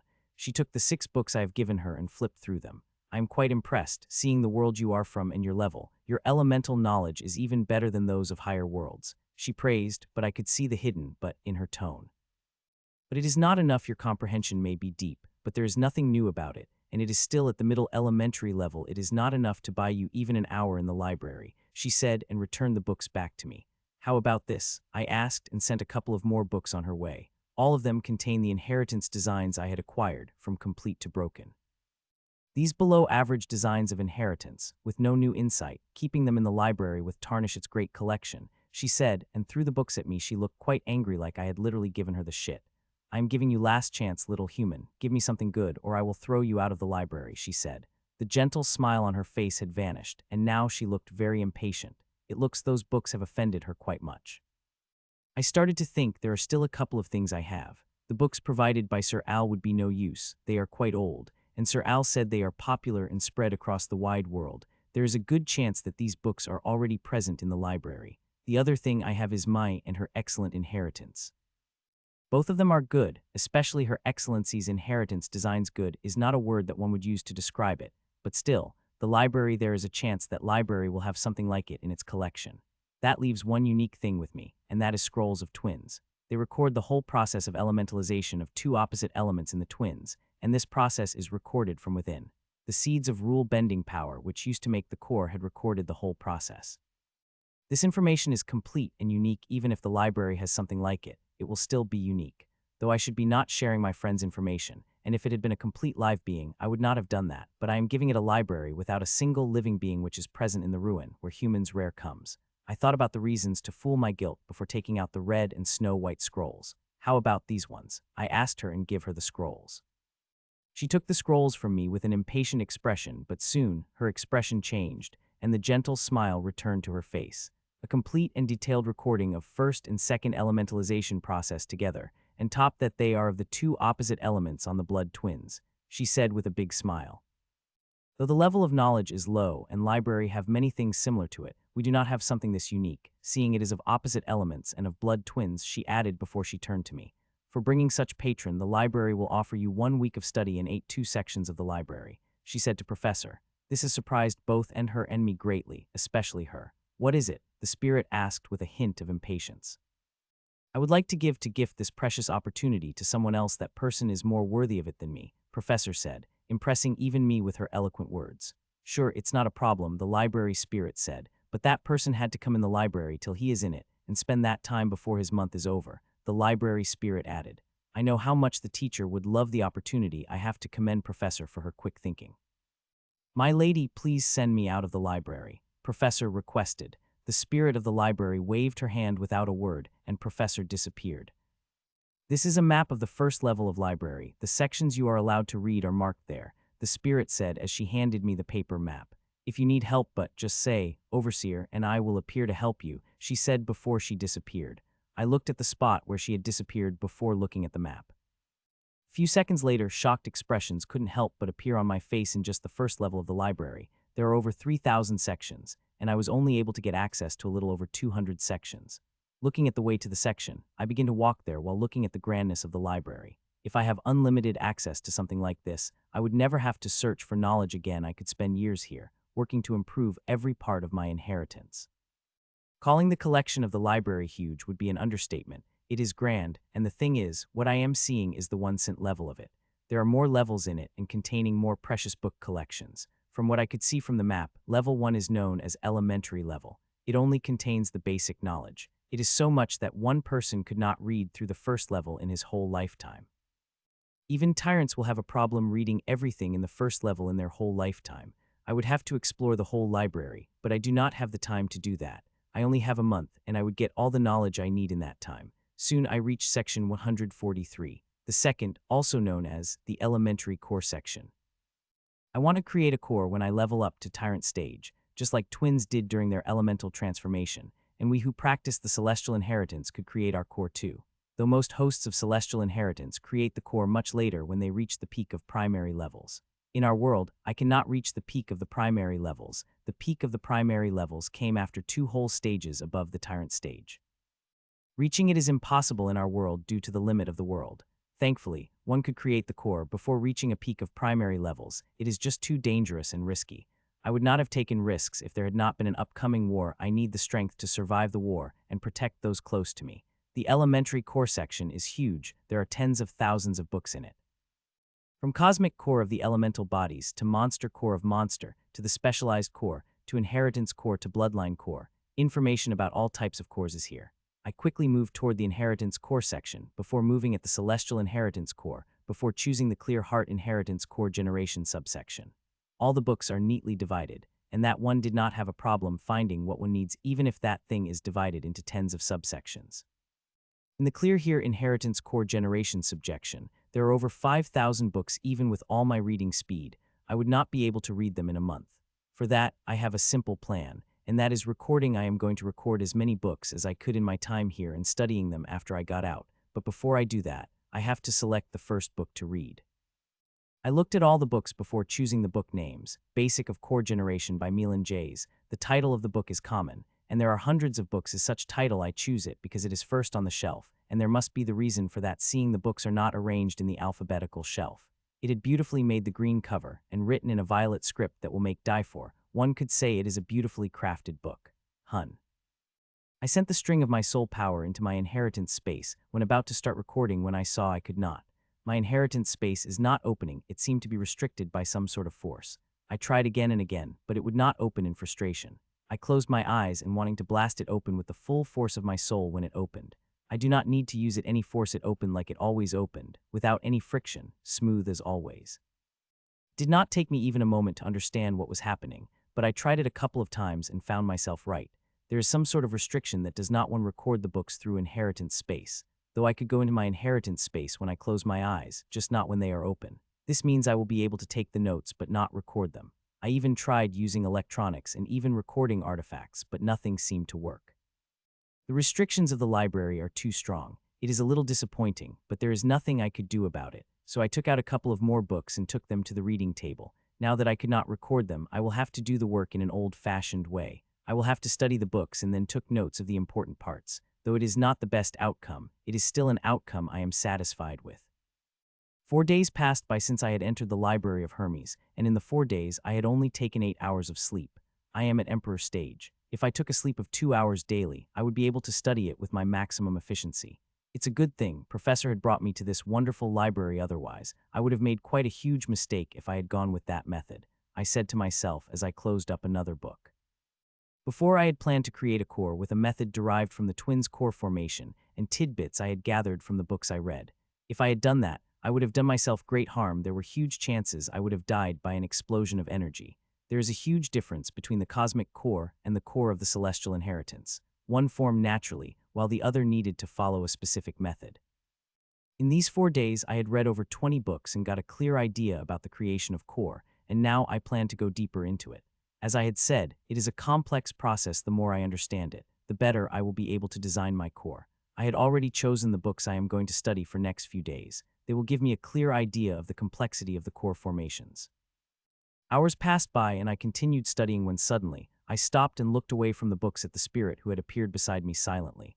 "My lady, do you need anything?" I asked. "No, I do not need anything. I had only come to inform you that Josephine and the healer had arrived, and they are currently at the lobby," she informed, and disappeared before I could say anything. Teacher had come this quickly, I asked myself. I had needed nearly 8 days to reach the destination and another half a day to reach the library, but Professor went back to the academy and brought the teacher here in 5 days without missing an opening.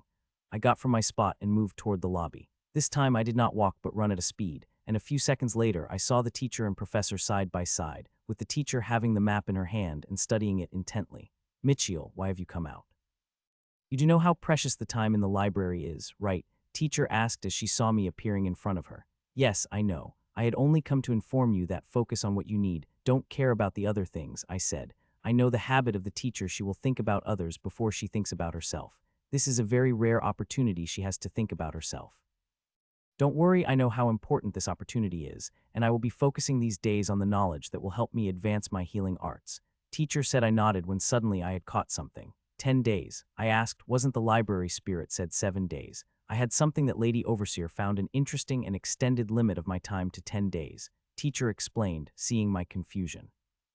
Good, extra 3 days will be very beneficial to you, I said with a smile before disappearing back to my core section.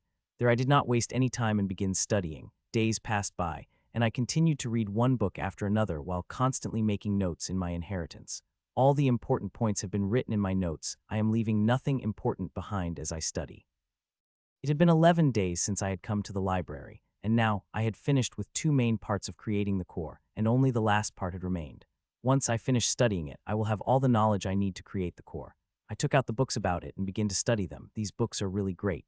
They have written by authors who had made even complex things easy, not to mention my base is also strong, and due to it, I was able to understand many concepts easily. As for those concepts I did not understand, I would go over them in my inheritance space, where time is faster. Whenever I have to think, I close my eyes and go to my inheritance space. It saves a huge amount of time. I had saved days of the time by thinking in the inheritance space. 4 more days passed, and I am still not finished with the last part. It is quite complex, and I would need 1 to 2 days more before I get sufficient knowledge about it. I was studying when I stopped and looked to my left. "You are leaving?" I asked a teacher who had come to my section. "Yes, in 2 minutes my 10 days will be over," she replied. There is little unwillingness on her face, but it had been dawned by the pure joy. "It looks like you have found what you needed, teacher," I said, looking at the joy on her face. "Yes, that and much more," she said with a smile. Hearing that smile couldn't help but appear on my face. It's good thing she benefited. It will surely advance her healing arts. "Study hard. I will meet you in academy," the teacher said and left. A few seconds later, I resumed studying. I had studied the last part of the core generation for another 2 days, and now studying the aspects of it. I could now design the core without getting it wrong, though the process will be dangerous, and I might also die, but now I will be doing it by the book and with lot less dangerous than the idiotic method I was going to use before. It took me 17 days to study the generation of the core to my satisfaction, and now I have 13 days. In these 13 days, I will study the other things related to my inheritance. 12 more days passed, and in these 12 days I looked through the different sections of the library, looking for the knowledge I need, and I have to say, I have got a quite great harvest, better than I had expected. There are still few things I was not able to find out though. It would have been nice if I got some information about them. Currently I am curse section, reading the information about the curses and ways to destroy them. There is huge information about, including the information about the curses that became sentient. Those are real terrors. I have been in this section for a while, and I plan to stay here till my time is over. In time, I was already able to find a couple of methods to destroy and restrict the curses, and I am searching for more. The old curses are very tricky to deal with. The more I know about them, the better I would be able to deal with them. I am not the only one who is afflicted with the curse. My mother is also afflicted with the curse. Her curse is not sentient, but it is getting powerful, and if I did not do anything to destroy it, it would kill my mother. Teacher had said it had already become quite powerful, and if not for my mother being suppressing it with her strength, it would have finished her by now. Teacher is quite curious about the method mother is using to suppress the curse. Seeing the curse had already sealed her power, and when she told me about it, I have also become quite curious about it. I will also ask her when I heal her curse. Hours passed, and I continued reading, and before finally closing the book. It is a good thing I had finished it before the time is over. After placing the book in its place, I closed my eyes and started to write the notes. The book is quite great. I immediately wrote down its essence and also some interesting parts, which I have to do the research later. 9 minutes, I said as I opened my eyes and looked at my watch. 9 minutes have remained till the 1 month is over, and I have no interest in reading further books. I rather enjoy the majesty of the library in the remaining time. I walked out of section 134 while looking around each beautiful bookshelf filled with books. Also admiring murals on the columns depicting different legends. Only a few I am able to recognize. The artist who had drawn the murals is truly amazing. If one stares at the murals long enough, one will find the paintings moving, playing the scene depicted in the mural. Seeing the beauty of this grand library, I wish I could stay here forever and read each and every book this library had, but unfortunately, I could not do that. Time is slipping fast. It won't be long before I walk out of this library. Speaking of elementalization, now I do not feel as much guilt as before sharing my friend's secret. I had not only saved them, but also made their cores go through the first and second elementalization process together. It takes decades, even centuries, for elemental bodies to go through second elementalization from first mentalization, but both of them went through 2 elementalizations same times. In the cosmic elemental bodies, first elementalization is core formation or induction of cosmic elementalization, where bodies transformed into cosmic elementalization bodies from the regular bodies. The second elementalization is phantom realization, where phantoms of their core materialized. Those 2 grand cherry blossom trees were part of the second elementalization. I had done both processes together unknowingly, and it was a very dangerous process, and it was due to their willpower both of them were able to survive, and they will enjoy the fruit of that. I had way underestimated their progress. It will be much faster than I had imagined. I will have to keep working hard to maintain my edge over them. The time in the library is earned by you. The benefits you got are also due to your efforts, she said. Though she said it, I could tell she's quite happy about the praise. Before leaving, I wanted to ask about something. Can I ask it? I asked her. It is a question I wanted to ask since I had heard the rules of the library but did not ask it in fear of getting kicked out angrily. Sure, ask away, she said. I wanted to ask since the library did not have a librarian. Does it mean one can chance to become one? I asked. I had expected her to fly into a rage, but instead I have got a beautiful smile in return. According to the rules laid down by the creator of the library, if the library is without a master, then it will be the artifact spirit's job to find a new master, the tool spirit said, quickening my breath, making my heart beat excitedly. If there is the slightest chance that I could become a master of this library, I will try my hard to do it. Though I know it will be a near impossible task, I still couldn't help but get excited about it, and I wish library spirit tell me conditions as soon as possible instead of keeping me waiting in suspense. To become a master, one have to ace 9 tests set up by the creator. The first 3 tests will give you access of librarian and let you take the library with you. The next 3 tests will make you overseer, and after completing the last 3 tests, you will become the master of the library. The library spirit explained with a bright smile. Every person who entered the library gets 3 chances against each test. That Fox had used her 2 chances. Healer also used 1 chance. Both of them failed spectacularly, she said before looking directly into my eyes. So, are you willing to give the first test a try? The library spirit asked with a mysterious smile on her face. Yes, I am willing, I said. She nodded gently and waved a fair hand. The next moment, a beautiful concentric circle of white shining runes appeared in front of me. There are 9 layers of runes in these concentric circles that are spinning left and right. The first test is very simple to solve this puzzle within 3 hours. As long as you do, you will become the librarian and will be able to move the library with you, the library spirit said. I heard what she said but did not even acknowledge what she said as all my eyes focused on the wonderful thing in front of me. I have solved the runic puzzle now and then, but they were very different from this one, not only in difficulty but also in ingenuity. It did not take me a minute to realize the rules of the puzzle. I will have to do the puzzle of each ring, which will give me a hint of an answer to solve the ring, and solving that would give me a hint ring below it. It may look like a standard concentric puzzle, but it is not. It is a much more complex thing which made my heart excited. Each concentric circle of runes is a runic equation that I will have to solve before moving to the ring below it. I walked toward it and stood in front of the big equation puzzle, which is as big as me, and began to study it carefully. There are 9 equations, but other than the one on the outer ring, every equation is incomplete. Only after solving the first ring will I be able to complete the second equation in solver, doing the same with the rings below, just like the way concentric puzzles are solved. I must have observed the problem for half an hour before I moved my hand to solve it. I began to move the runes, applying one formula after another. But as I solved further, the problem became even more complex, but that is to be expected. How can one become a librarian of such a grand library without having a knowledgeable mind? Becoming a librarian means taking half ownership of the artifact, and to have such a thing, one will need to pass the near impossible test. If someone saw me solving the puzzle, they would see me moving the runes at the blurring speed before suddenly stopping to think before moving against moving the puzzles. Buzz. This continued for half an hour before I took back both of my hands, and at the same time, the white runes of the first concentric runic circle turned green and some of the runes from it went to the second ring, completing the equation. When I looked at the second equation, I found my head spinning. This one is tens of times difficult than the first one. It is like the first one was just a simple trail. The real equation started from the second, and now I have to solve it. The moment I started the test, my inheritance space had been sealed. I could not contact it even if I want. Closing my eyes did not help too. The result is the same. I must have stared at the problem for 20 minutes before I began to solve it. The equation is hard from the beginning, and it started to test the limit of knowledge. I began to use methods I had never used before to solve it, making it even more fun. Using these methods has given me different ideas about my inheritance, but I had shelved them in my mind and focused on solving the equation. Soon, I forgot everything. The only thing in my mind is solving a problem.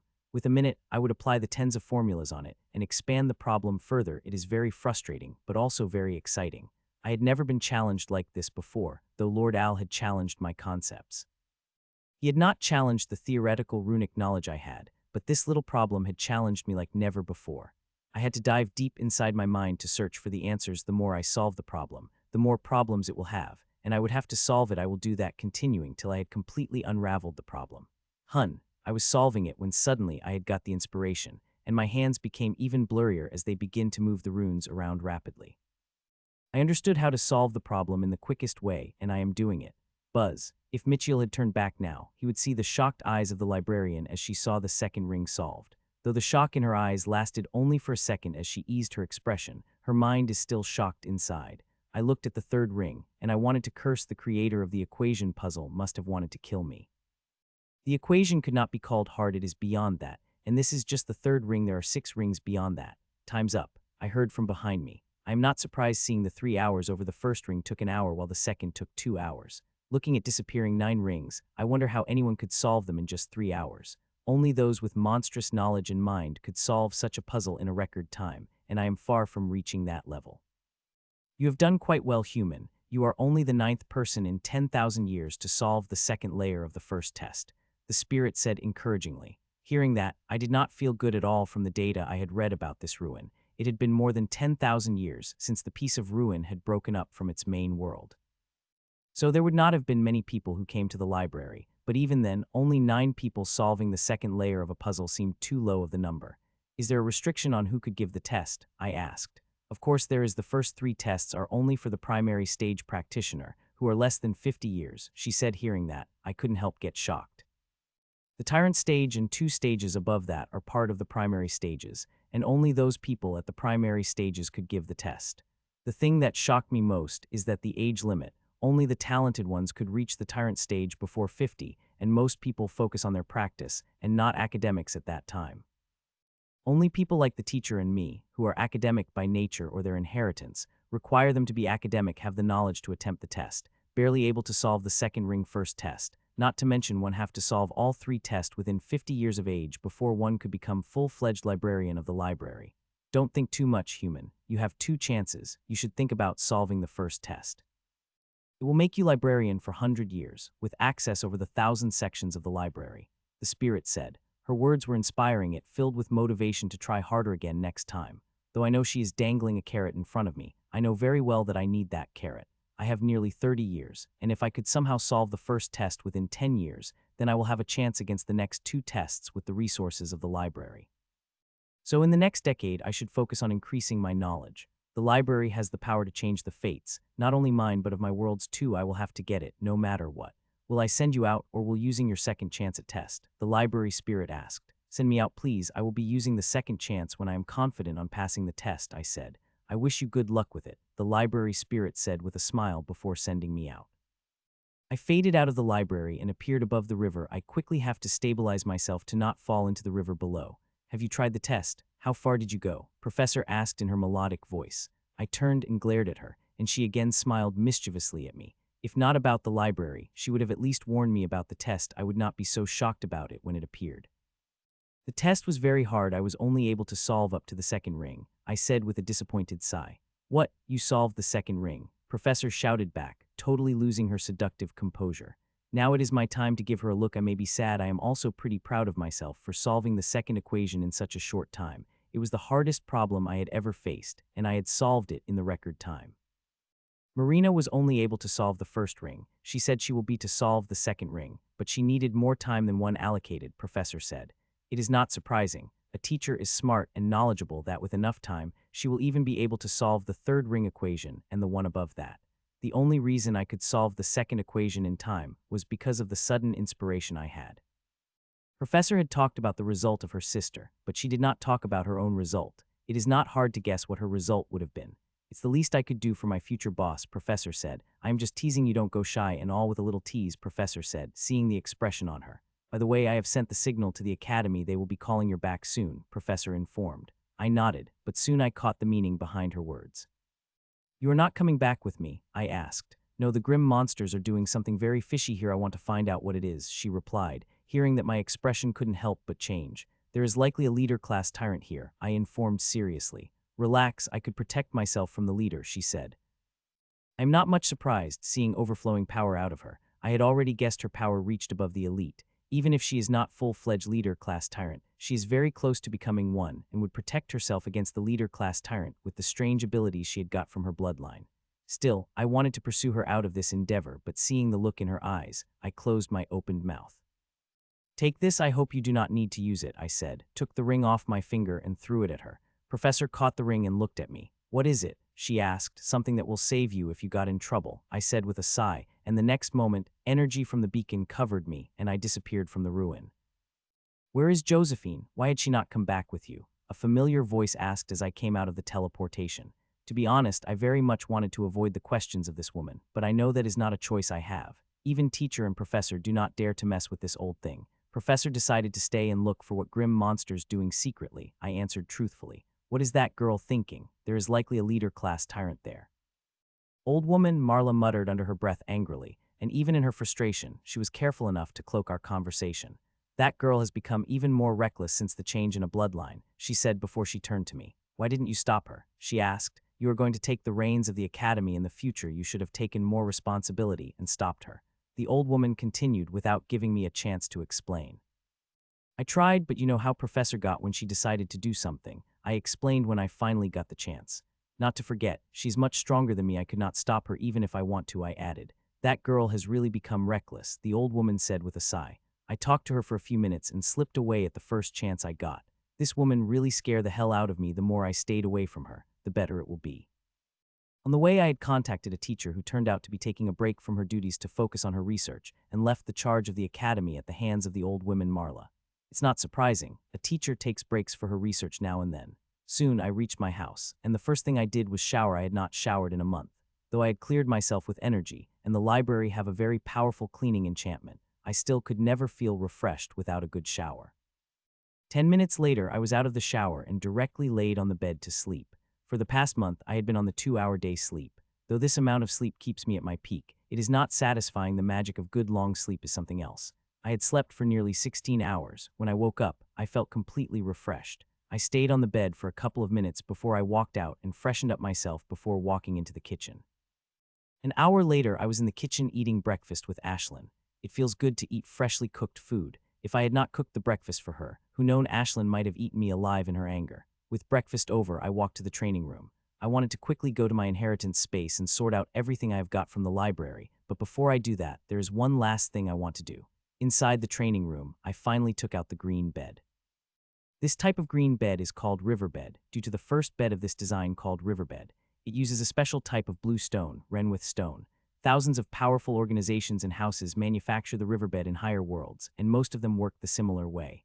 Buzz, if what I read in the library book is right, then I should start with this, I said, and added a small amount of energy in circular runic sigil. Just as I did, the bed shone faintly and buzzed as it activated. Seeing that, a smile couldn't help but appear on my face, and I began to check its function one by one. If this bed could be all the things that the books had mentioned, then it would be an amazing healing resource and the best research material. Since I had read about the things healing beds could do, I wanted to create something like it. I want to incorporate the functions of the healing beds into my coffin. It would be amazing if I am able to do that. 2 hours passed by, and I still checking its functions. There are too many of them. This is making me excited. This is a great asset for healers. If every powerful healer in the academy has something like it, their healing efficiency will skyrocket. Hum hum. I was looking into many functions of the bed when suddenly my holowatch vibrated heavily from important mail. The mail is from Councilwoman Marla, who is calling me to the infirmary as soon as possible. What made my heart skip a beat was that the professor is injured and needed care. Thud. Reading that, I did not waste any moment. I took the bed in my storage, and a second later, I shot out of my house at great speed. It took me less than a minute to flew to the top floor of the infirmary and walked into it with my special access. What were you thinking? Just because you got a little bit of power, you think you could just fight the leader-class tyrants. A screaming voice reaches my ears as I entered the hall. It is not an old woman, Marla, who usually likes to scream, but a teacher, whom I had never before seen scream like that.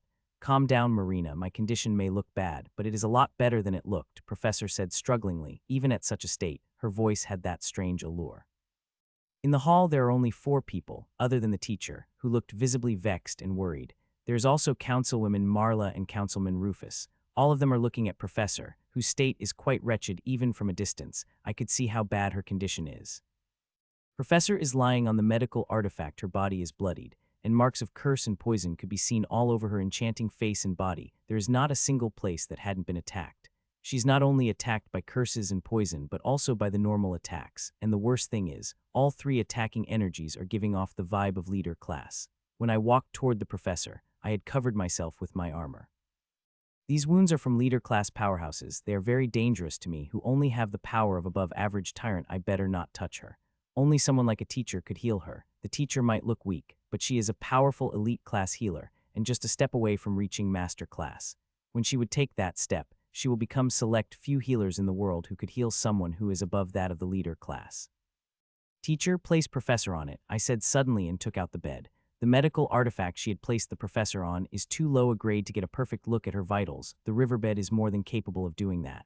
This bed, Councilman Rufus said in a shocked voice. The other two are also shocked, but they are busy moving the professor into the new bed. Buzz. Soon they placed the professor on the bed, and I activated its multiple functions, and next second, a very detailed metaphysical projection appeared over the bed. It is much detailed than I thought, and when I began to study the metaphysical projection of Professor, I couldn't help but get surprised. It seemed like Josie is right, the teacher muttered in shock, and I couldn't help but dumbly nod. It is clearly seen 3 powerful foreign energies are attacking the professor, but she is fighting back. Her bloodline energy is stopping the 3 grim energies from doing any serious harm, and doing so, it is whittling them down slowly. So one could imagine how powerful her bloodline is. Normal bloodlines could not contend against such energies even if they are on the same level, but here this bloodline is contending against not 1, not but 3 leader class energies. Still, the professor is healing very slowly, that it would take more than a week before her bloodline could gain the upper hand and destroy these energies. It would be better if she gets outside help. It would do the job quickly, and it's professor's good luck that her elder sister is quite capable. Michiel, magnify on her heart. The teacher asked. I nodded and operated the control a second later. The heart of Professor magnified, and we all some surprising scene. Is that? Teacher asked, looking specific color spot. Yes, her bloodline begins the process to form the core, I said in shock. I had read about the formation of the cores, and most bloodlines form the core when they reached a peak of primary levels, but those stronger ones form the cores early. With Professor forming a core this early means only one thing. Her bloodline is out of the ordinary, and purity of it is also great to form the core. No wonder her bloodline energy can fight against the 3 grim energies at the same time. The process had just begun, and it would take quite long for the core to form, but it is clear that it would form when she is still a tyrant. After a few minutes of studying heart, a gentle but powerful aura began to radiate from a teacher, and the next moment, hundreds of tiny runes flew out of the teacher's hand and into the professor's body, where these runes formed goblet-shaped formations and began to burn the grim energies. That was just a beginning, and a few seconds later, another group of runes shot from her hands, and then another, and then another. Teacher's skills are beyond mine, and now they have seemed to have improved even more. Her healing arts seem to have become more complex and powerful. Her mastery also reached a completely different height than before. It seemed like a trip to the library have helped her more than I had imagined, and this will not end. I will know how much she improved when she would finish digesting all the knowledge she had gained from the library. Hours passed by, and teacher cleaned one body part after another of the professor. When she had finally stopped a few hours later, nearly all the grim energies have disappeared, and those that have remained are now being hunted. Professor's bloodline energy. It won't be long before every speck of her grim energy destroyed from her body. With Grim's energy disappearing, all the visible injuries have been healed, and radiant color returned to the professor's skin. Not only that, but her tattered magenta gown has also been completely repaired. I had already suspected that Professor's clothing is a part of her ability, but still couldn't help but be surprised. I could create the clothing out of energy, but not this perfectly. Her clothes may be conjured by the energy, but they act like real clothes. I could not do something like that. Now that you are healed, you will tell me everything that you did after you sent Michiel away. I don't want any detail left behind, teacher said strictly. She usually uses her tone on Alina but she sometimes used it on Professor. There are more than 10 years of difference between the two sisters, and after their parents' death, it was the teacher who brought up Professor, so she could be said to be half-mother to her sister. After Michiel left, I directly went to their main base in the ruin, hoping to find out what they are doing in the ruin to bring such high numbers. Professor begin.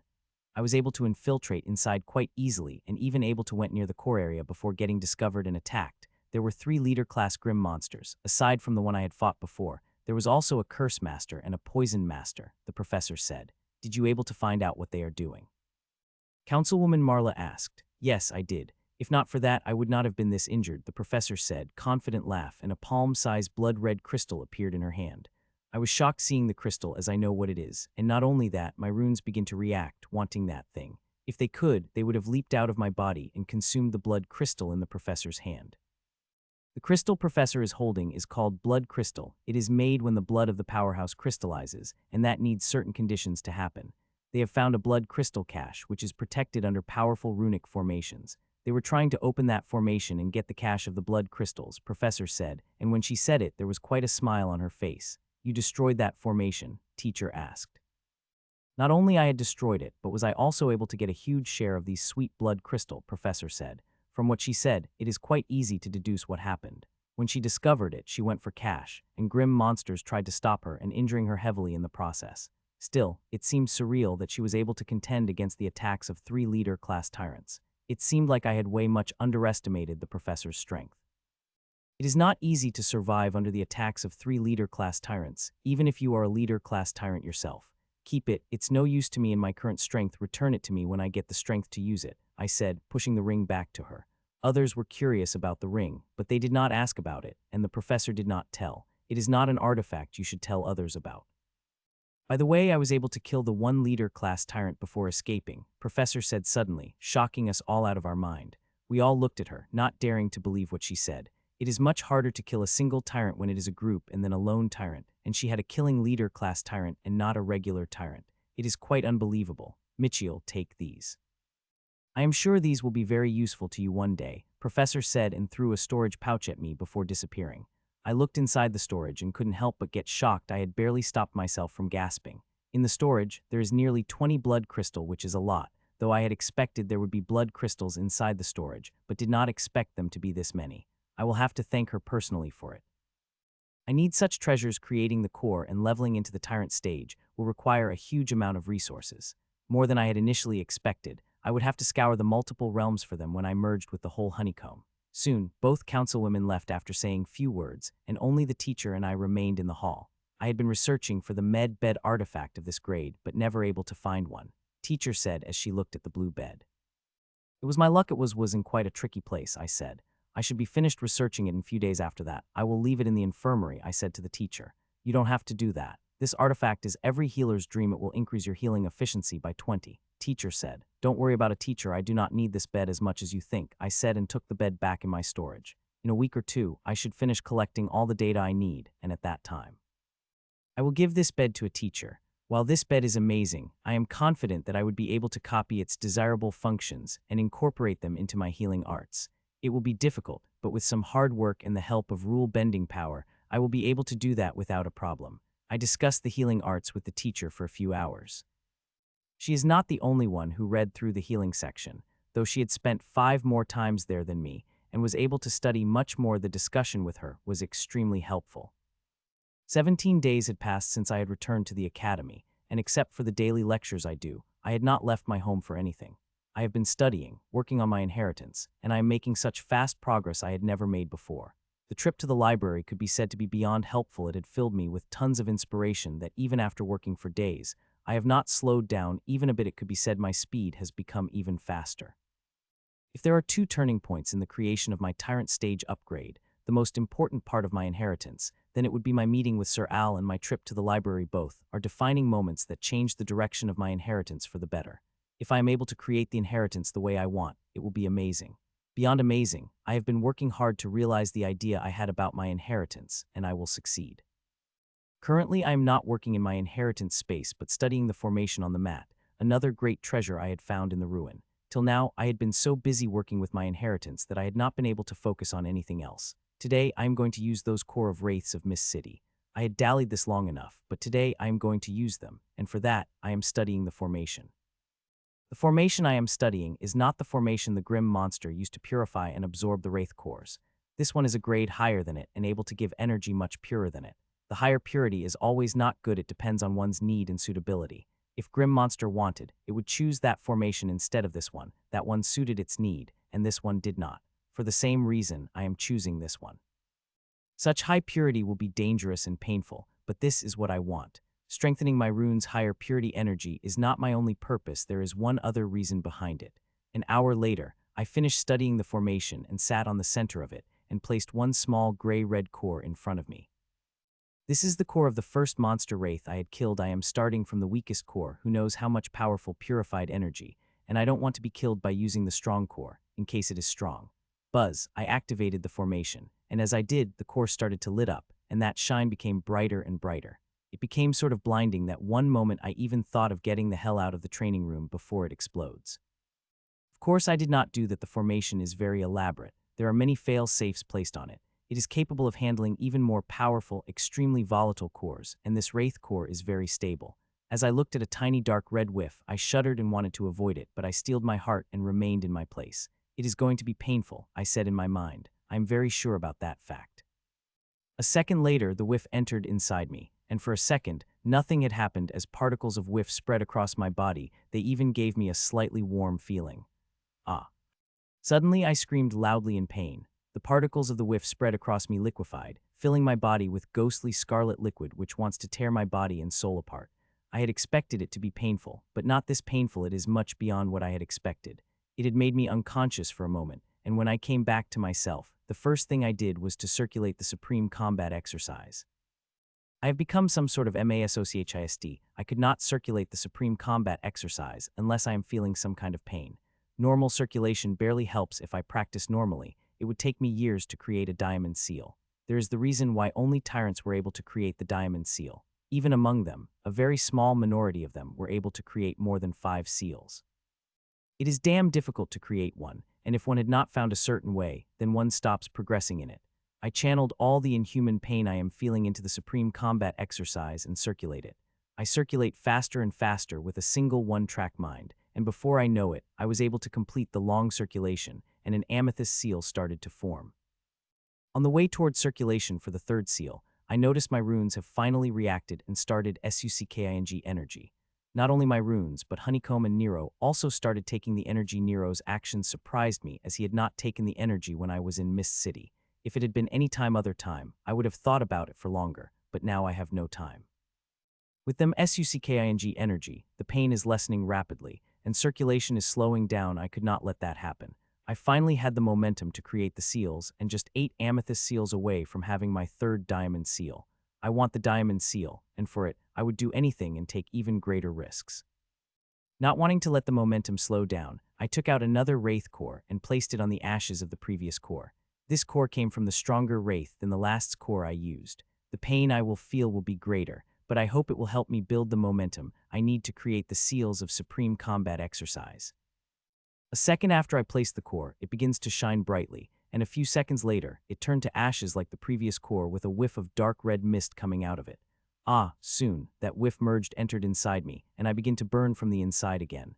This time, I held into my sanity, not wasting even a second before I channeled all the pain into circulating. I begin to circulate faster again, much faster than before, getting closer and closer to the 4th amethyst seal, and a few minutes later, I finished the circulation. The creation of the 4th seal begins, and I, without stopping, started to circulate for the 5th. While I am circulating, I had also spared some of my mind power to refine the mana. All these seals need mana, and it is a good thing I had reached the 8th floor of my refinement tower, which not only provides much pure mana but also increased my mana storage. Time passed, and I had created the 5th amethyst seal, and a few seconds later, I felt the pain lessening as my runes began to have such energy. Seeing that, I took out another slightly powerful core, and a few seconds later, when its purified essence entered me, I felt the pain I had never felt before, but even in this pain, I remained conscious and circulated the energy. I understand how big the opportunity is. It is not just pain that is helping me create the seals, but also the chance that this day had created. If I had only needed the pain to create the seals, I would have already created the 10 Dimon seals and got that seal, but no. Pain is necessary, but not the most important thing in creating seals rapidly. It is a chance when everything seems to fall into place at the right, and it's the perfect moment to do that thing. I am at the last stage where creating seals became much harder than I will have to use all the advantages I had to do it. While I am doing it, even if I became seriously injured, it will be worth it as long as I create the 3rd diamond seal. Soon, the creation of the 6th seal begins, and I started to circulate for the 7th. The circulation has become harder. I had to give huge effort to move the energy forward. It is like every part of my body is trying hard to stop me. I did not stop, and I will not stop till I reached my target. So when I saw momentum lessening, I added another core, a stronger core. I am taking a quite risk in doing that, but I have no choice. Only stronger ones would be able to help me. I screamed out loud and puked the blood. The dark red energies are tearing my body apart. Till now, my body's strength and healing abilities kept dark red mist from damaging my body too much, but the power of new core too much and dark red mist produced by it had torn through me. The condition of my body has become quite serious even then. I kept pushing and created the 7th amethyst seal, and not long after, the creation of the 8th one had also begun. For the 9th seal, the difficulty had increased immensely. Still, I kept pushing and was finally able to create it. Now last amethyst seal remained to be created, and when I started to circulate for it, I knew it would not be easy. So I added another core for the first time. I added before even the power of the previous core had lessened, and when its dark red energy merged with me, I felt like I am hell. Ah! I screamed out loudly and fell down from the sitting position. The pain was so great that it took my all. Forget to maintain my balance. I did not form coherent thoughts. The only thing I held onto in such pain and near-death condition is the circulation of the supreme combat exercise. I circulated, even when I could not think. I do not know for how long I circulated, but I did and only stopped when cooling energy begins to spread through my body. I immediately knew it is not the energy of the amethyst seal. The amethyst seal does not have such power. Ruby seal has, and when I looked into my temple, I was right. Ruby seal had been created from the amethyst seals, and now it is releasing the energies. When I looked at the condition of my body, I couldn't help but get shocked. It is a good thing I have a strong body and soul. I would not be able to bear the power of the dark red energy. Even with a strong physique, the dark red energy had brought me to the brink of death. Soon all the energy of Ruby seal had been absorbed, and it had only been able to heal only half of my injuries. It is not surprising seeing the extent of my injuries. Ruby seal is far from capable of healing them still. I am not worried. The best thing is coming, and it would be a problem for it to heal these bit injuries in second. With Ruby seals created, it went to be to other 9 Ruby seals and started and spin. Soon they became a blur, and their colors started to fade slowly soon. The blur will be colorless before a diamond sheen would appear on it, and diamond seal will be created. Seeing it will take some time before the diamond seal is created, I opened my eyes and got up before carefully storing ash of cores into the bottle. This ash contains a colossal amount of energy. What I took from the cores is pure energy that is useful for me. Hell, if I dared to eat the core, even the weakest one, I would have exploded within seconds. The core of tyrants is no joke. Buzz, soon loud buzz rang out in the temple, and diamond seal revealed itself, shining in its glory. Just one look at it, and I know all my efforts have gone into creating worth it. A moment later, a flood of energy released from the seal, and every part of me began to absorb it. My body, soul, inheritance runes, honeycomb, even Nero took wonderful energy that the diamond seal had released, and as they absorbed the energy, the big changes begin to appear in them. Though I had created the seal, but seeing how speedily the curse is growing, I will need to reinforce it every 6 months at least, Teacher said as she called back her energies from me. I looked at the new seal that Teacher had created over the curse sea. It is new, not only in design but also in understanding. The seal could be said to be an amalgamation of her old knowledge and the knowledge she had learned in the library. In the center of the seal is the mysterious shield. It is acting as the core of the whole seal. It is I suggested Teacher do that. The shield had been strengthened by the cosmic energy and diamond energy of the diamond seal. It had become quite powerful. With it acting as the core, the curse will have a hard time breaching through it, though it will not be able to hold on forever, seeing how the curse is growing stronger. I am not hoping to hold it forever. I just need a safety net against the curse, so I won't get caught by it. This seal would do the job. I am prepared for emergencies, and with my current strength, even if the curse attacked me, it won't be able to paralyze me completely like it did to my mother. It might even get its SS handed back if all my plans work. If it had been up to me, I would have erased the cursed bastard from me, but I could not do that. I do not have sufficient power to do that, and if I tried with half-hearted efforts, I would regret it. I had already made a foolproof plan to deal with it. It's just that to execute it, I will need to be at the tyrant stage. Having the power of the tyrant is not enough. There are certain things that could only be done when one is tyrant. At evening, I replied. I had talked with my mother in the morning before coming here, and she is told they will come in the evening. Though I know the reason behind why Miss San letting them come, I am still happy. This will be my parents' first trip to the academy. Technically, it will be my mother's 3rd trip to the academy. She had come here 2 times before, but it was decades ago. I am very excited to see my parents, especially my little sister, who had grown so much since the last time I had seen her. Soon I reached my home and looked at each and every room. Everything is perfect. I did not have to change a single thing. My parents will be staying with me, and I want them to like it. I am sure they like it, like me. They also love a calm, serene place.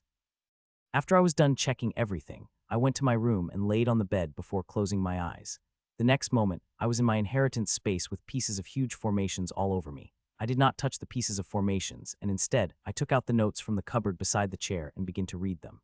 These are notes I had taken in the library, and the understanding I had after reading them. There are also many ideas I had. Everything is noted down on the notes. Whenever I enter my inheritance space, I took a look at my notes, especially the ideas I had written down. It had been more than a month since I had returned from ruin, and I had already applied many of the ideas I had on my armor. Some of these are extremely good and helped me a better concept that I had for my inheritance, and there are still some which I haven't yet applied. Of all the inheritance, the one part that is taking most of my time and effort is my core. The new and most important element of the coming upgrade, the core, will be the core of my inheritance. It will become the center of everything. To bear the pressure of everything, it will have to be strong. Not only would I need rare and precious resources for its construction, but I will need its design perfect too. The slightest mistake would collapse everything, and I might even explode to death. So a mistake might be allowed in any other part of my inheritance, but not in the core.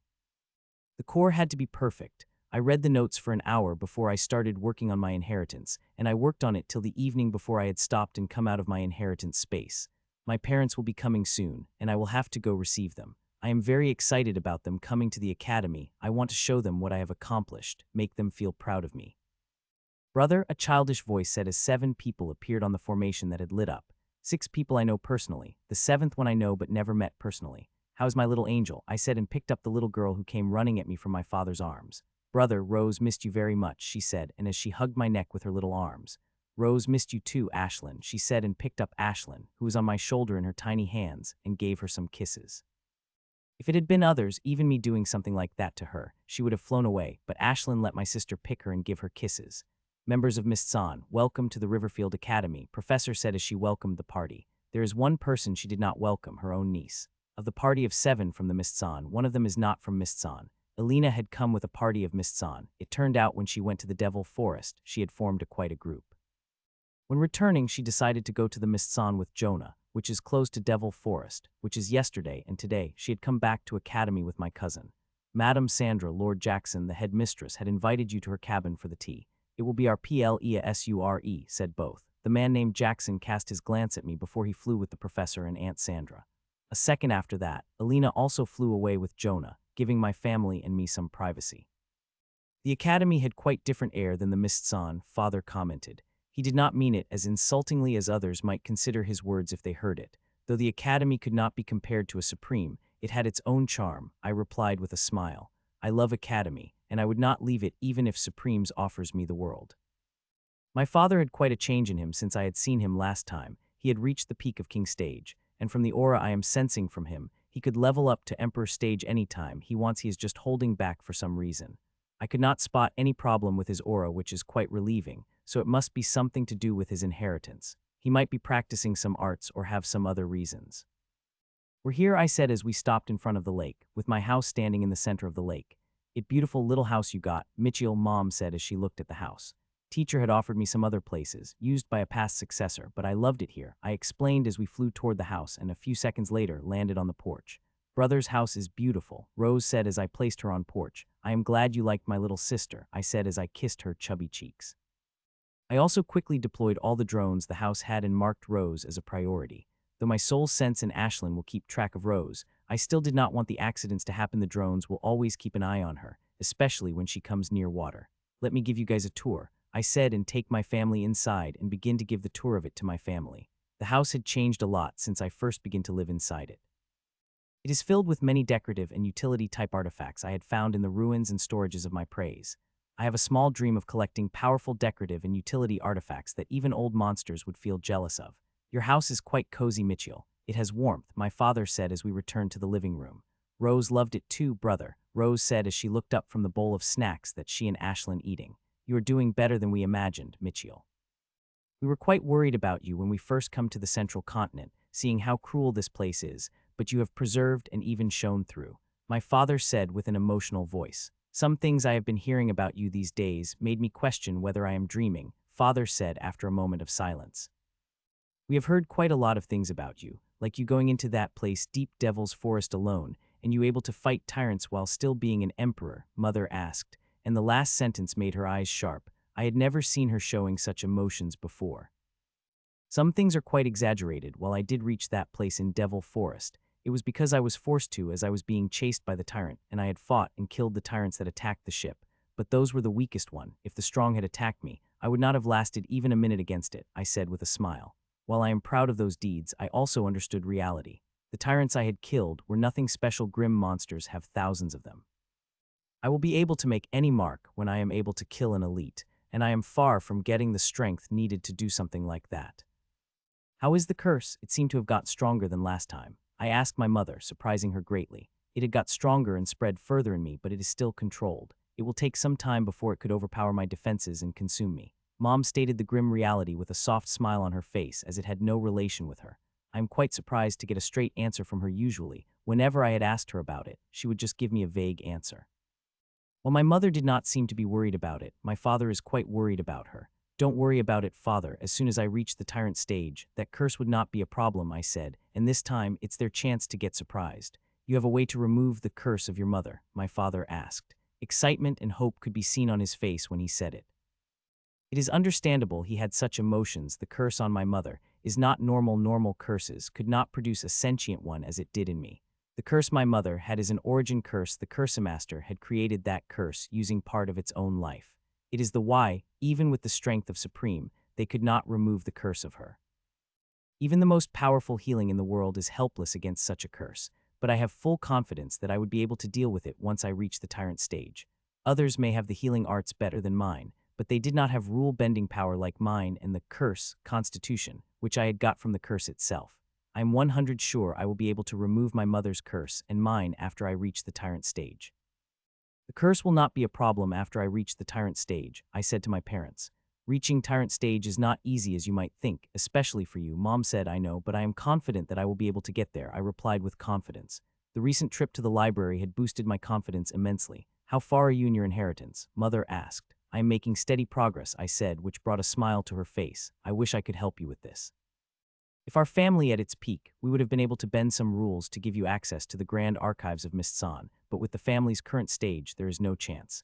Mother said with a sigh, how great they have fallen. Once the Mitchelsons used to rule Mist-san, they great say in anything but in the last great war. Every one of their powerhouses died. Now they have one leader-class tyrant and a couple of elites, and in the Supreme, it does not give much power. They had a chance to gain that a few decades ago, but they have spoilt it with their own hands. Now they again have got the chance. Jonah, who had awakened the grand art empire of Mies, just like my mother. In such a dangerous environment, I don't know whether she will have a chance to bloom or not.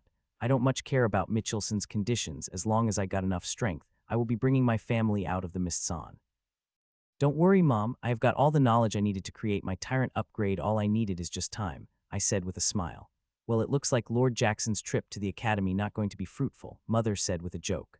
I already had guessed his purpose for coming here, and Mother's words confirmed it. You seem to know him quite well, I asked back. Usually the mother had mild hatred to hard hatred toward nearly all the members of Mist-san, including her own family.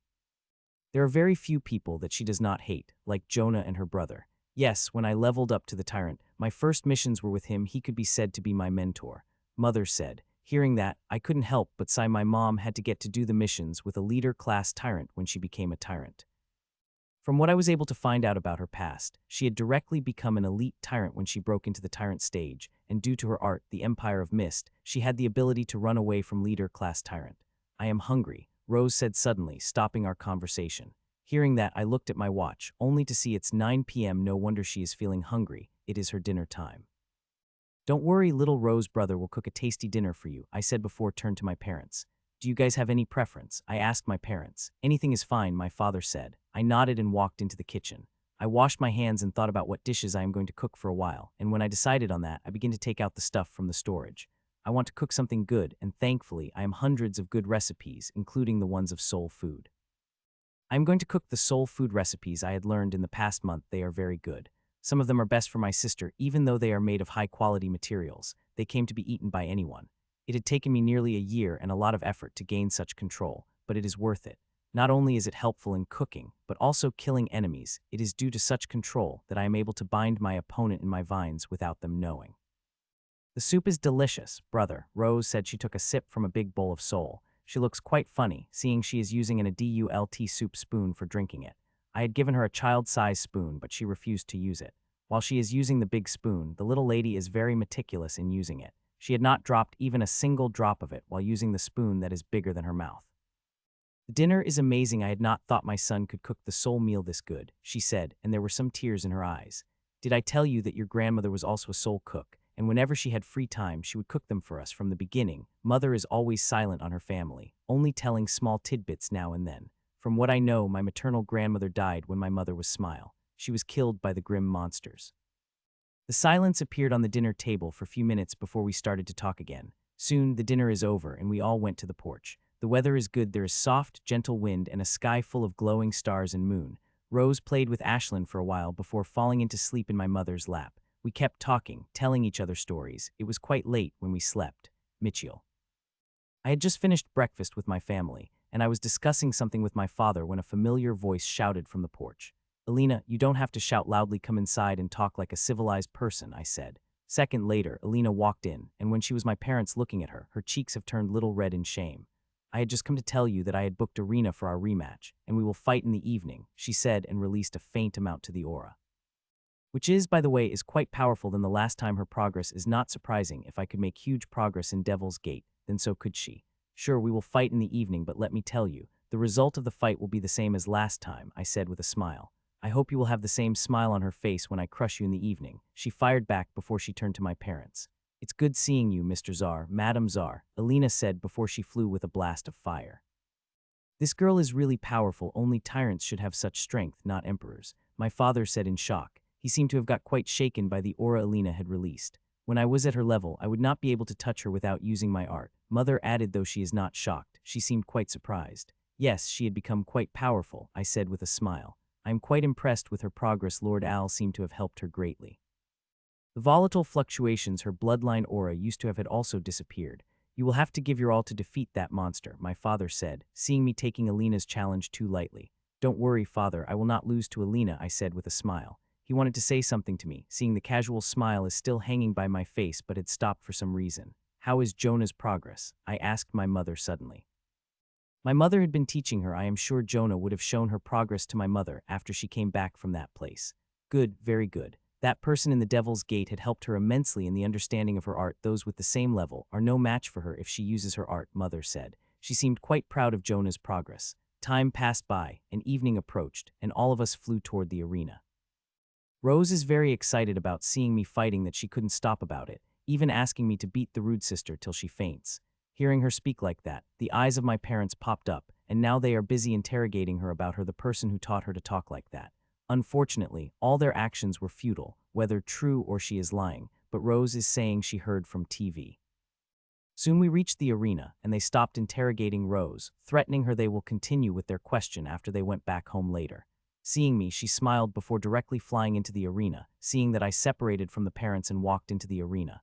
Ready to face your defeat? She asked as I appeared before her. You stole the words from my mouth. I was going to the same question. With again in the end, I said back, to which she glared.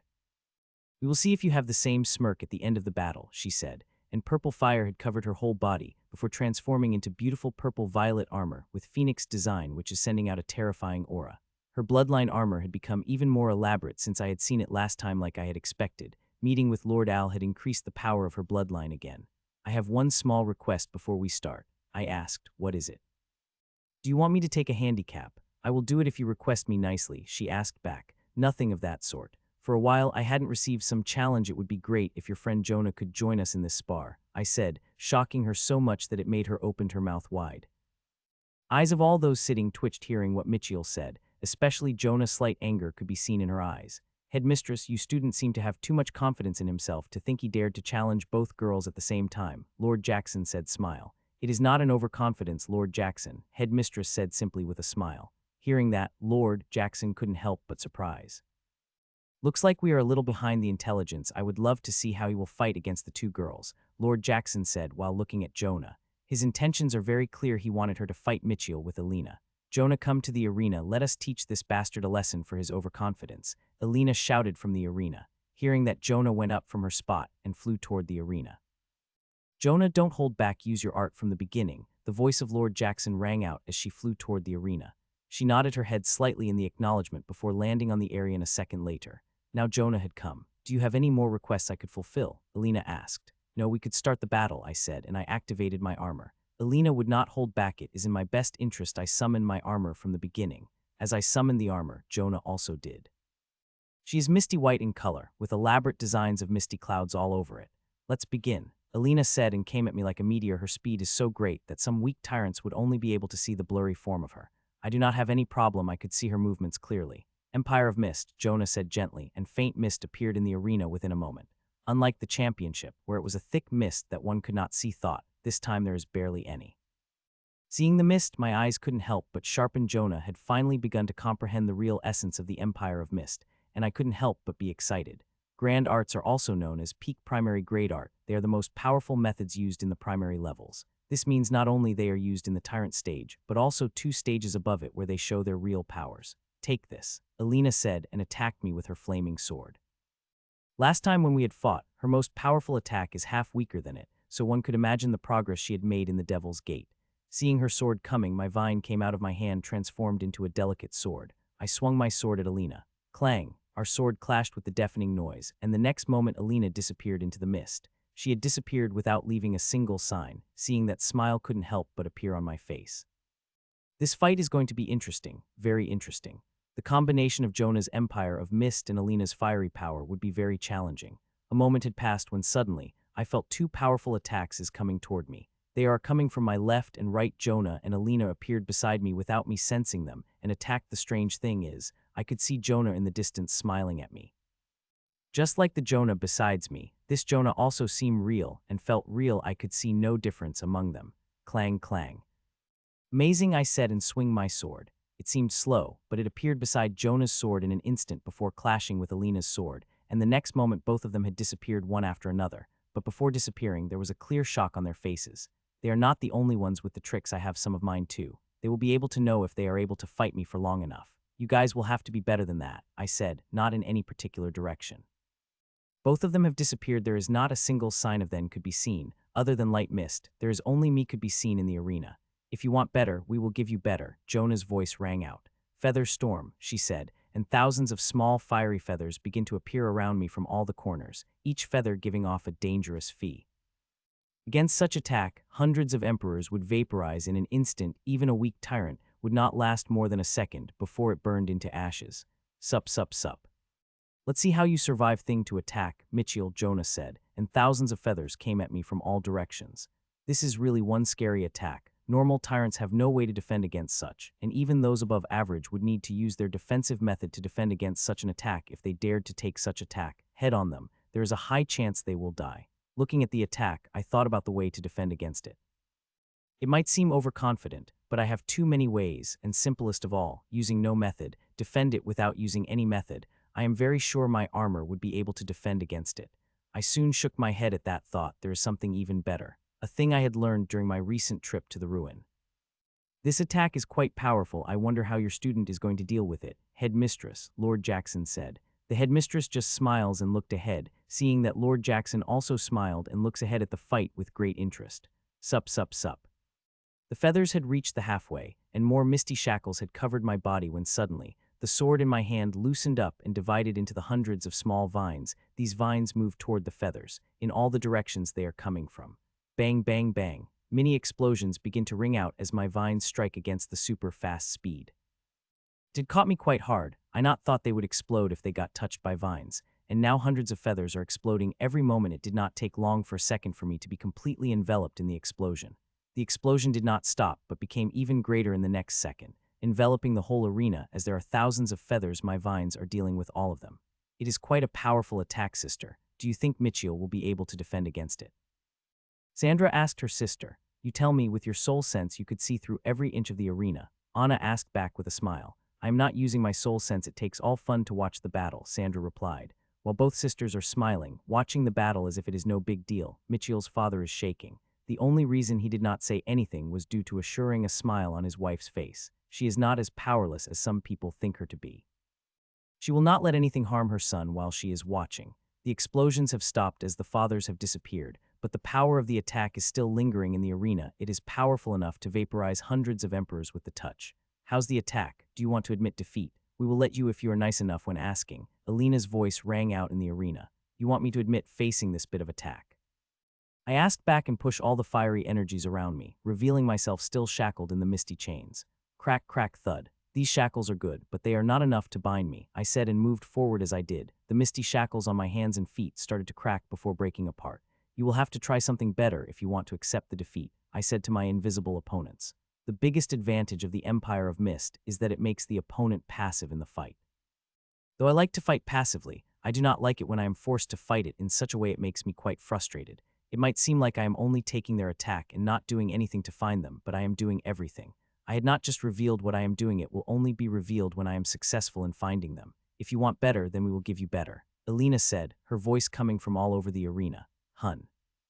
Suddenly my expression changed, and the next moment, the vines connecting to my sword begin to spread everywhere around me, and a second later, they have formed a small dome of the net around me. Bang, bang, bang. Suddenly powerful fiery lances appeared out of nowhere and clashed against the net. The power of these lances are far above that of the feather. Each lance held power to kill the normal tyrant, and there are tens of these lances that are coming at me. The power of these lances is immense, and when they are used with the help of the Empire of Mist, they became extremely hard to avoid. From what I read, the Empire of Mist is not just limited to its invisibility. It is just one aspect of it. There are many aspects of it. If it had been limited to a single aspect, it would not have been called a grand art, Horde of Mist. I had just thought that when suddenly I felt a change in the mist, and next moment, I saw huge beats of mist begin to appear around me. There are more than 50 of them, each of them made of the mist, but they looked like the real monster carved out the solid mist. It took less than 5 seconds to form these beasts, and now they are standing in a neat formation, waiting for the command to attack me. Charge, a voice of Jonah rang out full of force in it.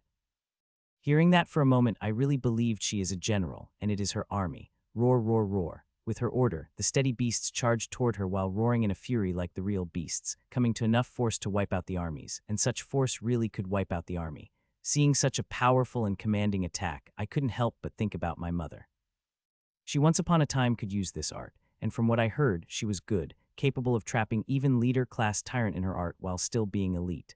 Call of Phoenix. This is no army, this is FUC with dot above KI bar NG with dot above horde. What an amazing attacking combination. It is powerful enough to crush a group of tyrant grim monsters without giving them a chance to run away, Headmistress said, looking at the combined attack of Jonah and her daughter. Amazing attack, indeed. A defensive method is far from enough to deal with such attack, Lord Jackson noted, seeing the attack. The horde that girls have created had surrounded Mitchell from all the sides, and now they are coming at him in a fury. More than half of the people sitting in the arena thinking that Mitchell would not last long under such attack. I looked at the horde coming at me and couldn't but feel a little intimidated by its scale, but I am also feeling quite excited. I had expected a challenge from them, but did not expect a challenge of this degree. These two have really outdone themselves. First boost. Though I could defend myself through the defensive net formed around me or just through my armor, I have no intention to do that. It would be a waste of such a challenge if I did not fight the horde. So I activated the first boost, and at the same time, the vine dome that had appeared in front of me had transformed back into my sword. Roar, cry. I had just finished with my word when I was attacked by a mist and fire monster. A 2-meter-long bird dived at me with a cry, and at the same time, a mist-horned rhino attacked me with its extra long horn. Hee hee. I let them come closer to me, and when there is only a distance of half a meter between us, I disappeared from my spot and appeared directly above the firebird.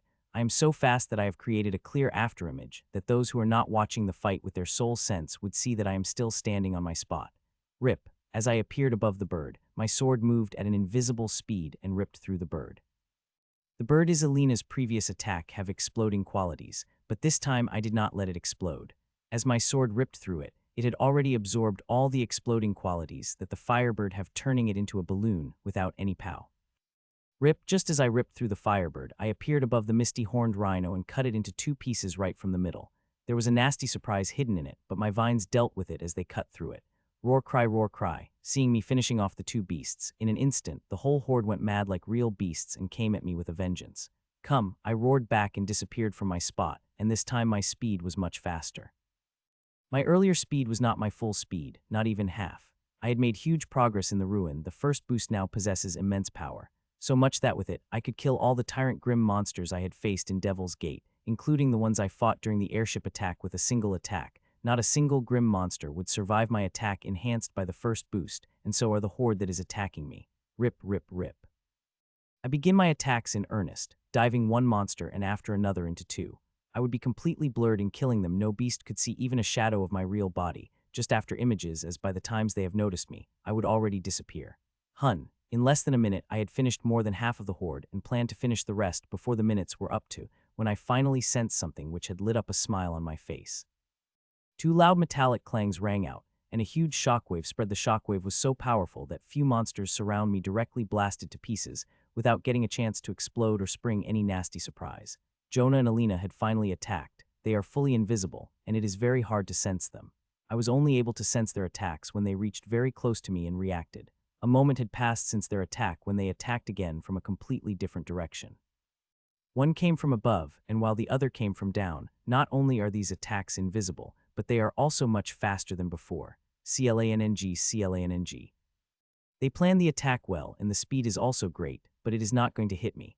My sword moved again, at a much faster speed than before, and soon, two deafening sounds rang out one after another. My sword clashed against both of their attacks and warded them off. While I did not have any problem with these attacks, the shockwaves produced by it made a couple of more monsters around me disappear. Try harder, this much of attacks wouldn't be able to do anything to me, I said, and as I had warded off another of their attacks. CLANG. The only response I had got from them is their snorts before their attacks became more intense. They started to come hard and fast from every direction I could think of. Time passed, and I continued to ward off their attacks when suddenly a small change occurred on my face. The fish had finally entered my net, I said in my mind happily. I wanted to laugh loudly at this accomplishment, but I had controlled my emotions and continue fighting. There is still quite much to do. Before announcing my victory, I should remember that I am dealing with the Empire of Mist. This boy really has the ability to be confident, such skills and strength rarely seen in Emperor, Lord Jackson said, clearly sounding impressed. The question is how he is detecting their attacks. Normal soul sense is totally useless in the Empire of Mist, Lord Jackson muttered before he turned to Anna. Have you taught some tricks to your son Anna? He asked. I have never Mitchell about practice, she said simply. Hearing that, expressions of Lord Jackson and Sandra changed for a moment. They know how deeply the Mist-san had hurt her, and it had already become very late to win her trust. CLANG. Small infernos of flames and mist produced whenever our weapons clashed. The terrifying horde had been completely vaporized under the shockwaves of our attacks. It had been 10 minutes since they had started attacking me intensely, and since then they are attacking me at every second, not giving out a single second of break. Their attacks are powerful and merciless, each one aiming at my weakness. If it not for my abundant experience and obvious strength advantage, I would not have remained unarmed as it is now. While I am doing good, it is far from enough to win the battle with the strength I am using. The Empire of Mist is a big hurdle. It not only makes them invisible, but also makes it hard to find them even after so long. I am only able to track their general direction. Though I am closing on them fast, if my plan worked, then in few minutes I will have their exact locations, and no matter where they move, I will know where they are, and that will be the end of the battle. Till then, I will enjoy the battle and force them to attack me even more intensely. This way, I will be able to find them faster. You girls should attack me with even stronger attacks to defeat me, I said. While it's true that both of you are invisible and I could not find you, but it won't be the case long, I added with a hint of warning. You think too highly of yourself, Mitchell, Alina said, and the next second I felt tens of powerful attacks coming at me. These attacks are much powerful than her previous attack. A moment after, I felt a fiery attack. I felt a misty attack. I don't know what type of attack they are, but I know they are powerful, and I should deal with them without letting a single one hit me. Bang bang clang clang clang. The metallic sounds of clashing begin to ring out within the loud explosions that begin to cover the arena again. This time, Alina had made her attacks more volatile that just as my sword touched them, they exploded into a powerful explosion. My vine sword did not get a chance to suck the energy of attacks as they begin to explode the moment my sword had touched them, and all their explosive power concentrated on me. If that was not all, then Jonah is attacking me with its very sharp attacks that are big, but also are piercing as needles. They are too coming at me from all the sides. My sword is moving at a very fast speed to defend against their attacks. My God, what is he? Sandra said. Her face is a picture of shock and horror. He is defending against their attacks without breaking a slight sweat. Those powerful explosions are powerful enough to vaporize a tyrant, and they are not anything to his armor. He is not even using a defensive method, she whispered. Anna's face is neutral. Nobody knows what she is thinking watching her son display such exemplary powers. You should read more, Sandra, than focusing on the other things. While Mitchell's strength may seem great, it is not shocking or even surprising when you compare him to his predecessors, she said. Unlike the regular inheritance, the hosts of celestial inheritance are different. They design their own inheritance, and that is very suitable for them as it is made by them for themselves. Through it they could project power far greater and more efficiently than our inheritances. You are right, sister. We can't judge the celestial inheritance with common sense. Still, the power that Mitchell is showing is amazing with the records I read. Even the higher world, People who could design their inheritance to project such power are extremely rare, Sandra said. Anna nodded, and first time, a hint of a smile appeared in her eyes which disappeared, making Sandra think whether she had imagined it. CLANNG, CLANNG. Another group of the powerful attack came, and I defended them again, and this time there was a smile on my face after 45 minutes of fighting. The fishes have finally been caught in the net. It is time to end the battle, don't you guys think? I asked with a smile for a few seconds. I did not receive an answer at all and was about to act when Jonah spoke for the first time. You will have to find to end the battle, and it is not easy. Jonah replied she had put a special focus on the last word. Her voice is fully confident as she really believes that I would not be able to find them at all. Is that so? I asked back and disappeared from my spot, the first time dodging the attack. I appeared exactly 73 meters on my left and punched fast. There was nothing in front of me, but there is. Bam bam, oh ah. My punch hit something hard, and the cry of pain rang out.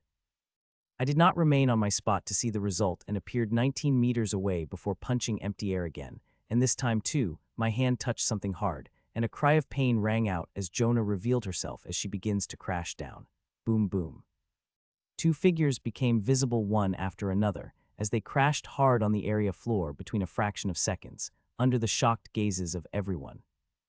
Well, the result is quite unexpected, Lord Jackson said, seeing both of them crashing on the floor. The question is, how did he find their location? It is not easy to find her when Jonah is melded into her mist, he asked. It would not have been hard to find the answer if he had used his soul sense, but that would have been a breach of the etiquette, especially when headmistress is sitting beside him. He does not want to do anything that will irk her, especially now. He is going to contact the higher-ups. The offer they have prepared is not enough. They will have up it. It would have been great if Anna could help. It would have made this task extremely easy, but she is not going to help. She had said that in clear terms, I will have to depend on my if I want to make Michiel join the Mists-on. It was a great fight, I said as I landed beside them. Both of them had already got up, and except for a few scratches, there were no injuries on their body. Yes, it was. Looks like I will have to work harder to match up to you, Elena said. Though there was sadness in her eyes due to the defeat, there is also the fire of conviction that is burning brighter. Such small defeats are not enough to bring her morale down. On the other hand, Jonah looked quite demoralized. She looked quite dazed, like she had received quite a huge shock. I did not think you will be able to break through my art, and you did not take even an hour to do that. Even tyrants I had fought in Devil's Gate were not able to do that, she said softly. I wanted to say some encouraging words, but seeing her expressions, I closed my mouth. The difference between our strengths is great, and you have barely started to comprehend the essence of the art. Not to forget, I've designed many methods against the powerful arts like yours, I said truthfully. It seemed to brighten her mood a little as a soft smile appeared on her face. I could understand why she would get a little overconfident. Her art makes her nearly invincible, even those above her power. Even if she could not kill them, retreating with the help of her art is not a problem for her. Soon the three of us flew out of the arena toward the headmistress and others. Wonderful, what a battle it was, with all of you showing such strength. There will be no problem for you to become a leader-class tyrant in a decade or two, Lord Jackson. You praise us too much, Lord Jackson. We are still emperors. Reaching tyrant stage is already hard, and reaching leader class in it even more difficult, Jonah replied. I think reaching the tyrant stage is the least of your worries. It will take you people 2 to 3 years max to accumulate everything you needed to reach the tyrant stage, he said with a smile. We also nodded in affirmation. He is right. Even I, who had yet to complete my tyrant upgrade, have confidence in reaching the tyrant stage within 3 years. My journey will be a lot difficult than theirs, but I would still reach it within 3 or before. The curse in my mother and me would not give us 3 years. It will act much before. Michiel, I would speak to you in private. Would an hour in the evening be possible for you? Sir Jackson, sure. It would be my honor, Lord Jackson, I said respectfully. After a few minutes, we walked out of the arena, and I flew with my parents toward my home. It was quite a battle, and you able to find her in such short time is quite amazing, Mother praised. It was not easy, I said. It may seem easy, but it was not. During my whole fight, more than half of my concentration focused on laying the net. When they entered that net, I had to capture them without them knowing. Fortunately, I was able to do that. I did not say it was easy. If dealing with Empire of Mist had been so easy, it wouldn't have been so feared in the world, Mother said. There are very few grand arts in the world, and among them, the Empire of Mist is ranked top. It is weakest in raw offensive power, but its non-offensive abilities are what makes it very hard to deal with. 4 centuries ago, a predecessor of a mother had helped the most powerful army of humans retreat under the force of Grim Monster. That army was of emperors with over 1,000 tyrants, but still had to make a retreat in the force of the Grim Monsters. That army would have been slaughtered by the Grim Monsters if not predecessor of the mother, who burned his life force to forcefully enhance the power of Empire of Mist. Not only he helped make a retreat, but he also helped to kill a large portion of Grim Monster's force. Still, what Jonah displayed today was a scratch of what Empire of Mist could do. Her comprehension will deepen over time, and so is the power of the art. You will also need to continue improving for not to fall behind, she advised. I'll remember it, Mom, I said. Soon we reached my home, and my parents resumed interrogating my sister about who taught her to speak like that.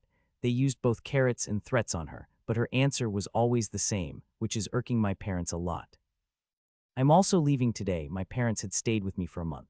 This 1 month was one of the happiest days in my life, but good things did not last forever. The Grim Monsters have been upping their offensive, and many people of Academy had called by the pyramid, including Professor. She had registered herself as leader class powerhouse, and it took a week for them to summon her. I am also making steady progress in my inheritance, but the progress of my strength had nearly stopped. I need to hunt the Grim Monsters, not for the strength, but also chances sitting in the Academy would not be as good as fighting the battles. Originally, I planned to stay for 6 months, but I changed my mind seeing how Grim Monsters increasing their offensive, both covertly and visibly. For my inheritance, I need to fight and fill the honeycomb as soon as possible. Only then will I have enough strength to go those runes for resources hunting. For Tyrant level up and creation of my core, going to need a lot of rare and precious resources that Academy did not have. These resources I need could only be found in dangerous places like ruins. Bye, sweet girl, I will call you in the evening, I said as light covered them, and next second all of them disappeared. Sadness couldn't help but well up in my heart seeing them leaving. I am going to miss them very much. A few minutes later, I begin to make the preparation for my leave. There are very few people who know I am leaving today. Even my parents did not know I am leaving the same day as them. The lesser people know about it, the fewer chances of spreading it would be. A few weeks ago, I've received the missive from the pyramid, telling me the Grim Monsters had put a huge bounty on my head through the underground channels, and I should not reveal my identity. I had bounty before, but this time it is really shocking. The price is big enough that it would even tempt an elite tyrant to betray his race to kill me. The treasure they are offering would give an elite a chance to become a leader-class tyrant in a short time. My eyes had nearly popped out when I saw the bounty, and the teacher had instantly upped my security. Then now, at least one council member is keeping an eye on me all the time, and the area around my lake house had become restricted. There is not much to prepare. I had finished with preparation a few weeks ago and made changes to my inheritance, so I could meld into my new identity without a problem. After I finished with the preparations, I went to my room and laid on my bed. For the next couple of hours, I worked on my inheritance and made good progress before opening my eyes. I freshened up and began to cook an early dinner for Ashlyn and me. It took me 45 minutes to cook the dinner and half an hour for us finished it, with the last dinner in my home finished. After that, I called my sister, talked to her for nearly half an hour, and after that, I walked into the basement and entered the red door. I walked into the formation and selected the location before activating the formation. A second later, I disappeared and appeared in the small room. Just as I did, a faint but very powerful feeling of danger came over me. This formation is one of the oldest formations the Academy has, and since it is attached to the office of headmistress, the security of it is very tight. Saying tight would be an understatement. From what little bit of information I was able to gain from my access, the room could kill even a leader-class tyrant in a second. This room and formation in it created by Her Excellency Catherine herself, what defenses it had only known by headmistress and senior council members. Click. I clicked open the door and walked into the teacher's office. She is alone in the office working. Seeing me coming, she looked up from the file she is reading. It's not too late to change your decision. The teacher said no. I had made my mind, I said. Teacher wanted me to go to the leadership program of Pyramid. Very few get the honor to attend it, and almost all of them are from Supremes. I had been invited to join the program, but I am joining it. This program is about leading the armies, and the ones taught are the old monsters. All the mentors are old monsters who had at least 2 centuries of experience. So one can imagine what a race opportunity is, and the teacher wanted to join it. She had been quite forceful about it. This program is extremely good, and I would have joined it if I did not have a different set of priorities. My path is different, and if there weren't too many things I have to do which I won't be able to do in this program, I would have joined it. Scorse's Valley is a calm place, barely suffering any conflict, but in the past few weeks a huge change had occurred in it. In just last week, we lost 6 more tyrants, the teacher said with a sigh. The pyramid had ordered our academy to send at least 1 tyrant, she added. I am quite surprised hearing it. The war is picking up momentum faster than I had thought. The conflict even started at a place like Scorse's Valley, which is a normal place. The only different thing it has is that this place is quite vast. Now the Grim Monsters are upping their offensive, and we have to respond. We can't let the Scorse's Valley fall into their hands, as having access to it will lead the Grim Monsters to a number of strategic places, which is totally unexpected. We walked back into the room with formation, and the teacher begins to fiddle with coordinates, which did that.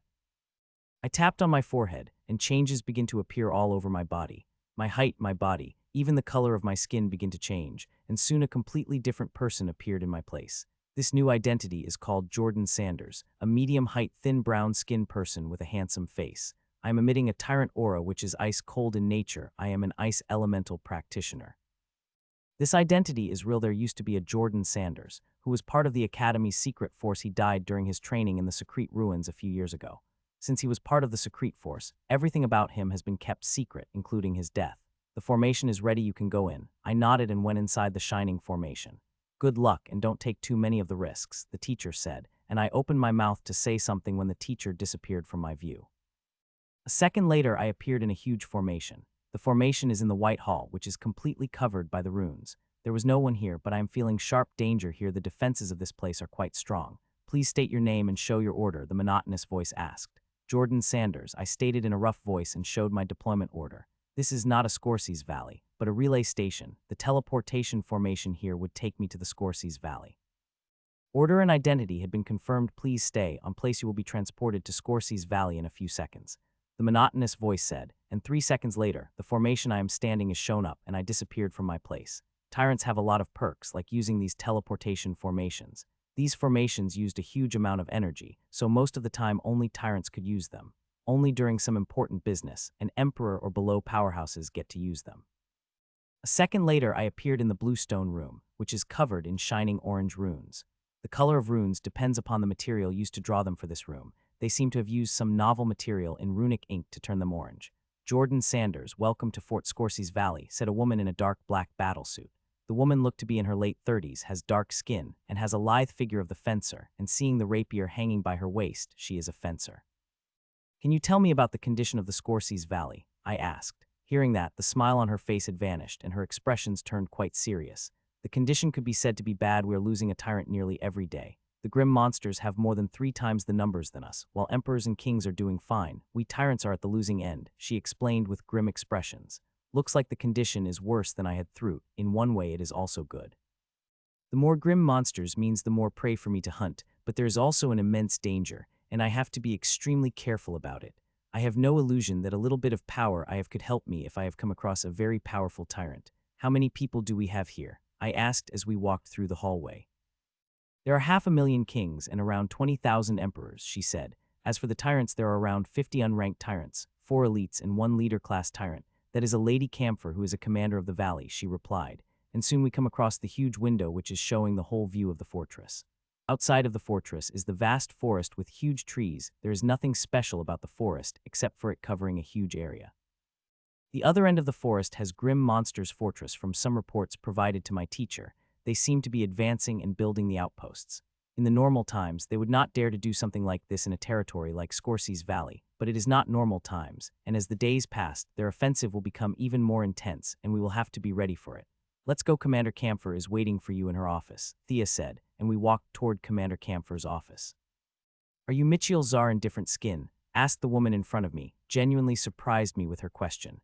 Lady Camphor, you must be jesting, I said to the old woman in front of me. Lady Camphor is a woman in her early 50s. She has one of those faces which always had a frown on them.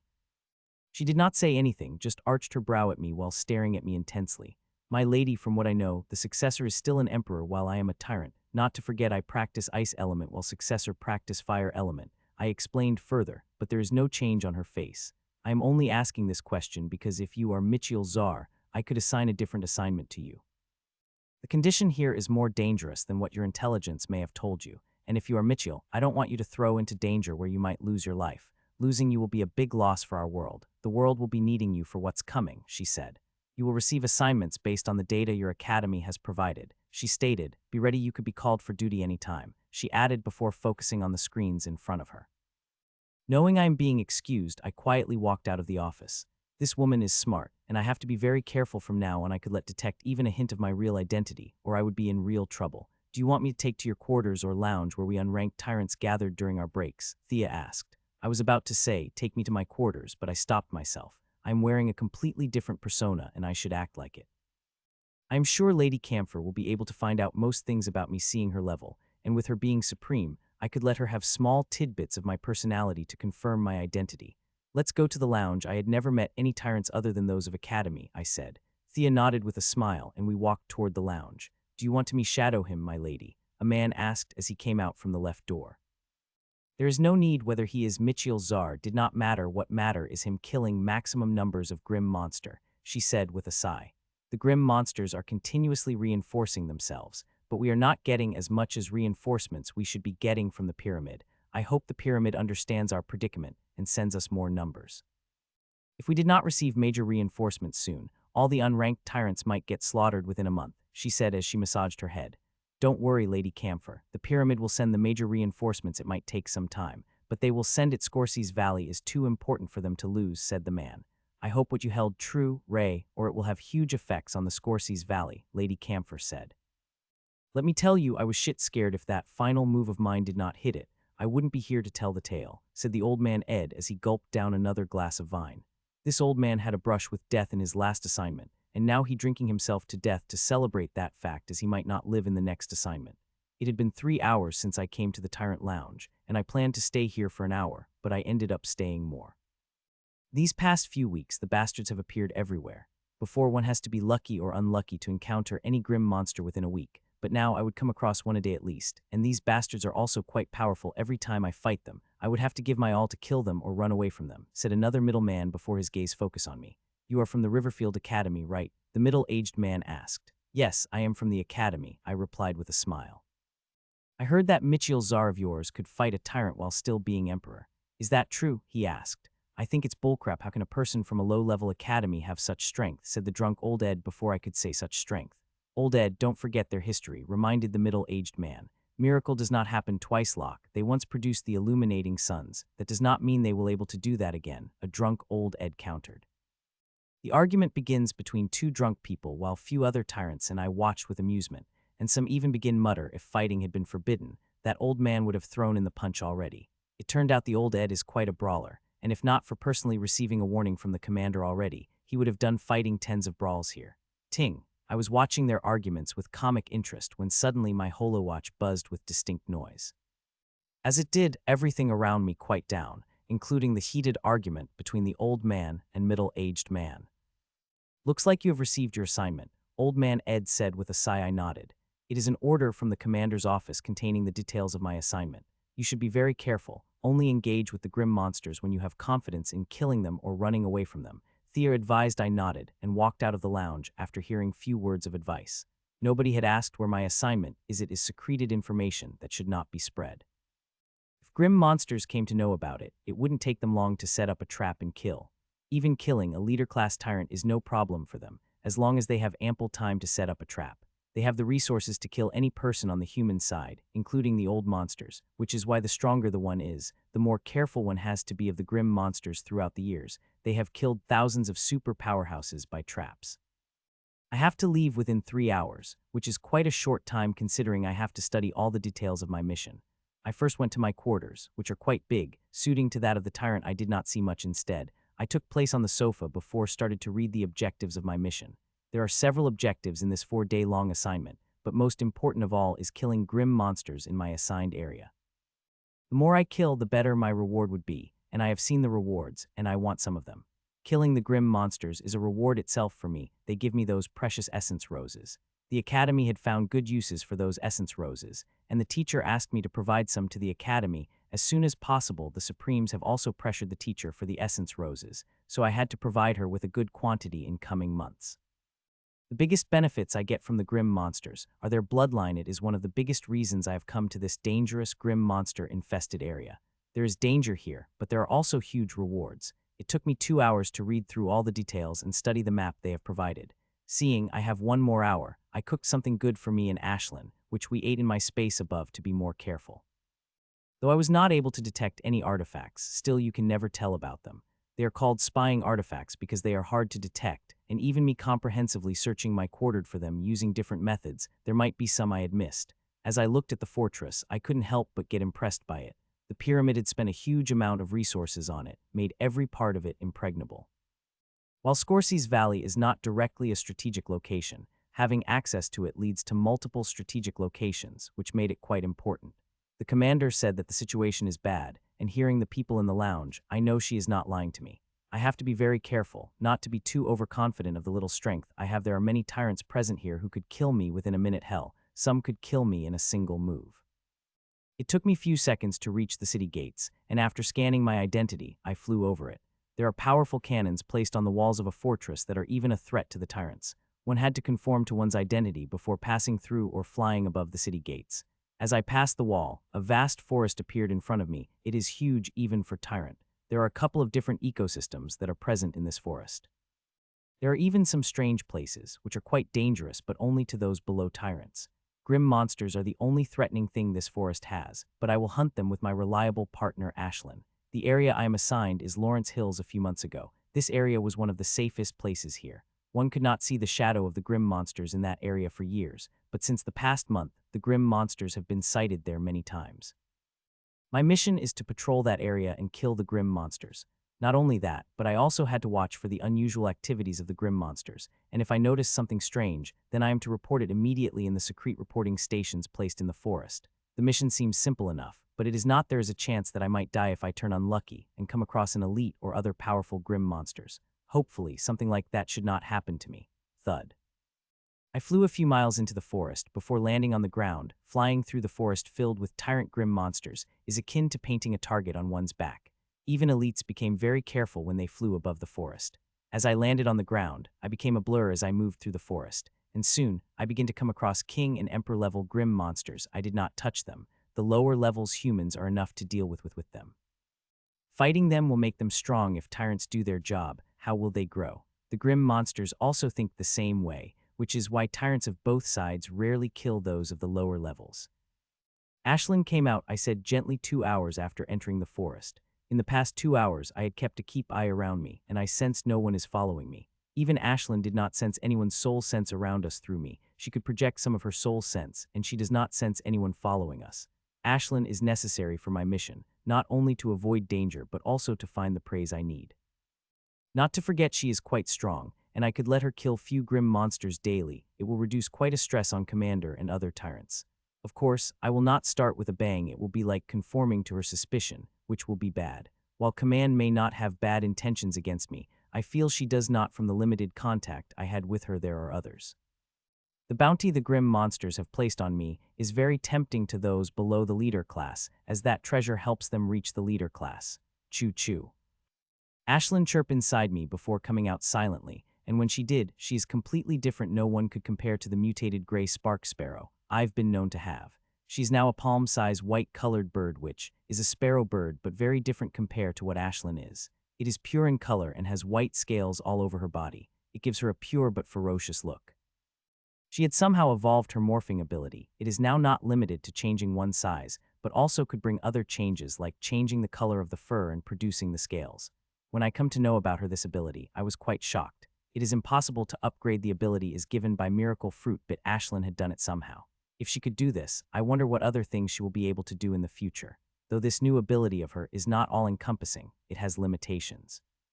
The most limiting factor is that she could not change her size while using this ability. If she does, its effect fades away. Ashlyn said it is temporary. As her control and strength increase, the limitations will loosen up until they completely disappear. A second after she came out, she became streak and flew up in the sky before disappearing into the clouds. With her current abilities, elites could forget discovering her. Only leader-class tyrants could discover her, and from what I know, there are not more than 3 leader-class tyrants present in the Scorsese Valley, 1 on our side, 2 on the Grim Monster's side. Choo-choo. Not to mention, I plan to limit killing Ashlyn to 1 Grim Monster per day, at least for a week. When few more tyrants came at reinforcement, I will let her kill more Grim Monsters. 2 more hours passed by, and in these 2 hours, we have come across 7 Grim Tyrants. It is a huge number. I had not encountered such a number even in that ruin I had gone with Professor. Though I had expected it, it still shook me, and I changed some of my decision. Ashlyn, you can have 3 Grim Monsters a day, I said through our link. Such numbers are bad. No wonder they skimming our numbers like cutting grass. We cannot let the Grim Monsters have such an advantage. I have to skim their numbers, or it won't be long before they brought heavy casualties on us or slaughter us whole. Choo-choo. Suddenly, Ashlyn chirped, informing me of something that made me stop immediately. She had spotted the Grim Monster with bloodline, and Ashlyn said, "It won't take long for me to kill it." I'm still quite a distance away from the area I am assigned to and wasn't planning on fighting against any grim monsters, but there is always an exception, and Grim Monster with Bloodline is an exception as it is the main reason I have come here. I did not waste a second and moved toward the Grim Monster, and half an hour later, it is within a range of my soul sense. It is moving at the blurring speed, observing for a few minutes. I noted that it is patrolling the area. Seeing that, I stopped and began making my preparation. It took me more than 1 hour to finish with my preparations, and after that, I sat under the tree and waited. I had to wait for more than 2 hours before it came back. I watched it coming back through Ashlin's voice and closed my eyes. Changes begin to occur to me. My aura became unstable and weak, and injuries begin to appear on my body. My aura and injuries looked very real, as I am really seriously injured that I had fallen completely unconscious. While I have my eyes closed, I see everything through Ashlin's eyes, who is watching everything from above. The violet scale snakeman doing its usual patrolling with a frustrated look on its face, likely due to not being able to find any humans to kill, when suddenly it sensed a faint, feeble aura. It immediately lessened its speed, sensing that but did not approach directly. It had spread its soul sense, and I could cover my entire body, checking every inch of it carefully. Its soul sense must have lingered on me for more than a minute before it took steps toward me, but its cautiousness had lessened a lot, almost disappeared, and a bring smile appeared on its face. It had been quite a while since I had found a feast without working for it, it said with a smile as it had appeared like a phantom.